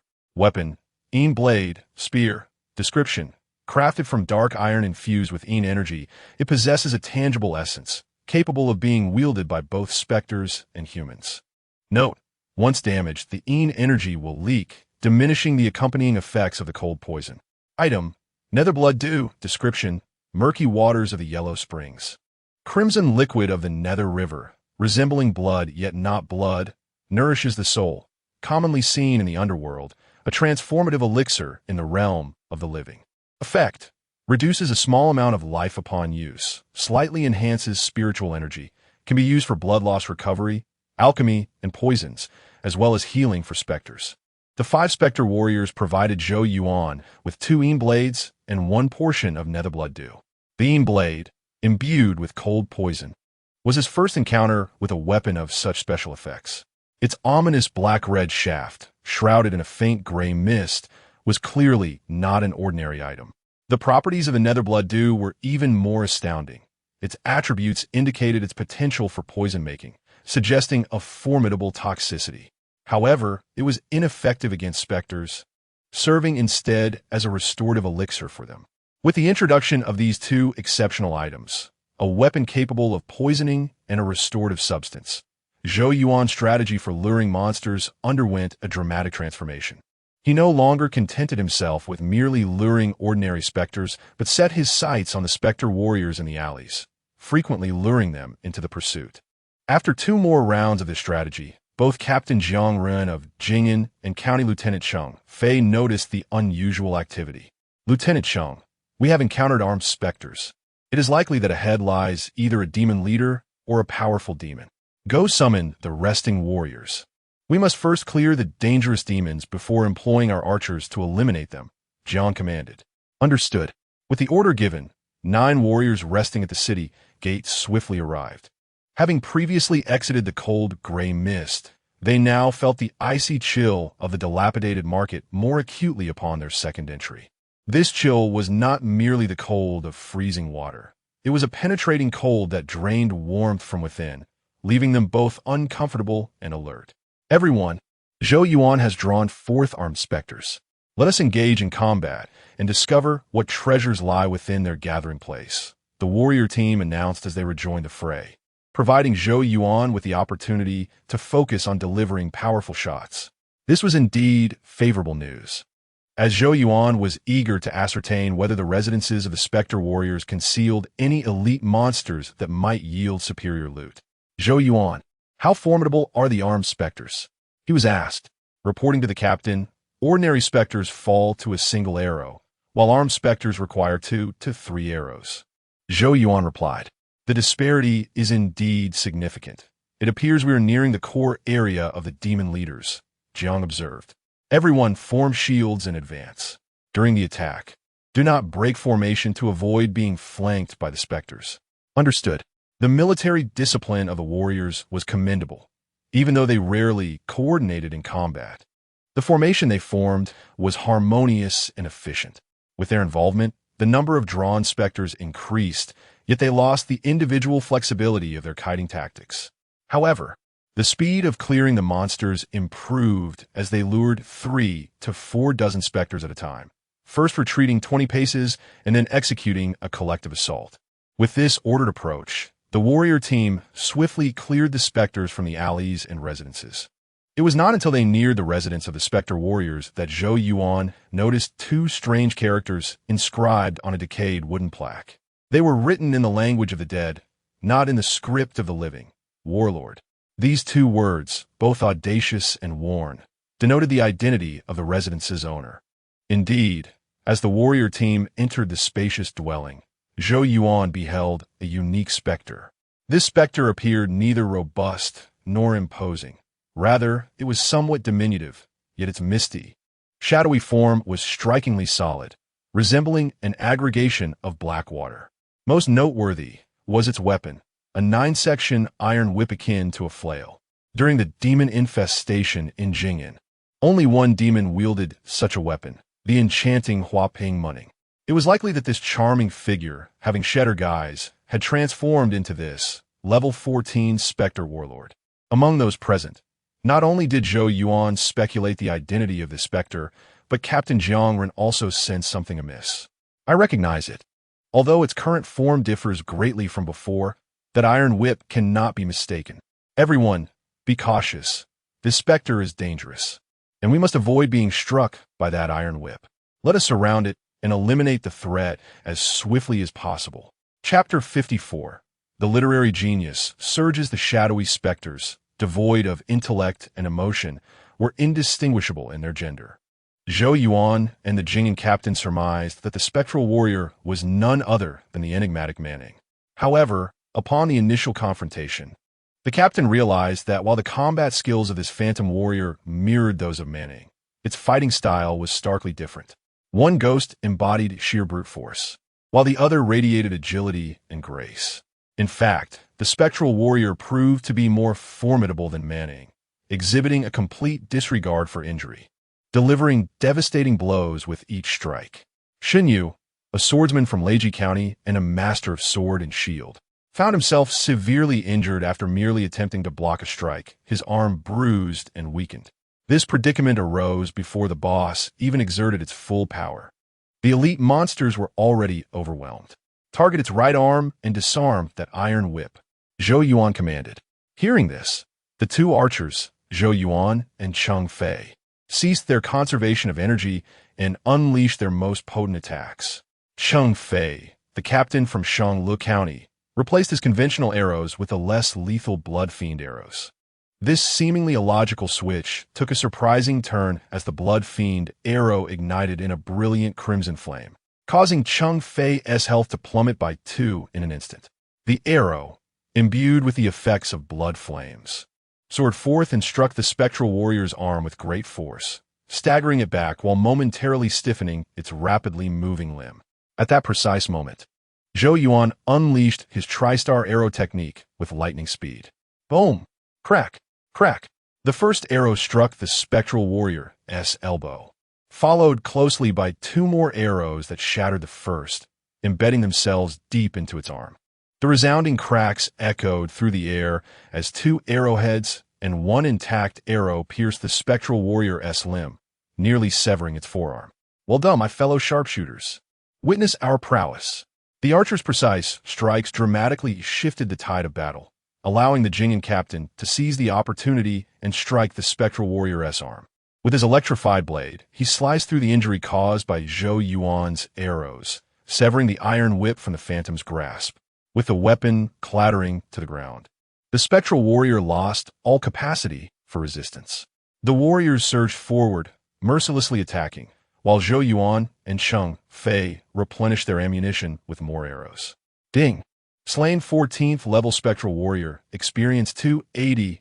Zhou Yuan, your tri-star arrow technique is quite remarkable. Would you be willing to teach me?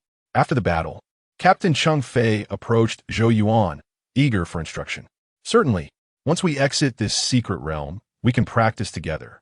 You are quite the generous soul. I also wish to impart my Blood Fiend archery technique to you. We can learn from one another. Do not underestimate the Blood Fiend archery. It is not merely a variation of the arrows we possess. Rather, it is a technique of spiritual shooting with effect akin to the Blood Fiend arrows. The damage it inflicts depends on your capacity to condense the Blood Fiend energy and the compatibility of the arrows. I am grateful for your guidance, Captain. The ability to fuse Blood Fiend energy into my attacks is a skill I yearn for. Zhou Yuan spoke earnestly, acknowledging the invaluable nature of such abilities, especially for one like him who possessed ample health potions. Indeed, the Blood Fiend technique has its taboos, For instance, it cannot be attached to the exorcism arrows. An excessive condensation can be detrimental to one's health. I will draft a document detailing these concerns and share it with you. As Zhou Yuan conversed with Cheng Fei, the warrior team retrieved the spectral warrior's iron whip and split into groups of 3 to explore the various rooms. Due to the limited space and numerous obstacles within, archers like Zhou Yuan and Cheng Fei were restricted from participating in the indoor exploration and were left to remain vigilant in the courtyard. Seizing the opportunity, Zhou Yuan feigned a patrol, collecting the green orbs dropped by the spectral warrior. Ding. Obtained spectral essence X1. Soul blood X5. Skill. Spectral essence. Description. The essence of a spectral warrior capable of condensing energy and enhancing physical strength with explosive power. Effect. Upon use, gain the skill spectral condensation, which enhances defense and attack while continuously consuming mana. Note, the solitary yin cannot thrive and the singular yang cannot be born. Those who master the 3 warrior techniques and reach maximum level will acquire the warrior's combat art. This skill is commendable if paired with the volatile triad seal. It could yield even greater explosive potential. Thus, Zhou Yuan opted to utilize it, only to discover that the experience required for the skill was substantial: 100 for level 1, 200 for level 2, and 1,000 for level 10. To elevate spectral essence to its apex demanded a total of 500 experience points, with his current experience insufficient. He managed to enhance it only to level 8. After completing the skill upgrade, he activated it to gauge its amplification, finding his body felt as if clad in iron armor, remarkably fortified. However, his mana began to deplete at a rapid pace, making it challenging for spectral essence to serve as a permanent passive skill. As Zhou Yuan tested the attack enhancement with his tiger bow, a warrior emerged from the main hall, carrying 2 tall vases, each half a meter high. Inside each vase rested a vibrant flower with crimson petals, standing out remarkably against the gloomy backdrop of the spectral realm. Captain, the black liquid and red flowers within these vases appear extraordinary. We should extract them from this realm for examination. Very well. Place them at the city gate and inspect the surrounding structures for any anomalies. Zhou Yuan observed closely. The liquid was Yin essence, and the flowers were known as night fragrance. Since the flowers were in the possession of the warrior, Zhou Yuan could not store them in his inventory to examine their properties. Understood. After defeating the spectral warrior, the team did not rest, but rather continued their exploration to ascertain the presence of any demonic leaders nearby. Their efforts bore fruit as they discovered a peculiar specter in the residence across the street. Facing the spectral warrior, this specter was tall and imposing, resembling a warrior more than the previous specter, classified as 14th level spectral scholar. Wielding a longsword, it appeared to be a master of agile combat. However, Zhou Yuan suspected that this was merely a fade. The spectral warrior fought with an iron whip, while the scholar wielded a sword, which seemed inconsistent with the scholarly title. Could be a ghostly incantation? Zhou Yuan pondered whether this entity was a summoning elite. His suspicions were confirmed as the moment the warrior team entered the dwelling, the 14th level spectral scholar initiated a ghostly incantation. The incantation connected with nearby 12th level spectral scholars, who then unleashed it, affecting the ordinary spectral beings in the vicinity. In an instant, the ghosts within the nearby homes erupted in chaos, forming a tide of spectral beings surging towards the warrior team. The sheer number of these entities, easily numbering in the hundreds, sent chills down the spines of the warriors. Retreat. The ghostly tide has erupted. We must not engage recklessly. Chapter 55. The advantage of humanity as the tide of malevolent spirits surged forth. The martial team swiftly retreated. Captain Zhang Run of the Jingen Guard chose to hold the rear himself, gathering spiritual energy to unleash a wide-ranging thunder slash, leaving a seething arc of electricity etched upon the ground. Although this mark could not halt the advance of the spirits, its unique paralyzing effect did slow their movement. Thanks to the restraining power of the thunder slash, the martial team managed to evade their pursuers and hurriedly returned to the city gate. However, the vengeful spirits, fueled by their hatred, would not relent in their pursuit. Their numbers were considerable, surging towards the city gate like an unrelenting tide. "Let us depart from this secret realm and seek alternative means," Jiang commanded. Engaging with such a multitude of spirits would yield more losses than gains. Under his orders, Zhou Yuan and the martial artists sequentially activated the portal, returning to the dark, narrow well shaft. In the instant they departed, the frenzied spirits lost their target, lingering momentarily before scattering in all directions. In stark contrast to the spirits' disarray, the martial team displayed remarkable unity, literally jostling for space as they crowded the damp well. At the bottom, Captain Jiang held his position, bracing himself against the walls to prevent anyone from accidentally being pushed back into the realm of spirits. "Watch your step. Don't tread on my head, and hurry up. There's still several people behind me."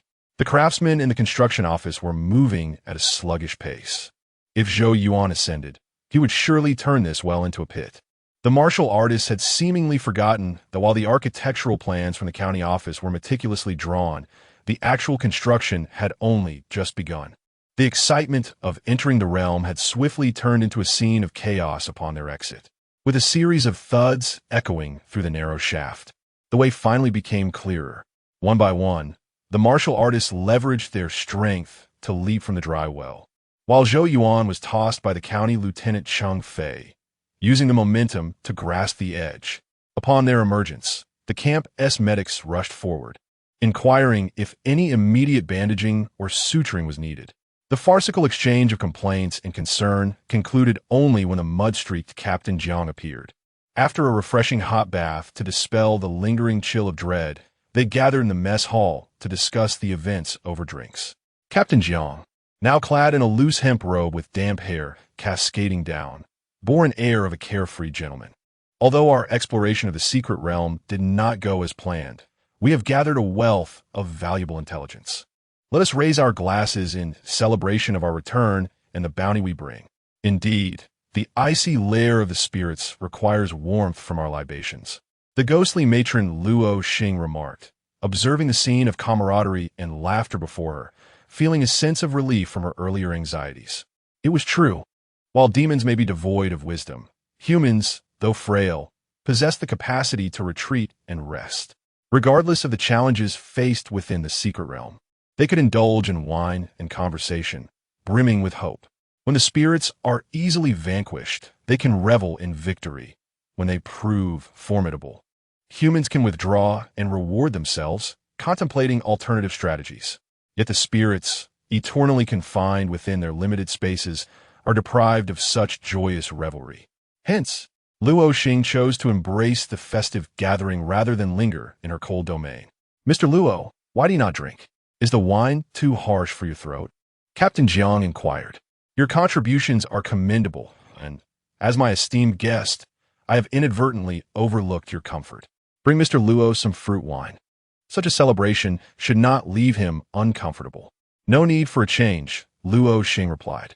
"My presence here is a tribute to the camaraderie shared with you all. On such an occasion, the stronger the drink, the better. Please allow me a moment to indulge." With that, the ghostly matron lifted her glass, taking a small sip before closing her eyes and downing the fiery liquor in one go. The intense heat surged through her, igniting her senses and causing tears to flow as it coursed through her. Good wine. One must be courageous to drink such spirits. I did not expect this slender scholar to possess both ambition and the fortitude to drink deeply. "Kulme, let us drink until we are inebriated," Captain Jiang exclaimed. As Luo Xing drank, tears streaming down her cheeks, the soldiers attending to her teased her quietly. What a fine man, reduced to tears over a mere drink. Truly a sensitive soul, lacking in fortitude. They were unaware that Luo Xing was bidding farewell to her past, preparing to join the ranks of warriors. Gazing down upon her former haunt, she could not return to the ghostly lair. She had no desire to do so. She aspired to be a martial artist, to conquer other secret realms, to engage in discourse, and to drink heartily. The banquet concluded amidst the laughter of the martial artists and the tears of the slender scholar. The warriors planned to explore the realm of spirits again once reinforcements from the state arrived. The ghostly matron awaited her reward from the court, hoping her sacrifice of a lair would earn her a commendable position. Everyone present had gained something, allowing them to indulge in drink and dispel their fatigue. The following morning, Captain Jiang awoke and summoned Zhou Yuan. Trusting in Zhou Yuan's capabilities, he recognized that enlisting him would expedite their efforts against the spirits. He intended to alter the pace of their operations, swiftly replenishing their spiritual resources. Once Zhou Yuan entered the camp hall, Captain Jiang wasted no time in revealing his intentions. Zhou Yuan, our efforts against the spirits have been exhausting. When the county's martial artists departed, we must bestow upon them spiritual artifacts as a reward for their contributions. The state reinforcements should arrive soon, and during this time, I cannot return to oversee operations. You and Kai Cheng are to return to the camp with my orders, striving to attack the secret realm and replenish our arsenal. Understood. Zhou Yuan had been lacking experience and welcomed the chance to tackle lower-level realms, though he wondered how Kai Cheng was faring, considering his mother was a ghostly entity. When Zhou Yuan next encountered Kai Cheng, the military officer appeared unshaken, maintaining his usual composure. Brother Kai, I have heard about your circumstances. Please accept my condolences. Zhou Yuan, I do not mourn the death of that spirit.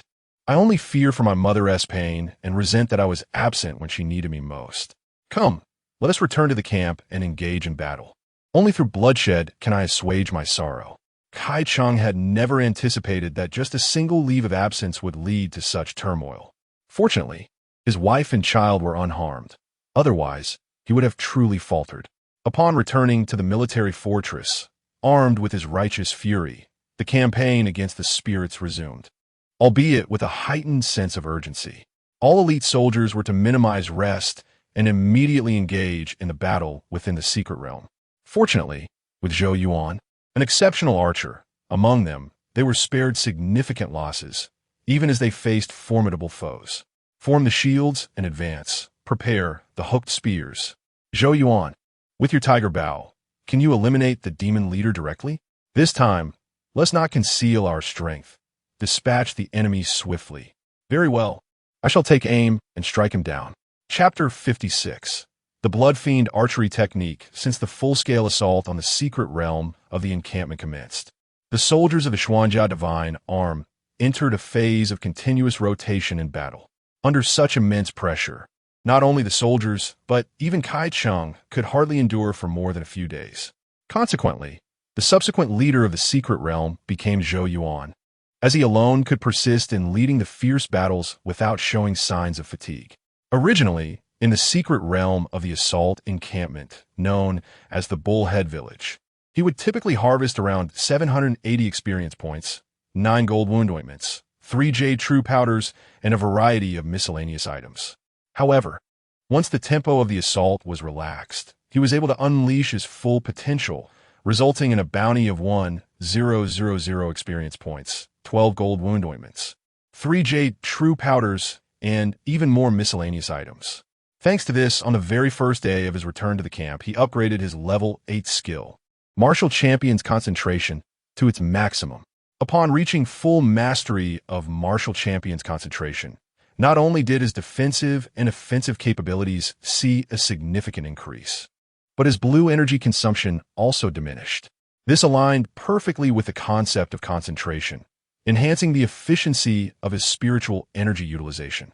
Now, activating Martial Champion's Concentration rendered Zhou Yuan's physique as resilient as seamless iron armor, endowed with remarkable toughness capable of absorbing a certain amount of impact damage. This substantial boost in defense transformed him from an ordinary archer into a formidable shield-bearing archer. Faced with such evident rewards, there was no reason for him to slack off. He devoted himself wholeheartedly to clearing the dungeons, accumulating experience and supplies. Notably, 3 days after Zhou Yuan returned to the camp, Cheng Fei, the county lieutenant of Shanglu, sent camp soldiers with a martial arts manual and a letter.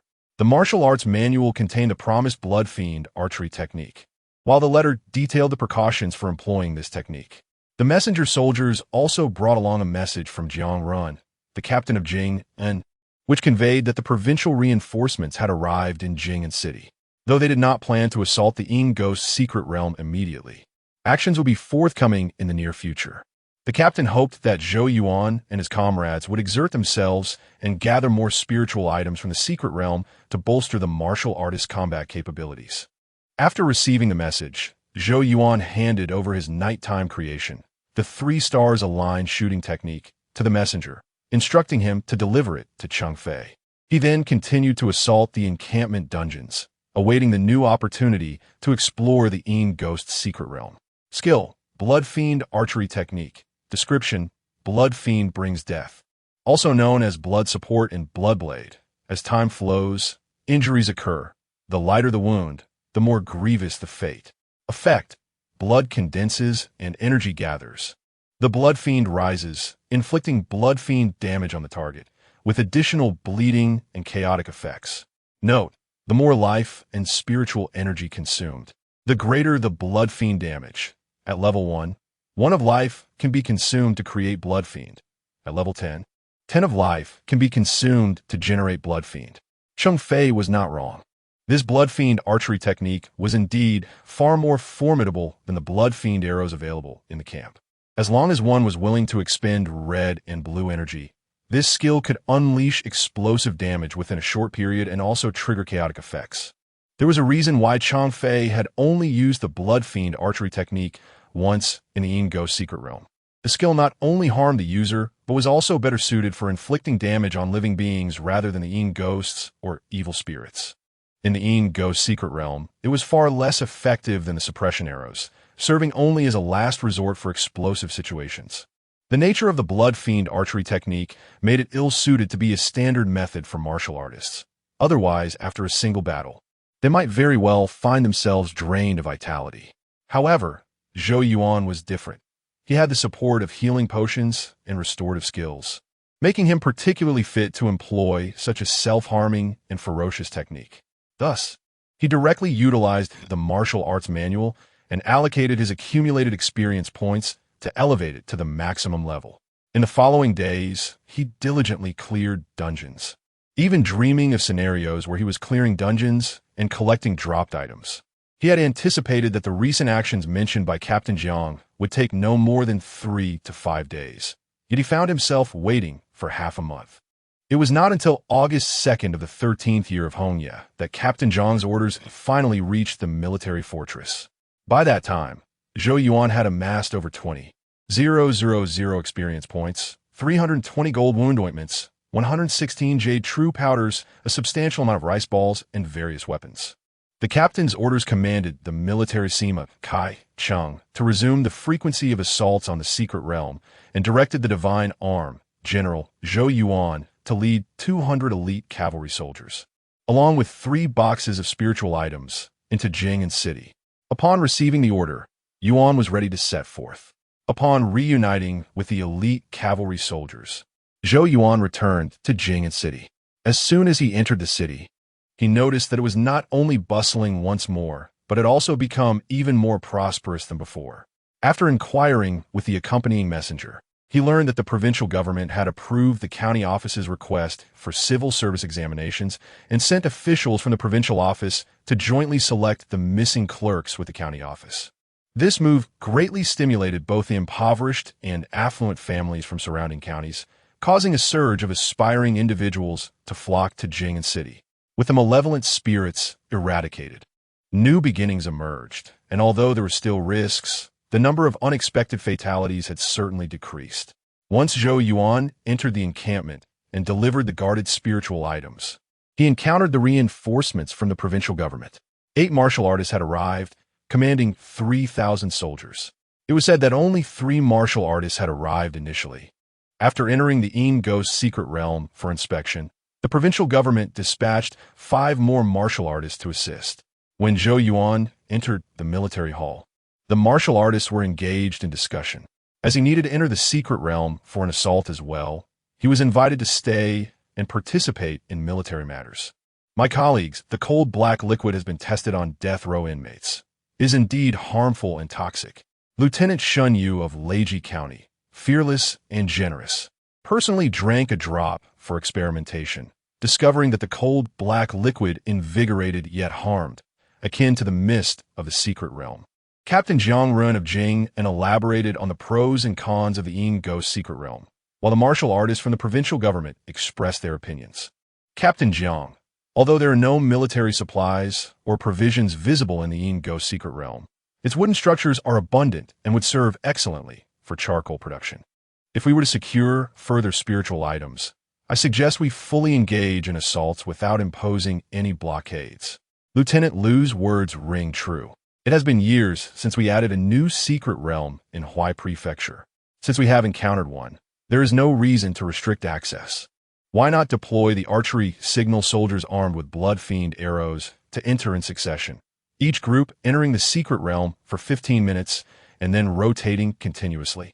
Even if each group only manages to slay 2 or 3, after a month, we could clear the Yin ghosts, leaving only the demon leaders and a few powerful demons.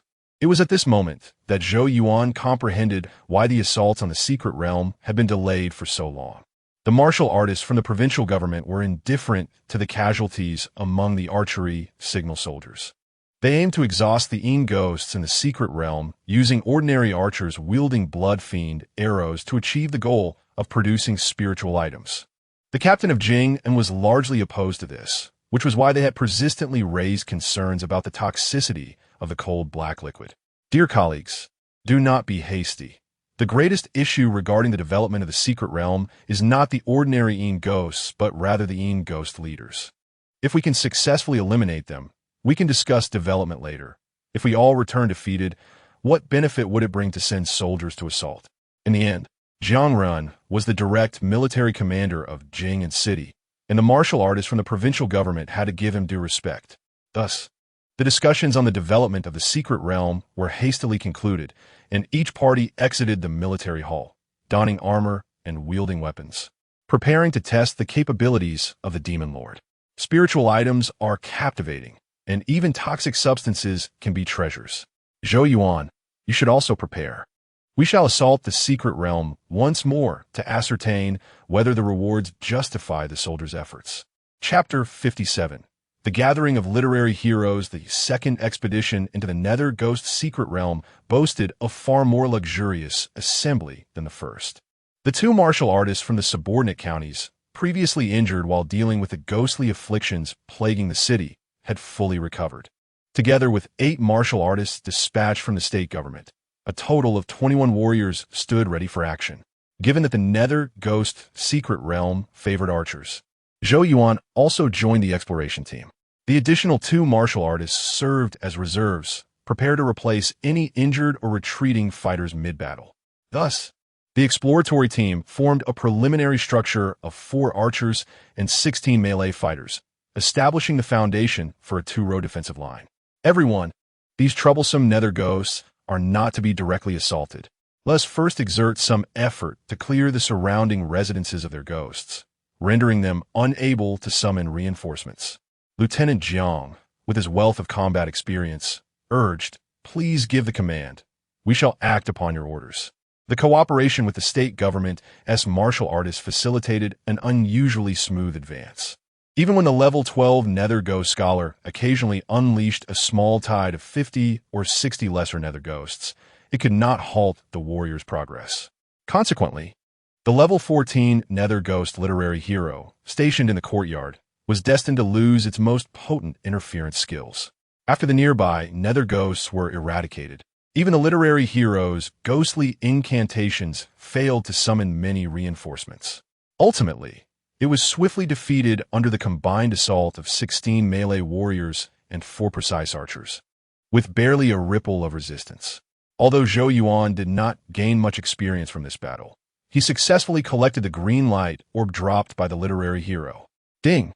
Obtained Literary Hero Gathering X1, Netherblood Do X5.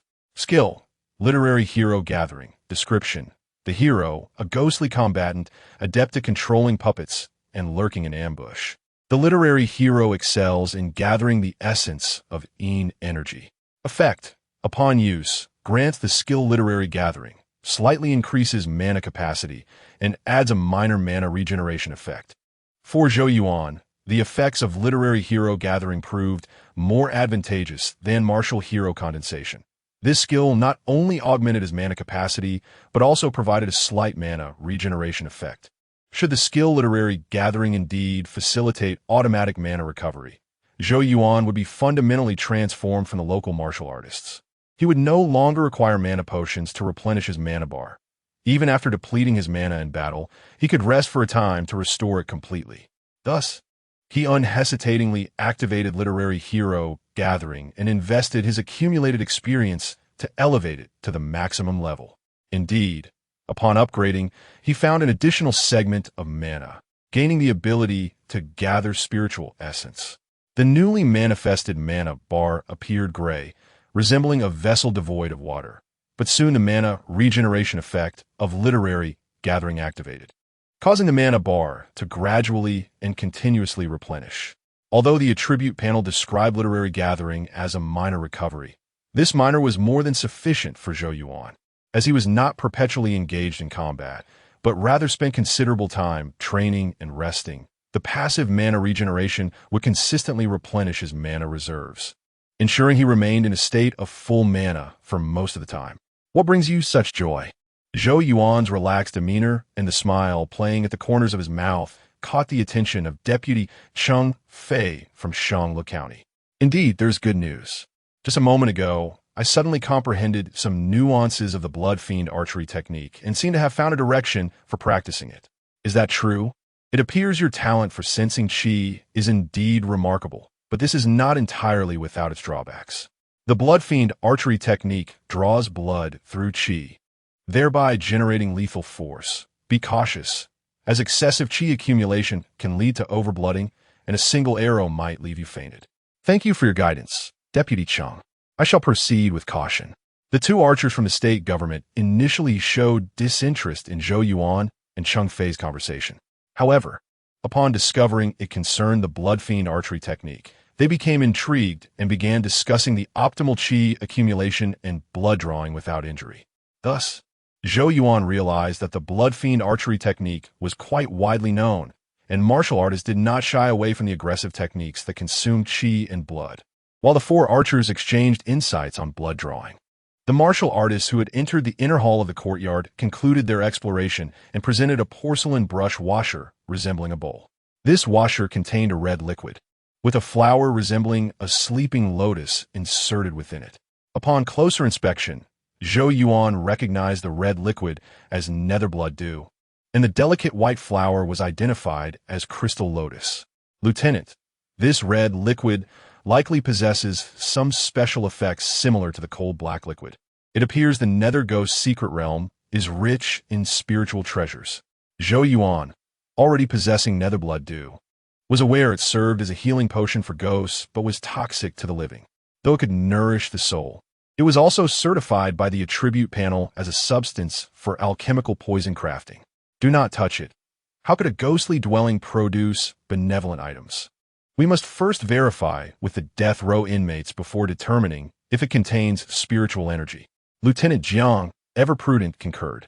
The martial artist from the state government delivered the porcelain brush washer to the city gate, and a martial artist team regrouped for further advancement. Passing the residences of the literary and martial heroes, they encountered a dilapidated 3-story wooden building, where numerous level 12 Nether Ghost Flower maidens lingered below. These Nether Ghost Flower maidens differed entirely from the previous Nether Ghost warriors. While their offensive capabilities were weak, they could induce a brief daze. This unique control ability garnered significant attention from the martial artist team. The warriors held their ground, waiting for the archers to eliminate all the flower maidens before resuming their advance. Just as Zhou Yuan regarded these Nether Ghost Flower maidens as control-type monsters, the level 14 Nether Ghost Flower Queen within the 3-story building delivered a harsh lesson to all warriors. Armed with no weapon, it employed a common skill from the game to instantly shatter the martial artist team's formation. Damn you! How dare you attack me? The advancing state government warrior, caught off guard, never anticipated that a nearby subordinate county warrior would suddenly strike him. Given their formation, he had no defenses against his tightly clustered comrades. Thus, when his ally turned his blade toward him, he had neither the time to react nor the space to evade. With a sharp sound, The keen blade ripped through the cold weather cotton garment of the unarmored martial artist team, inflicting the first injury. The wound inflicted by the blade extended from the state government warrior's forearm to his elbow, exposing bone. This single blow not only caused him excruciating pain, forcing him to drop his round shield, but also ignited a fierce counterattack as he swung his right-hand blade in retaliation. Consequently, the once tightly knit formation was shattered in an instant. The state government warrior instinctively rushed to assist his comrade, while Lieutenant Jing and could not simply watch as one of his subordinates was slain. This chaos not only circulated among the martial artist team, but also impacted the rear archers. Zhou Yuan and Cheng Fei, along with the two state government archers, nearly simultaneously drew their bows and aimed at one another. Fortunately, the archers were distanced enough to maintain their composure. Otherwise, the four would likely have ended up shooting each other at close range, resulting in mutual harm. Stop! What are you doing? Did you bring us into this secret realm just to kill us? Calm down. This infighting is likely instigated by that monster. Do not fall into its trap. Swiftly subdue the insurgents and exit the secret realm before determining the right and wrong. Just as Lieutenant Jing and finished speaking, a state government warrior launched an attack on his nearby comrade again. This incited the warrior's fury, prompting them to unite and deliver several shield strikes against the insurgent. Only after knocking him to the ground did they restrain his limbs, preparing for retreat. The archers sheathed their bows and drew their side blades, warning each other not to be bewitched by the monster and to avoid firing upon their allies. As the group fled ahead, another Ghost Flower Queen pursued closely behind. The familiar charm skill from the game manifested its potent effects at this moment. Chapter 58. The Cold Liquid of Confusion, the Skill of Confusion. Akin to a control technique in the game, allows players to empathize with their teammates' plight, preventing significant conflict and ensuring that they do not inadvertently harm one another. For players, it may only take 2 or 3 strikes to restore health. However, for ordinary individuals, the consequences are dire. They bleed and sustain injuries from the martial artist attacks, with severe strikes potentially leading to permanent disability. Furthermore, martial artists cannot simultaneously guard against their allies while battling the horrors of the secret realm. Consequently, the alluring, ghostly courtesan, with just 2 uses of her confusion skill, shattered the trust within the team, compelling the martial artists to retreat hastily. Fortunately, the officials and aides from the local government were quite capable, transforming the entrance of the secret realm from a dried-up well into a stair-like pit. Otherwise, the continuous emergence of the 20-man martial artist squad would have easily blocked the previously narrow passage. The military doctor hurried to stitch wounds, armed with healing potions from the secret realm, determined to save the brother's arm. 6 martial artists from the province carried 2 individuals out, one of whom was carefully laid down, blood flowing profusely and nearly staining half of his garment red. The county martial artist responsible for this injury stood behind the Jingen captain, his face bruised and wearied with worry, unsure how to explain the situation. The Jingen captain turned and patted his shoulder, signaling that he would not allow any retaliatory actions to occur. The impact of the confusion skill was profound. It not only forced the confident martial artist squad to retreat, but also posed the risk of internal strife. If the injured provincial martial artist's arm could not heal properly, resentment towards the county martial artist who harmed him was inevitable. The martial artists from the province and those from Jingen County were already 2 distinct factions. At that moment, the grievous wound seemed to morph into a chasm, dividing the 2 groups into opposition. Jiang, we saw your plea for help and rushed to your aid without regard for our safety. Now, such an incident has occurred. Should you not provide us with an explanation? Lu Kanjun spoke rightly. Old Jia's arm is grievously injured, and it remains uncertain when he shall heal. If he had been harmed by a demon, it would be one thing, but to be injured by our own, how can he not harbor grievances? The injured provincial martial artist remained stoic, biting down on cloth as the military doctor stitched him up. However, his face was flushed, his muscles twitching, and sweat beading on his forehead, indicating the severity of his pain. Hold on. Let Captain Jia complete the stitching before we discuss this further, said the Jingen captain. Captain Jia was indeed the injured party, and how to compensate him would require his input. The Jing'an captain temporarily quelled the dispute, and the two groups of martial artists went their separate ways to different barracks for discussion. In truth, there was little room for compromise. The county martial artists revered the Jing'an captain's authority, and once an issue arose, the captain naturally had to uphold it. Otherwise, how could the county martial artists, accustomed to their freedom in their own territory, venture into Jing'an City and create enmity with the provincial martial artists? On the other hand, the provincial martial artists, witnessing their comrade injured, felt compelled to seek justice for their friend, making it impossible to return to their provincial camp without addressing the matter. Thus, the alluring, ghostly courtesan proved far more formidable than the ghostly martial leader, striking at the weakness of the martial artist squad and leaving them in a quandary. Upon entering the barracks, the Jing'an captain spoke harshly. The beguiling demon must be eliminated. Otherwise, this matter will not conclude. Only by slaying that demon can we truly avenge Captain Jia, lest they depart with grievances that may lead to future troubles. The issue of compensation is trivial. We can provide them with additional spirit items. Let us consider if there are any methods to exorcise the demon and restore the bonds of camaraderie among us. The county martial artists furrowed their brows in contemplation, momentarily at a loss for ideas on how to resist the enchantment of the ghostly courtesan. Only Zhou Yuan quickly recalled the cold liquid of Yin, which the attribute panel described in detail. Rapidly restores a small amount of true energy, accumulates Yin cold state, alleviates loss of consciousness while continuing to lose blood, counters seductive negative states. The aspect of alleviating seductive negative states could effectively counter the confusion skill of the ghostly courtesan. However, it remained unclear how long the resistance would last, or how many doses would be required to negate the confusion effect. Still, this presented a direction and a means to fulfill the three courtesans technique, and Zhou Yuan deemed it worth a try. Captain, do you recall how you described the gray mist of the secret realm? I wonder if the awakening in harmful yet beneficial, in cold yet awakening can counter the ghostly courtesan's enchantment. Your words jog my memory. This method may indeed be worth testing. Shung County Captain, go to the armory and fetch a bottle of cold black liquid.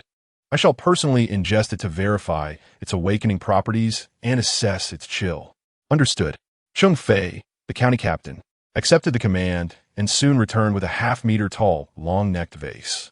The Jing'an captain first dipped his chopsticks into the liquid, tasting it carefully. After a quarter of an hour, he switched to a spoon and took a small sip. Zhou Yuan, meanwhile, used a dose of the cold liquid of Yin from his inventory to experience its awakening effect and gauge how much health it would restore. Given that a single dose was significantly more than a spoonful, Zhou Yuan could not ascertain the Jing'an captain's experience. Nonetheless, he felt as if his mind had been submerged in ice water, all distracting thoughts dissipating, leaving only a sensation of chilling clarity that rapidly coursed through his body. Upon checking his health bar, it dropped swiftly by 5, then by another one after a while before gradually escaping the Yin cold state. The extent of health consumption was manageable, making it a viable item to counter confusion, while Zhou Yuan had the attribute panel for reference, providing a more direct observation of the cold liquid of Yin's effectiveness. The Jing'an captain lacked such advantage. After taking one spoonful, he waited a while before consuming another, as if partaking of some tonic.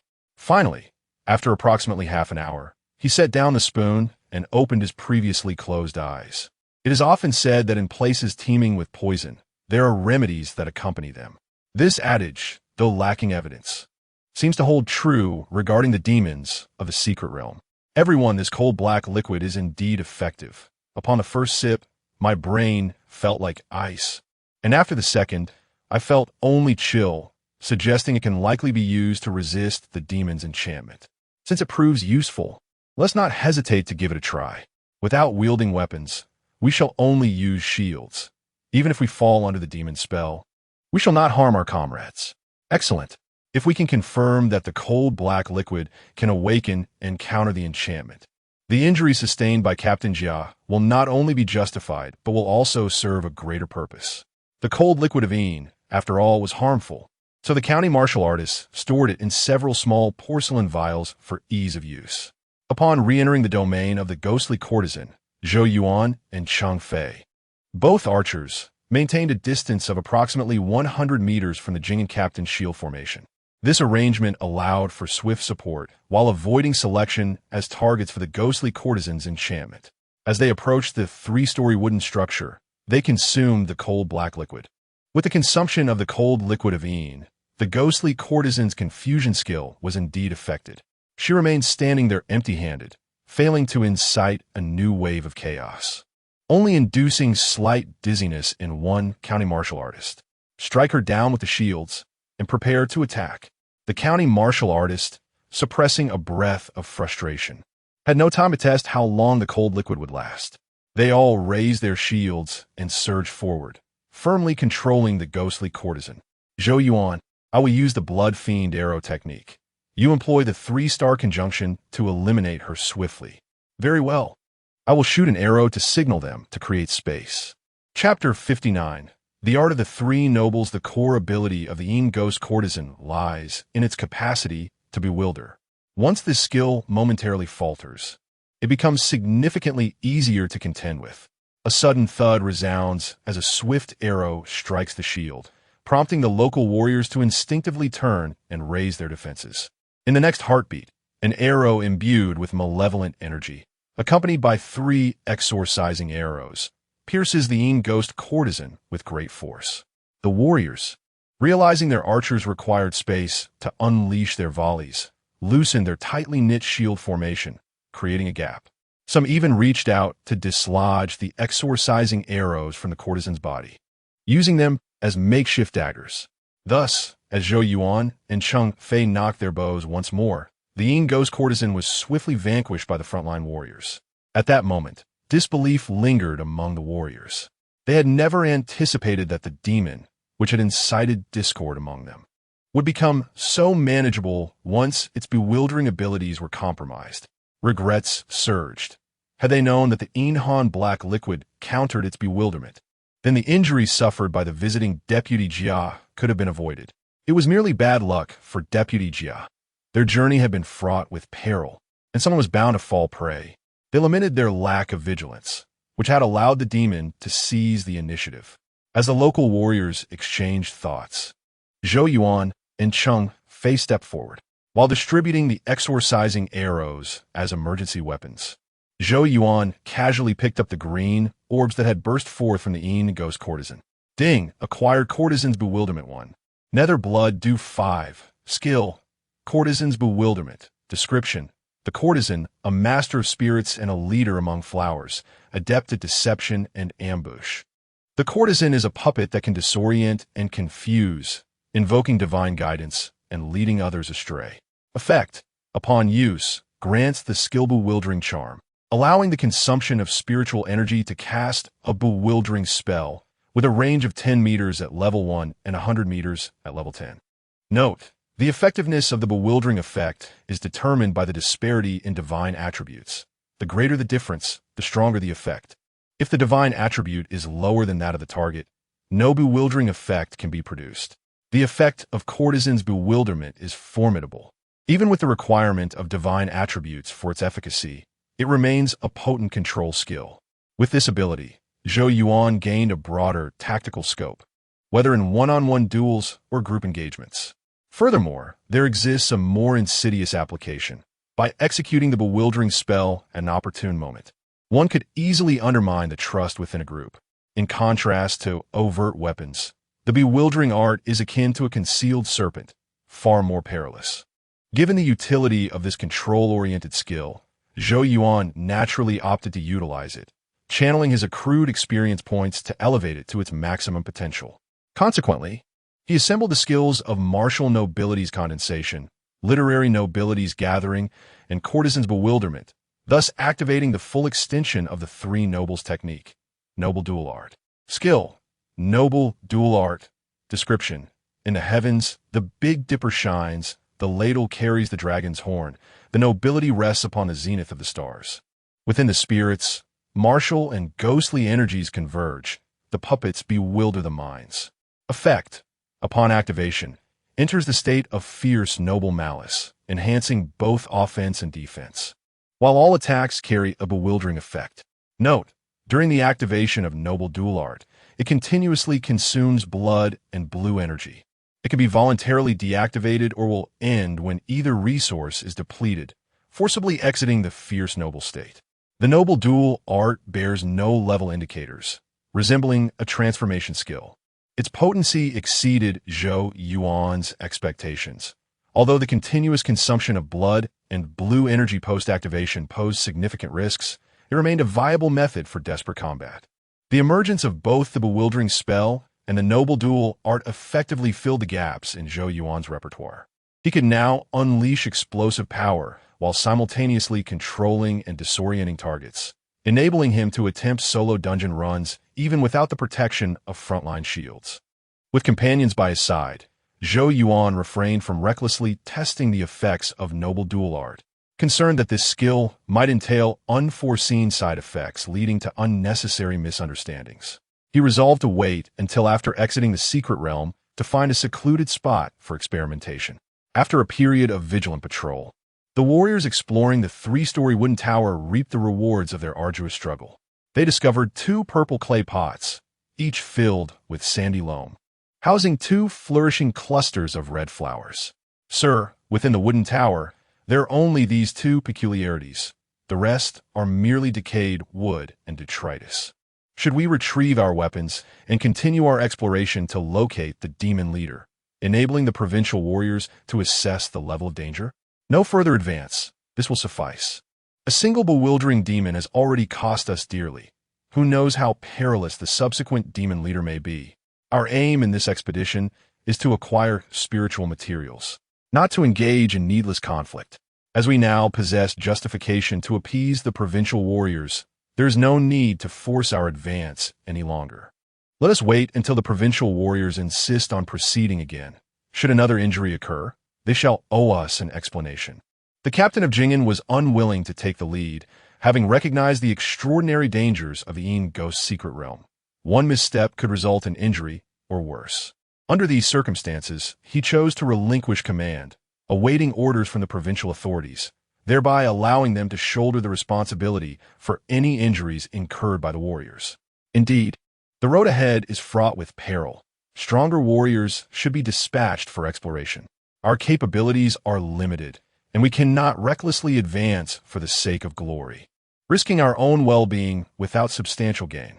Having personally experienced the effects of the accumulated Yin liquid, the local warriors hoped fervently that more would be found within the 3-story wooden tower. With the absence of the Yin Han black liquid to counter the bewildering spell, their desire to continue exploration faded. Thus, their visit was brief, and they hastily departed the treacherous Yin Ghost's secret realm. However, as they exited the realm, they discovered 8 provincial warriors awaiting them outside. Captain Jiang, what is the meaning of this? Do you suspect us of lacking courage, planning to assault the secret realm alone? Lieutenant Liu, you jest. Deputy Jia's injury has weighed heavily on our hearts. While discussing matters in the tent, we suddenly recalled that the Yin Han black liquid possesses restorative properties, and thus, we resolved to test its efficacy. To our surprise, it indeed counters the bewildering demon, allowing us to encircle and strike it. Our actions were not only in vengeance for Deputy Jia, but also to rectify our grievances.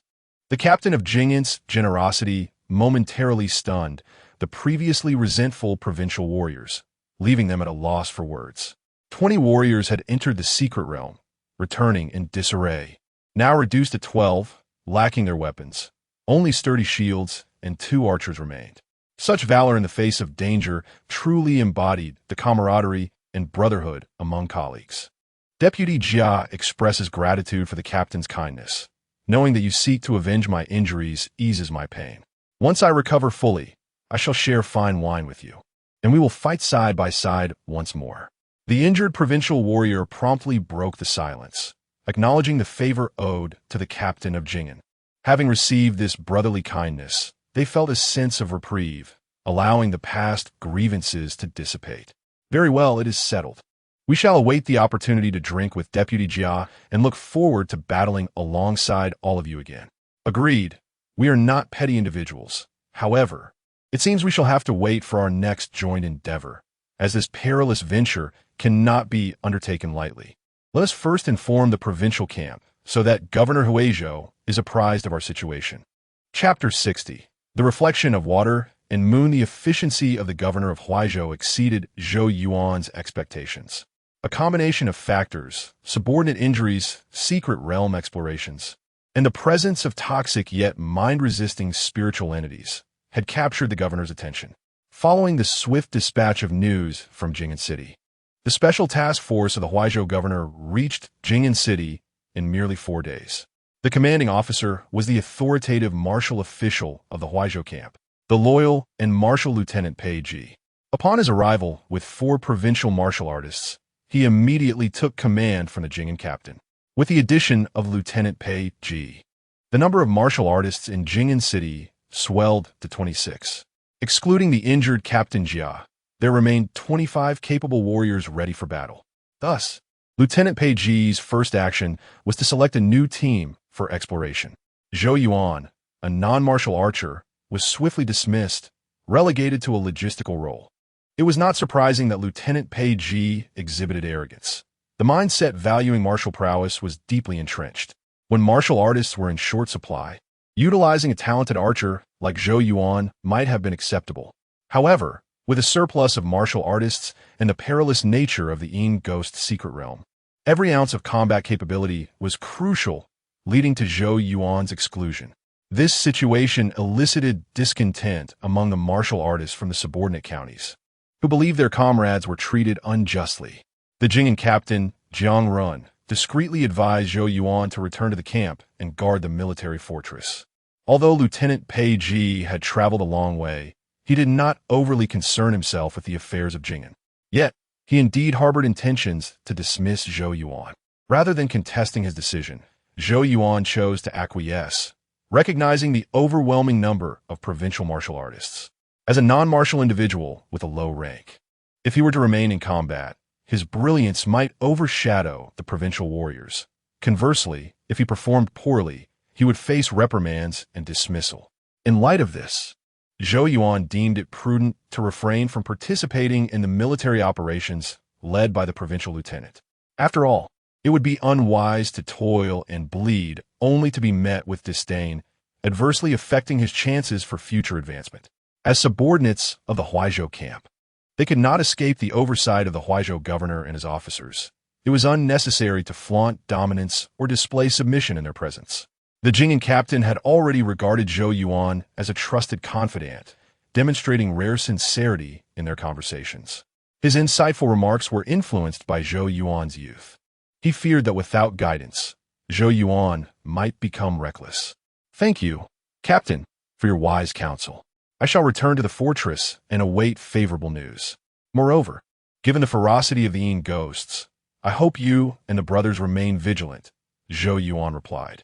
Having acquired the Queda method and the 3 Quedu techniques, he had no intention of recklessly challenging the Yin Ghost secret realm. He doubted the martial team could defeat the secret realm's boss without sustaining injuries. After all, the skills of the 3 Quedu could form the Queda method, and it was likely the realm's boss possessed such abilities. Moreover, the boss probably had recovery items akin to Fengshen skin, making it challenging to defeat. Thus, Zhou Yuan bore no resentment for his withdrawal from the attacking team. He could seek another opportunity for engagement later, without the need to serve under unfamiliar officers. Indeed, Zhou Yuan's predictions proved accurate. Within days of returning to the camp, the Jing'an captain and the subordinate martial artists returned to the military fortress. They reported that the secret realm's demon possessed a humanoid form, likely the source of the skin-painting demons. Initially troublesome, they became manageable after the martial team consumed the Yin cold black liquid, enabling them to engage in combat. However, just as they believed victory was within reach due to their numerical advantage, the demon leader suddenly entered a frenzied state, injuring several martial artists. Unyielding, Lieutenant Pei Ji ordered the reserve members to attack again, but they were once more repelled by the rampaging demon leader. Consequently, the assault plan for the Yin Ghost secret realm was temporarily shelved. Lieutenant Pei Ji assumed responsibility for the realm's defense, allowing the Jing'an captain and the subordinate martial artists to return to the fortress for rest. The atmosphere in the Huizhou camp was fraught with discontent. If a true expert had been sent, we wouldn't have been injured, the aggrieved subordinate martial artist complained. However, the Jing'an captain could only do his utmost to appease them while reporting achievements to the provincial government to seek compensation. Amidst this unpleasant atmosphere, days passed, leading to the 15th day of the 8th month, one of the most significant festivals for the people of Wei, the Water Moon Festival. On that morning, Zhou Yuan observed the soldiers in the camp collectively fetching water in various containers. Having never experienced the Water Moon Festival, he was intrigued by the commotion. Military Sima Kai Chung, assuming he came from a remote village devoid of time or energy for celebrations, patiently explained the festival's significance. According to legend, the brilliant moon in the sky housed the jade rabbit and the golden toad. The former was skilled in medicine, while the latter was adept in wealth. They were perpetually busy, only observing the myriad of human activities during the full moon night of the 8th month. Thus, on the Water Moon Festival, people would fill containers with water to reflect the round moon, hoping the jade rabbit would leave behind some medicinal liquid and the golden toad some wealth, merging into the water for consumption and enrichment. Kai Cheng's explanation was enlightening, and just as Zhou Yuan began to perceive this as a traditional festival of Wei, he shifted to a more mysterious tone. What I just shared were mere folk tales. Let me impart something more substantial. The records of the secrets of heaven and earth in Wei's text state that on the 15th of the 8th month, reflecting water upon the moon can reveal the hidden moon palace secret realm. Its location and timing are uncertain, but one may enter when conditions are ripe. Those who inadvertently wander inside may not return, and upon their return, cannot re-enter. This was the second time Zhou Yuan had heard the name records of the secrets of heaven and earth. His curiosity about this tome's content deepened. Brother Kai, do you possess a copy of the records of the secrets of heaven and earth? Might you lend it to me? Brother, you jest. The records of the secrets of heaven and earth contain information far more critical than national defense maps. How could I possibly possess such a tome? I heard of it from the captain. He doesn't have a complete version either, merely some notes from his training in the capital years ago. How can you not be curious about the Moon Palace secret realm? Why dwell upon the national texts? To say I am not curious at all would be a lie. However, Zhou Yuan's perspective was more akin to that of a player. Such celestial anomalies felt more like festive activities. Since it was a festival, the sense of mystique dissipated, and he felt no overwhelming anticipation. Yet, to respond to Kai Cheng's expectations and to partake in the traditions with his comrades, he agreed, "Indeed, I am curious. I shall find a few containers to reflect the moon's image. If fortune favors me and I enter the Moon Palace secret realm, I will surely bring back some medicinal liquid and wealth for you." Brother Kai. Chapter 61. The Moon Palace reveals itself. The water reflects the moon. The symbolic significance of this event surpasses its actual meaning. The soldiers within the camp do not naively believe that by reflecting the moon in water, they can summon the jade rabbit's elixir or the golden toad's wealth. Similarly, the Jing'an captain and the local warriors do not harbor illusions of being fortunate enough to glimpse the secret realm of the Moon Palace and return with exquisite treasures. However, this is a celebration centered on participation, a joyous festival for the people to relax and reunite. The absence of tangible rewards is secondary to the experience of festive joy. Thus, the Jing'an captain not only invited his trusted allies and local warriors to drink, but also brought his family from the city. His concubine was somewhat ill at ease in the camp's atmosphere. Although she smiled and occasionally responded to the greetings of the officers, she did not initiate any conversation. In contrast, the Jing'an captain's young daughter, a lively and spirited child, was not yet 5 years old and had visited the camp a few times. Aware that her father was stationed here, she was no longer shy. She frequently approached the familiar officers for some festive gifts, not forgetting to offer them cheerful blessings, which delighted the officers. Among them, Jiang Yong, who managed the personal guards, and Kai Chung, who oversaw the armored soldiers, were particularly close to the child and had prepared numerous gifts. Here, take this. It is a gilded copper sparrow. The captain's daughter is affectionately called Sparrow, and she has yet to receive a formal name. Presenting her with this gilded copper sparrow will surely bring her joy. Kai Chung was quite reliable. Even though Zhou Yuan was preoccupied with the battles against the secret realm, this good fellow had not forgotten to procure festive gifts for him. Otherwise, Zhou Yuan, who was indifferent to festivals, would have had to settle for a mere token of good fortune. Thank you, Brother Kai. I will repay you later. Why say such things? A gilded copper sparrow is not worth much. If you are sincere, simply treat me to a drink when we return. No one will say you are cursed or have offended the deities this time. We can return home and enjoy a hearty drink. Kai Cheng ultimately could not let go of the matters concerning the painted skin, prompting Zhou Yuan to pat his shoulder and change the subject. Let us agree on this. When we next enter the city, we shall drink through the night. Just then, the child named Sparrow approached Zhou Yuan, her large eyes wide with curiosity, unsure of how to address him. Father, this general is so young. Should I call him brother or uncle? Ha! He's your father's comrade in arms. Just a few days ago we fought side by side, so naturally he is your uncle. The lively child chirped, Uncle, you are so valiant, and took the gilded copper sparrow from Zhou Yuan's hand. This exchange of greetings was not merely for receiving gifts, but also served to introduce the child and his wife to the officers in the camp, thus establishing bonds of friendship for the future. After a round of greetings and blessings from the child, the Jing'an captain distributed gifts to the officers, ensuring that everyone celebrated the festival without incurring losses. Following this, the banquet to reflect the moon commenced. The attendees gathered in the training ground, each with not only fine food and wine before them, but also a basin of clear water for reflecting the moon. Come everyone, on this water-moon festival. May the elixirs and wealth be mirrored in this cup. Let us drink to health, longevity, fortune, and wealth. As everyone raised their cups in unison, the Jing'an captain's personal guards began distributing festive gifts to the soldiers.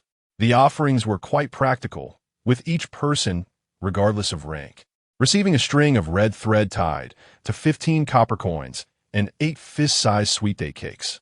This act incited cheers throughout the camp, the sounds mingling with the bonfire. The full moon overhead and the exquisite wine flowing down their throats, creating an atmosphere of universal celebration. Ha! What a delight! Since our stationing here, it has been ages since we celebrated in the camp. I never imagined I would be fortunate enough to share joy with you all today. Even if we suffered some injuries in the battle against the secret realm, it has been worth it. The evening banquet for the Water Moon Festival was quite unique.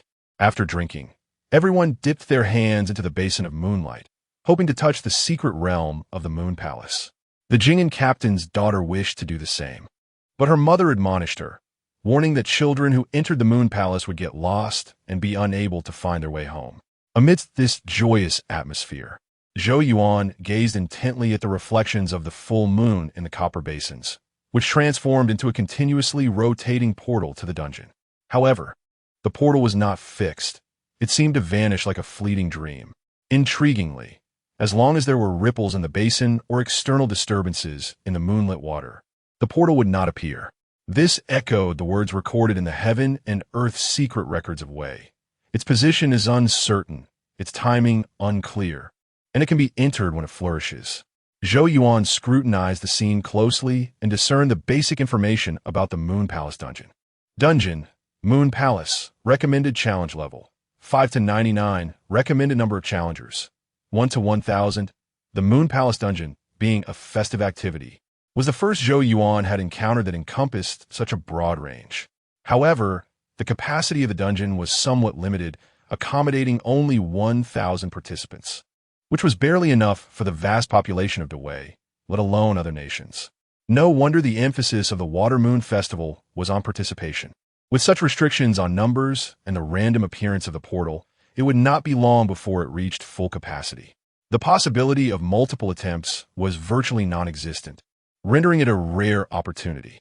As Zhou Yuan analyzed the situation of the Moon Palace dungeon, the portal quietly manifested in the basin reflecting the moon before him. How could he let such an opportunity slip away?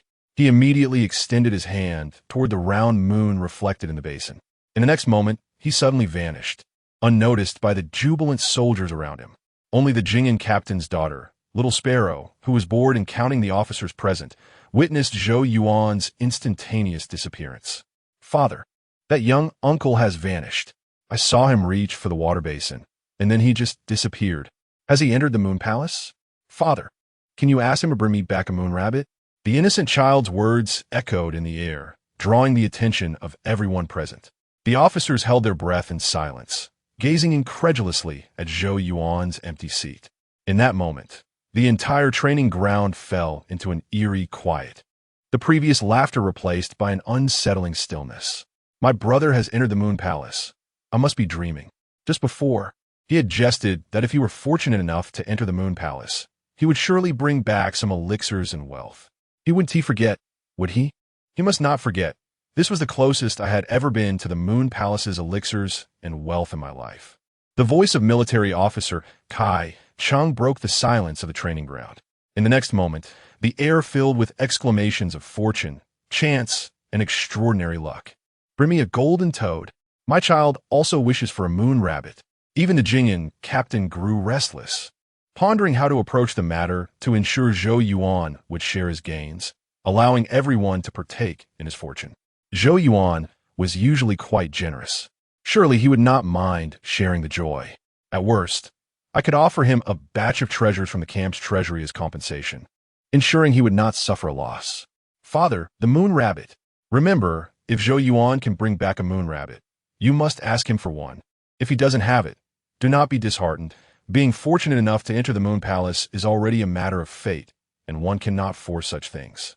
Unbeknownst to Zhou Yuan, as he entered the dungeon, the officers in the camp were already bubbling with excitement, eagerly anticipating his return to share the wondrous treasures of the Moon Palace.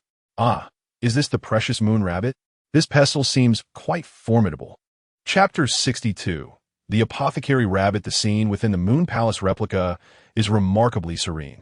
This place is adorned with numerous undulating hills and tranquil pools, densely populated with a variety of flora.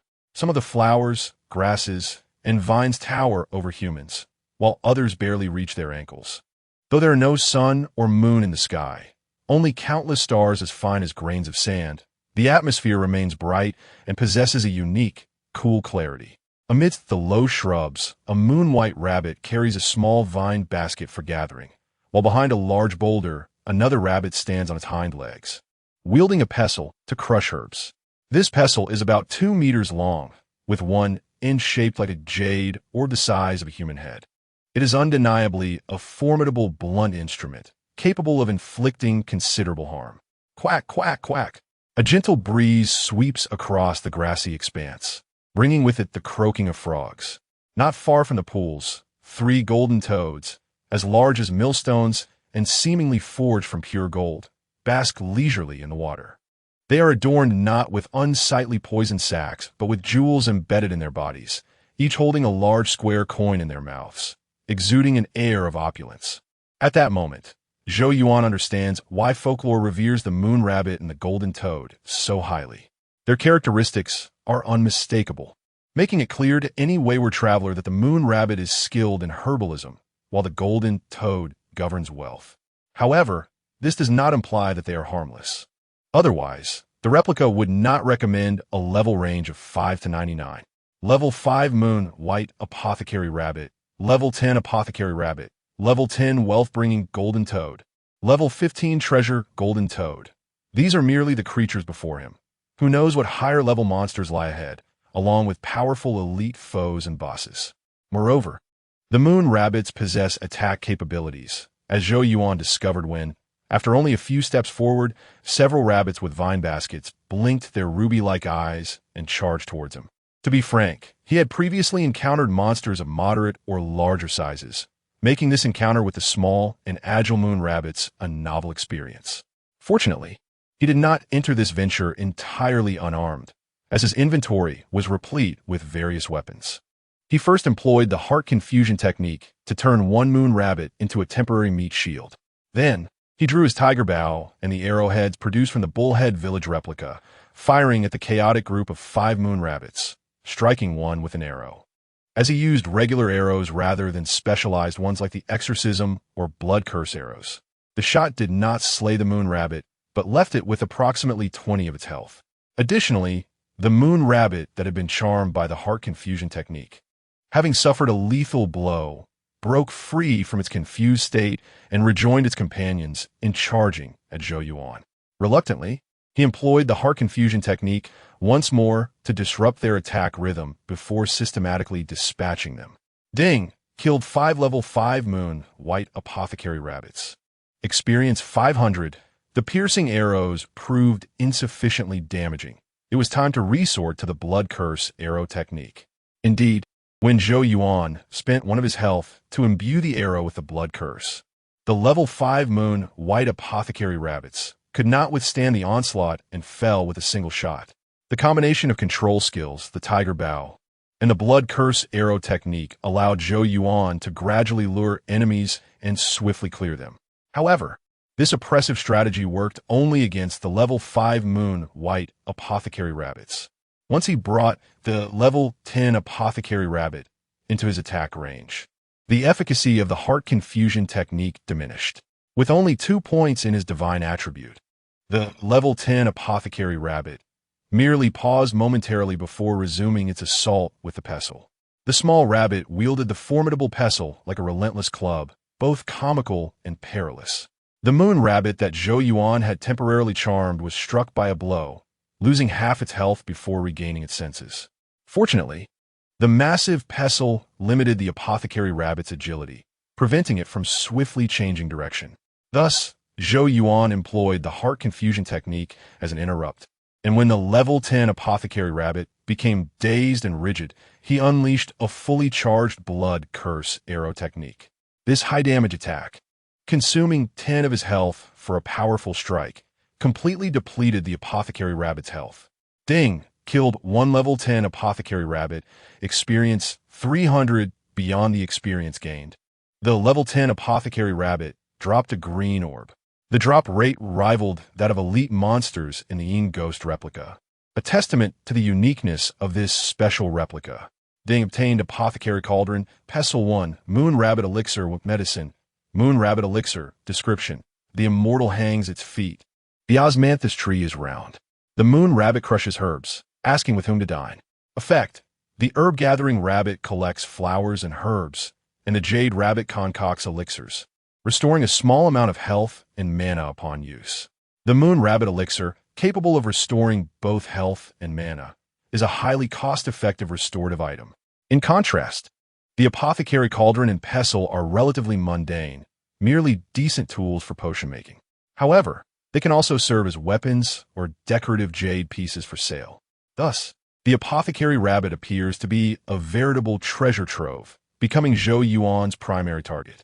In truth, having discerned the limits of the level 10 apothecary rabbit, the rabbits on this hillside found it challenging to mount an effective offense. Nevertheless, Zhou Yuan remained cautious in luring enemies, avoiding the activation of too many at once, lest he be pursued and struck by the rabbits wielding their pestles. Upon slaying the 5th apothecary rabbit, he unexpectedly obtained a new item. Skill: Moon Rabbit Apothecary Technique. Description: the moon rabbit's jade pestle, linked with the pestle's handle, kneels to crush herbs, creating jade elixirs, with hopes of immortality. Effect: upon use, gain the skill crushing herbs, allowing the extraction of jade elixirs from herbs using spirit energy. Note: the quality of the elixir directly correlates with the quality of the herbs, and it can also extract toxins from poisonous plants. This place is indeed blessed with the presence of the golden toad, perhaps bestowing upon me a touch of fortune. The moon rabbit apothecary technique vastly surpasses the previous moon rabbit elixir. One is merely a consumable, while the other allows for the extraction of potions and toxins. A perfect auxiliary skill for both healing and poison crafting. Upon acquiring the moon rabbit apothecary technique, Zhou Yuan's interest in the croaking golden toads in the nearby pool intensified. He was eager to discover what skills and items they might yield. Therefore, after meticulously eliminating the moon rabbits on the hillside, he gradually approached the pool to test the golden toads' attack patterns. To his surprise, the golden toads turned out to be ranged attackers. Upon entering their attack range, the 3 golden toads showed no inclination to pursue. Instead, they opened their mouths and launched the square coins they held. These coins were as large as basins and flew rapidly, striking the ground with a resounding impact. At that moment, Zhou Yuan, the archer, finally felt the pressure of ranged attacks. As he dodged, he activated the skill martial hero's resolve to bolster his defense and swiftly sought refuge behind the rocky outcrop used by the apothecary rabbit.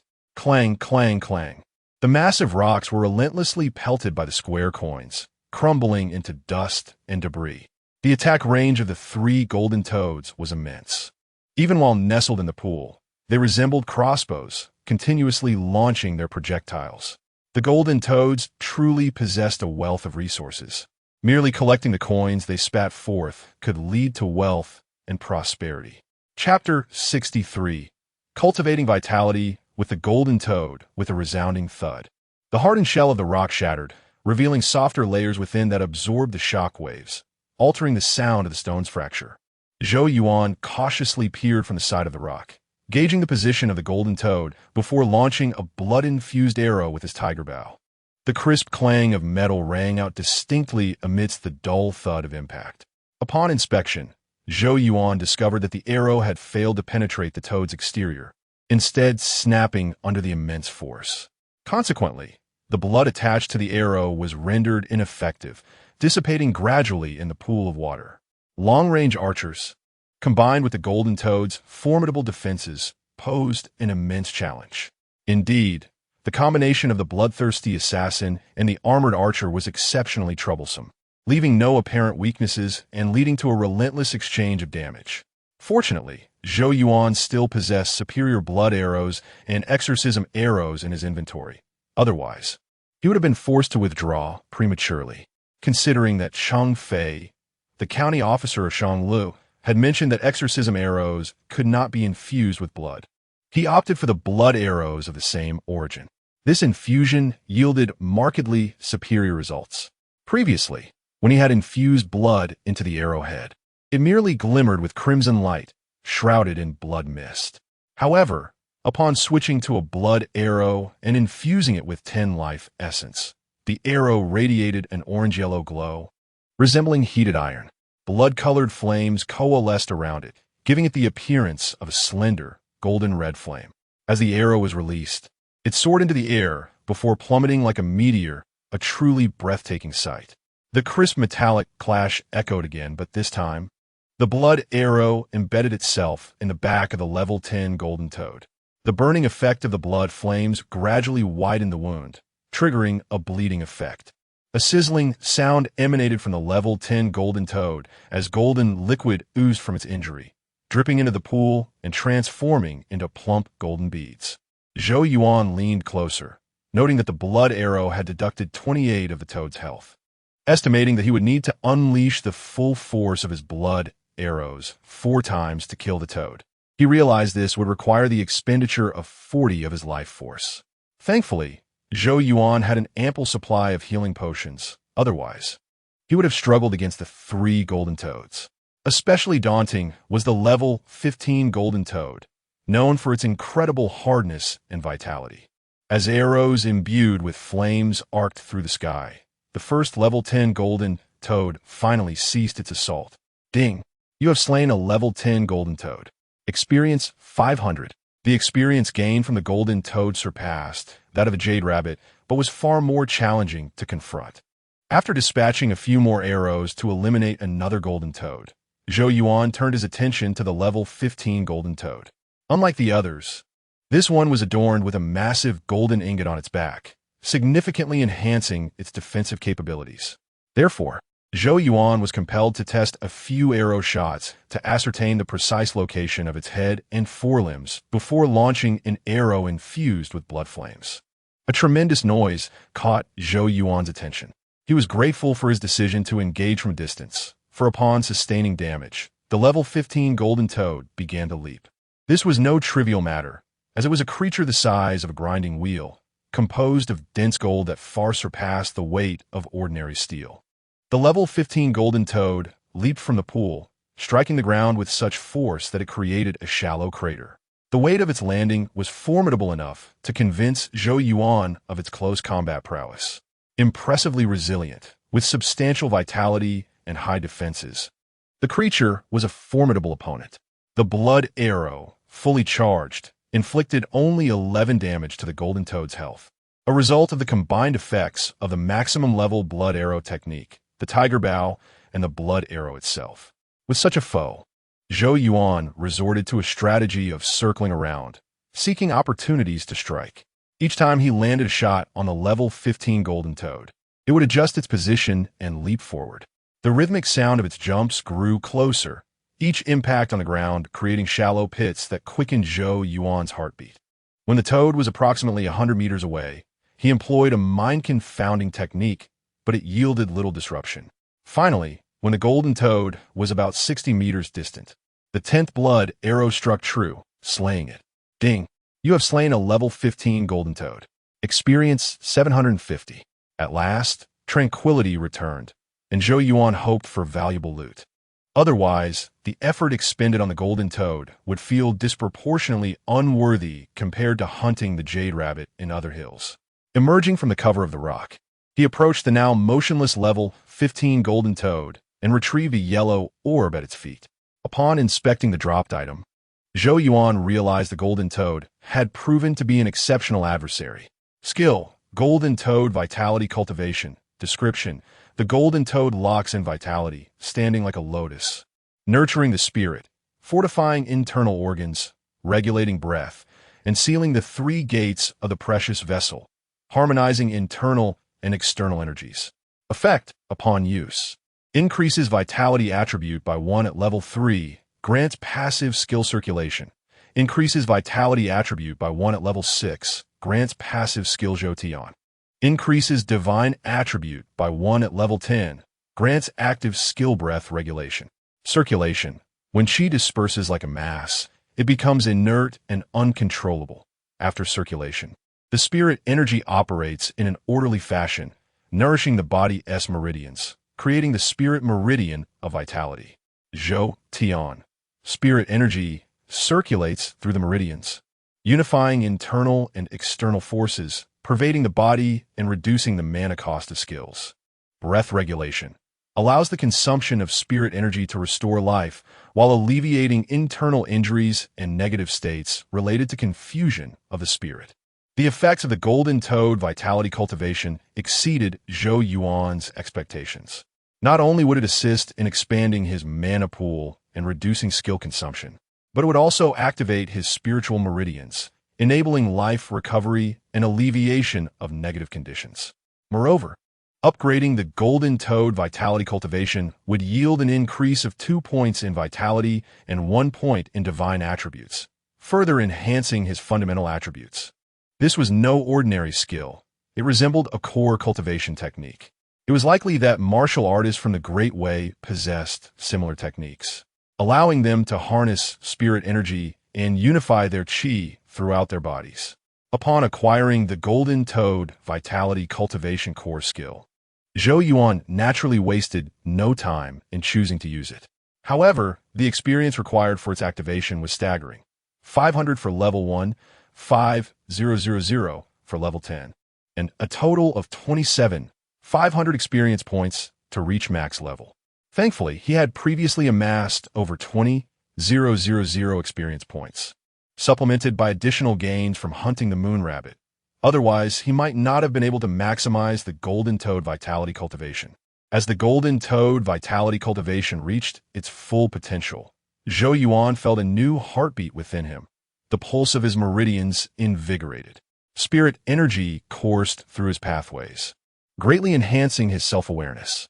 More crucially, the continuously flowing spirit energy formed a new driving force within his body, allowing him to augment his strength and agility with mere gestures. The strengthening of his meridians enhanced his body's resilience, infusing it with new vigor. However, this enhancement came with a caveat. Should the spirit meridians deplete too swiftly, the body, once accustomed to abundance, might collapse under the strain. Chapter 64. A bountiful return once the golden toad's chi cultivation technique reached its apex. Zhou Yuan's fundamental attributes underwent a transformation. Originally, his attributes stood at vitality, 4, chi, 2, spirit, 2. Following an enhancement of 2 points in chi and 1 point in spirit, they now read vitality, 4, chi, 4, spirit, 3. This improvement established a more harmonious balance among the 3 attributes, particularly with the augmentation of spirit, which should enhance the efficacy of my bewildering heart technique. The level 15 treasure gaining golden toad contributed formidable skills, while the two level 10 wealth attracting toads were no less impressive, each yielding a green orb. Upon collection, Zhou Yuan discovered that the contents of the two green orbs were identical. A single medicinal pill. Medicine, spirit toad pill. Description, crafted by the moon rabbit using spirit herbs. This pill is infused with the essence of the golden toad, absorbing lunar energies to replenish true yin, balancing yin and yang. Effect, consuming it activates the chi shield state, enhancing defense and alleviating negative chaotic chi conditions. The spirit toad pill is a unique potion that elevates defense, although it pales in comparison to the golden toad's chi cultivation technique. It remains exceedingly practical. The bountiful harvest from the three toads invigorated Zhou Yuan's desire to delve deeper into exploration. He swiftly descended the hill and encountered two distinct paths to explore, one that moved laterally and another that ascended directly forward. After advancing a short distance forward, he noted that the monsters in the new hills were not only denser, but also of significantly higher levels. Level 10 Moon White Medicinal Rabbit, Level 15 Medicinal Jade Rabbit, and Level 20 Golden Light Moon Rabbit. Observing a Level 20 Golden Light Moon Rabbit, clad in golden armor, bearing a banner, wielding a jade hammer, and riding a nimble white deer, Zhou Yuan wisely refrained from testing its attack range. It was evidently an elite monster, a high-mobility cavalry type, posing a lethal threat to a ranged fighter lacking a frontline tank. Consequently, he retreated and ventured toward the right hillside. This time, the surroundings were much more tranquil, as the lush hills were populated solely by adorable Level 5 Moon White Medicinal Rabbits and Level 10 Medicinal Jade Rabbits. This led him to realize that the Moon Palace's secret realm likely resembled a crescent structure. The further one was from the inner circle, the lower the monster levels, and vice versa. With a recommended level range of 5 to 99 for the Moon Palace instance, it was improbable that any level 100 bosses resided at its center. Such a scenario would be excessively brutal. Thankfully, entrance to this location was restricted by both time and the number of participants. Otherwise, should the rabbits gain sentience, it might herald a resurgence akin to that of the moon rabbits. After dispatching several Level 5 Moon White Medicinal Rabbits, Zhou Yuan gradually approached a Level 10 Medicinal Jade Rabbit, hoping to extract more medicinal liquid. Just then, he noticed a conspicuous depression amidst the knee-high thicket ahead. Exercising caution, he loosed an arrow in that direction, wary of hidden monsters. Upon confirming the area was unresponsive, he cautiously approached to investigate. Upon nearing the depression, he discovered a person lying there, crimson blood seeping from their head and staining the verdant grass. The shape of the wound suggested it was inflicted by a medicinal jade rabbit, clad in a brocade robe and leather boots with fair skin. The individual appeared to be a young master of considerable means, unaccustomed to labor. Zhou Yuan retrieved a dagger from his inventory, deftly flipping it to lift the deceased's waist token. The token bore the inscription Dengyu of the Taishua Palace, while the reverse showcased an ornate engraving. Great Shu, Zhongsu, virtue upheld through literature. Aside from the waist token, there were no other valuables on the body. After a moment's contemplation, Zhou Yuan opted to leave the token beside the corpse, wary of inadvertently igniting diplomatic tensions between Wei and Shu by taking it. In his exploration of several nearby hills, Zhou Yuan encountered various other corpses, some evidently farmers, others resembling fishermen, and one unidentified woman. Furthermore, he came across a living individual who knelt in reverence before the rabbits and toads, paying homage without receiving tangible benefits, yet preserving his life. Just as Zhou Yuan intended to greet him, he suddenly noticed that the stars in the sky, akin to fine dust, were rapidly vanishing.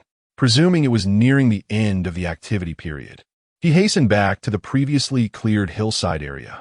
He utilized 2 pestles to fashion several large coins, shouldering them with ease.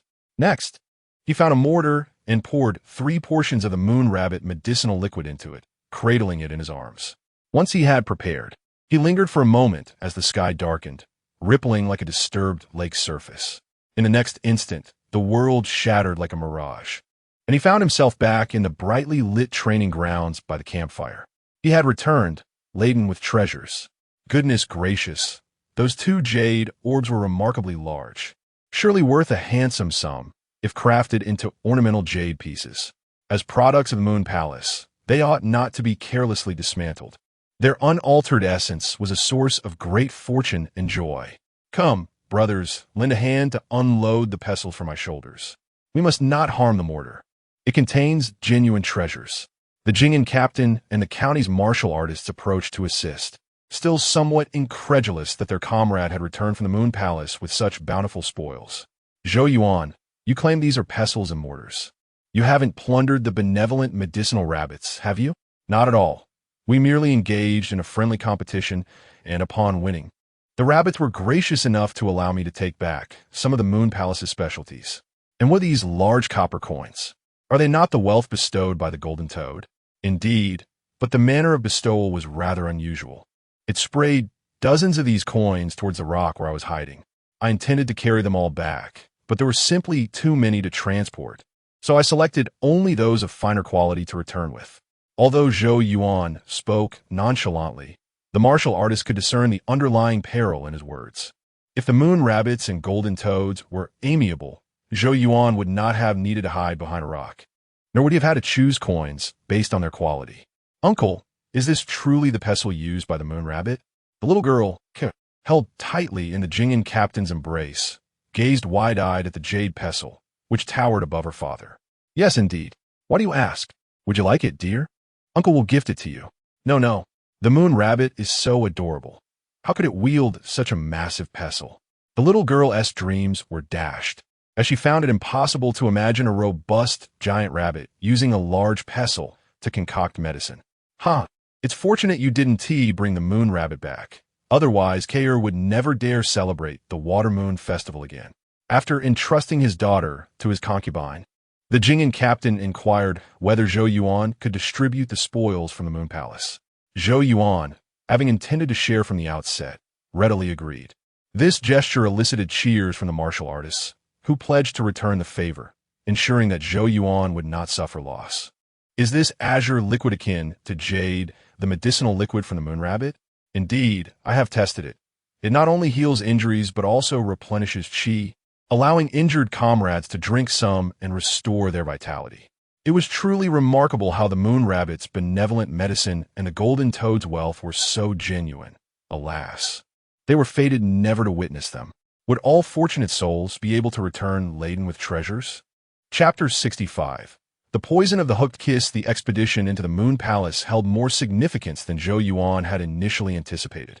At dawn, the Jing'an captain arranged for his loyal guard, Jiang Yong, to lead 100 elite cavalrymen to escort the mortar and pestle, the medicine pot, and 2 large square coins the size of basins to the main camp in Huaizhou. Zhou Yuan, having gifted the copper coins from the Moon Palace to his comrades, believed it would strengthen their camaraderie while also providing tangible benefits. However, with many voices in the mix, the risk of information leaking was inevitable. Hence, it was prudent to share some of these gains with the governor of Huaizhou to ensure mutual joy and shared prosperity. My entry into the Moon Palace's secret realm is already a fortune beyond measure. I find no delight in retaining mere trinkets when they could bring joy to my fellow soldiers, Zhou Yuan humbly stated. Very well, your noble intentions are commendable. Rest assured, you shall not suffer any loss from this, the captain replied. I shall have Jiang Yong take with him the documentation of your accomplishments in the secret realm. Should all go as planned, upon the governor's joyous reception of the Moon Palace's treasures, your promotion should follow. Traditionally, in the Great Way, individuals not born into noble families would not ascend the ranks consecutively. Each promotion was typically preceded by a period of stability. However, special circumstances warranted unique considerations, such as exceptional achievements, rare talents, and the gifting of extraordinary items, which would compel superiors to act justly. As a token of gratitude, Zhou Yuan bestowed the remaining pestle upon the Jing'an captain. Although the captain initially protested, he eventually accepted the 2-meter-high, pure white jade pestle with pleasure, declaring his intention to place it alongside the golden toad coins in the administrative hall of his residence to cultivate the prosperity of the military. Thus, Zhou Yuan was left with merely a golden-toed coin as a memento. Meanwhile, the skilled craftsmen clamored to borrow the mold, eager to cast their own golden-toed coins to attract wealth into their homes. The Xianyuan soldiers followed suit, choosing to borrow the golden-toed coin Zhou Yuan had gifted to Kaicheng. Due to the large number of Xianyuan soldiers, Kaicheng found himself often urging his subordinates to return the borrowed coin after each raid on the secret realm, only to lend it out again to other soldiers. In the days following the Water Moon Festival, both the military fortress and Jing'an City remained tranquil. Zhou Yuan seized the opportunity to repeatedly engage in the camp's dungeons, successfully activating the Jade Rabbit's mortar method and leveling it to its maximum. With an ample supply of restorative potions, he prioritized extracting a vial of venom, intending to imbue the arrows produced in the dungeon with poison. He selected the inventory of the camp, utilizing the leaves of the hooked kiss plant, a toxic herb. After employing the fully leveled Jade Rabbit's mortar method, Zhou Yuan acquired a vial of a translucent, verdant liquid. Medicine, hooked kiss venom, description, slightly sweet, warm in nature, highly toxic. Extracted using the mortar method, with no medicinal properties, suitable for weapon poisoning. Effect: upon striking a target, it inflicts varying degrees of poison status based on dosage, causing continuous health depletion and inducing weakness. As the art of poisoning arrows required finesse, merely soaking the arrowheads would not suffice to retain much venom. Therefore, Zhou Yuan sought assistance from a professional arrow poisoner in the metallurgy department. Upon hearing Zhou Yuan's request, the craftsman's eyes sparkled with understanding. Lord Zhou, I do not mean to boast, but our skills are a perfect match with archers. An arrow lacking poison is akin to a blade unsharpened. The common methods for arrow poisoning were limited to two: the adhering method and the high-temperature quenching method. Given the uniformity of your arrows, with the shafts and feathers being of the finest quality, we cannot subject them to high temperatures. I recommend the adhering method. To maximize the adhesion of the poison, soak the arrowheads in water and keep them in a cool place to develop a thin layer of red rust. Afterward, soak them in the venom and let them dry. With this, the arrows will be beyond salvation. Very well. I shall leave this batch of arrows in your capable hands. I promise a generous reward upon their completion. Rest assured, I shall return to you a set of deadly weapons. Zhou Yuan provided the arrow poisoner with 3 quivers, each containing 60 arrows, totaling 180 arrows. Once imbued with poison, these arrows would become formidable instruments against flesh and blood. The military's large-scale weapon improvements were no secret. Shortly after Zhou Yuan's request for poisoned arrows, the Jing'an captain received word of it, reflecting on Zhou Yuan's precise and swift archery skills. He could not deny that the poisoning of arrows was one of the best ways for Zhou Yuan to enhance his strength in the short term. Thus, he refrained from further inquiry and instead directed the supply department to exchange the Moon Palace's mortar and coins for a batch of blood-tinged arrows. When Zhou Yuan retrieved the arrows once more, the previously standard arrowheads had been transformed into a new variety. Weapon: rusted poisoned arrowheads. Description: arrowheads covered in a thin rust, soaked in hooked kiss venom, inflicting a poison status on targets with a chance of infection. What a remarkable transformation. Even ordinary arrowheads could achieve great efficacy. In light of this, Zhou Yuan procured a batch of willow leaf peach, hooked kiss leaves, and castor beans from the supply department, intending to extract a mixed venom. This action sent chills down the spines of the camp's officers, who lamented the disappearance of the once ardent youth, now suddenly fascinated with toxins. Captain, since Zhou Yuan joined the camp, he has been engaged in battle or preparing for battle. Such a mindset is bound to become extreme. Perhaps it would be best to have him lead some warriors back to his home county when the martial artists return to manage the local banditry. This way, commanding troops will differ greatly from solitary combat, allowing him to become a recognized and reputable officer, tempering his fierce disposition. Chengyu County has long been plagued by pirate raids. Thus, it will be prudent for him to return alongside the county officer, Hu Hua. Coincidentally, Hu Hua was injured and unable to patrol the riverbanks, allowing Zhou Yuan to quell the pirates' audacity and demonstrate the might of the Great Way. Unbeknownst to Zhou Yuan, In order to prevent him from veering down a misguided path towards becoming the camp's poison master, the Jing'an captain intended to assign him troops, elevating him to a commanding officer. He learned of this proposal during his promotion banquet. After receiving gifts, the governor of Huaizhou chose to protect his subordinates and act justly, stamping his military seal, thus promoting Zhou Yuan to the position of Jing'an Chu supervisor. With this elevation, Zhou Yuan was now just one rank away from Kai Cheng's military title, a rapid ascent that left even the local noble families feeling somewhat embarrassed. As the promotion banquet drew to a close, the martial artists from various counties took the opportunity to return the gifts of Moon Palace coins, each presenting Zhou Yuan with 3 portions of the Jade True Powder. The Jing'an captain not only bestowed 6 portions, but also gifted him a large jug of blood-tinged arrows, totaling 60. At this juncture, the Jing'an captain broached the subject of leading troops into Chengyu County. Zhou Yuan, eager for the chance to explore a new dungeon, readily accepted without hesitation. Zhou Yuan, Chengyu County borders the Chu River, which flows robustly into the sea, often attracting bandits who sail into the river's estuary to plunder. During your time in Chengyu County, be sure to consult with County Officer Hu Hua to learn defensive strategies and methods for suppressing water bandits. Should you ever find yourself in command of a region, these tactics will prove invaluable. Otherwise, you may find yourself overwhelmed and unable to fulfill your duties. Thank you, Captain, for your guidance. I shall earnestly seek counsel and remain humble and prudent. Chapter 66. The distinction between commanding troops and venturing alone. The disparity between leading an army and embarking on a solitary journey is indeed substantial. For Zhou Yuan, this marked his inaugural experience in commanding troops, and he found himself grappling not only with the complexities of logistical accounts, but also with the sudden responsibility of managing several hundred soldiers. The Jing'an captain had provided him with 100 soldiers from the Wuwei camp, 50 from the Xixing camp, and 300 auxiliary troops. Fortunately, he was relieved of the burden of logistical transport, as the officials from the military supply department accompanied the troops, overseeing the distribution of supplies.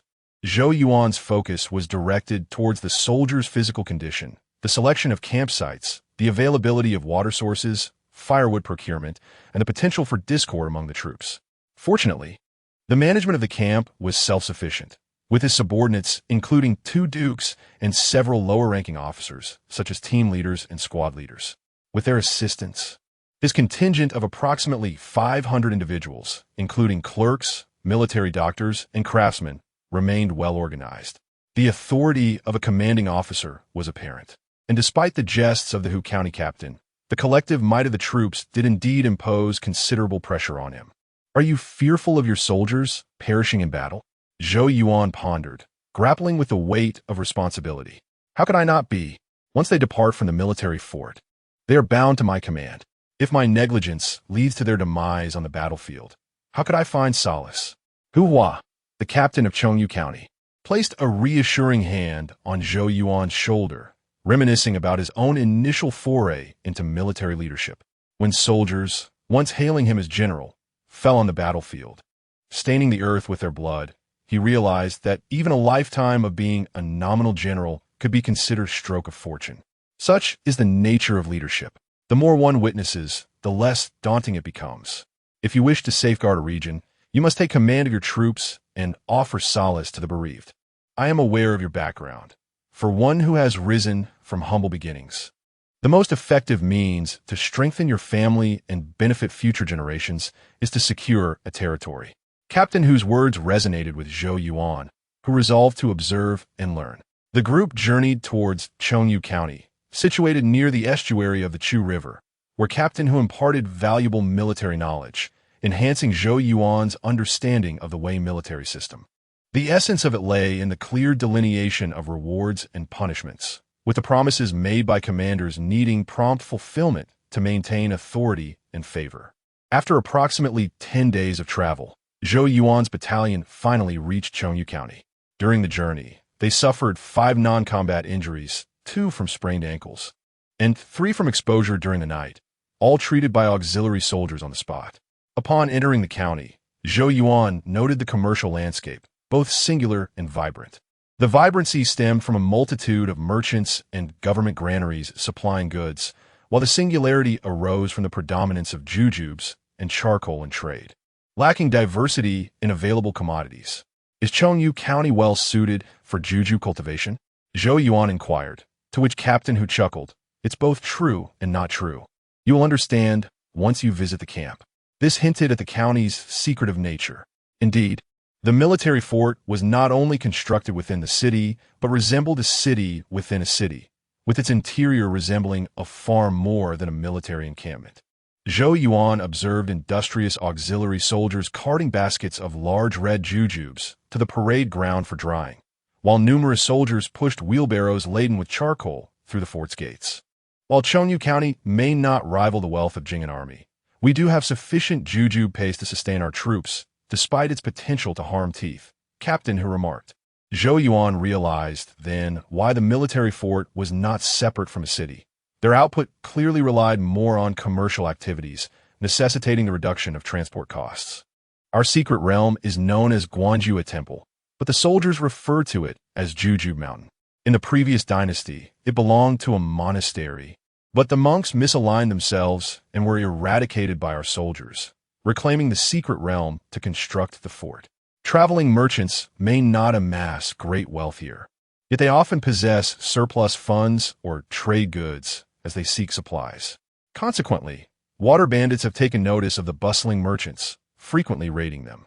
Upon my arrival in Chengyu, I endeavored to eliminate these brigands, but they proved clever, often attacking in groups, exhausting our soldiers without yielding significant results. Thus, I assigned troops to patrol the waterways and ports while enhancing watchtowers along the main roads, which quelled some of the plundering, albeit at the cost of leaving our soldiers vulnerable to maritime marauders. In recent years, bands of sea bandits have persistently harassed coastal towns, compelling me to personally lead patrols along the shores. Defending a region indeed carries weighty responsibilities, but it varies by area. In places like Chengyu County, situated near the river's mouth, both water and sea bandits pose threats, demanding the county captain's engagement in various affairs. Zhou Chu, your archery skills could aid me in assaulting the secret realm. I shall share with you any treasures we uncover, Captain Hu suggested. Such sentiments are unnecessary. My initial purpose in coming to Chengyu was to assist you, Zhou Yuan replied. The secret realm within the Chengyu camp was located in the storeroom, and Zhou Yuan peered inside to discover prominent information about the dungeon. Dungeon, Guanjua Temple, recommended challenge level, 5. Recommended number of challengers, 5 to 15. This 5-level dungeon appeared more formidable than that of the Jing'an army, yet the high threshold for entry would likely restrict resource yield. Captain Hu remarked that the spiritual resources yielded by Guanjua Temple were quite meager, yet the demon leaders were formidable. Were it not for the court's decree, he, as a warrior, would not squander spiritual energy in fierce battles. Upon entering the secret realm, Zhou Yuan was struck by the court's policy. The interior of the realm was a mound adorned with jujube trees. With continuous harvesting of jujubes and timber for charcoal, it could invigorate the local economy. All participants exited the secret realm, planning to re-enter after Commander Chu of Jing'an launched an assault. Due to the incessant drizzle within the Guanjua Temple dungeon, fire attacks were unfeasible, adversely affecting the soldiers' combat capabilities.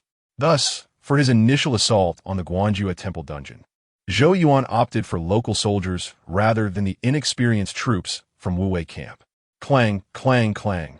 As he led the local soldiers into the refreshed Guanjua Temple dungeon, a melodious chime resonated. The monsters in this location had a larger attack range.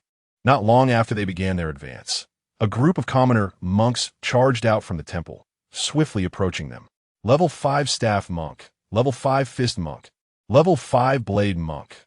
Zhou Yuan raised his hand and loosed an arrow, discovering that these monks possessed slightly lower health than the similarly leveled moon rabbits. With a single shot from a standard arrow, he eliminated a Level 5 Fist Monk. Ding killed Level 5 Fist Monk 1. Experience 50, Zhou Chu's prowess was evident. With a few more arrows, he could dispatch them from a distance. Why not? You all form a shield wall, and watch me rain arrows upon our foes. The local soldiers were astonished. They never anticipated that the secret realm, which had often caused them harm, would be so easily conquerable. As Zhou Yuan continued to fire, the approaching dungeon monsters fell one by one, dropping numerous light orbs. After vanquishing over 20 monks, he led his troops forward, seizing the opportunity to collect the dropped items. Ding obtained Jixing Powder 8, Wrought Iron Staff 2, Blade 1 The drop rate in this dungeon is commendable. The boss is likely to yield some valuable treasures as well. Zhou Yuan mused, realizing that the dungeon's output was not as meager as initially perceived. Rather, the rewards within the dungeon chests were limited. Chapter 67. The breath of fire. The monks within the Guanjua temple are not difficult to contend with, as they lack armor and can be easily breached. As the armored troops from Chengyu County advance towards the temple gates, they thrust the ends of their spears into the ground, standing firm behind their large shields. They then signal the archers to launch projectiles into the temple, enticing the monks within to engage. Utilizing the sturdy walls and the narrow entrance, 2 rows of spear and shield soldiers maintain a solid defensive line. Even when confronted by monks of level 5, they are met with the sharp points of spears that pierce their bodies, leaving them unable to advance or retreat. Zhou Chu, the leader of this secret realm, is concealed on the 2nd floor of the Buddha Hall. As we enter the temple, he will leap down to initiate an attack. His agility and skill in hand-to-hand combat have previously led to confrontations with the County S officers, allowing us to encircle him at the opportune moment. With shields pressed against him, he will be unable to move, while we strike at his head with our spears, impairing his senses. Through the insights provided by the armored soldiers from Chengyu, Zhou Yuan understands that this boss is a high-mobility, single-target burst damage assassin-type monster. Such creatures are particularly vulnerable to entrapment, and even more so when their movement is restricted. It is no wonder that the county officer, Hu Hua, is a melee sword and shield fighter. The court must have considered the most effective methods of offense when assigning him here. However, this information holds little relevance for Zhou Yuan.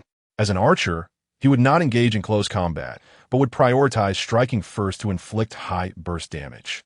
After confirming the boss's landing point upon entering the temple, he sacrifices 10 of his health to draw a fully charged blood fiend arrow. Indeed, at the moment the armored soldiers step into the temple, a monk clad in simple robes leaps down from the 2nd floor of the Buddha Hall. Zhou Yuan, already prepared, seizes this opportunity, loosening his fingers to release the arrow imbued with blood fiend flames. The swift arrow strikes the descending, level 10 Guanjua abbot, unable to leverage himself midair. The powerful arrow not only impacts but also knocks the abbot off balance, causing him to stagger back 2 steps. Capitalizing on this moment, Zhou Yuan unleashes another fully charged blood fiend arrow, shattering half of the abbot's neck. With the flesh stripped away, bright red blood bursts forth, instantly staining the arrow lodged in the spine of his neck. Zhou Yuan's first arrow struck the boss's abdomen, while the second struck his neck. Under the relentless barrage of his high-explosive strikes, the boss's health plummets by 72, leaving him with a mere 28, which continues to dwindle. Such fierce critical strikes trigger a crippled status, significantly hampering the Guanjua abbot's mobility. Nevertheless, he refuses to relinquish his struggle, leaping forth like an eagle pouncing on its prey, aiming to directly assault Zhou Yuan. Yet, another arrow finds its mark upon his face, causing him to crash to the ground. At this moment, the agile boss, facing the formidable force of Zhou Yuan's arrows, is thrown into a state of disarray. Even though the arrow he swiftly loosed lacked the blood fiend enhancement, it still siphoned away 10 of the abbot's health. Coupled with his ongoing health loss, the abbot is now left with only 16 health.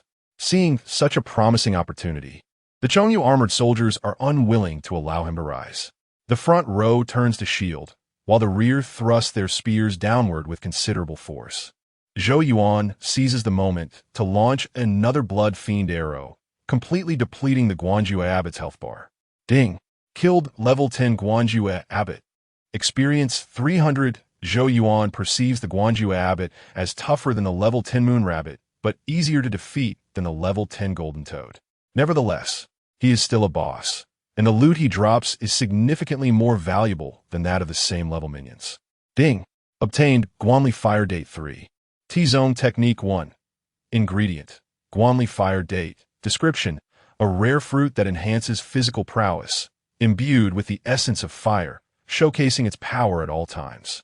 Effect: activates fire state upon use, adding burning damage to melee skills.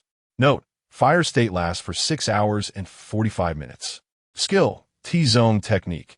Description: also known as dragonfly touching water, a technique that enhances mobility and leaping ability, reducing noise and mitigating fall damage.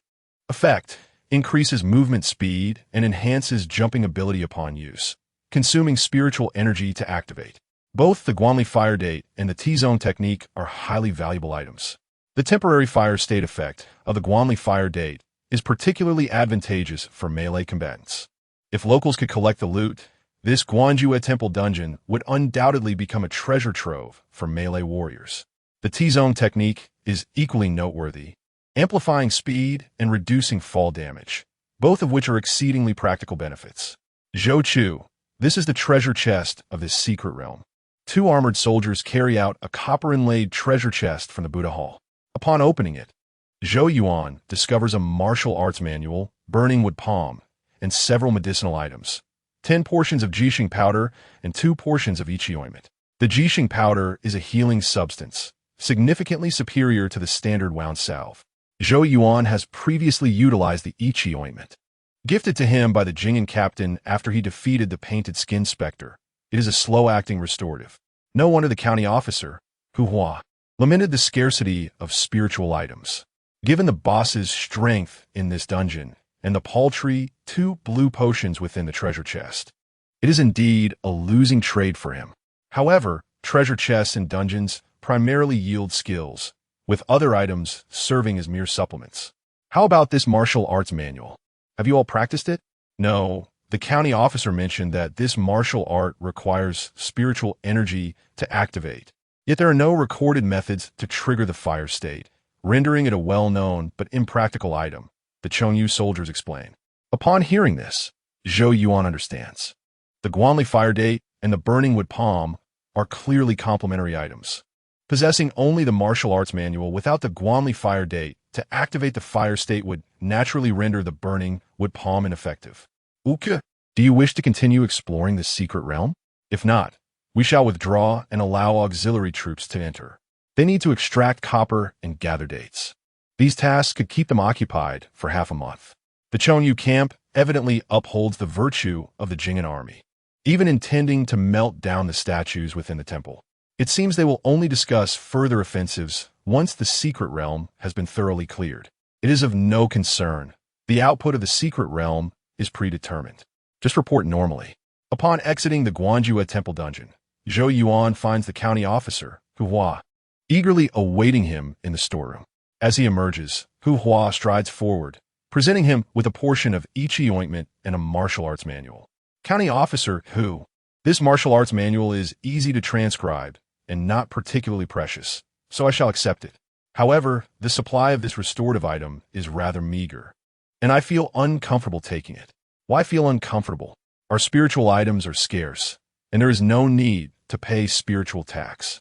All spiritual items produced in the secret realm belong to the military camp. I still have the court's spiritual rations to consume. Rest assured and accept it. Spiritual tax? Does the court impose such a tax? Certainly. All taxes are managed locally and then transferred to the court, but this spiritual tax is overseen personally by the Central Army, being the foremost among all taxes, the foundation of the nation. Not only us, but even the noble families and temples must pay. Some pay and receive recompense for their contributions, while others pay without recompense for peace of mind. Chapter 68. The continuous bandits of the dock. The spiritual taxes mentioned by County Lieutenant Hu Hua of Chongyu County provided Zhou Yuan with a profound understanding of the Dawei. The central authority collects local spiritual resources, and impoverished regions rely on subsidies from the center. If there are issues with this redistribution of spiritual resources, it could indeed undermine the very foundation of a nation. It is no wonder that extraordinary warriors do not merely conform to a simplistic sect structure. Organizations relying on a hierarchical transmission cannot effectively concentrate and redistribute resources. Supervisor Zhou, today I intend to host a grand banquet in your honor. You have been of tremendous assistance to me, for you cannot fathom how vital Guanzhou Mountain is to Chengyu County. Within this city, 20% of the populace engages in the trade, processing, and charcoal production of red dates. Furthermore, merchants from various regions contribute to the local economy through expenditures, purchasing properties, and recruiting laborers, thereby revitalizing this city. Hence, without the constant supply of provisions from our Chengyu camp, this city would be half desolate and impoverished. Chengyu County is a quintessential resource-based city, where sustained output is paramount. Consequently, County Lieutenant Hu Hua, still recovering from his injuries, expressed heartfelt gratitude to Zhou Yuan for his assistance. Otherwise, to maintain the stability of the city's commerce, he would have been compelled to seek aid from the martial artists of Lin County. After a joyous banquet, Zhou Yuan became acquainted with several local officers, thus laying the groundwork for future collaboration. Upon returning to his refreshed quarters, he employed the burning wood palm skill, utilizing his accumulated experience to elevate it to its maximum level. Skill: burning wood palm. Description: the 5 elements correspond to the 5 organs. The fire of the 5 organs arises from the heart. It distinguishes between the virtual and the real. When virtual, one's heart is disturbed, and when real, the body burns like wood. Effect: it condenses fiery energy to harm the surface and incites chaotic fire to disturb the heart. After use, it imposes chaotic energy upon the target, resulting in a burning state. The burning wood palm does not excel in explosive damage, but rather focuses on negative effects.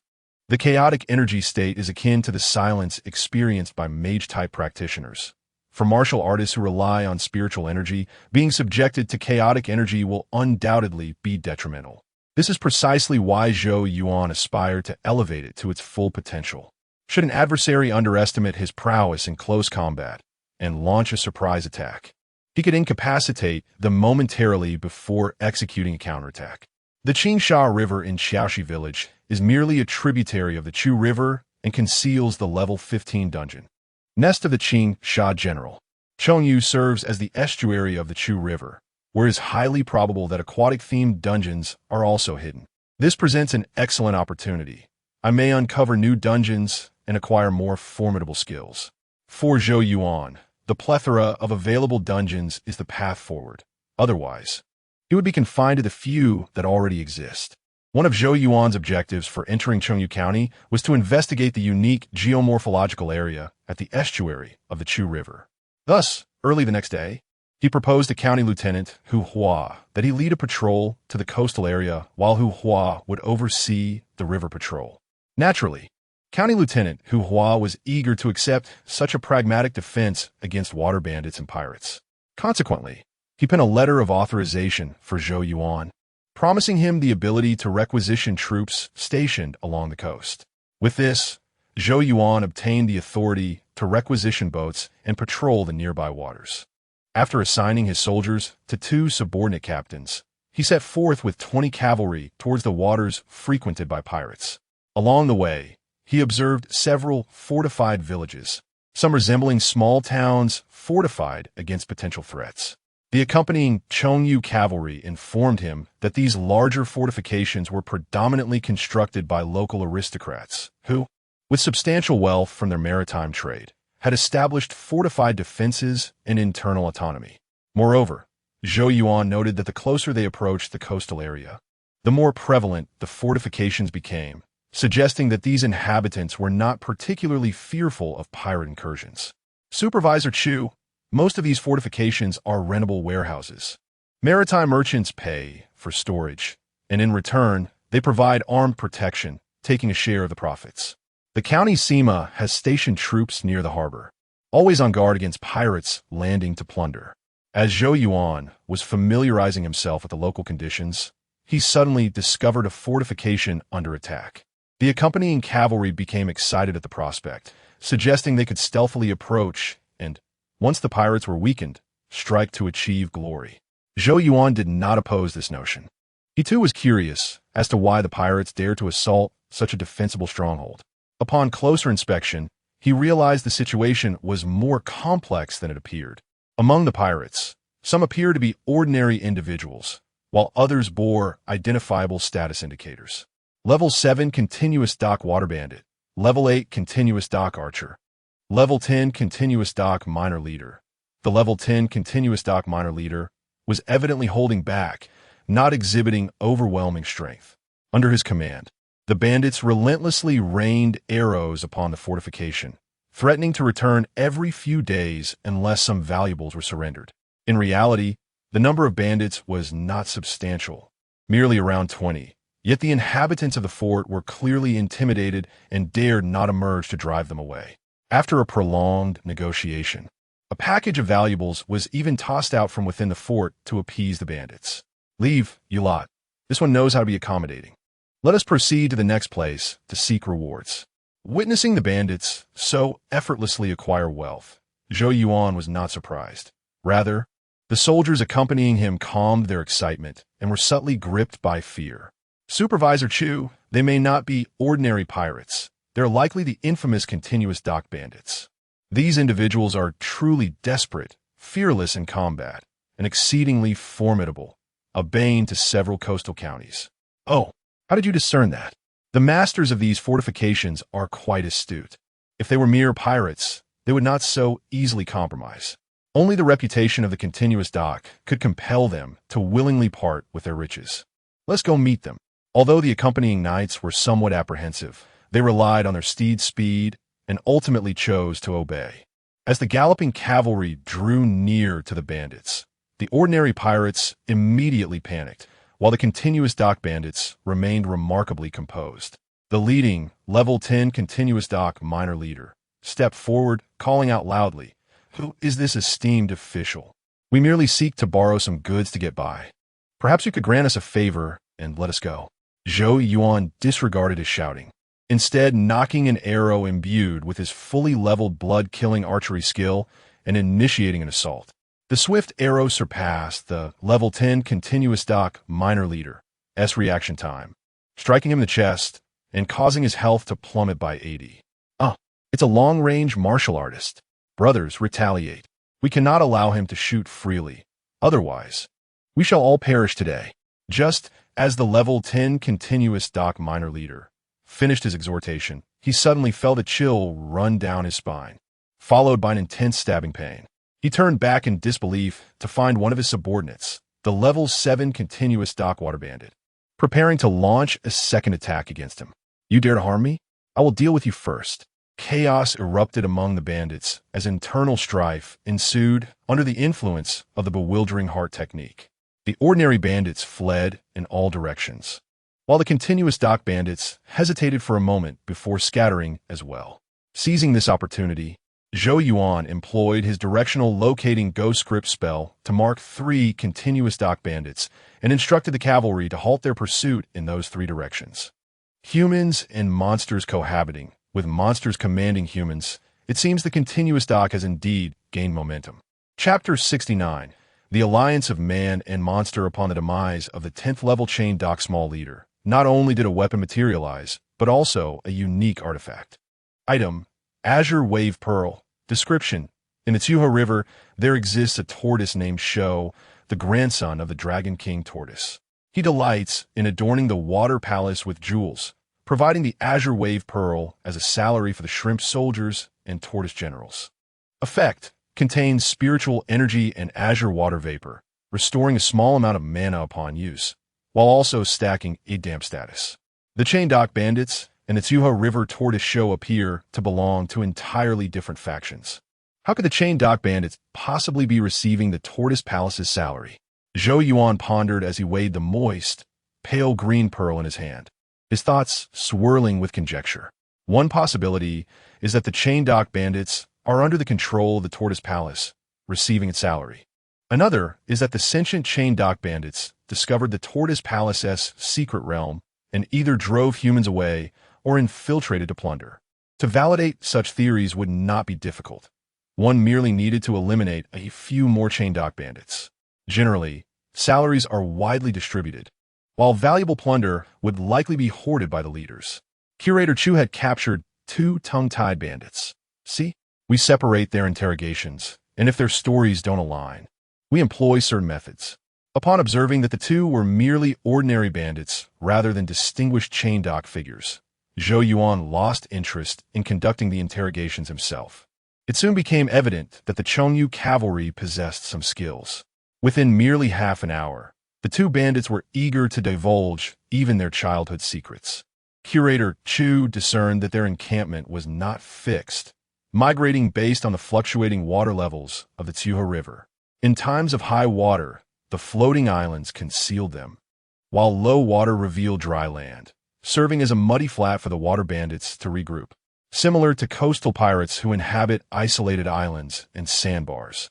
The chain dock bandits followed suit, making it exceedingly difficult to pinpoint their location for a military crackdown.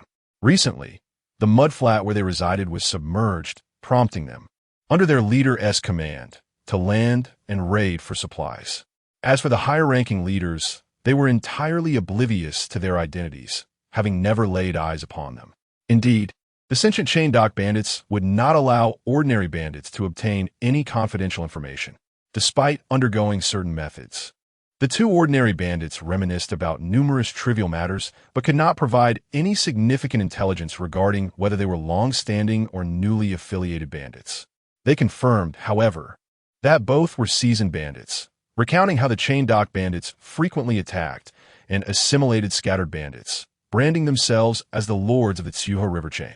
Zhou Yuan's discussions with the two ordinary bandits illuminated the stark contrast between the chain dock bandits and the painted skin demons. The latter operated in secrecy, closely tied to everyday life, while the chain dock bandits were overtly combative, resembling a military organization. They would recruit and absorb bandits without fully integrating them, masquerading as a dominant water bandit faction, both audacious and cautious. Their fragmented structure, coupled with their mobility across land and water, rendered them difficult to eradicate. Fortunately, Zhou Yuan possessed a ghost script spell capable of locating and transmitting messages, ensuring that the three fleeing chain dock bandits would leave behind traces. As he continued, he noticed they veered not towards the coastal waterways, but rather towards the local townships and fortresses. It appeared that these chain dock bandits had either become local tyrants or forged alliances with them. The ghost script spell's sensory markings revealed anomalies concerning the three chain dock bandits. As he prepared to investigate which fortress they had entered, a dispute unfolded within the Zhao family fortress in Chengyu. Third Master, why did you not return together? Today, we encountered formidable resistance, and the Third Master fell. What? The Third Master has fallen? What are you all doing here? If our fortress's location is revealed, my entire family will be in peril. Unlike you, who can regain your wits after death. For us, death is final. Rest assured, we took a long detour, not only evading those cavalry, but also shaking off our subordinate water bandits. We discarded our weapons and changed our attire only after confirming no one was following. Your cowardice is astounding. Your late father dared to seek alliances with us. How is it that your generation is so feeble? The chain dock bandits deemed Zhao Gong, the fortress lord, timid, while Zhao Gong perceived them as lacking courage. In his view, these monsters had lost much of their bravado. Once, the chain dock bandits were fearlessly relentless in battle, achieving great renown while safeguarding their lairs from exposure. Yet, only a few years had passed, and murmurs of sentiments like, "The next to gain sentience shall not be me," began to surface. Is it merely the inability to inherit memory? These once immortal monsters had inexplicably turned timid and life-preserving. Despite his dissatisfaction, Zhao Gong dared not reprimand the chain dock bandits. He was aware of his own weaknesses. To attain the secret realm and fulfill the aspirations of his martial family, he must maintain a good rapport with the chain dock bandits. Given the presence of long-range martial artists surveying, we should exercise restraint for the time being. This is an opportune moment to consolidate our subordinates and launch another assault on the Tortoise Palace's secret realm. Once I attain martial status and secure a position of authority, we can truly establish ourselves and thrive. You do not wish to remain adrift forever, do you? If I succeed, you will all become influential figures within the city, indulging in wealth and glory. As Zhao Gong continued to weave his comforting dreams, a family servant hurriedly arrived. Master, a knight has just galloped towards the direction of Chengyu County. What? They're not pursuing us. are they? What shall we do? Nonsense. They are likely returning to report to the city. If they were truly on our trail, they wouldn't be galloping so recklessly. Regardless, we must hasten our advancement into the Tortoise Palace's secret realm. We cannot continue this timorous behavior, unbeknownst to those within the Zhou family fortress. Zhou Yuan was indeed tracing the ghost script's location and hastening his return. His route near the Zhou family fortress aimed both to pinpoint his target and exert pressure. Regardless of the extent to which the Zhou family fortress was human or monstrous, the sight of imperial troops would surely incite a sense of urgency. Thus, they should maintain silence or quickly devise new strategies to capture his attention. As soon as they moved, Zhou Yuan would acquire more intelligence. If they remained stagnant, he would seize opportunities to provoke their relocation. Curator Chu, are we not going to patrol the coast? Of course we are. I suspect these fortresses are not entirely innocent. We shall first rendezvous with the camp troops and then advance with great fanfare to see which fortresses reveal their vulnerabilities. That's a splendid idea. But the county lieutenant has employed this tactic before without drawing out hidden bandits. It's different. Lieutenant who abides by the rules, while I do not. We shall encircle a few fortresses without engaging in violence or causing harm. The innocent may feel merely disgruntled, but those with issues may panic and expose themselves. Upon hearing this, the Chengyu cavalry suddenly perceive their superior's methods as somewhat nefarious. If we proceed this way, we might just collect a cartload of fine gifts. The key is that I have an excuse, should we yield some results. It would be challenging to discern whether my intentions are to collect gifts or to dutifully pursue bandits. Chapter 70. Forcing unforeseen movements. The Chengyu Zhao family is a clan brimming with ambition. The late patriarch, Zhao Hui, was a man of considerable aspiration. In his lifetime, he imparted his aspirations to the next generation of clan leaders through both word and deed. He disapproved of the path of surrendering secret realms for wealth and status. To him, the Zhao family had already liberated itself from poverty and should strive for enduring prosperity rather than fleeting riches. Consequently, he enlisted martial masters to train the young and robust members of the clan, leading them to vanquish marauding bandits. After they had gained courage through numerous bloody battles, he would select the most capable warriors to venture into the secret realm for conquest. However, reality proved harsh. In their first encounter, many fell, and even the initial batch of monsters within the secret realm remained undefeated. At this juncture, the expected course of surrendering the secret realm to the court for riches should have commenced. Yet, during a transport mission, a young clan member accidentally fell into the water, and in his near-death experience, he glimpsed the Turtle Mansion's secret realm. The allure of two secret realms, promising generational inheritance, was too great. Ultimately, Zhao Hui chose to send individuals to the Lianhuan dock bandits for enlightenment, forging an alliance to jointly attack the Turtle Mansion's secret realm. Given the Zhao family's trading ventures across multiple cities, Zhao Hui was unperturbed by potential treachery from the Lianhuan dock bandits. At worst, he would sacrifice a life to allow a few of his sons from afar to approach court officials with intelligence about the secret realm. With this fierce resolve, the Zhao family and the Lianhuan dock bandits embarked on a cooperative alliance. One focused on commerce while the other on banditry, employing various strategies to continuously enlighten the bandits of the secret realm. Just as the Lianhuan dock bandits had begun to take shape and amassed a contingent of expendable foot soldiers, Zhao Hui passed away unexpectedly. The new patriarch, Zhao Gong, harbored the ambitions of his father, but lacked his father's acumen. He could only tenuously maintain the alliance, unable to compel the Lianhuan dock bandits to fight for him. To prevent Zhao Gong from surrendering the secret realm for personal gain, the clan elders and the bandits kept a watchful eye on him, leaving him with no other path but to become a martial artist, defend his territory, and seek mutual prosperity. Uncle, you have observed that the Lianhuan dock bandits are difficult to control. Must we truly relinquish the Turtle Mansion's secret realm in pursuit of fleeting wealth? Patriarch, this is utterly inadvisable. The development of the secret realm can bless our clan for generations. Surrendering it offers little return. We are but a step away from joining the ranks of the gentry. We must not abandon our aspirations at this juncture. While the Zhao family urged the Lianhuan dock bandits to attack the secret realm. Zhou Yuan had already convened his troops and commenced the encirclement of the fortress. This action drew complaints from some of the fortress lords, who lamented that had Zhou Yuan not been randomly selecting fortresses to besiege, they would have sought recourse at the county office. Director Chu, why return valuable goods and only take provisions? We come to intimidate the bandits, not to become like them. Since we are encircling the fortress, we must collect something. Otherwise, the lords will undoubtedly panic. We can take some inconsequential items to later record them in the county's public accounts for tax deductions.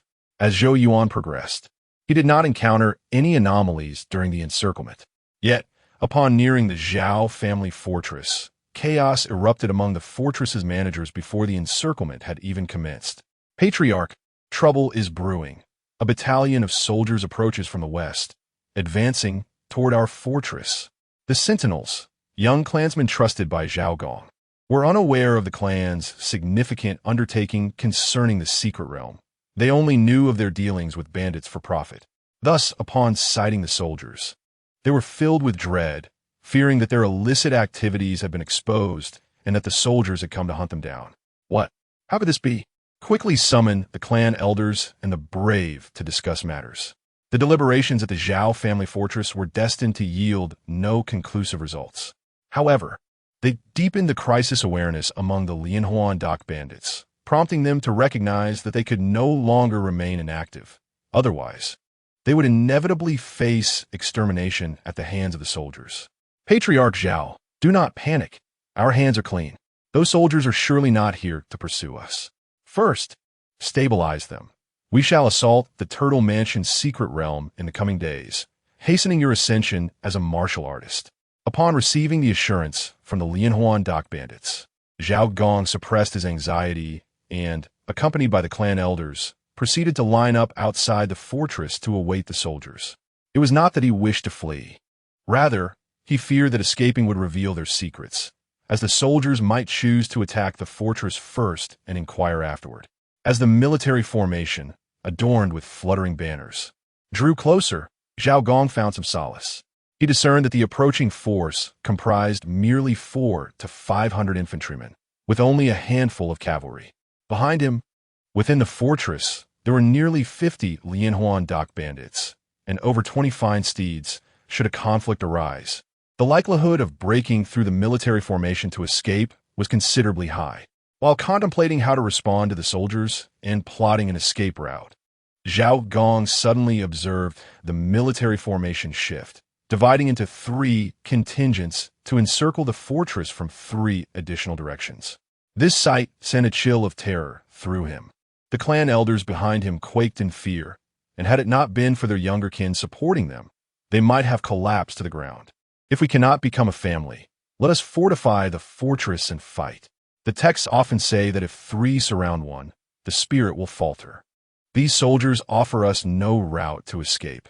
They intend to encircle and annihilate us all. Nonsense. Now is not the time for disorder. If we act rashly, the soldiers from Chongyu camp will arrive for reinforcements before long. At present, 400 to 500 men surround the fortress. They appear manageable, but chaos will only lead to an ever-growing number of soldiers. In this critical moment, the leadership of Zhao Gong, as the patriarch, was essential. Under his command, the Lianhuan dock bandits within the fortress prepared for battle, while outside, an air of tranquility prevailed, devoid of any signs of impending conflict. Clop, clop, clop! A gallant general, mounted on a magnificent steed, approached the southern gate of the fortress, with soldiers swiftly forming ranks behind him. To the soldiers, this was a mere drill. To the Zhao family, it resembled an ironclad siege in pursuit of exposing their crimes. General, why do you besiege our fortress? Is it that you have marched here in need of provisions? Allow us to present our offerings from within. The fortress lord jested. You jest. How could provisions be lacking while we march upon our own territory? However, we have received intelligence from our scouts that suggests there are connections between the fortress and the bandits, harboring them and providing supplies.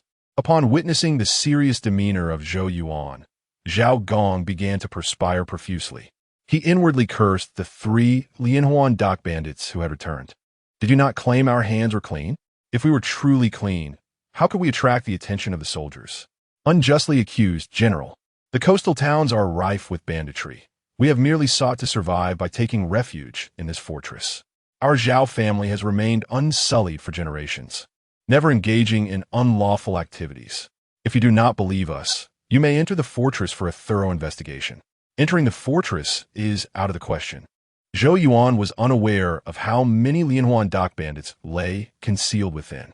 Engaging in a skirmish within the densely constructed, semi-militarized fortress would not be prudent. His aim was to exert pressure and simultaneously use the incantations of ghostly writing to mark several targets. Subsequently following the movement of these targets to uncover the hidden entrance to the secret realm. Thus, after conducting a few routine inquiries and allowing a squad of soldiers to inspect the premises, he proceeded with his troops to the next fortress. General, will this truly draw out the hidden bandits? Perhaps it will. We shall spread the word that the fortresses we besiege today are all suspected targets within the camp. Give them a moment to react, and surely someone will be unable to resist the urge to act. Chapter 71, The Encirclement of the Wubao by the Frog Nest Turtles indeed yielded certain outcomes. The scouts dispatched that evening swiftly pinpointed 2 suspicious Wubao. Surprisingly, the Zhao family fortress remained remarkably composed. Not only did they refrain from alerting others under the cover of night, but the fortress lord, Zhao Gong, even hastened to the county office at dawn to clear his name. Director Chu, it appears those Wubao are indeed tainted. Should we persist in our siege against the bandits? No, they were unprepared before and may have fallen into a panic. By now, they are likely aware of our intentions, making it increasingly difficult to intimidate them.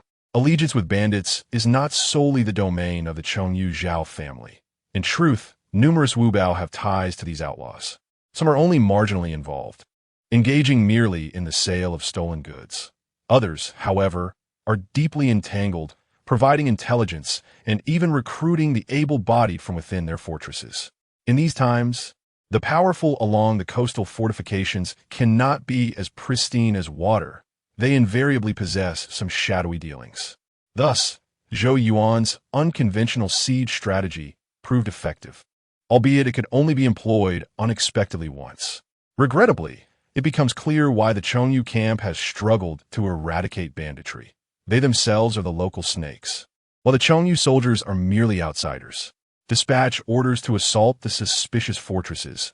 Let us first rattle the grass to scare the snakes, making it known that those who reveal themselves will face extermination. The psychological pressure generated by encirclement and extermination is distinctly different. Without iron resolve, authority cannot be established. Zhou Yuan, an outsider, showed no concern for evidence. Upon detecting anomalies, he dared to encircle first and interrogate later. Understood. Guided by the scouts, 500 soldiers swiftly returned, surrounding a suspicious Wubao. This time, the soldiers donned armor and brandished weapons, unmistakably signaling their intent. The Wubao lord, stricken by guilt, attempted to resist, only to be incapacitated by Zhou Yuan's arrow that severed his arm. After the rain of arrows from the archers, the panicked servants, fearing for their lives, banded together to open the fortress gates. The second Wubao responded similarly. The household guards lacked the courage to fight the officials, and upon Zhou Yuan shooting through the gates with a blood arrow, they surrendered without resistance. Subsequent interrogations proceeded smoothly. Both fortresses divulged their dealings in fencing stolen goods and selling grain, as well as their connections to certain bandit factions. Zhou Yuan then redirected his troops to patrol the coastal area, feigning that the pursuit of bandits had subsided and ceased further pressure. During this interval, he learned swimming and diving under the tutelage of the sailors. Once his aquatic skills were honed to perfection, he utilized accumulated experience to elevate them to their utmost potential. Skill: water navigation, description. The waters of the vast river can cleanse my attire. The waters of the vast river can cleanse my feet, gliding through the currents as if traversing shallow shoals. Effect: increases swimming speed and breath-holding duration underwater. At maximum level, activates the water breath state, allowing for the consumption of spirit energy to breathe underwater. Zhao Gong remained unaware that the director from the prefecture, Zhou Chu, had fixated upon him. Nevertheless, He prudently chose to conduct his affairs during daylight, transporting ordinary goods while maintaining the fade of a merchant. However, with his every move, the mark of the cursed script shifted, drawing Zhou Yuan's attention. Due to Zhou Yuan's decision to pursue alone, he maintained a safe distance, relying solely on the direction of the cursed script for his tracking. Consequently, Zhao Gong's normal deliveries went undetected after several cautious trials. It was only when he believed the crisis had passed that he replaced his crew with a band of connected bandits during a delivery. This time, their route mirrored previous journeys precisely, but upon entering the waterway, they halted in a specific area. Zhou Yuan arrived at the riverbank, donning the divine skin of the workshop which possessed regenerative properties, transforming into a benevolent old man. He then rented a fishing boat, paddling into the waterway, adjusting his distance, and began to wait patiently. As night fell, he sensed a marked target descending rapidly, prompting him to abandon the boat and submerge. Before long, he spotted several conspicuous blue-black whirlpools tightly anchored by ropes beneath the boat. Instance, Frog Soldier's Nest, recommended challenge level, 10. Recommended number of participants, 10 to 20. He submerged among the water plants, gradually approaching, noticing that only 10 connected bandits disembarked from the boat. The restriction for the Frog Soldier instance clearly allowed for 20 participants, yet they had dispatched only 10. Did they believe such numbers were sufficient? Or was it that 10 remained stationed within the instance? Moreover, the title of this instance seemed incongruous. By its name, it should house frog soldiers. It was instead populated by turtles. Wait, the bandits entered 10 at a time, and here there were also 10 turtle soldiers, coinciding perfectly with the instance's capacity. A realization dawned upon Zhou Yuan. The tortoise of Tsiuha River must have slain the frog soldiers, using their guise to bait unsuspecting adventurers. If his conjecture proved accurate, the implications would be dire. This would signify that aquatic monsters had adapted to their environment, establishing their own predatory rhythm. They deliberately crafted encounters, luring explorers with the allure of nearby treasures and a limited number of monsters, prompting continued exploration. In such a scenario, fortunate individuals backed by families would serve as the lifeblood for these awakened beings. Meanwhile, solitary adventurers, lacking such support, would likely find themselves ensnared after a mere 2 visits. Even if discovered by the court, the local garrison would be unable to infiltrate the waters to eradicate them. To validate this hypothesis, it would be straightforward. Clear the turtle soldiers here and observe whether frog soldiers subsequently emerge. Unbeknownst to Zhou Yuan, as he scrutinized the turtle soldiers, 2 of the 15 level tortoise soldiers were also engaged in contemplation. What is the matter? Did that band of water bandits not anticipate our patrol routes changing? Should we leave someone in the instance, or we might soon face an ambush? Perhaps a fortunate old man has stumbled into our fishing grounds. We should eliminate him. Those water bandits were indeed the true heads of the operation. They could not allow this old man to disrupt their plans. Chapter 72. Endless Consumption. 2 level 15 tortoise soldiers contemplated altering their patrol route to eliminate any intruders who had unwittingly ventured into the hidden realm. Suddenly, they observed a figure drawing forth a resplendent bow, knocking a blood-red arrow, which he ignited with golden flames. Alarmed, they thought, this may be a reckless challenger, daring to confront us alone. That arrow does not seem easy to intercept. Perhaps I should retreat into my shell. One tortoise soldier hesitated, only to see his sentient companion promptly withdraw into its shell. Cursing under its breath, it swiftly followed suit. This peculiar scene caught the attention of Zhou Yuan, who deduced without much thought that the 2 tortoise soldiers were likely imbued with intelligence. After all, why would the other tortoise soldiers exhibit no fear while these 2 behaved so differently? However, rather than prioritizing an attack on the sentient tortoise soldiers, he opted to target the dim-witted ones patrolling in a rather foolish manner. Whoosh! A fiery blood arrow struck one of the tortoise soldiers squarely in the head. The arrow penetrated through its eye socket, emerging from the back of its skull, becoming lodged in its cranium. The explosive aftermath of the arrow inflicted additional damage, causing the tortoise soldier to bleed profusely. This single shot resulted in a critical strike, depleting 46 of its health. already weakened from prior encounters. It had only 72 health remaining. Zhou Yuan's arrow nearly claimed its life, reducing its health to a mere 26. Yet, this tortoise soldier was markedly different from others Zhou Yuan had encountered. Rather than retaliating after sustaining critical damage, it discarded its hammer and shield, retreating into its shell like the two sentient ones. The other 5 tortoise soldiers and a tortoise captain were immediately drawn to Zhou Yuan, advancing towards him with determined steps. The captain, wielding a spiked chain hammer, was a short-range attacker.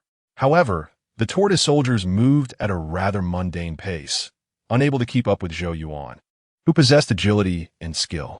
Particularly in this area, riddled with waterlogged patches and mud, amphibious beings could easily leap and maneuver with ease.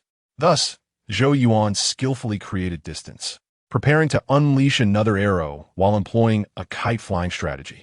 The two sentient tortoise soldiers exchanged worried glances, realizing that today's events might not conclude favorably.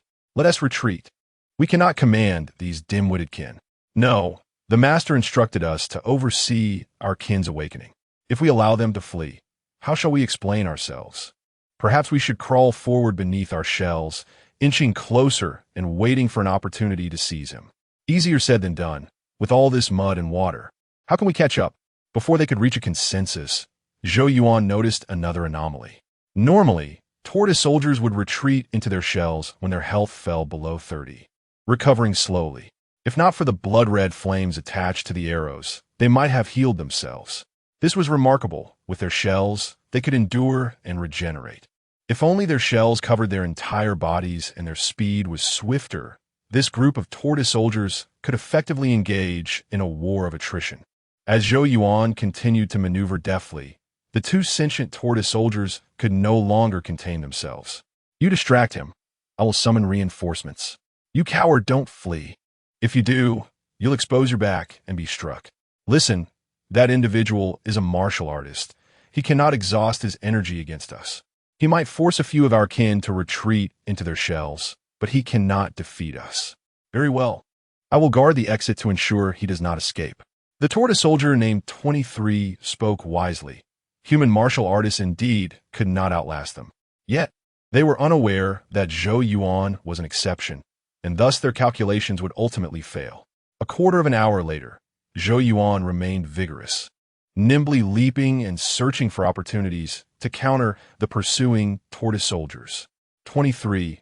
He has been wasting his energy. How does he still have strength? Soon. Just wait a moment longer. Once he weakens, we will charge. After another quarter of an hour, Zhou Yuan had forced all 5 pursuing tortoise soldiers into their shells. Save for one tortoise captain. Can a captain outlast him? Don't be caught off guard. Impossible. How could a captain outlast a mere human martial artist? Be patient. It will happen soon.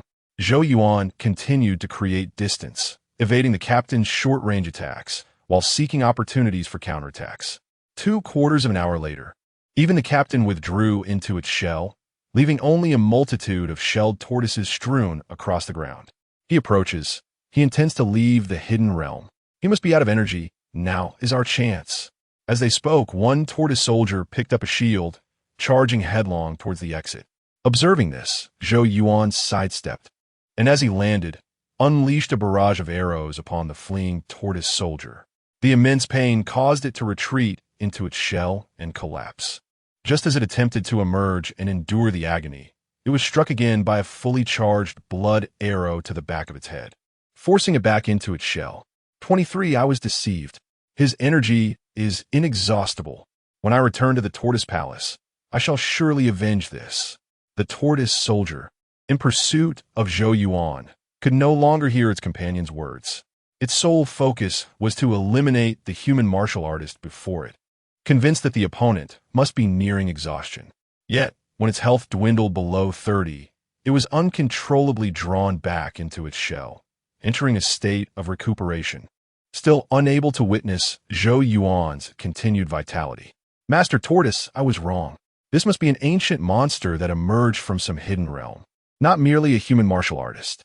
With a series of fully charged blood arrows shot forth, Zhou Yuan began to clear the area. He commenced with the nearest tortoise soldier to the exit, indiscriminately depleting the health of both sentient and non-sentient alike. Ding, killed level 15 Tortoise Soldier X8, experience 1800. Killed level 20 Tortoise Captain X1, experience 500. It was not that Zhou Yuan did not wish to communicate with the two sentient tortoise soldiers. Rather, he simply could not comprehend their language. Thus, he resolved to eliminate them to restore the instance and unveil the true visage of the Frog Soldier Nest dungeon. The 8 tortoise soldiers dropped 3 pieces of shell armor, 10 azure pearls, while the tortoise captain yielded 1 spiked shell armor and 1 shell regeneration technique. Additionally, on the muddy banks, there lay a throne crafted from accumulated jewels, containing 20 azure pearls, with the rest being ordinary pearls lacking any identifying information. After thoroughly searching the area and collecting a pouch of ordinary pearls, Zhou Yuan exited the Frog Soldier hidden realm. Upon re-entering, he was greeted by a chorus of croaks and a variety of frog soldiers wielding an assortment of weaponry. Level 10 Trident Frog Soldier. Level 10 Sword and Shield Frog Soldier. Level 10 Poisonous Frog Soldier. Indeed, the Frog Nest hidden realm bore no relation to the Tortoise Soldiers. The Tortoise clan was now reaping the benefits of the hidden realm as humans would. Chapter 73. Unrest at the Turtle Manor. In the midst of the croaking sounds of the Frog Soldier's nest, a myriad of colorful frog soldiers leaped about, their exceptional jumping ability making them formidable hunters in confined spaces. However, the highly armored and regenerative turtle soldiers from the Shofu were perfectly suited to counter their straightforward combat tactics. For the frog soldiers, the Shofu turtle soldiers, the chain hammer turtle generals, and Zhou Yuan were all intruders. It was a curious scenario where both humans and monsters were engaging in dungeon exploration. The humans sought rare resources from the mystical realms, while the monsters aimed to eliminate those who dared to invade their territory. A pressing question arose. How did the Channel River Turtle Sovereign transport the mindless turtle soldiers and generals into the Frog Soldier's nest? As Zhou Yuan pondered this, he activated the turtle breathing technique obtained from the Shofu Turtle General through his attribute panel. Skill: Turtle breathing technique. Description: though turtles possess nostrils, they breathe through their ears. Hence the name turtle breathing. It is essential for the longevity of great turtles, allowing them to regulate their breath like turtles, living without food or drink. Effect: upon activation, the user enters the turtle breathing state, drawing air into the abdomen, sustaining breath for 1 hour, providing resistance against toxic environments. Note: when used in conjunction with turtle shell equipment, it triggers the burrow state, retracting into the shell to reduce various consumption while enhancing defense and promoting gradual healing. Though the healing effect of the turtle breathing technique was inferior to the golden toad chi cultivation method in terms of efficiency, it required less energy and allowed for temporary healing during combat when paired with turtle shell equipment. The crucial long-lasting turtle breathing state proved particularly useful in environments laden with toxins or submerged underwater. Since the Channel River Turtle Sovereign dispatched turtle soldiers and generals to engage in combat, it would undoubtedly keep a watchful eye on them. The timing of their battles and the arrival of the water bandits was uncertain. They might appear at fixed intervals to inspect the frog nest's mystical realm. Zhou Yuan sought to avoid being besieged by the turtle soldiers outside the realm while simultaneously contending with the frog soldiers within. Thus, he withdrew from the dungeon, activated the turtle breathing state, and concealed himself among the aquatic vegetation to monitor the entrance. As he suspected, approximately an hour and a half later, around 3 or 4 in the morning, a seemingly ordinary turtle materialized within the dungeon area. Level 12 Shofu Swift Turtle. The turtle cautiously explored its surroundings before plunging headfirst into the frog nest's mystical realm. Counting silently, Zhou Yuan wondered if today would be a day without losses among its kin. Had the chain hammer general not yet achieved sentience? The swift turtle's calls yielded no response from the sentient turtle soldiers. Instead, the chorus of croaking frogs filled the air. Although these numerous mindless frog soldiers croaked mechanically, they appeared as a mockery in the eyes of the swift turtle. Croak, croak, croak. I knew you would croak. Once I return and summon a few turtle generals, you shall croak no more. Disaster struck. Not only had the turtle generals failed to gain intelligence, But two sentient turtle soldiers had also perished within the frog nest. The water bandits were utterly foolish, choosing to perish rather than discreetly steal some treasures and depart unscathed. Upon returning, he intended to report this to the turtle sovereign, advocating for an attack on the water bandits. The swift turtle soon re-emerged from the mystical realm, this time departing with remarkable speed, slicing through the water like an arrow and leaving a narrow trail behind. Seizing the opportunity, Zhou Yuan cast a directional tracking spell upon it and resumed his patient vigil. He refrained from pursuing, aware that he could not keep pace with the swift turtle underwater, and he feared that the Channel River turtle sovereign might establish a patrol in the depths. Given their possession of soldiers and generals, along with an awareness of management and communication, these turtles must not be underestimated. They should be regarded as regional warlords, acknowledging their instinct for patrol and defense. Indeed, the Channel River turtle sovereign was employing a sophisticated communication system to lure unsuspecting prey. He anticipated that they might have contingency plans for unexpected events and decided to wait a little longer to observe their next moves. While Zhou Yuan concealed himself among the aquatic plants, both the chain hammer bandits and the Channel River turtle sovereign undertook significant actions. The chain hammer bandits reported their combat experiences, outlining the capabilities of the turtle soldiers and generals. This revelation led the level 12 boss, the chain hammer bandit leader, to realize that the turtle soldiers posed less of a threat than anticipated. With a few prominent figures leading the charge, they believed that the dungeon housing merely 10 turtles would surely fall into their grasp. They planned to elevate Zhao Gong, a seemingly innocent character, to a warrior, enabling him to transport jewels and spiritual items, thus securing a position within the garrison. These water bandits, now free, could sustain their operations even after sustaining losses, quickly gaining sentience through their newfound powers.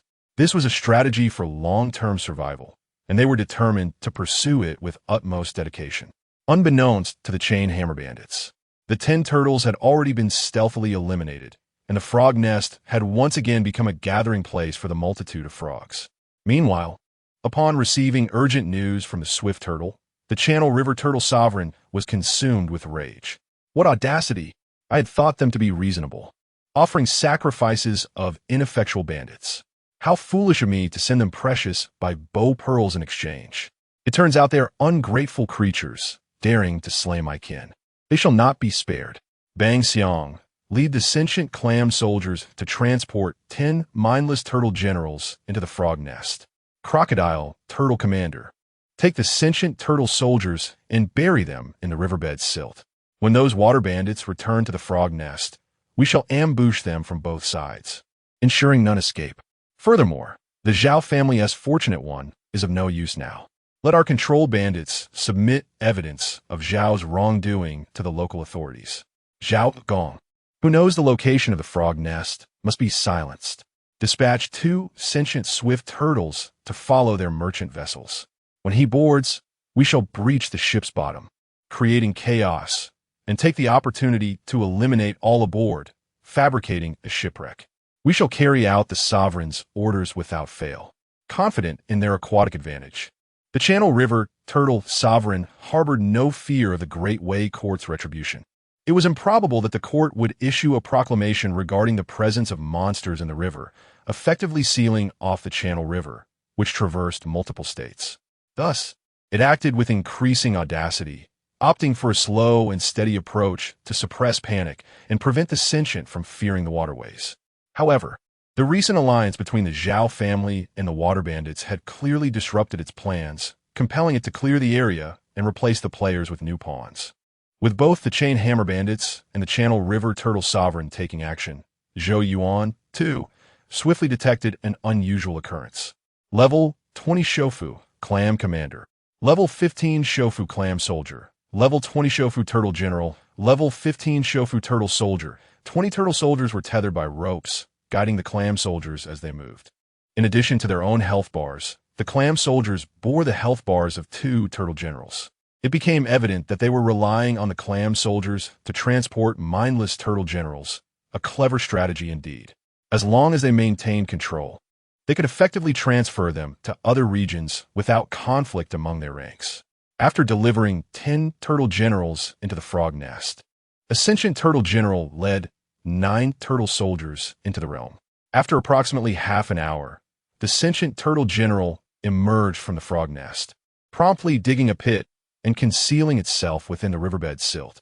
Observing the circular hiding place of the sentient turtle soldiers, Zhou Yuan recalled the 10 turtle generals within the mystical realm, as well as the level 20 sentient turtle general. At that moment, he sensed a looming danger. The turtle generals and soldiers were intent on ensuring that no one would leave unscathed.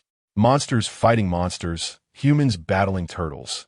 If both land and water possess sentience, the nations would surely exist above ground, and realms could thrive beneath the surface. Chapter 74.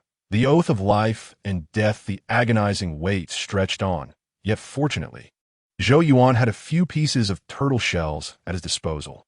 Upon utilizing the shells, he entered the hibernation state of the turtle breathing technique, which brought him considerable comfort.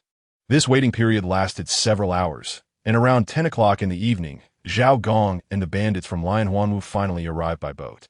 With a resounding thud, the heavy anchor plunged into the riverbed, capturing the attention of Zhou Yuan and the concealed turtle soldiers. At that moment, the water bandits aboard the merchant ship were busy prying open the hidden compartments to retrieve various weapons from within. Esteemed sirs, I must rely on your efforts this time. Once my brothers secure the secret realm, Zhao Gong will undoubtedly reward you handsomely, Zhao Gong declared. That is a matter for another day, Zhou Yuan interjected. But I must remind you that even if you become a martial artist, it is impossible for you to assault the Water Mansion's secret realm alone. Remember our relationship. Unity leads to mutual benefit, while division results in mutual loss. Do not entertain any inappropriate thoughts. Your words are but jest, Zhao Gong replied. He was acutely aware of his limitations. He could not muster even a single breath of spiritual energy to become a formidable warrior. With splashes, several bandits from Lion Huanwu leaped into the water to conduct a reconnaissance. After a thorough search, they surfaced and signaled for the others to descend. As the second group of water bandits approached the riverbed with heavy burdens, Zhou Yuan realized that the Lion Huanwu bandits were indeed investing heavily this time. The presence of a level 11 Lion Huanwu chief, a level 10 sub-chief, and a level 12 leader was particularly noteworthy. The latter, identified as the level 12 Lion Huanwu leader, bore a blood-red skull mark next to his identity information. Good heavens, even the boss has come personally to tackle this dungeon. The Lion Huanwu bandits are truly ruthless. If anything were to happen to him, wouldn't they all be wiped out? Zhou Yuan mused as he glanced at the concealed turtle soldiers, sensing that the level 12 leader was unlikely to escape. Even though he was a boss character, this was ultimately the underwater domain of the turtle soldiers. As 10 Lion Huanwu bandits ventured into the frog nest secret realm, they immediately sensed something was amiss. The turtles had transformed, now resembling robust alligator turtles. Is it possible for the creatures in the secret realm to change their forms? Our foolish brethren have remained unchanged for years, one bandit pondered. Could it be that these turtles grow and transform after a certain period? What nonsense! Chief, we must be falling into a trap. What should we do? Without hesitation, the level 12 leader understood that they could not afford to stall. The turtle soldiers had clearly been strategically positioned, and even if they wished to wait, the turtles would come to patrol. Let one person scout the situation. If it is safe, return with news. If they do not return within 15 minutes, we must fight with all we have, he commanded. The chosen Lion Huanwu bandit barely peeked above the surface when he was swiftly seized by a turtle soldier, struggling as he was dragged into the muddy depths. Another turtle soldier quickly joined, relentlessly striking him with a copper hammer. After a quarter of an hour, the Lion Huanwu bandits, who had engaged with the patrolling turtle soldiers, finally grasped their dire predicament. Stop! We must flee. We will eventually be worn down in this secret realm. Only by escaping to the merchant ship can we find a path to survival, the Lion Huanwu leader urged. Under his command, the bandits disengaged from combat and hurried toward the exit of the secret realm, fully aware that once they were cornered, their only chance of survival lay in a swift escape. However, this time they miscalculated. Their ambushers were not mere humans, but rather over 20 water turtles. As they emerged, the turtle soldiers ensnared them one by one, with the water's resistance and buoyancy severely hampering their offensive capabilities and balance. Thus, the ferocious Lion Huanwa bandits, who were so fierce on land, found themselves at the mercy of the turtle soldiers in the water. The only one capable of putting up a fight was the boss, the Lion Huanwa leader, yet even he found himself ensnared by a turtle general's chain hammer, unable to surface. At that moment, those aboard the merchant ship remained unaware that the Lion Huanwa bandits had met their demise. They marveled at the prowess of the chief and sub-chiefs, noting how they had yet to request a change in personnel even after a quarter of an hour had passed. Some even jested, believing that the Water Mansion's secret realm was all but secured. "Master Zhao, this matter is likely settled, but do not forget your promise," someone reminded him. "I shall not forget. Once I establish control over a territory, I shall freely recruit from the displaced, wandering merchants, prisoners, and laborers," he replied. While the bandits on the ship discussed how to continue exploiting the population from a territory, the Lion Huanwa bandits underwater could no longer hold on. As the boss's health dipped below 30%, he suddenly opened his mouth wide, as if to bellow. Even though he could not produce sound underwater and had swallowed 2 gulps of muddy river water, the effect was still achieved. The surviving Lion Huanwa leaders and the bandits aboard the merchant ship suddenly felt an inexplicable surge of strength and were compelled to dive into the water without a second thought. "Quickly hoist the anchor. Set sail. Lower the small boat.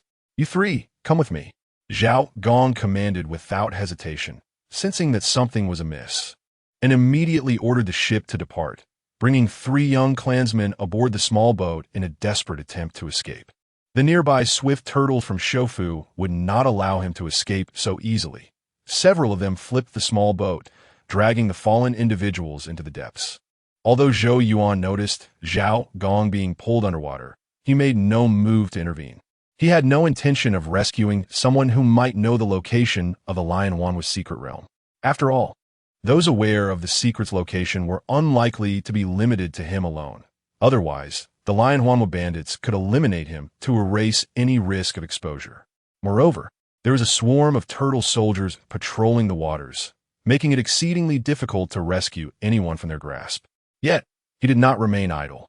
Instead, he cast a positioning incantation towards the Lion Huanwa leader, providing a crucial assist. Ding!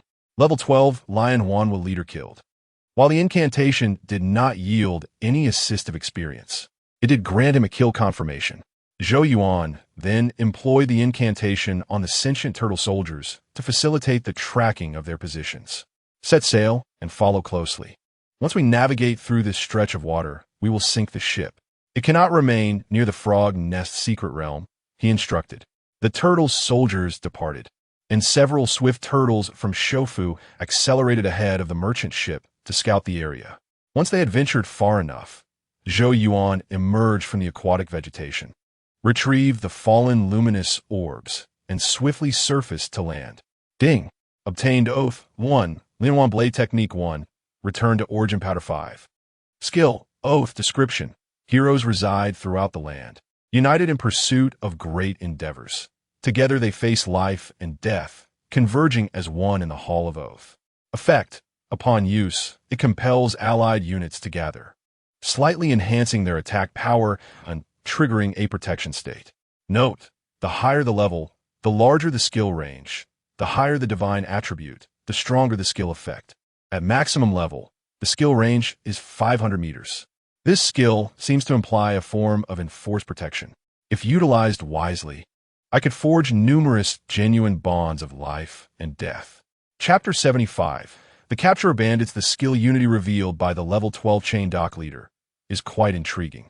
To Zhou Yuan, it seems more akin to a taunting technique where the targets of the mockery are allied units, compelling them to actively protect the user of the skill, a phenomenon colloquially known as summoning meat shields. Naturally, unity can also be employed for training purposes, with repeated usage. Soldiers will inevitably recognize for whom they serve and to whom they should rally. Additionally, the items dropped by the boss, the return essence powder and the chain blade technique, are both exceedingly practical. The return essence powder serves as a mana restoring potion, significantly superior to the commonly used jade true powder in the Jingen camp. While the chain blade technique is a skill that prioritizes offense over defense. Skill, chain blade technique. Description, a series of slashes and thrusts resonating with sound, consuming spiritual energy to enhance blade speed, allowing for an unending flurry of strikes at maximum level. After organizing his findings, Zhou Yuan refrained from re-entering the Frog Nest dungeon, which was occupied by 10 level 20 Shofu tortoise generals.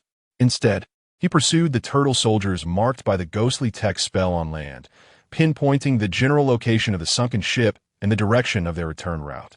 Subsequently, he shed the skin of the workshop deity to restore his appearance and return to his military camp. Upon his return, the two commanding officers in the camp hurriedly approached him with inquiries. Commander Chu, your exploration lasted 2 days. Did you uncover anything? Indeed, I found a significant lead. Gather the brothers promptly. We have raided the lair of the chain dock bandits and quelled the most notorious of the marauders. Excellent. If we can eliminate the infamous chain dock bandits, we shall earn our merits upon returning to camp. Chengyu County has its merits. However, the sweet date paste cakes can be quite overwhelming, causing many soldiers to complain of toothaches. Then let us swiftly eradicate the rampant bandits and return to the Jingen camp. As news of the bandit suppression spread, the morale among the soldiers surged, and they hastily donned their armor and prepared for an intense campaign. The troops from the Wuwei camp and the Xishan camp had grown accustomed to indulgence, making it difficult for them to remain in the local counties. The solemn horn echoed throughout the camp as the prepared soldiers set forth once more towards the township's fortifications. As they marched, many of the local fort lords felt a chill down their spines, fearing for their own safety as the military encampment might soon surround their strongholds. When Zhou Yuan's forces encircled the Zhao family fort, their anxieties were finally alleviated. At that moment, chaos reigned within the Zhao family fort. The reason for this turmoil was the mysterious disappearance of their family head, coupled with the sudden vanishing of the chain dock bandits stationed within. Clan Uncle, how did those warriors suddenly vanish? Are they human or specters? This is disastrous. If the secret realm and our family head are lost, all our years of toil will be in vain. Oh no, Uncle, the officers surrounding the fort are advancing. They are donning their armor and forming ranks, likely to assault the fort. What? Quickly carry me to the fort wall. I must speak with the general personally. Several young men, upon hearing this, lifted the elder and ran, fearing that if they delayed, the soldiers outside would directly attack the fort. Fortunately, they managed to reach the fort wall just in time. Upon their arrival, they found the troops still in formation, showing no signs of initiating an assault. Witnessing this, the Zhao family elder urged the young men beside him to shout out, "General, why have you returned? Has the Zhao family committed some transgression? Please state your demands. There is no need for violence." Upon hearing the call, Zhou Yuan instructed his soldiers to respond with the words he had previously outlined. He then knocked an arrow and aimed at the heavy wooden door of the fort. The collusion between you and the chain dock bandits has been uncovered. Now, we will only capture and not kill if you open the fort. Should you dare to resist, the penalties will be doubled, and once we breach the fort, there will be no mercy. Thud, thud.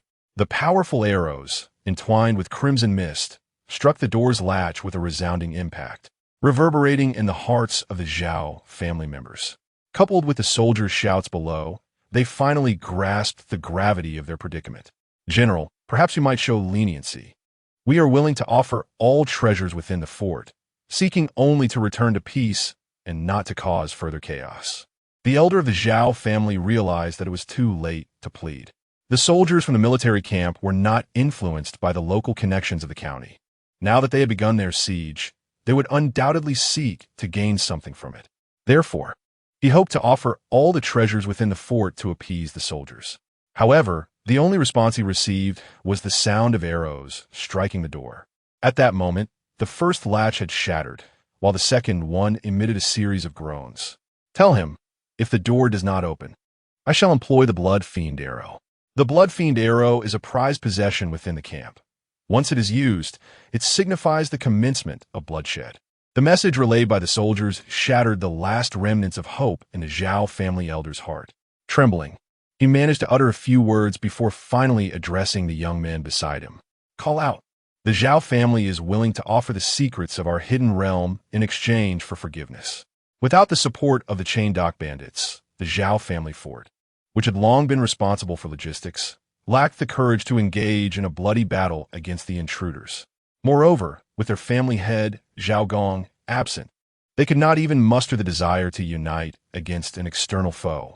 Creak!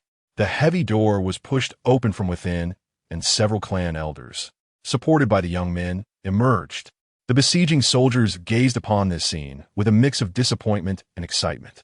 Disappointment stemmed from their inability to storm the fort and engage in battle with the household guards, who were no more than servants, thereby accumulating merit. Excitement arose from the prospect of seizing the secrets of the hidden realm. When the Jing'an lieutenant reported to the court, he would undoubtedly acknowledge those who had contributed. Indeed, Zhou Yuan's rapid rise in rank was not solely due to his extraordinary valor. His fortune was remarkably good as well. Fighting alongside such a fortunate general, their future paths of promotion would undoubtedly be smooth. Under the eager gazes of the soldiers in the camp, the Zhao family elder slowly approached the several generals and offered a respectful bow. General, if I reveal the route to the hidden realm, might I secure safety for my family? There are regulations within the military. Those who disclose the route to the hidden realm may attain wealth and honor. But this cannot extend to the entire family. Such is not the way of the world. Otherwise, how could one clan be sustained by another? If I desire not wealth, but merely seek justice for the guilty, while ensuring the innocent remains safe, then that will fall to the county's jurisdiction. Coincidentally, a new batch of energetic young officials has recently joined the county office, and they are quite eager to examine disorder cases. The general is being overly strict. It is not I who am strict. Rather, your timing for submission was ill-fated. Had you offered before the siege of the fort, you would have certainly been rewarded. Now that the blade is at your throat, to seek to offer treasures for complete absolution is a futile endeavor. I may agree, but my 500 soldiers shall not. Zhou Yuan was not deceiving the Zhao family elder. The route to the hidden realm he was now offering could at most be considered a gesture of allegiance or a military acquisition. Since it was a military acquisition, the number of individuals entitled to share in this merit would be substantial. After a moment's hesitation, the Zhao family elder ultimately presented the map of the hidden realm and the list of traitors from within the family. Those within the fort remained oblivious to the outcome, still believing that merely by providing the map of the hidden realm, they could secure the innocence of the entire clan. When fully armed soldiers drove them out of the fort, they realized that the final immunity card could not protect everyone. Send this letter swiftly to the Jing'an camp. This time, the Hu County lieutenant will likely turn green with envy. Let us ensure they receive a share of the merits from the Hu County troops. Chapter 76. The new Yuan spirit trial the face of Hu Hua. The county lieutenant of Chengyu turned a shade of green. Upon learning that Zhou Yuan had apprehended the collaborators of the notorious bandit gang and seized a map to a secret realm, he found himself questioning his very existence. As a martial artist stationed in Chengyu County for nearly 6 years, he had neither resolved the bandit issue nor discovered a hidden secret realm within his jurisdiction. This not only reflected his inadequacies, but also signified his lack of fortune. The combination of these two shortcomings shattered Hu Hua's composure. Director Zhou, have you sent word to the Jing'an camp? He inquired. I have. After all, I am an officer within the camp, leading its soldiers.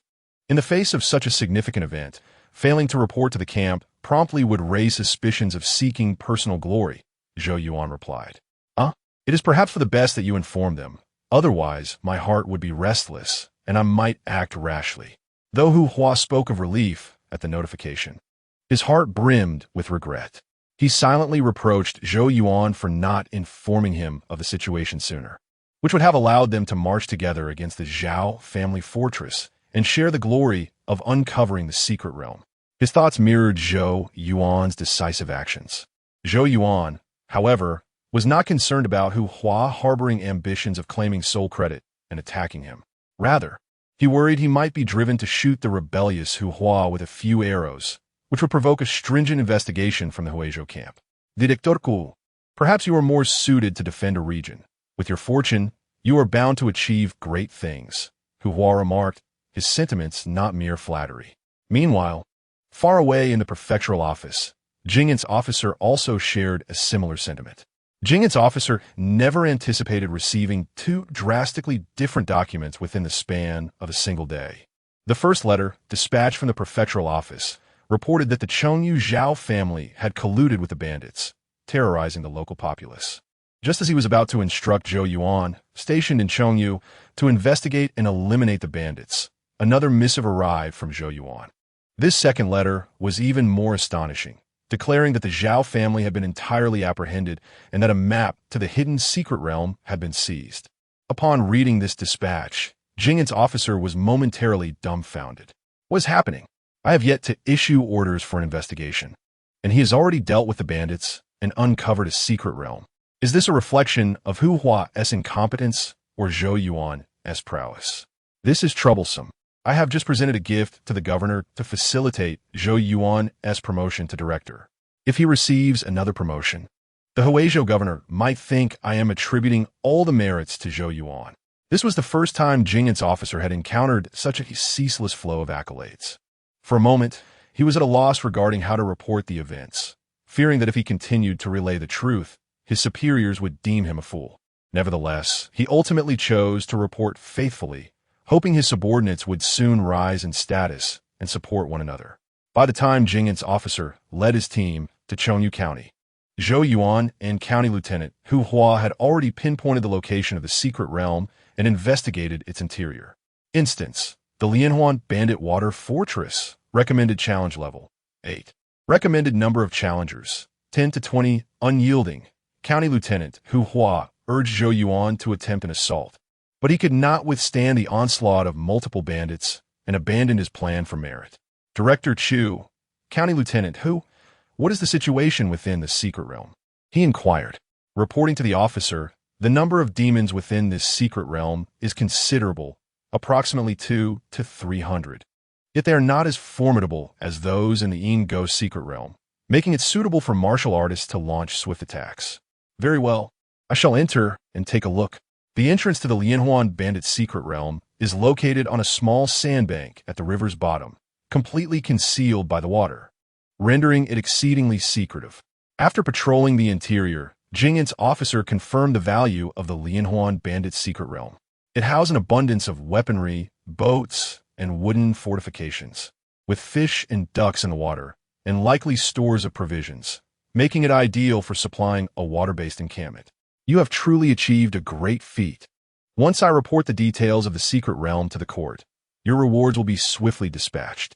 In the following days, martial artists from the state government arrived first, and after confirming the authenticity of the secret realm, they banded together to undertake the Lianhuan Bandit instance. Aside from being thrown into disarray by the boss skill gathering of heroes, they successfully completed the assault on the secret realm. Upon opening the treasure chest, they obtained 10 vials of hemostatic powder, 5 vials of recovery powder, and 1 manual of Lianhuan blade technique, finally affirming the value of the Lianhuan Bandit secret realm. Not long after, the Huizhou camp sent rewards, promoting Zhou Yuan to the rank of military officer, with his subordinate officers also receiving promotions. Just as Zhou Yuan believed the matter settled, a series of accolades from the court followed. Zhou Yuan of Jing'an, since joining the military, has fought countless battles with extraordinary valor. He has vanquished the Bullhead Fortress, assisted in quelling the ghostly troubles in Jing'an, fought fiercely in the Yin Ghost secret realm, subdued the Lianhuan bandits, and seized the secret realm map. With such accumulated merits, the military title rewards cannot fully reflect his might, nor can the noble titles commend his valor. Thus, by special decree, he shall be granted the honor of participation in the new Yuan spirit trial. A letter from the court unequivocally validated Zhou Yuan's accomplishments, transforming him from an ordinary military officer into a local dignitary. However, the court's document contained a term that Zhou Yuan could not comprehend: new Yuan spirit trial. Officer, does the court not hold the spirit trials every 4 years? What then is this new Yuan spirit trial? The new Yuan refers to the first day of the new year after the year-end celebrations, when all court officials will bask in leisure and the emperor will take the opportunity to reward those who have rendered distinguished service. Hence, The New Yuan spirit trial differs from the court's public trials. The public trial is for recommendation, while the New Yuan is for rewarding merit. This arrangement caters to those who have achieved exceptional feats, as they cannot wait for the quadrennial public trials. The distinction between the two is significant. Even if one fails in the merit trial, they may still participate in the public trial. Moreover, the merit trial has fewer participants, thus a higher success rate. Upon hearing this explanation from Officer Zhou Yuan, Zhou Yuan understood that the public trial is a national competition, while the merit trial is more localized. Reducing the scope of competition increases the chances of success, making the merit trial indeed more promising. How should I proceed? First, change your official seal. Then join other candidates at the Huizhou camp, where the martial officials will lead you into the capital. Due to Zhou Yuan's extensive accumulation of merit, others were more in need of opportunities for accomplishment. Consequently, the follow-up work in Chengyu County was delegated to other officers. Upon returning to the Jing'an army camp, Zhou Yuan was met with congratulations from his fellow soldiers, with Kai Cheng expressing a tinge of envy. Brother, you have achieved in mere months what took me nearly a decade to accomplish. Now you're also a military officer, and I am too, yet you are still young while I am nearing middle age. Moreover, you have the potential to become a martial artist, while my hopes are dim. I am both envious and jealous. Brother Kai, if I am fortunate enough to become a martial artist, will that not provide you with another ally? Indeed, we are brothers in arms and should support one another, sharing both fortune and misfortune. That's right. I've come to terms with it. Working hard alone is exhausting. You and Officer Jiang, please strive a little harder. I await your assistance. Chapter 77. Departure into the state, the sentient turtle soldiers. Concealed within the secret realm beneath the river, were difficult to ascertain how they conducted their reconnaissance. Moreover, the merits accumulated by Zhou Yuan were already substantial. Revealing another secret realm would draw too much attention. Thus, he refrained from disclosing the information regarding the frog soldier's lair and the turtle realm to the Colonel Jing'an. Nevertheless, the atmosphere within the Jing'an army began to shift. The ordinary soldiers admired Zhou Yuan's bravery and fortune, inspiring themselves to emulate his path of achievement. In contrast, the martial officials from noble families found themselves in a complex emotional state. Previously, they held an advantage over Zhou Yuan due to their lineage. But now he had secured the coveted spiritual trial quota they had long coveted, leaving them at a loss on how to maintain their composure.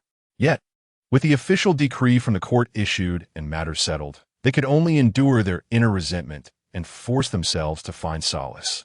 At least Zhou Chu is our comrade. His ascension as a warrior strengthens our connections, far better than outsiders. However, despite these reassurances, an underlying discomfort lingered in their hearts. It was an awkward state of wanting to please yet unable to lower their status, desiring distance yet unwilling to let go. Upon noticing the unusual behavior of his colleagues, Zhou Yuan withdrew to the colonel's residence to focus on his martial training, reducing his external interactions. Once the new official seals were issued, he seized the opportunity to host a banquet for his colleagues, bidding them farewell and expressing his commitment to camaraderie. For this occasion, Colonel Jing'an Jiangren made a special trip back from Chengyu County. Colonel, I have heard your wife and children are in the capital. Do you have any letters or gifts to send? I could conveniently deliver them while visiting your esteemed residence. Your thoughtfulness is appreciated. I shall prepare them and hand them to you tomorrow morning. Zhou Yuan, this farewell may lead you either back to your homeland or to a position of local governance. I have great confidence in your abilities. You can handle the unruly elements in the provinces. The only caution is the capital, where power and influence abound. Do not offend someone, lest it jeopardize your career. Thank you for the warning, Colonel. I shall remember it. The warrior's identity was paramount for Zhou Yuan. Without that status, even with martial prowess, he would not have access to the realms designated for martial attacks. Furthermore, the accompanying power was equally significant. Only by ascending to a certain rank could he effectively utilize the resources of the Daoist. The farewell banquet lasted well into the night, during which many scions of noble families, succumbing to emotion, found themselves weeping uncontrollably. The youth seated at the leftmost position appeared to fulfill their aspirations, proving that this path was indeed viable. while simultaneously carrying their hopes far away. This sentiment spread throughout the ranks of the military officials, leaving many feeling hollow. Even by the next morning, as they bid farewell, they were still reeling from the event, yet collectively accompanied Zhou Yuan on his departure.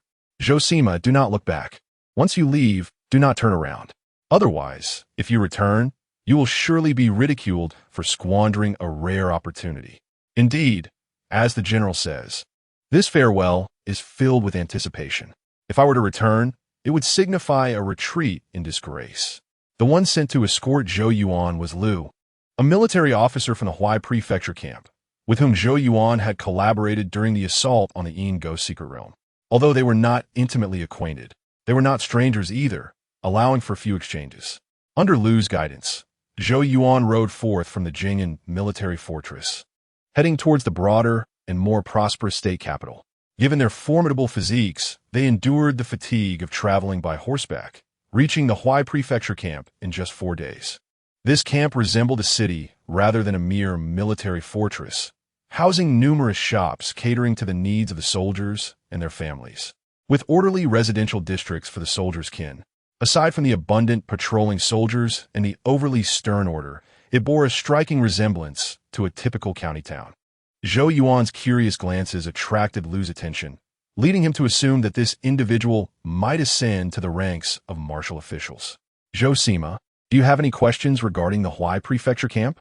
Indeed, I am curious about the layout of the walls. Why does it split in the middle and then forge another wall? Surely, the northern city is more critical than the southern. The Huai prefecture camp features a sun-shaped structure, with a wall constructed in the center, yet 3 gates remain open for soldiers to traverse. A military stronghold is not overly complex. Both the northern and southern cities hold equal importance. Losing one would jeopardize the other.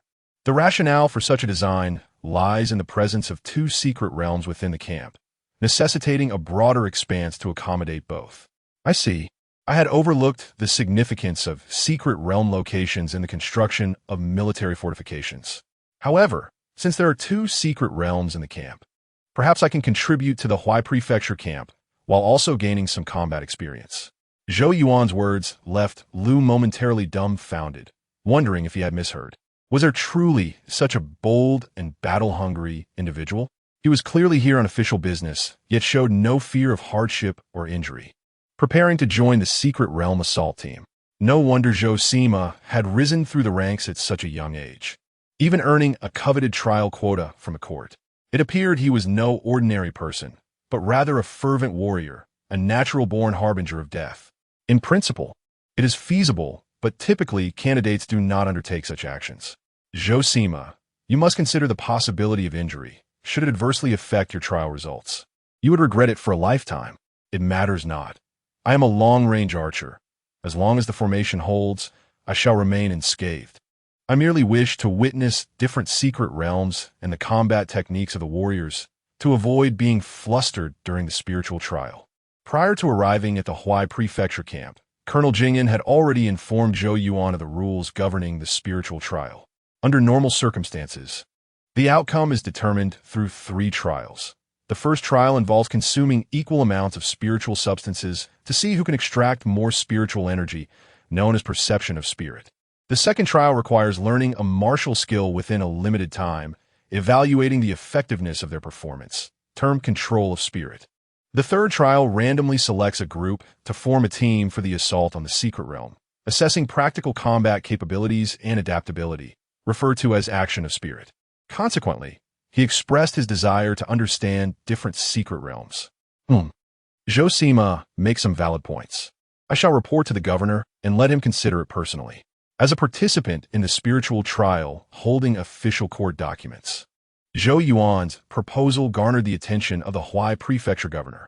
After some deliberation, the governor concluded that a slight adjustment in the approach could indeed enhance the chances of success in the trial, thus agreeing to Zhou Yuan's suggestion.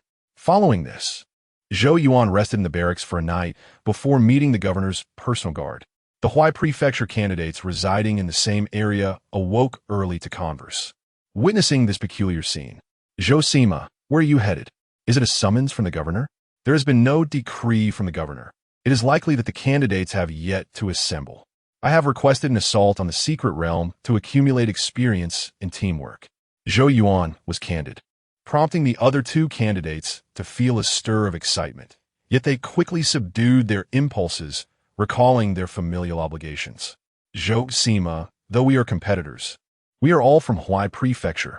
I hope you exercise caution. Do not get injured, lest you provide an advantage to those from other states. Chapter 78. The burning of the Fox Kingdom in the Great Way. It is quite common for compatriots to support one another. The most prevalent faction in the Great Way is the local party, ranging from a single township to entire prefectures and provinces, making them countless in number. Therefore, when Zhou Yuan entered the capital from Huai Prefecture, it was hardly an entrance without support. Even if he had not formally joined the Huai faction, his mere presence in the capital would bestow upon him the label of a Huai scholar. It could even be said that as long as he did not explicitly sever ties with the Huai faction, the people of the capital would automatically regard him as one of their own. After all, he was born, raised, and served in Huai Prefecture, an unwavering Huai native. Thus, even though he was in competition with the candidates from Huai Prefecture, they still regarded Zhou Yuan as one of their own in the larger context. Thank you for your advice, my brother. I am a long-range archer, not a close combat warrior. I have the protection of the soldiers in the camp, and there should be no mistakes. Seeing that Zhou Yuan had made up his mind, the two candidates for the spiritual test ceased their persuading and, after a mutual bow, returned to their quarters. After Zhou Yuan departed, the two convened again. Brother Gu, why not take the opportunity to demonstrate our skills? What use is that? I'm already proficient. Rather, that Zhou Sima seems somewhat impulsive. Engaging in a sudden battle is ultimately counterproductive. Indeed, Zhou Sima is likely from a humble background, lacking ancestral secret realms, and he must seize this opportunity to experience the secret realm. That makes it even more remarkable. A humble background achieving merit in the court and a spiritual test is either extraordinary fortune or exceptional bravery. Moreover, he is a long-range archer, surely a skilled marksman, capable of hitting targets with precision. As the two candidates analyzed Zhou Yuan's situation, he had arrived at the entrance of the southern city's secret realm. The entrance was located within a spacious storeroom, where a swirling blue-violet vortex constantly spun. Dungeon, the Twin-Tailed Fox Kingdom. Recommended challenge level, 10. Recommended number of challengers, 10 to 20. The southern city's secret realm is somewhat easier to attack, but it still requires a martial artist to lead. The northern city's secret realm has a higher injury rate, and the commander has only opened the southern city's secret realm for you. The demon leader within this secret realm is a twin-tailed fox, which must be defeated twice to be slain. You must exercise caution. Though Liu, the army officer, believed that with Zhou Yuan's archery skills, attacking the Fox Kingdom secret realm would not pose a significant problem, he nonetheless imparted some information to avoid the new generation of candidates from Huai Prefecture suffering casualties in their own military camp. Zhou Yuan expressed his gratitude, bowing in thanks before joining the strategy team. The team leader was a robust bald man, his head marked with scars that indicated his origins. Young man, let's make this clear. I know it is not easy for you to obtain the spiritual test opportunity, but what we are doing is a matter of life and death. If you do not perform well and endanger the lives of the soldiers, you must withdraw. Otherwise, regardless of whether you are confidant of Jiang Run or scion of a prominent family, you will face severe military punishment. The name of the officer Jiang Run did not hold much weight in the Huai Prefecture camp. This martial monk officer clearly resented the temporary reassignment, but had no choice but to comply due to the commander's orders. Rest assured, the soldiers of Jing'an are well aware of military law. There will be no childish antics. Very well. If you can keep pace with us once we enter the fray, I will continue to bring you along for the following days. If not, you will naturally be dismissed. Zhou Yuan said little in response. He had no reputation to speak of and could only prove his capabilities through actual combat. Huai Prefecture's elite warriors. Follow me into the battle. With the officer's command, the heavily armored soldiers, wielding tower shields, were the first to enter the secret realm, followed by the archer squad. True to its reputation as the provincial army, the Huai camp supplied the archer squad with blood-red arrows. The armor of those soldiers appeared extraordinary, Not only was it exquisitely crafted, but it also offered extensive protection, even shielding their faces, leaving only 2 openings for observation. As soon as Zhou Yuan entered the Fox Kingdom's secret realm, he understood why the Huai soldiers placed such emphasis on defense. Before him, atop a low wall less than 3 meters high, stood numerous fox archers, approximately 1.5 meters tall. Level 10 Fox Kingdom throwers, Level 10 Fox Kingdom archers, Level 12 Fox Kingdom vanguards. Zhou Yuan estimated that there were roughly 100 fox soldiers atop the low wall. Many of these fox soldiers favored ranged attacks. Even as the Huai soldiers pressed forward, they remained steady and unmoving. It was only when the Huai soldiers entered their firing range that they commenced their assault. Raise shields. Archers retaliate. The sound of arrows whistling through the air filled the battlefield. Each archer took cover behind 2 tower shields, engaging in a war of attrition with the simplest of tactics. Zhou Yuan's performance was particularly remarkable, drawing the attention of the martial monk officer multiple times. Despite this, the Huai soldiers were still overly suppressed, struggling to advance under the rain of arrows. After approximately 5 minutes of standoff, the martial monk officer commanded an orderly retreat, allowing a new batch of armored soldiers to take their place. Zhou Yuan noticed that the injury rate among the Huai soldiers was quite high.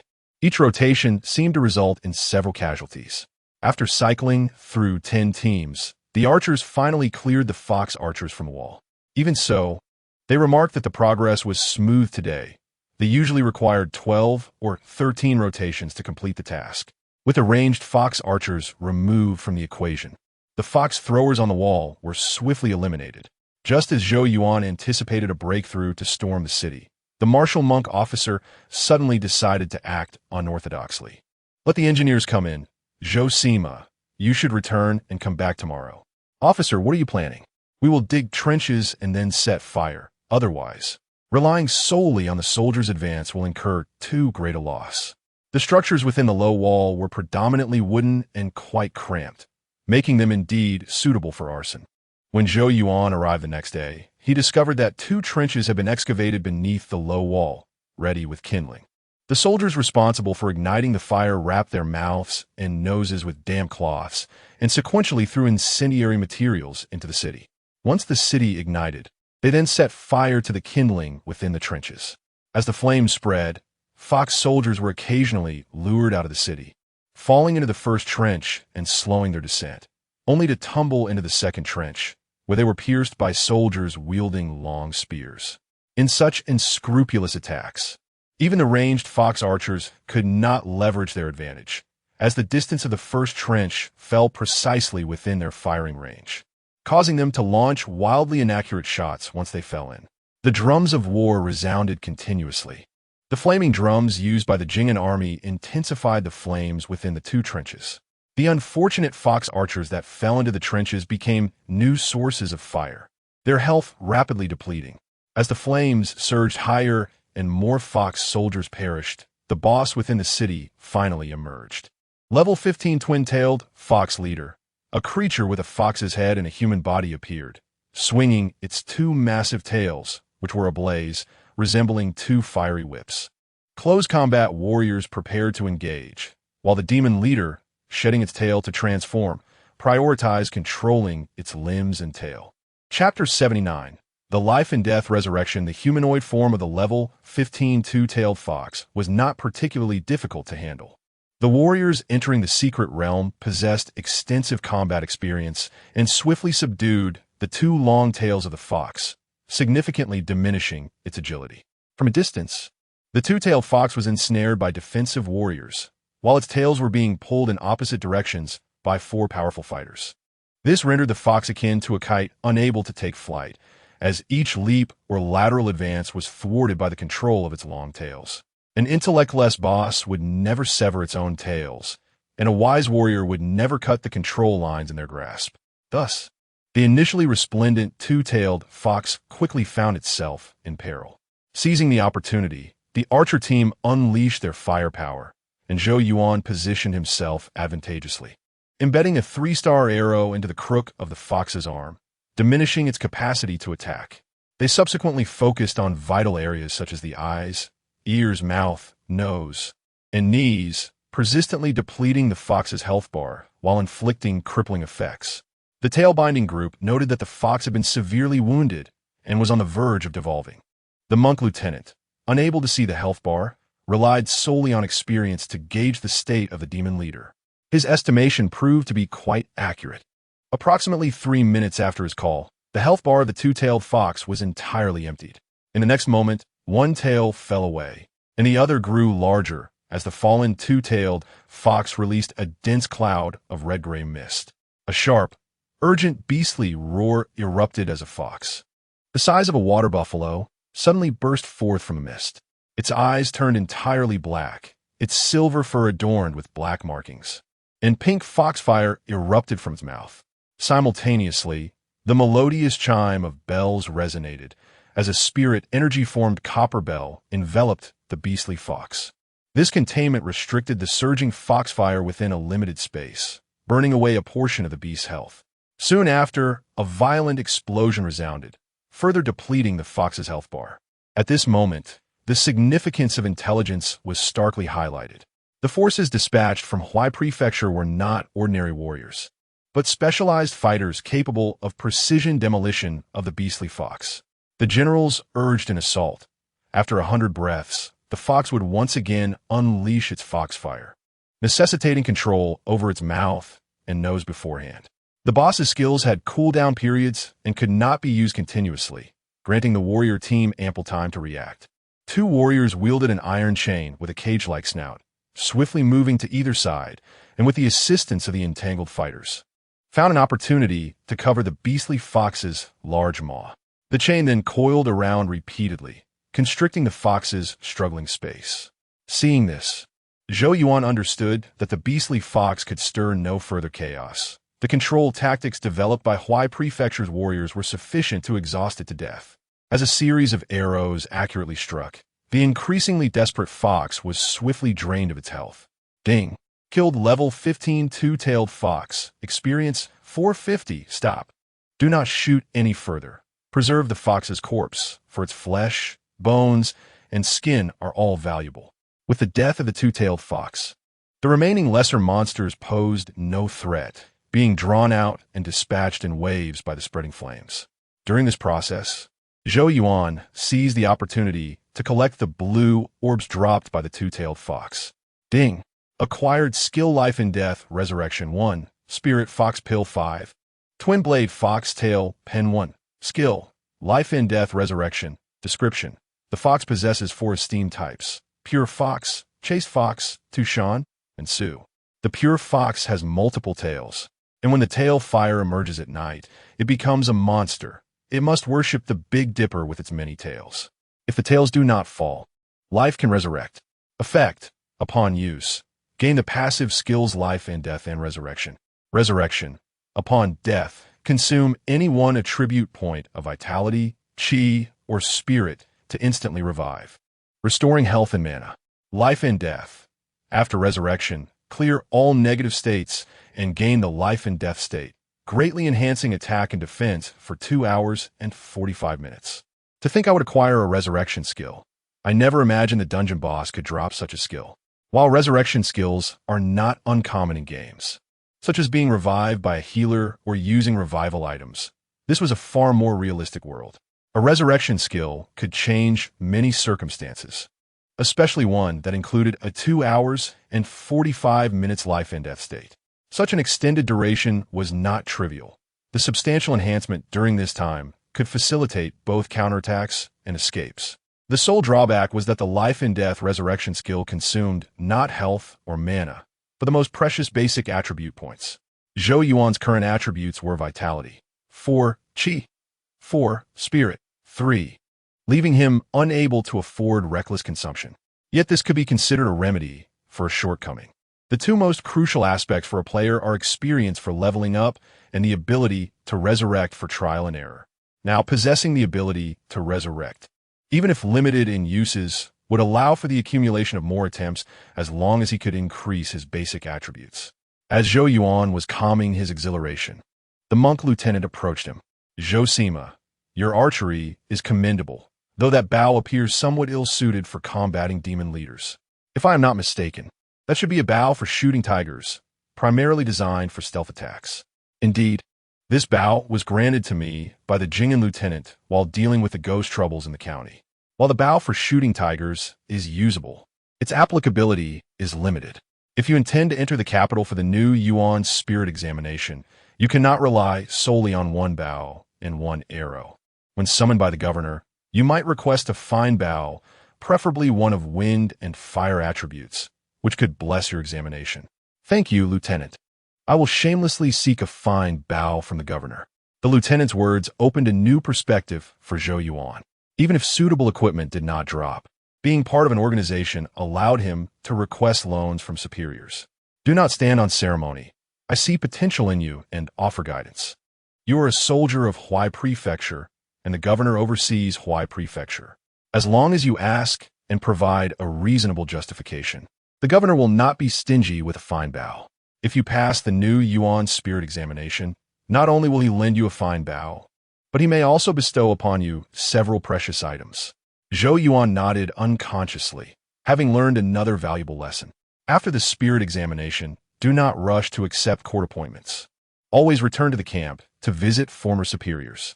If they are pleased, they might reward you with several precious items or powerful martial arts manuscripts. Thus, not only do you gain tangible benefits, but you also solidify connections and earn a reputation for not forgetting old friends. Lieutenant, hearing you say this, it seems the capital's spirit examination does not prohibit bringing weapons. Might this not be somewhat unfair? What unfairness? Since the founding of the Great Way, it has always been thus. One must understand that familial blessings are also a part of strength. The court recruits those with exceptional talent, as well as those with profound backgrounds. Both can achieve results, and as long as results are delivered, there is no distinction for the court. I see. It appears the court's spirit examination is not particularly friendly toward individuals like me, without family support. You may as well forget it.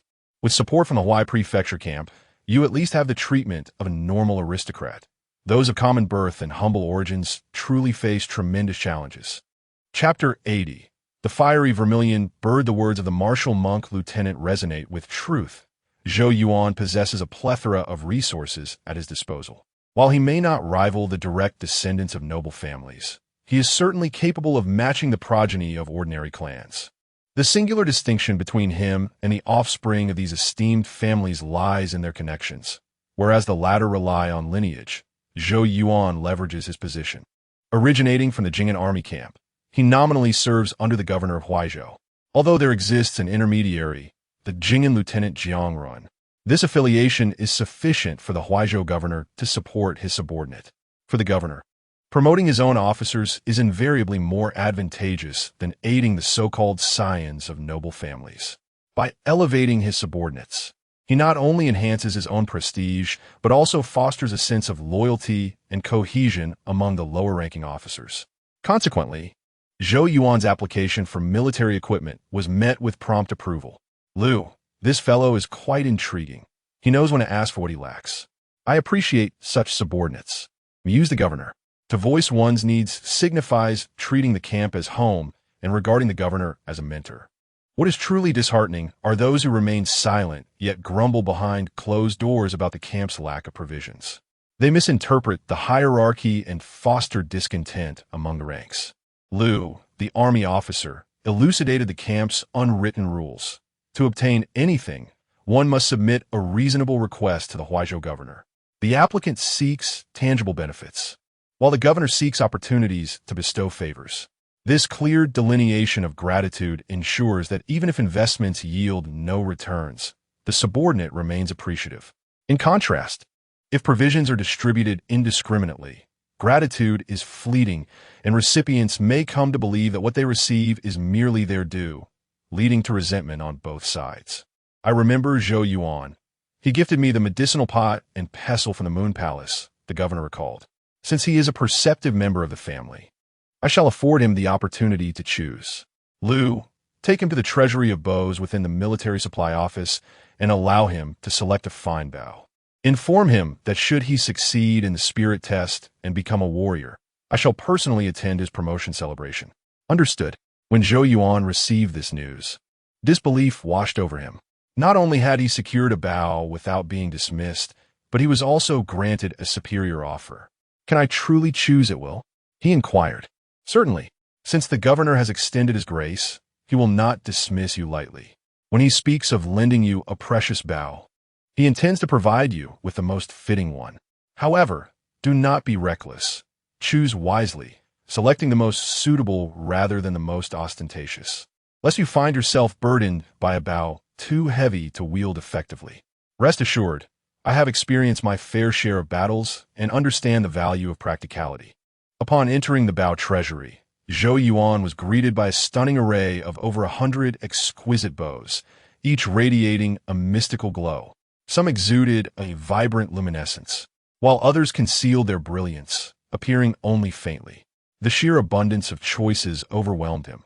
Had he not been limited to one selection, he would have wished to take them all. This one shall do. Its agility and ferocity will surely amplify my lethality. The flowing fire bow is indeed remarkable. You possess remarkable accuracy, requiring no elemental guidance from the wind bow to direct your shots. The fire bow enhances your damage output, making it an exceptional choice. Zhou Yuan was thoroughly satisfied with his new bow, and Lu successfully fulfilled the governor's directive, equally pleased. Before departing, he reassured Zhou Yuan regarding the issue of armor, stating that since he had submitted a military equipment application, the governor would generously provide him with practical gear. The distinction between borrowing and receiving gifts is subtle yet significant. While Zhou Yuan borrowed a bow, the governor indicated that he would bestow additional rewards afterward. Truly, the martial monk lieutenant's assertion held merit. As long as Zhou Yuan treated the Huaizhou camp as home, he would never find himself equipped with a mere shabby bow while clad in iron armor en route to the capital. Weapon, flowing fire, description. As the heart star sinks in the west, the flowing fire vermilion bird appears in mid-July, heralding the arrival of the fire star. Known to bring the chill. Effect bestows the heart star state upon the wielder and the vermilion bird state upon arrows. Heart star, also known as the Ming Hall. It belongs to the element of wood and fire, allowing the user to channel their spiritual energy outward to ignite, inflicting burning damage on the target. Vermilion bird. Red represents fire, and bird embodies urgency, augmenting the speed of arrows with fire attribute energy, resulting in explosive damage to the target. The flowing fire bow is a 5-stone bow with layered attribute states, its lethality far surpassing that of the shattering tiger bow. With this weapon, Zhou Yuan could transform into a fire archer, capable of launching arrows that explode upon impact. Since the flowing fire bow was issued by the camp, Zhou Yuan could not conceal it in his inventory. Thus, as he returned to his quarters, he inevitably caught the attention of the other 3 spirit test candidates. "Where did you acquire such a precious bow?" they exclaimed, astonished. They had presumed Zhou Yuan to be a youth from humble background, yet he had emerged from a single expedition into the secret realm with a bow shimmering in vibrant red light. Such an upgrade in weaponry seemed reserved for the offspring of illustrious families. "This is unexpected. We have no prominent Zhou family in Huaizhou, and the most renowned Zhou family, the Ningkong Zhou clan, is merely an ordinary gentry. Could it be that Zhou Sima has fostered a close relationship with the governor and received his patronage? It appears Huaizhou's camp is rather unjust, favoring only that one individual while disregarding the 3 of us who are vying for the spirit test," grumbled a youth with a dark countenance, extinguishing the jovial atmosphere. The 2 noble youths exchanged glances at a loss for words. They were not officials of Huaizhou. Why should the camp bestow upgraded weaponry upon them? Moreover, if they encounter difficulties, they should voice their concerns rather than feign indifference and await the governor's personal inquiries. As the dark-faced youth prepared to speak again, the 2 noble heirs hastily made their excuses to depart, unwilling to engage further with the resentful youth. Remarkably, although they set off in different directions, they soon circled back and headed toward Zhou Yuan's quarters. "Zhou Sima, I am relieved to see you unharmed. We have come to share some unfortunate news. Before even reaching the capital, we have already lost a portion of our combat strength. At the leftmost quarters, a descendant of the Yilanchun family harbors grievances and is unlikely to lend support. He may even conspire against his fellow townsmen. Zhou Yuan initially assumed the two noble heirs sought to consolidate allies and prepare for conflict, so he refrained from expressing his thoughts outright. However, once they divulged the circumstances, he could not help but inquire, is it truly so? Do noble families select their heirs so capriciously? Even before reaching the capital, they have already alienated the Huaizhou soldiers. Are they not concerned about their ability to leave the camp? Zhou Sima, he is the second son of the family. His elder brother has attained martial prowess through the family's spiritual artifact. Having grown up witnessing this, he has accumulated much resentment. Every grain of rice nurtures a different character. Let us observe. If he proves to be a tyrant, he may still serve as a useful scout for us. Chapter 81. The Gathering in the Capital on September 12th. The 13th year of the reign of the Great Wei, Zhou Yuan was summoned by the governor of Huai Prefecture. Accompanying him were 3 military officers from the Huai Prefecture counties and 1 local officer from the Huai Prefecture garrison. The 5 were led by Liu, the military advisor, into the governor's office, where they met the governor, a man in his mid-years. As the governor of a province in the Great Wei, his position was undoubtedly significant, yet he appeared even more benevolent than the Jing'an Captain Jiangrun. Perhaps due to his advanced years, he assumed the role of a guiding elder to his subordinates. Consequently, he chose not to summon Zhou Yuan and his companions in the solemn atmosphere of the command hall, but instead hosted them at a modest banquet in the courtyard, imparting wisdom to the candidates for the spiritual examination. The guests, while feeling honored, were also quite reserved, anxious not to utter anything that might displease the governor. Kulme, do not be restrained. Let us share this cup together. Upon seeing you, I am reminded of my own experiences during the spiritual examinations of yesteryears. Those were truly splendid times. Filled with fervor, I trust your superiors have briefed you on the trials of the spiritual examination. Thus, I shall refrain from elaborating further. Allow me to impart one vital piece of advice. Do not act impulsively. Preserving your lives is of utmost importance. Should you succeed, I shall rejoice with you. If not, quickly return to the Huai Prefecture garrison. We shall not give outsiders cause for ridicule, nor allow our hometown to mock us. There are many positions within the garrison, and as long as I remain, there will be a place for you. With these words, the anxious hearts of the candidates were considerably calmed. Indeed, their journey to the capital for the examination was not a matter of life and death. If it did not go well, they could always return to Huai Prefecture and prepare for the quadrennial public spiritual examination. The governor's words were sincere. All who participated in the new spiritual examination were valiant warriors with distinguished merits. Even if they did not become martial artists, there were still valuable military officers needed within the garrison. Moreover, I care not for the circumstances of those from other provinces, nor do I concern myself with the dispositions of those from noble families. My only demand is that you remember the brotherhood of arms and the regulations of the military. Should anyone dare to harm their own brothers in the capital, I shall not be lenient.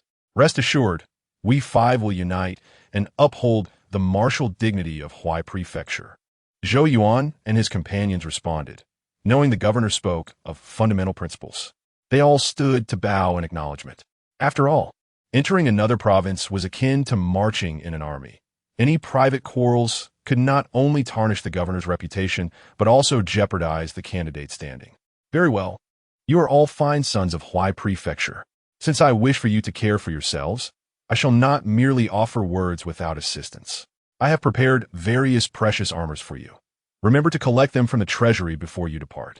After expressing their gratitude for the governor's generous support, they were determined to showcase the martial prowess of Huai Prefecture in their journey to the capital. Upon finishing his speech, the governor excused himself, citing official business, allowing the 5 candidates to familiarize themselves with one another. With his departure, the atmosphere lightened considerably, shifting from solemnity to camaraderie. Ultimately, Liu, the local officer from the Huai garrison, outshone the others with his eloquence and broad knowledge, earning the title of honorary leader for their group of officers. For Zhou Yuan, interacting with these individuals was far easier than mingling with the offspring of noble families. At least they hailed from the same military system, with a genuine authority above them maintaining order, making them much more trustworthy than those of disparate backgrounds. Once the banquet concluded, the group proceeded to the governor's treasury to collect their armors. Given their varied combat styles, the treasury officer allocated different armors to each. Zhou Yuan received a set of agile light armor. Armor, wine jade, description, imbued with the essence of the celestial clouds. It allows for swiftness in movement and harmony with the world. When the heavens move, thunder is born from the jade. When a sage achieves success, the wind moves with grace. Effect, upon equipping, the user gains the wind, movement, and golden jade states. Wind movement slightly increases movement speed, reduces self-weight feedback, facilitating navigation through obstacles. Golden jade consumes spiritual energy to enhance defense and mitigate shock damage. The wind jade armor's defense surpassed that of ordinary iron armor, and its ability to consume spiritual energy for added protection, combined with the enhancement of movement speed, made it an excellent choice for archers. Indeed, having an organization proved advantageous. With a mere gesture, the Huai governor provided 5 pieces of precious armor, showcasing both wealth and grandeur. As ordinary individuals lacked Zhou Yuan's game-like perception, they could not intuitively grasp the effects of the armors. Thus, they donned their armors to experience them firsthand. Zhou Yuan, wishing to blend in, also put on the wind jade armor. Upon wearing it, he immediately sensed a gust propelling him forward, making movement and agility effortless. What splendid armor! Fire draws strength from the wind. Wind fuels the flames. Truly, the combination of fire and wind armor is unparalleled. When Zhou Yuan and his companions returned to their quarters clad in their precious armors, they astonished the noble youths, their eyes nearly dropping to the ground. My family often speaks of the martial spirit of the Great Way and the riches within the military. I had previously misconstrued this to mean that generals were strong and wealthy, while soldiers toiled under their command. Little did I know, today, Lord Zhou has enlightened me, revealing the true wealth of the governor's garrison and the responsibilities of martial officers. No wonder the elders at home send their distant kin into the military. It seems that true strength within the garrison can indeed lead to heavenly opportunities and noble treatment. The noble youths had assumed they possessed some advantages, especially regarding armaments, believing themselves superior to the military officers. However, the Huai garrison demonstrated through action who truly held the advantage in martial preparedness. With a slight exertion, they compensated for the shortcomings of the military officers, and combined with their battle-hardened experience, the officers excelled in coordination. Thus, the noble youths not only lost their advantages, but also revealed their own weaknesses. Brother Gu, do you think we could request the Huai governor for adjustments to our weapons and armor? Most likely not. It's not that the governor is stingy, but rather that we lack status. It's doubtful we could secure an audience with him. After all, he is a high-ranking official, the lord of a province. It is not something we can simply request. Aside from feelings of envy, the noble youths sensed no injustice. Only Chun Xian, the second son of the Chun family from Yang, felt a sense of grievance, believing himself to be overlooked. Were it not for the necessity of having the provincial governor accompany them to prove their identities for the examination, he would have considered departing early. Watching the military candidates who joyously received their precious armors, he silently vowed, "If one day I'm appointed to govern a region, I shall act impartially, without favoritism." Regardless of the emotions harbored by the Huai candidates, their ultimate contest lay in the capital. Thus, even if some felt discontent, none dared to clash with the garrison or challenge the martial might of Huai Prefecture. 5 days later, the candidates from various counties finally gathered, prompting the Huai governor to host a farewell banquet, urging the candidates to set off promptly. Esteemed guests, the journey to the capital is long and arduous. It requires swift horses for 20 days and boats for half a month. You must not delay further. If all goes well, you shall arrive in the capital by late October, leaving you ample time to acclimate and adjust before the new spiritual examination in 2 months. We heed your command. We shall uphold the honor of Huai Prefecture in our journey to the capital. Chapter 82. The 8 camps of the capital the participants from Huaizhou have gathered, comprising 5 military officers and 4 signs of noble families, with not a single individual from humble origins among them. The Great Way ultimately remains a regime of the court and aristocracy, where ordinary citizens and commoners have little recourse beyond military service. In truth, Individuals like Zhou Yuan, who ascend rapidly, are exceedingly rare. Typically, military officers progress through accumulated merit, while those from noble families often elevate themselves through wealth and patronage. In essence, military officers advance through their achievements, whereas scions purchase their paths. Thus, whether one is a commoner or a scion from a collateral line, their ascent to the rank of military officer creates a significant divide from the true heirs of the aristocracy. They are inherently mismatched, unable to coalesce.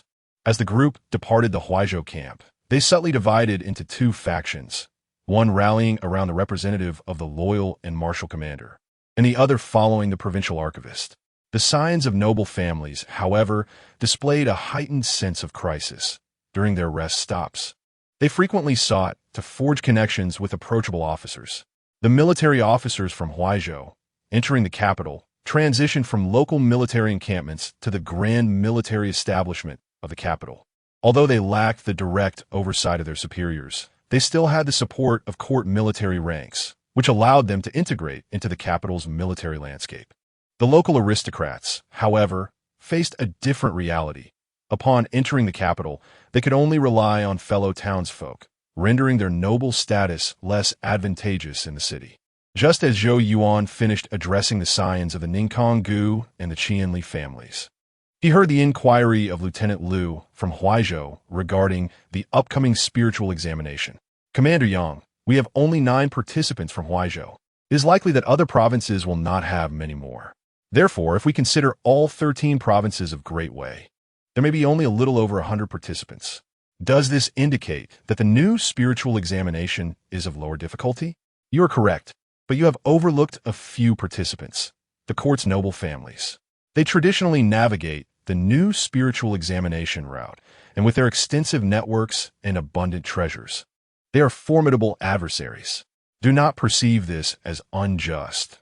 The culmination of military service is ultimately to become a noble of the state. Should we, the officers, be fortunate enough to join the ranks of the new nobility, we shall steadfastly uphold the system of noble succession. The loyal and martial commander articulated a crucial point.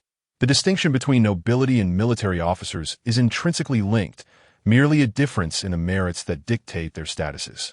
This statement elucidated the competitive nature of the new spiritual examination. The number of participants may be fewer than in the initial spiritual examinations, yet the competitors are equally resourceful. Indeed, I hope the scions of the nobility are somewhat precious. Otherwise, we would possess little advantage. Rest assured, the examination is challenging yet manageable. You are all skilled warriors from the Huaizhou camp, and under normal competitive circumstances, your odds of success are high. As the group conversed while hastening their journey, they arrived at the Chu River ferry, finally allowing themselves to relax. Their passage was smooth, as they traveled aboard the vessels of the Huaizhou Navy. Even the cunning water spirits dared not provoke these ships. After a month of meticulous travel via horse and boat, they reached the outskirts of the capital. At this juncture, the participants from Huaizhou were required to part ways. The scions would proceed under the lead of the provincial archivist to await the examination in the capital, while the Huaizhou officers, led by the loyal and martial commander, would head to the Yawu camp within the 8 camps of the capital to report. The 8 camps of the capital are divided into 4 martial and 4 majestic camps.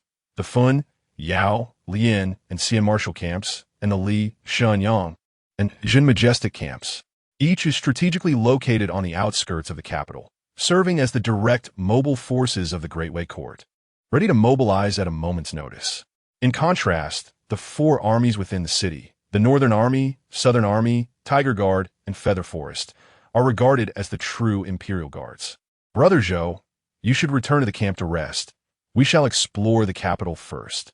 Once you have reported back and receive your release, I shall ensure we enjoy a few days of revelry together. Gu Cheng, from the Ningkong Gu family, proved adept in his dealings, having already united the other 3 scions from Huaizhou during their journey. Even Shen Xian of the Yuan family, who harbor grievances, had been won over, likely to be utilized as a pawn. Fellow townsmen, please proceed ahead. We shall reunite in the capital after some time. The military regulations of the Great Wei are stringent. Like Zhou Yuan, provincial military officers cannot directly enter the capital without first passing through the military camp. Thus, they would spend a few days at the Yao camp, observing the demeanor of the soldiers stationed there. Upon entering the Yao camp, Zhou Yuan became acutely aware of the martial virtues upheld by the Great Wei court. When a cohort of splendidly attired, disciplined warriors appeared to escort a middle-aged officer, Zhou Yuan was compelled to ponder the upper echelons of the Great Wei. Liu, the military officer, has met with the Lieutenant Liu. These 5 are indeed our Huaizhou officers, their identities verified. This is a written decree from the Huaizhou governor. Please review it, esteemed officer. The officer designated as a 35-level Yaowu sharp soldier carefully examined the document before signaling the guards to open the city gates, allowing the Huaizhou officers to enter. Fortunately, the majority of troops in the Yaowu camp were regular soldiers. Otherwise, Zhou Yuan might have mistaken the camp for a high-level instance dungeon. Curiosity about the Yaowu camp was not confined to Zhou Yuan. The other 4 Huaizhou officers also gazed around upon entering the military city. The officer marked with a 35-level Yaowu sharp soldier insignia was accustomed to such behavior and refrained from admonishing them about the decorum of military grounds. Warriors of Huaizhou, rest for the night. Tomorrow, you will select your spirits alongside the soldiers of Shuo province. Understood. The officer led the Huaizhou warriors to a spacious courtyard before departing, maintaining an air of authority throughout. Once he left, the Huaizhou officers felt a wave of relief. It was not their timidity, but rather the oppressive atmosphere emanating from the guards that rendered them uncomfortable. Did they not say the capital's military was affluent? I did not expect the soldiers to be not only disciplined, but exceptionally formidable. You mentioned they are the capital's troops. If they were unable to maintain order, chaos would undoubtedly ensue. Commander Yang, what does it mean to select spirits? Must we, the officers, undergo an internal examination before participating in the court's new spiritual examination? Zhou Yuan pondered for a moment and deduced the presence of humanoid monsters within the capital's military. If instance monsters could attain sentience and take on human forms, the Great Wei had no reason to reject their loyalty. Perhaps it is true that the Great Wei's rise was bolstered significantly by these humanoid beings. After all, during times of turmoil and regime shifts, the bloodshed is bound to be immense. What nonsense! You are the true direct descendants of the court. Even if there are internal examinations, they should be administered to the scions, not arbitrarily exclude you. The selection of spirits is a privilege within the camp. The Yaowu camp will provide over 20 types of spirit-boosting items for you to test. You must carefully discern and select the ones most suitable for you to use during the examination for a swift replenishment of energy. Zhou Yuan, as an archer, you're different from the others. The camp will also provide you with 2 quivers of arrows. Commander Yang's words invigorated the Huaizhou officers. No wonder the Huaizhou camp had not mentioned the spirit-boosting items. It turns out that the capital's camp not only supplies them, but allows the selection of the most appropriate ones. This is both grandiose and heartwarming for the provincial officers. The martial spirit of the Great Wei is evident in every aspect, and it is surprising that even the capital's military deliberately fosters camaraderie among its officers. Chapter 83.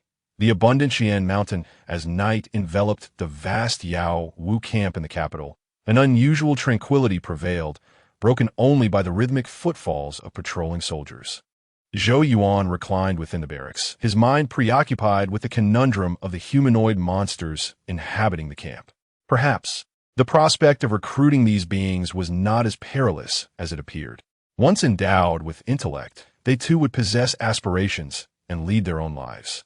One cannot merely categorize them as loyal subordinates of a master. To expect unwavering loyalty without adaptability after they gain sentience is a folly of the highest order. Moreover, as long as their master remains uninformed and their origins are controlled, there are numerous ways to command their allegiance. It seems the court has chosen not to regard them simply as instruments, but has instead accorded them status and benefits, integrating them into the military meritocracy. In a world rife with demonic forces, humanity's capacity to thrive may very well hinge upon its cultural assimilation and acceptance. Yet one wonders, in the end, Will the apex of governance be held by humans or by those humanoid beings who have weathered the storms of dynastic upheaval? The intricacies of the court reveal a singular truth. Do not perceive them as mere beasts. Upon gaining intelligence, they too relish the pleasures of life. With desires come pursuits, ambitions for power, beautiful consorts, immortality, and boundless freedom. With such aspirations, they become akin to humans, having embraced and integrated into human culture and civilization. Suddenly, Zhou Yuan recalled a certain county advisor, Huapai Luo Ing. Following his demise, many of his fellow scholars discreetly mourned him, remarking on his profound knowledge and lamenting that had he not been hindered by his origins, he might have inherited the legacy of the Jing and Academy. If a mere skinwalker could master the classics, then surely other humanoid beings could be taught the virtues of loyalty and patriotism. It is of little consequence whether one can defeat them. The real triumph lies in their inclusion, allowing them to absorb human culture and voluntarily safeguard the nation born of such a cultural synthesis. I am but a humble Sima of the Jing army, far removed from the grand court of Wei. For now, I shall observe and navigate this unfolding journey. The following morning, Zhou Yuan encountered the officers from Shuazhou. There were 4 of them, all appearing to be in their 30s. The soldiers from Huai Prefecture extended their greetings to Tian Heng of Shuazhou. To Zhou Yuan's surprise, soldiers from the 2 northeastern towns had gathered at Yao Wu camp, providing a splendid opportunity to familiarize themselves in preparation for the spiritual trials. Huai Prefecture's loyal officer, Yang Fu, welcomed the Shuazhou soldiers' overtures, inviting Zhou Yuan and his companions to breakfast, thus fostering camaraderie. When the officer with the 35-level Yao Wu sharp soldier, insignia, L. Kanjun, summoned them, the soldiers from Huai and Shuazhou had already exchanged names and established a rapport. Have all participants arrived? L inquired, reporting, all are present. Good. Bring forth the court's document. I shall affix the seal to grant you all clearance. Upon receiving the official document from L. Kanjun, Zhou Yuan noted the Yao military seal and L.'s insignia. The Crimson Order read, Zhou Yuan, Sima of the external town, has been granted permission to enter the capital for the new Yuan spiritual trials, having verified his identity, and is authorized to remain in the capital for 100 days. The final endorsement bore the date of the 13th year of the Grand Wei dynasty, on October 16th. To Zhou Yuan's astonishment, external town officers entering the capital were subject to time constraints. Indeed, the advantages of the noble families were evident. They could navigate the city with relative ease. The selection of spiritual materials commenced, with the camp providing 23 types of spirit-boosting substances sourced from various prefectures. Each officer was instructed to collect a set and carefully select their preferred items in the quiet room, emphasizing that all costs incurred during the trials will be borne by the camp. Zhou Yuan and the officers acknowledged the directive. Receiving a beautifully crafted wooden box containing 23 petite porcelain vials, clearly designed for medicinal purposes, each vial held a modest dosage. Nonetheless, this was a rare privilege. Zhou Yuan, aware of the abundance of spirit-boosting substances available to the Huai Prefecture nobility, recognized that the support from Yao Wu camp afforded them a distinct advantage. While he lacked the blue elixirs to remain composed, the other officers were visibly exhilarated, beaming as they clutched their wooden boxes. An undercurrent of excitement rippled among them, as they reveled in the prospect of indulging in the lavishness of spiritual energy. Ultimately, Zhou Yuan chose the purple mushroom dew for its practicality, as it could alleviate one state of pain, offering a commendable cost-to-benefit ratio. Once all the participating officers had selected their desired spiritual items, El Kanjun gestured grandly, providing each with 20 portions of their chosen substances. Before their release, he reminded them sternly, the capital is home to numerous shops that collect spiritual items. I do not concern myself with how many you bring, but the items provided by the camp are strictly for the trials. Should I discover anyone misusing camp resources, I will reclaim them and hold you accountable. We shall comply, they replied in unison. After the selection of spiritual items, El Kanjun personally escorted the officers and their supplementary materials into the capital. At last, Zhou Yuan and his companions had the opportunity to enter the fabled capital of the Grand Wei dynasty, Fengjing. Fengjing, originally named Fengyan, is a city nestled near the Feng River in Yan Mountain. The mountain, resembling a natural dam, effectively redirected the turbulent river, thereby nourishing the Fengyan Basin. Without Yan Mountain, this basin might have transformed into a vast lake. Instead, it has evolved into a defensible and prosperous region, self-sufficient in its bounty. As they approached Fengjing, the density of villages and towns increased dramatically. Numerous residences, like low walls, encircled the bustling city. The city walls rose high, approximately 30 meters, appearing as a continuous range of hills from afar. Upon entering, Zhou Yuan observed that the majority of the inhabitants were ordinary humans, with a few humanoid beings bearing identification labels living alongside them in harmony.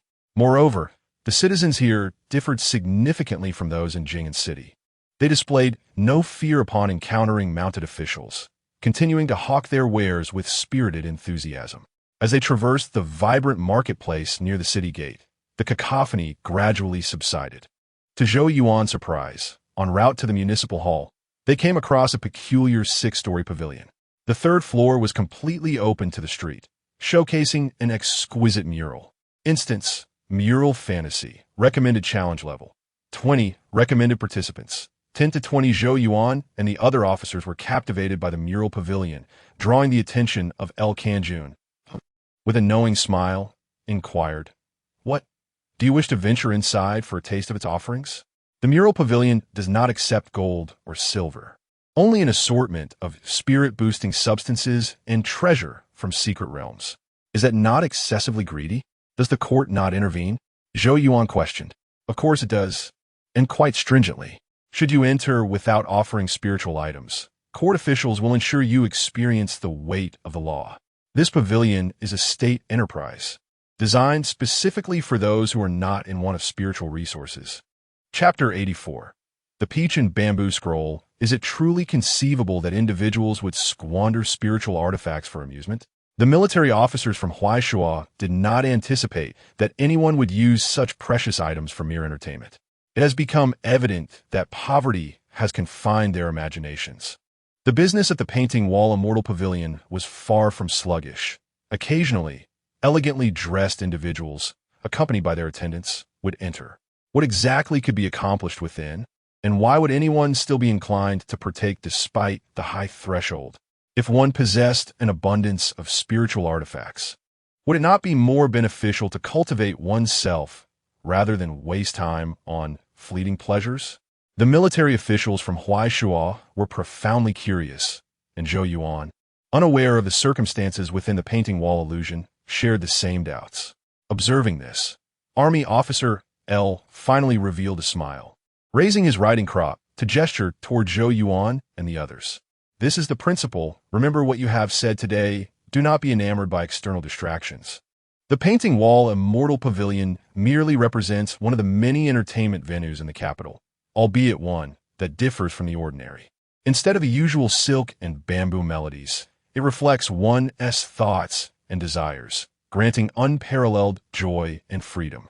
As I escorted you out of the camp, General Yao Wu specifically instructed me to guide you past the painting wall Immortal Pavilion, so you may realize the abundance of amusements in the capital.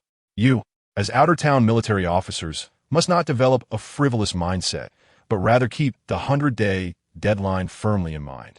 After saying this, Officer L turned his horse toward another street, prompting the officers from the 2 states to hastily follow.